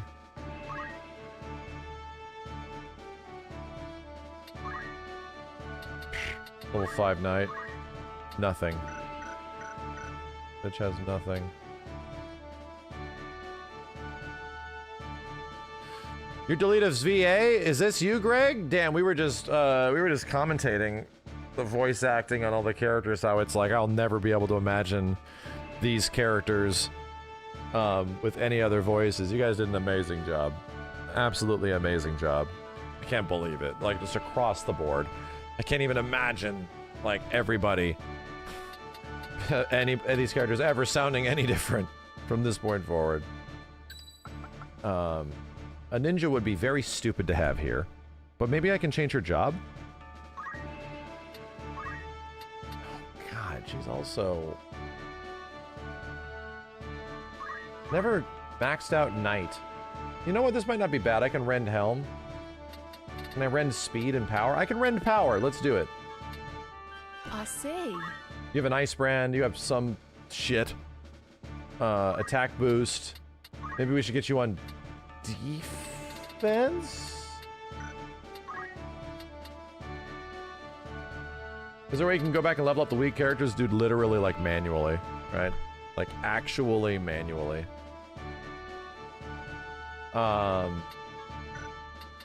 Dance. Fundaments.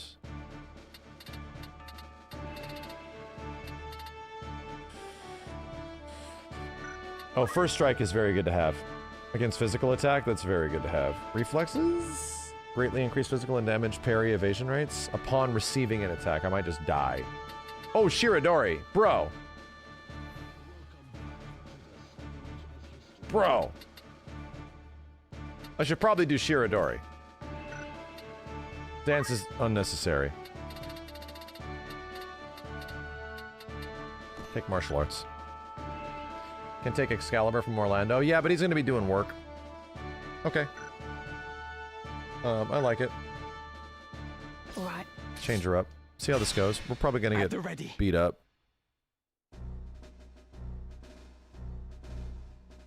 The birds. That's right. The dragon's really up there. Warning. Warning.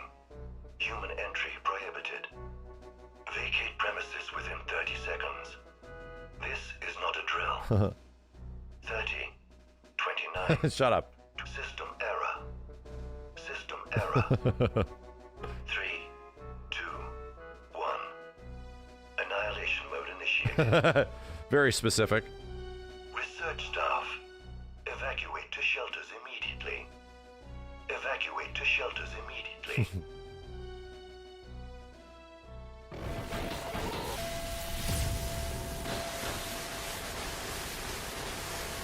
Now we're at endgame shit.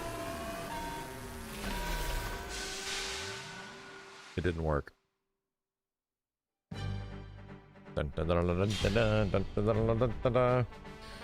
Alright, so I gotta get the dragons off of this shit. Hopefully that doesn't just kill us. So I have to rend the power of the robot like over and over and over again.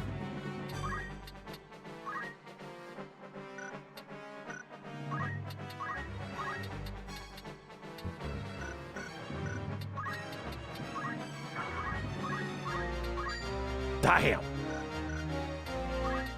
Damn!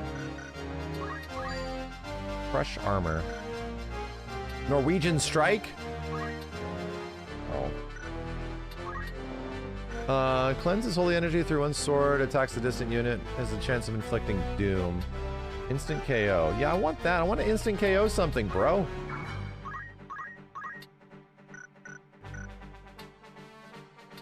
Hopefully the robot doesn't have much movement. Get the Judgment Blade. Get off that thing. I need you to get off that thing, dude. Please? The birds! They're coming to peck me! 45%. Let's go. Let's go!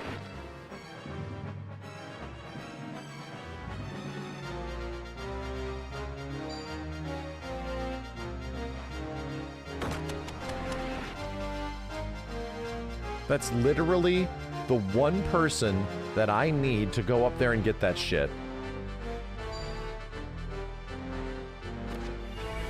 Shirodori did not help me out there. Oh god, the dragon. Ramza, do it. Try attack, do it. Bam! Get that shit. I dare you to Shirodori. I dare you.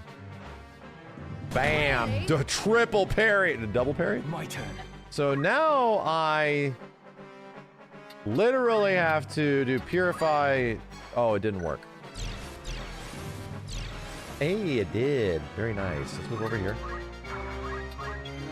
Here we go. Should we manual save?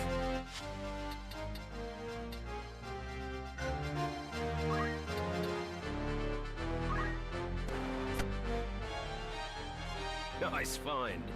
Escuchan! That's the one! That's the first time I ever did that, too. I'm literally getting the tutorial like 30 hours into this. That's the wrong shield!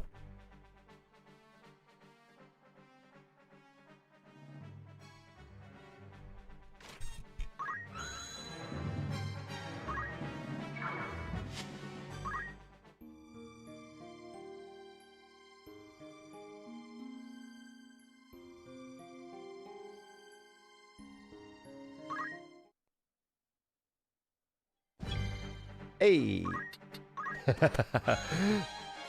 Nice find.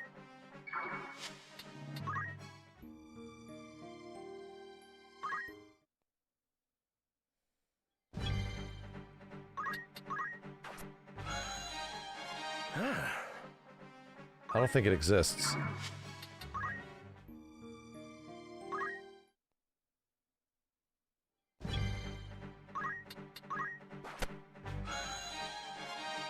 Bro, I'm at like, I have a 43% chance of getting this. This is bullshit.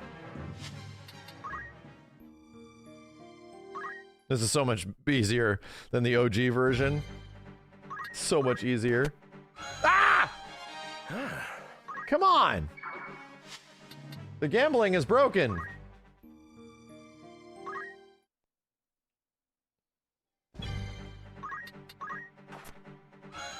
Chat. Nice find.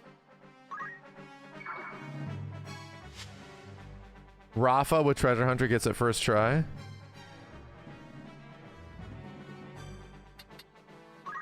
Yeah, nothing is seeded, so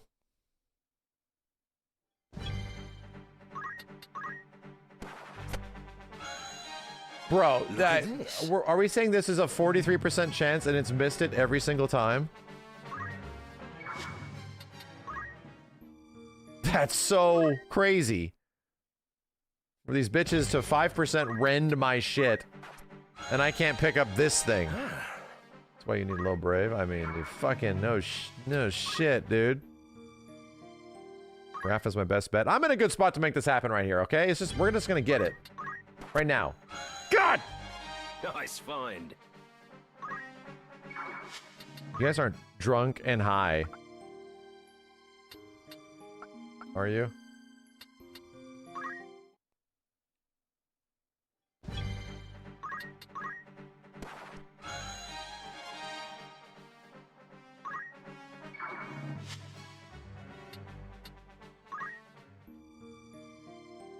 No, you wouldn't even be able to do this with PS1 loading times. You'd have to redo the whole match all over again.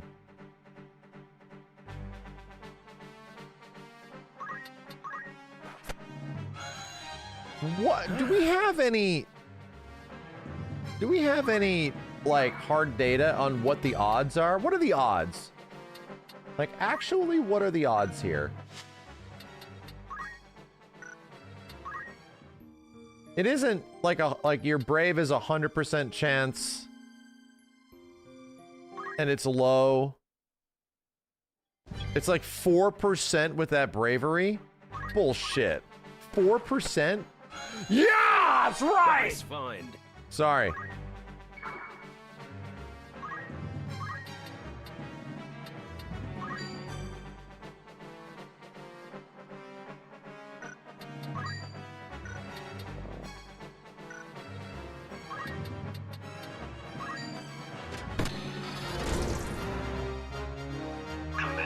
Uh-oh. Oh, he's moving away, thank God. Oh, shit. Why would you do that? My defense didn't even matter. Brother. It didn't even matter.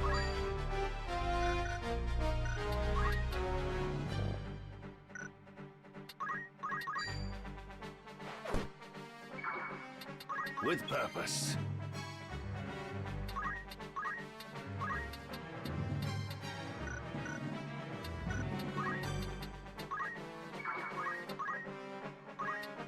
Everything is one target, right?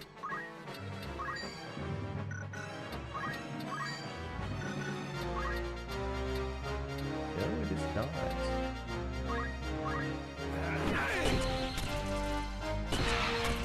Nice! Very nice. Dude, you were just stopped a second ago. Wrong one. Great dodge. They're all going out. Hey, stop. Stop. Chill. Oh, thank God it didn't, like, petrify or some shit. Alright, now I gotta move.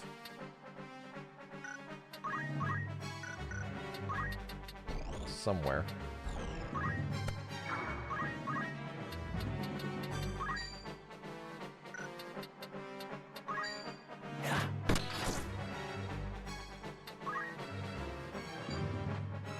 Parried!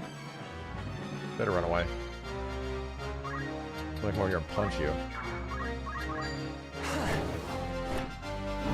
Triple-headed dragon.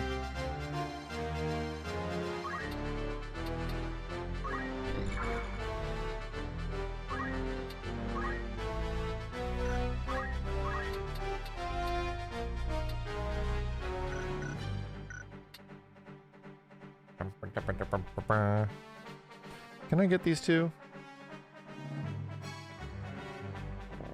Best I can do is this.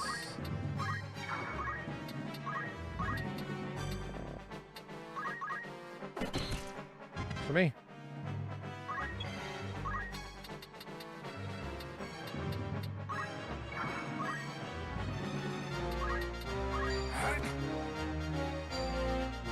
Oh my God, you live.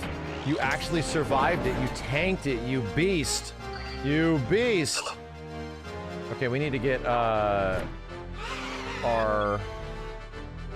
other dude back into functioning order. Norwegian strike. Boing. Wow! What the hell? All right. Here we go. Is that the one? It's not the one. It's definitely not the one. That's it? First try? No way.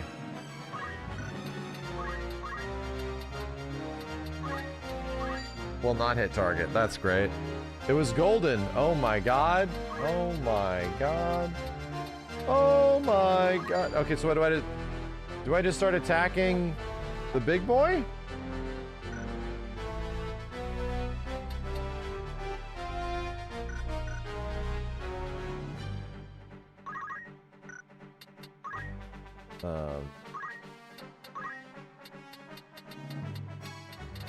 Hold on a second.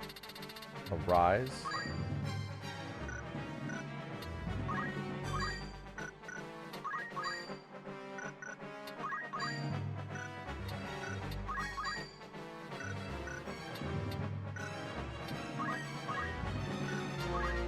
No. Come on, dude. Come on, dude. We can get you up. We can get you up. Nope.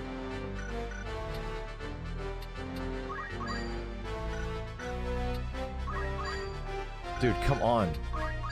All right. This might be worth it. Throw a Phoenix down. I tried, dude. Look. It doesn't reach. It does not reach. I could just, like, wait it out. Can I hit you? Oh, because it just doesn't work. I'm gonna beat the shit out of you. Nuisance detected. Counter. Ah! Got me to contend with. No, wait. We're not on the same even ground here? There we are. 80. Okay. 100%. We're good. We're good. We're good. We're good. Now then. Orlando. Whoop his ass. Beat his ass for me. Instant KO his bitch ass.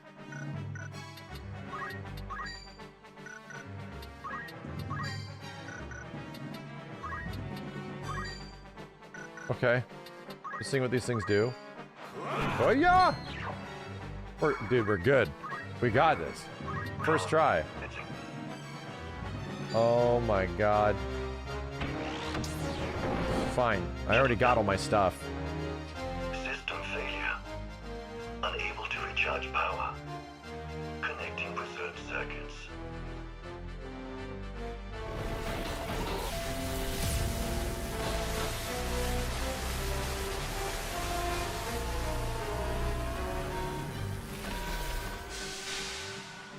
Can't even see what's happening.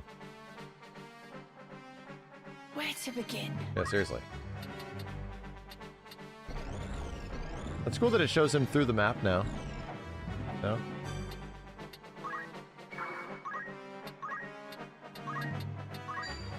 Good night. Shutting down. Alright. Data security protocol initiated. Engaging self-destruct mode and commencing countdown. Oh dear. 30, 29, 28, 27, 26. System error.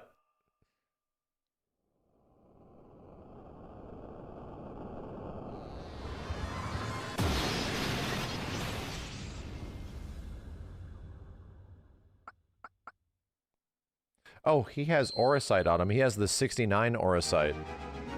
Yeah. Yeah. Damn, Orlando, the MVP. He doesn't have 69 Auracite? Why not? What?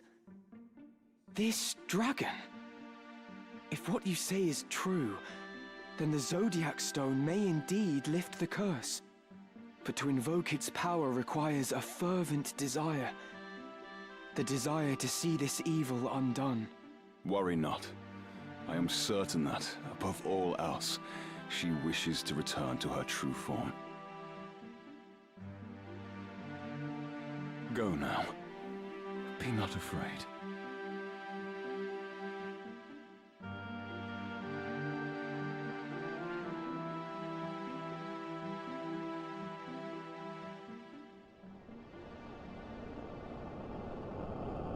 Lots of shaking.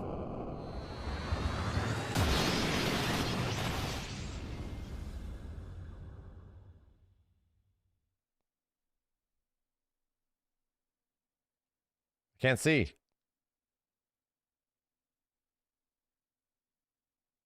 Reese, it's you. It's truly you. For years I have awaited this moment.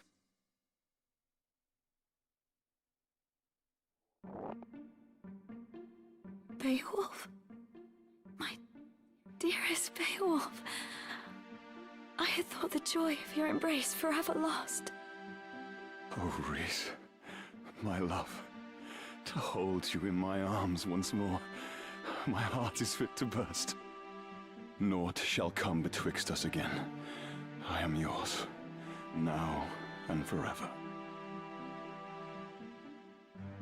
Rums is just watching. Dude. Go piss off. Dragonkin 57. I am at your service. Is Reese... What is she good at? Dragonkin?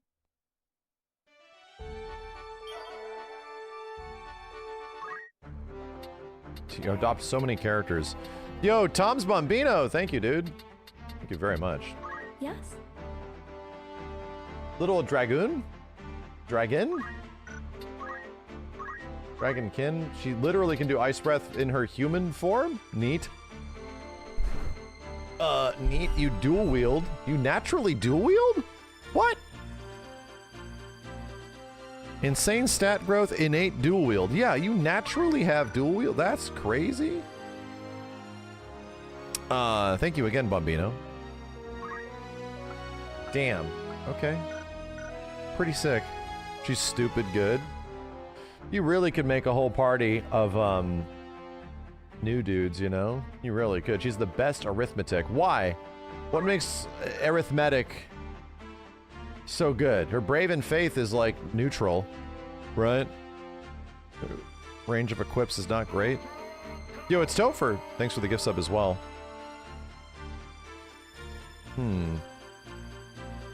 Can tame dragons and hydras, yeah. Okay. Arithmetic. We gotta start killing these dudes. Long before we get Cloud? I think we're literally gonna walk down there and do it right now. No shit. Aye? Oi! I see. Yeah, I've tamed a whole bunch of dragons in the back in the day.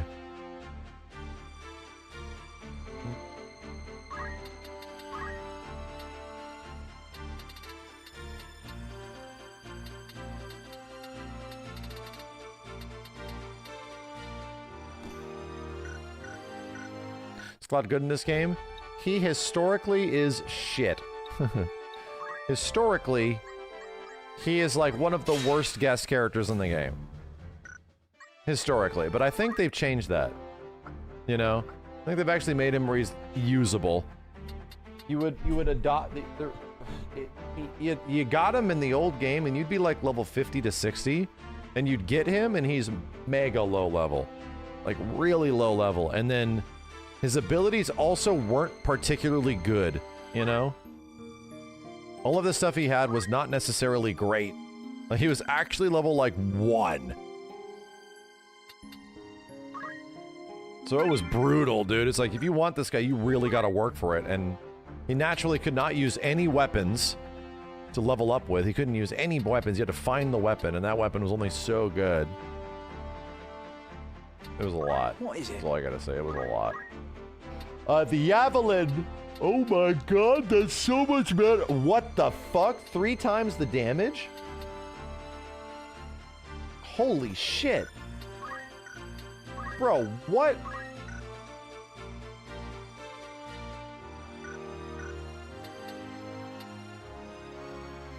Me.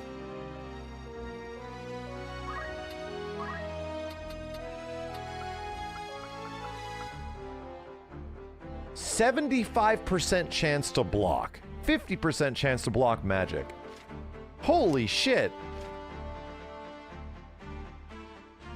And that's on top of your additional character stats and shit, right? That's not even including what you have on a base level. On a base character and their abilities. Holy shit, dude.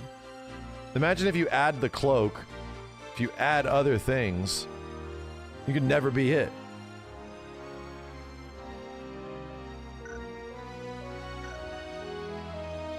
Yo, Nathaniel Armstrong, thank you. Rather Bloodborne full remake in 5 years, remaster tomorrow. Remake never happens. We'll see. We shall see. Leave you as chemist for now. It seems fun. Tagoog! Let's do it! Final Fantasy VII. You don't suppose the Aura Evening metamorphose as well, ahead of do us. you? We'll soon know. Father's mercy.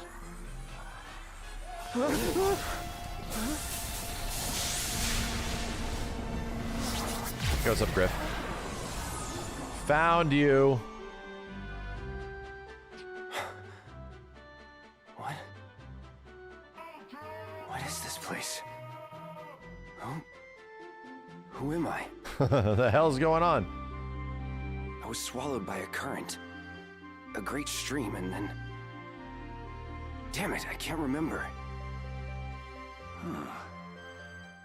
I recall reading something like this in a volume long ago. An interdimensional transporter. And what, pray tell, is that? A device for teleportation across dimensions, across the very fabric of time and space. Then, the man before us hails from a world beyond our own. Like as not. Behold his manner of dress. You know what's also crazy about it? And I don't know what he says, but he has lines of dialogue that closer associate him to the remake series than the OG Final Fantasy VII. Which is fucking crazy. That, like, it actually lines up. Like, the cloud that got ported into this game is technically remake Cloud because it is we're around that period of time. My name is... Cloud. Yeah, that was it. I am Ramza, and my companions are Mustadio and... I'm not interested in your names. What I need is a battlefield. That's right. I was a member of Soldier. Has he no manners at all? What is this? Tingling in my fingertips. In my eyes. They burn. No, stop! Sephora! Best keep your distance. That man is not stable. I have to go. I have to get The there. promised land.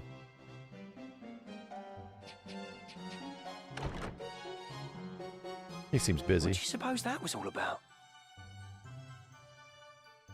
Seems busy. He's got things to do. And that's where we have to go to, that's where we have to go to get him, because he's talking to Aerith over here in the Trade City. Yeah. Yeah.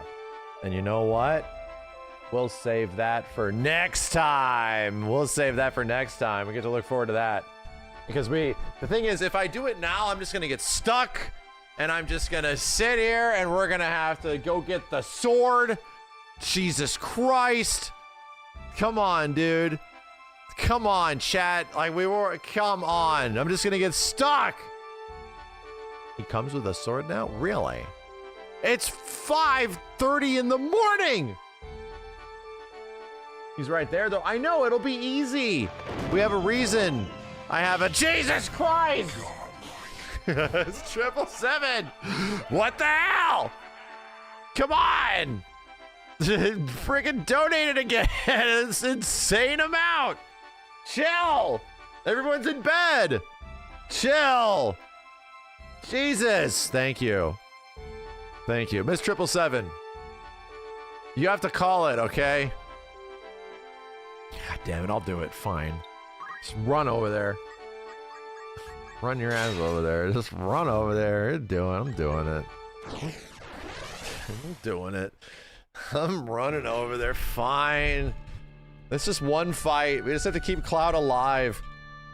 Actually, it's going to be much easier to keep him alive considering he's going to be equipped with something this time. Remaining 3. Yep. We have to check out our new javelin. We will triumph. Let's go. It's time.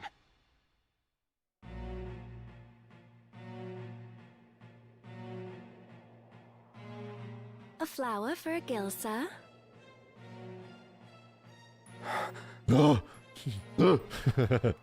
Is something the matter? You look as though you've seen a ghost. No. It's nothing. Well then. Good day to you too.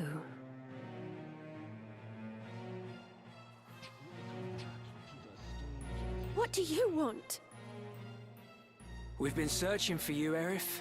Wow, he calls her by name? Jesus! Chill! Thought you'd kicked away, eh? Hawking flowers for your mum again today, I see. Such a dear girl. Wow! Are you just gonna drop Elmira as well? Please, just 10 more days. Even just a week is all I need. We set the date, and the date's long past. You'll make good on that guilt here and now. All 30,000 as we lent you. Let me go! You know, now as I look at you, you're quite the rum duchess. Jesus. If you're looking to make a quick gill, there are easier ways than selling flowers, you know. Get your hands off of her. What'd you say? This bitch pulled up with the George McFly. Hey, you, get your damn hands off her. I said, get your filthy hands He literally off her. does. He literally does.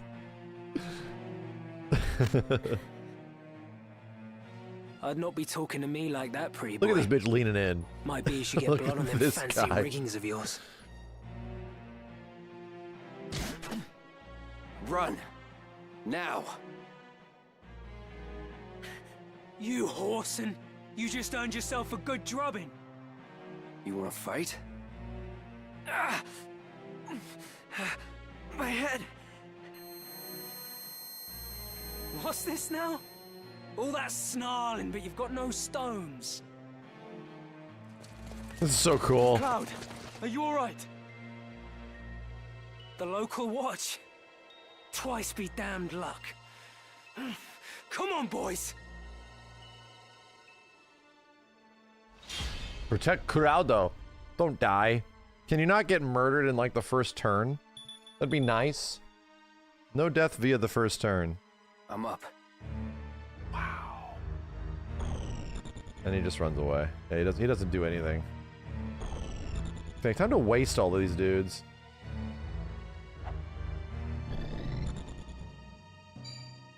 Good luck with that. 4%? Bitch. Oh, that was close. I'm ready. Okay.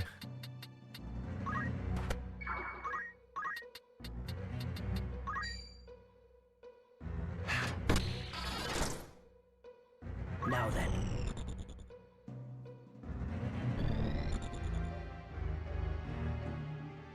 Really? Oh, he's chucking rocks.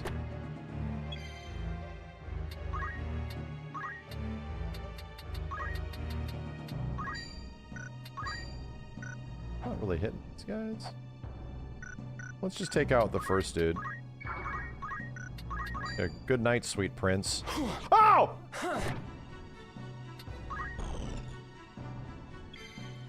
Why do they keep doing this to me?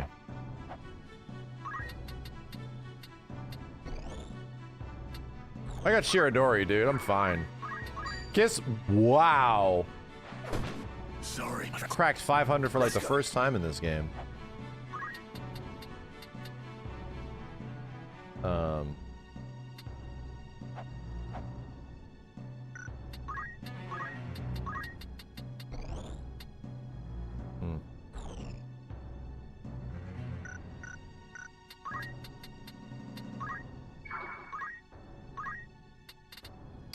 Can I do something big?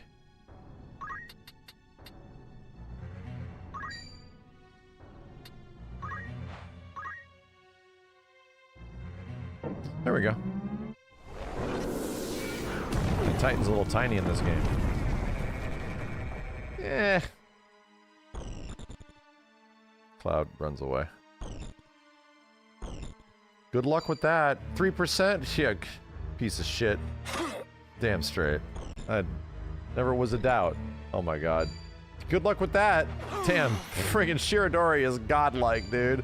4%? Yeah, good luck with that. Ah ha ha. That's never happening again. He's never stealing anything from me ever again. Oh shit. Will not hit the target.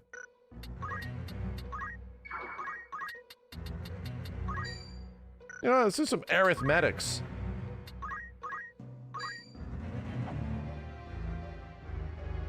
Yeah. Yeah, I like it.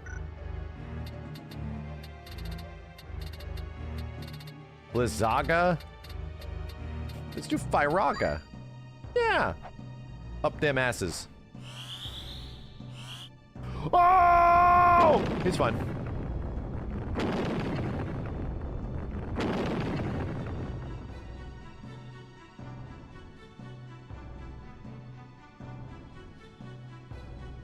Come on. Might as well have just shot him. It was so bad, I might as well have just shot him, my dude. That's insane.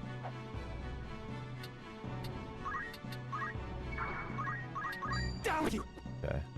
Got me to contend Speed with. this up.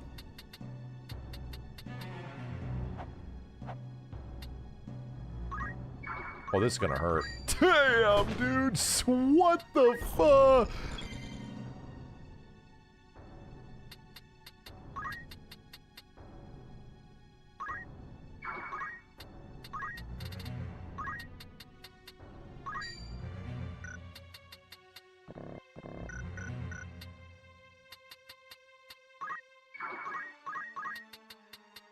Oh, man.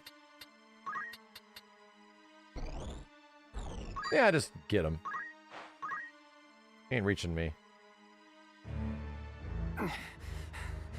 My head. What's the matter, Cloud? No. Stop! I'm a member of Soldier. I am not a puppet. Cody really is just the best Cloud. I like it that he's got his edge from part 1, right? They softened up his voice performance a little bit in Rebirth, you know? Will not hit target. I don't like how nothing hits.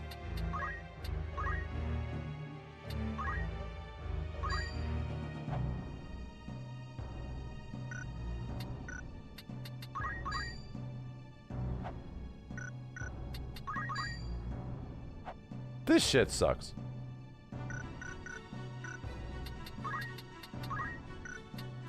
There we go.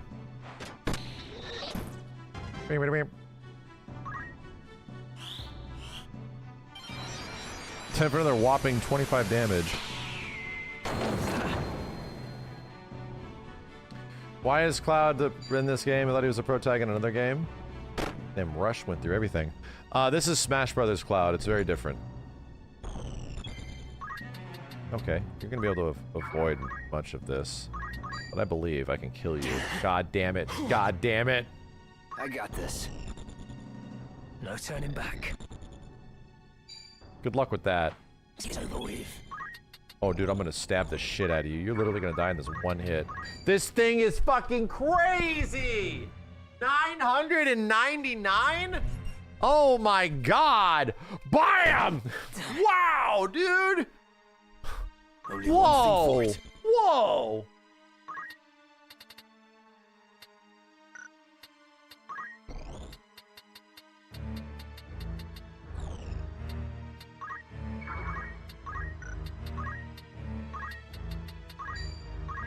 Leave this to me. Good luck with that. This is gonna hurt though. Dude, that's crazy that I hit max damage.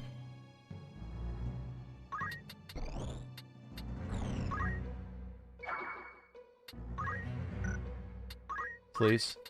There's a line of sight, right? There is! Bang! Ah! Right. Who's Cloud gonna replace in our party, dude? That's the question.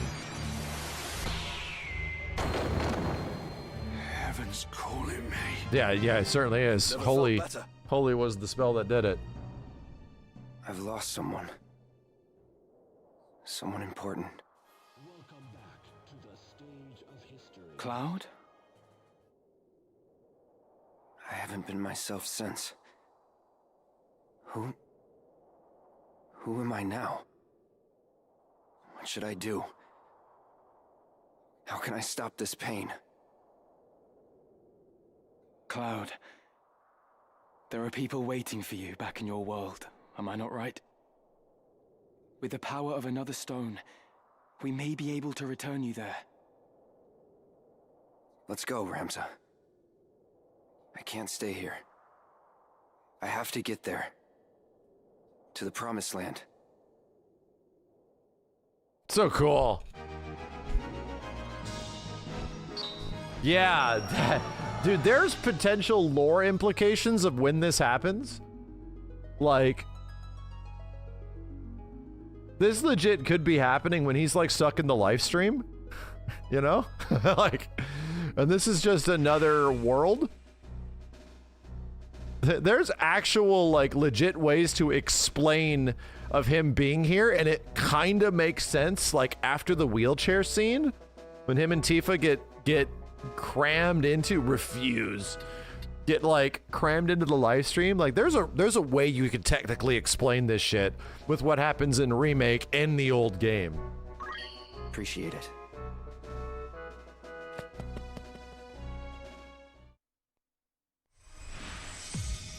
Neat. This game's amazing. God damn. This game's amazing. God, no, not again! I didn't do that on purpose!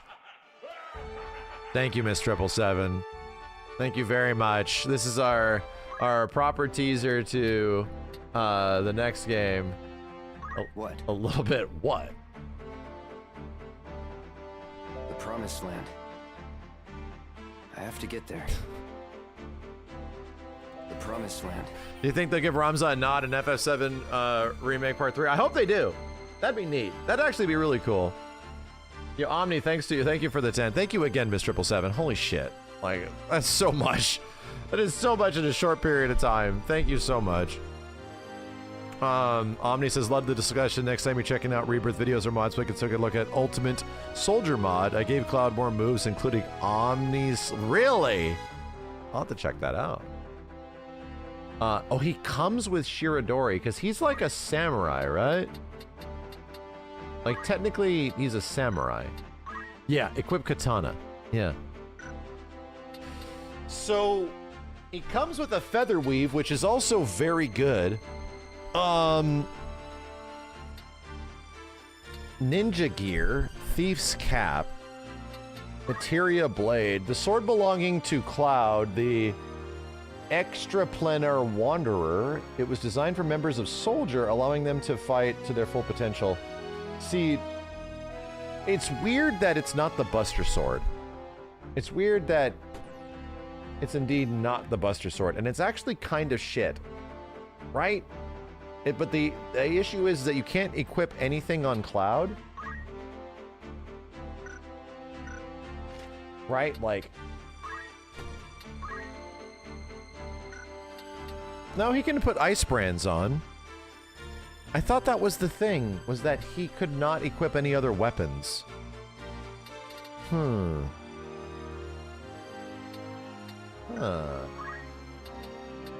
Its stats are only okay. Yeah, oh, that's what it is. He can't use any of his skills. Yeah, it makes him, like, fucking useless. In order to make Limit even work. Damn, his sprite is hella cool.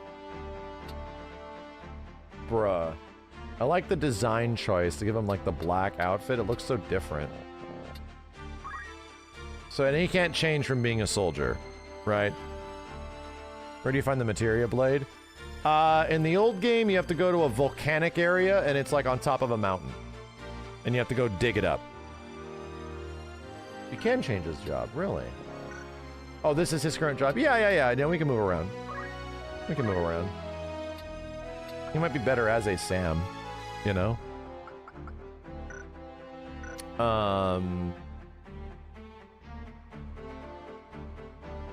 Clim Hazard became Ascension? Really? Braver cross/slash blade burst Ascension? Yeah, again, Clim Hazard was, from what I understand, a translation error. Right? Meteor Rain. Ascension, Finishing Touch, and Omni Slash. These don't look like the way you think they do. You know? Like, these mostly act like samurai abilities, but they have cast time. Like, they are... they are, like, in like, an area of effect. And then when you do them, it takes a while for them to go off. So he's kind of like... What I remember, he was kind of a weird samurai. They're just, like, in areas. They don't target units, yeah. Does this also take MP? No. It's just got cast speed. I don't think it costs MP to cast them. Right? Swift cast affects him. He's like a weird mage. So what would you need on Swift cast? Is that over... No. Is everything like magic based? The time mage thing. So yeah, we would have to unlock time mage and get Swift cast to make him even good. I'm just seeing what I have to do in the future if I'm going to be playing this on mobile. His limits scale with magic. Okay. So even on Black Mage, having something like Magic Boost would be very good. It's weird that he has low faith, though. I wonder if that's random. We're gonna make Cloud viable. There's probably a YouTube video. Blitz! Are you awake? There's probably a good YouTube video on that. Of making Cloud, like, actually effective. He's incredibly viable now. That's great. That's cool, dude. That's actually mad cool. They made him functional. This guy was a... you do all this work to go get him, and he sucks. Like, he's just bad. Like, actually bad.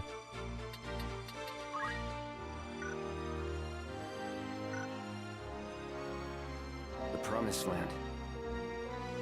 I have to get there. That's badass. Yeah, we gotta make him work. I kinda wanna put, like, Orlando and Cloud and make, like, an alternate team. Just get my main dudes. Cuthbert's a little low level, Ramza's high level. Cuthbert down, miss him, is 777. Try to dismiss him, see what he says. Me? There's no getting off this train until we reach the end of the line.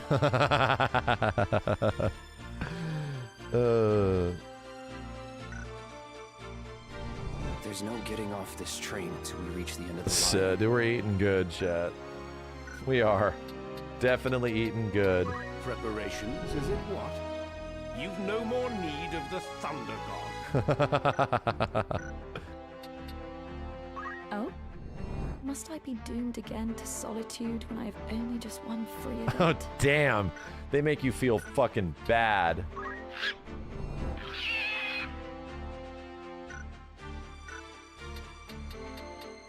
I am at your disposal. I didn't realize all the departing dialogue. What is it? You'd have me return to monster hunting. Wow. You'd have to return to Monster Hunter. Preparations? I've sworn my sword to your cause. I would not forsake that vow. Save it where your wish. Damn. Damn, Agrius, you've been around for a long time. What is it? You mean it? I thought we were friends. Shit. Shit. Alright. The game just keeps on giving. Right? Just keeps on giving. What's our playtime? Like, I don't know. Is there even any way to track your playtime, chat?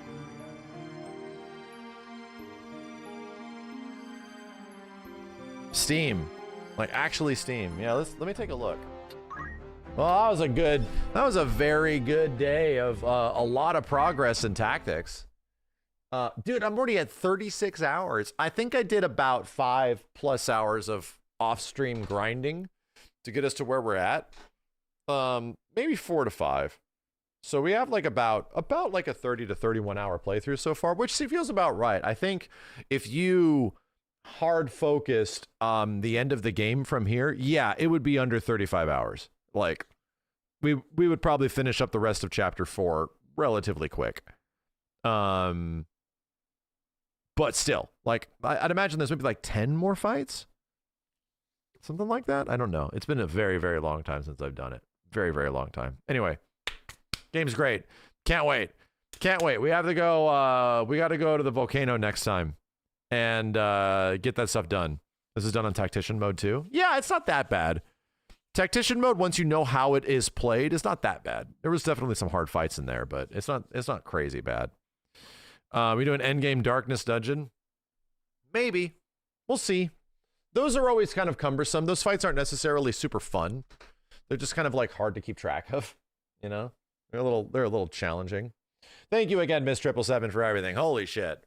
And thank you all for being for this super late. Jesus, we still got like, my God, like 6,000 people hanging out, like 6,500 between everything. Thank you all. That was a big long stream. I got the FF7 out of me, so I'm going to go to bed now.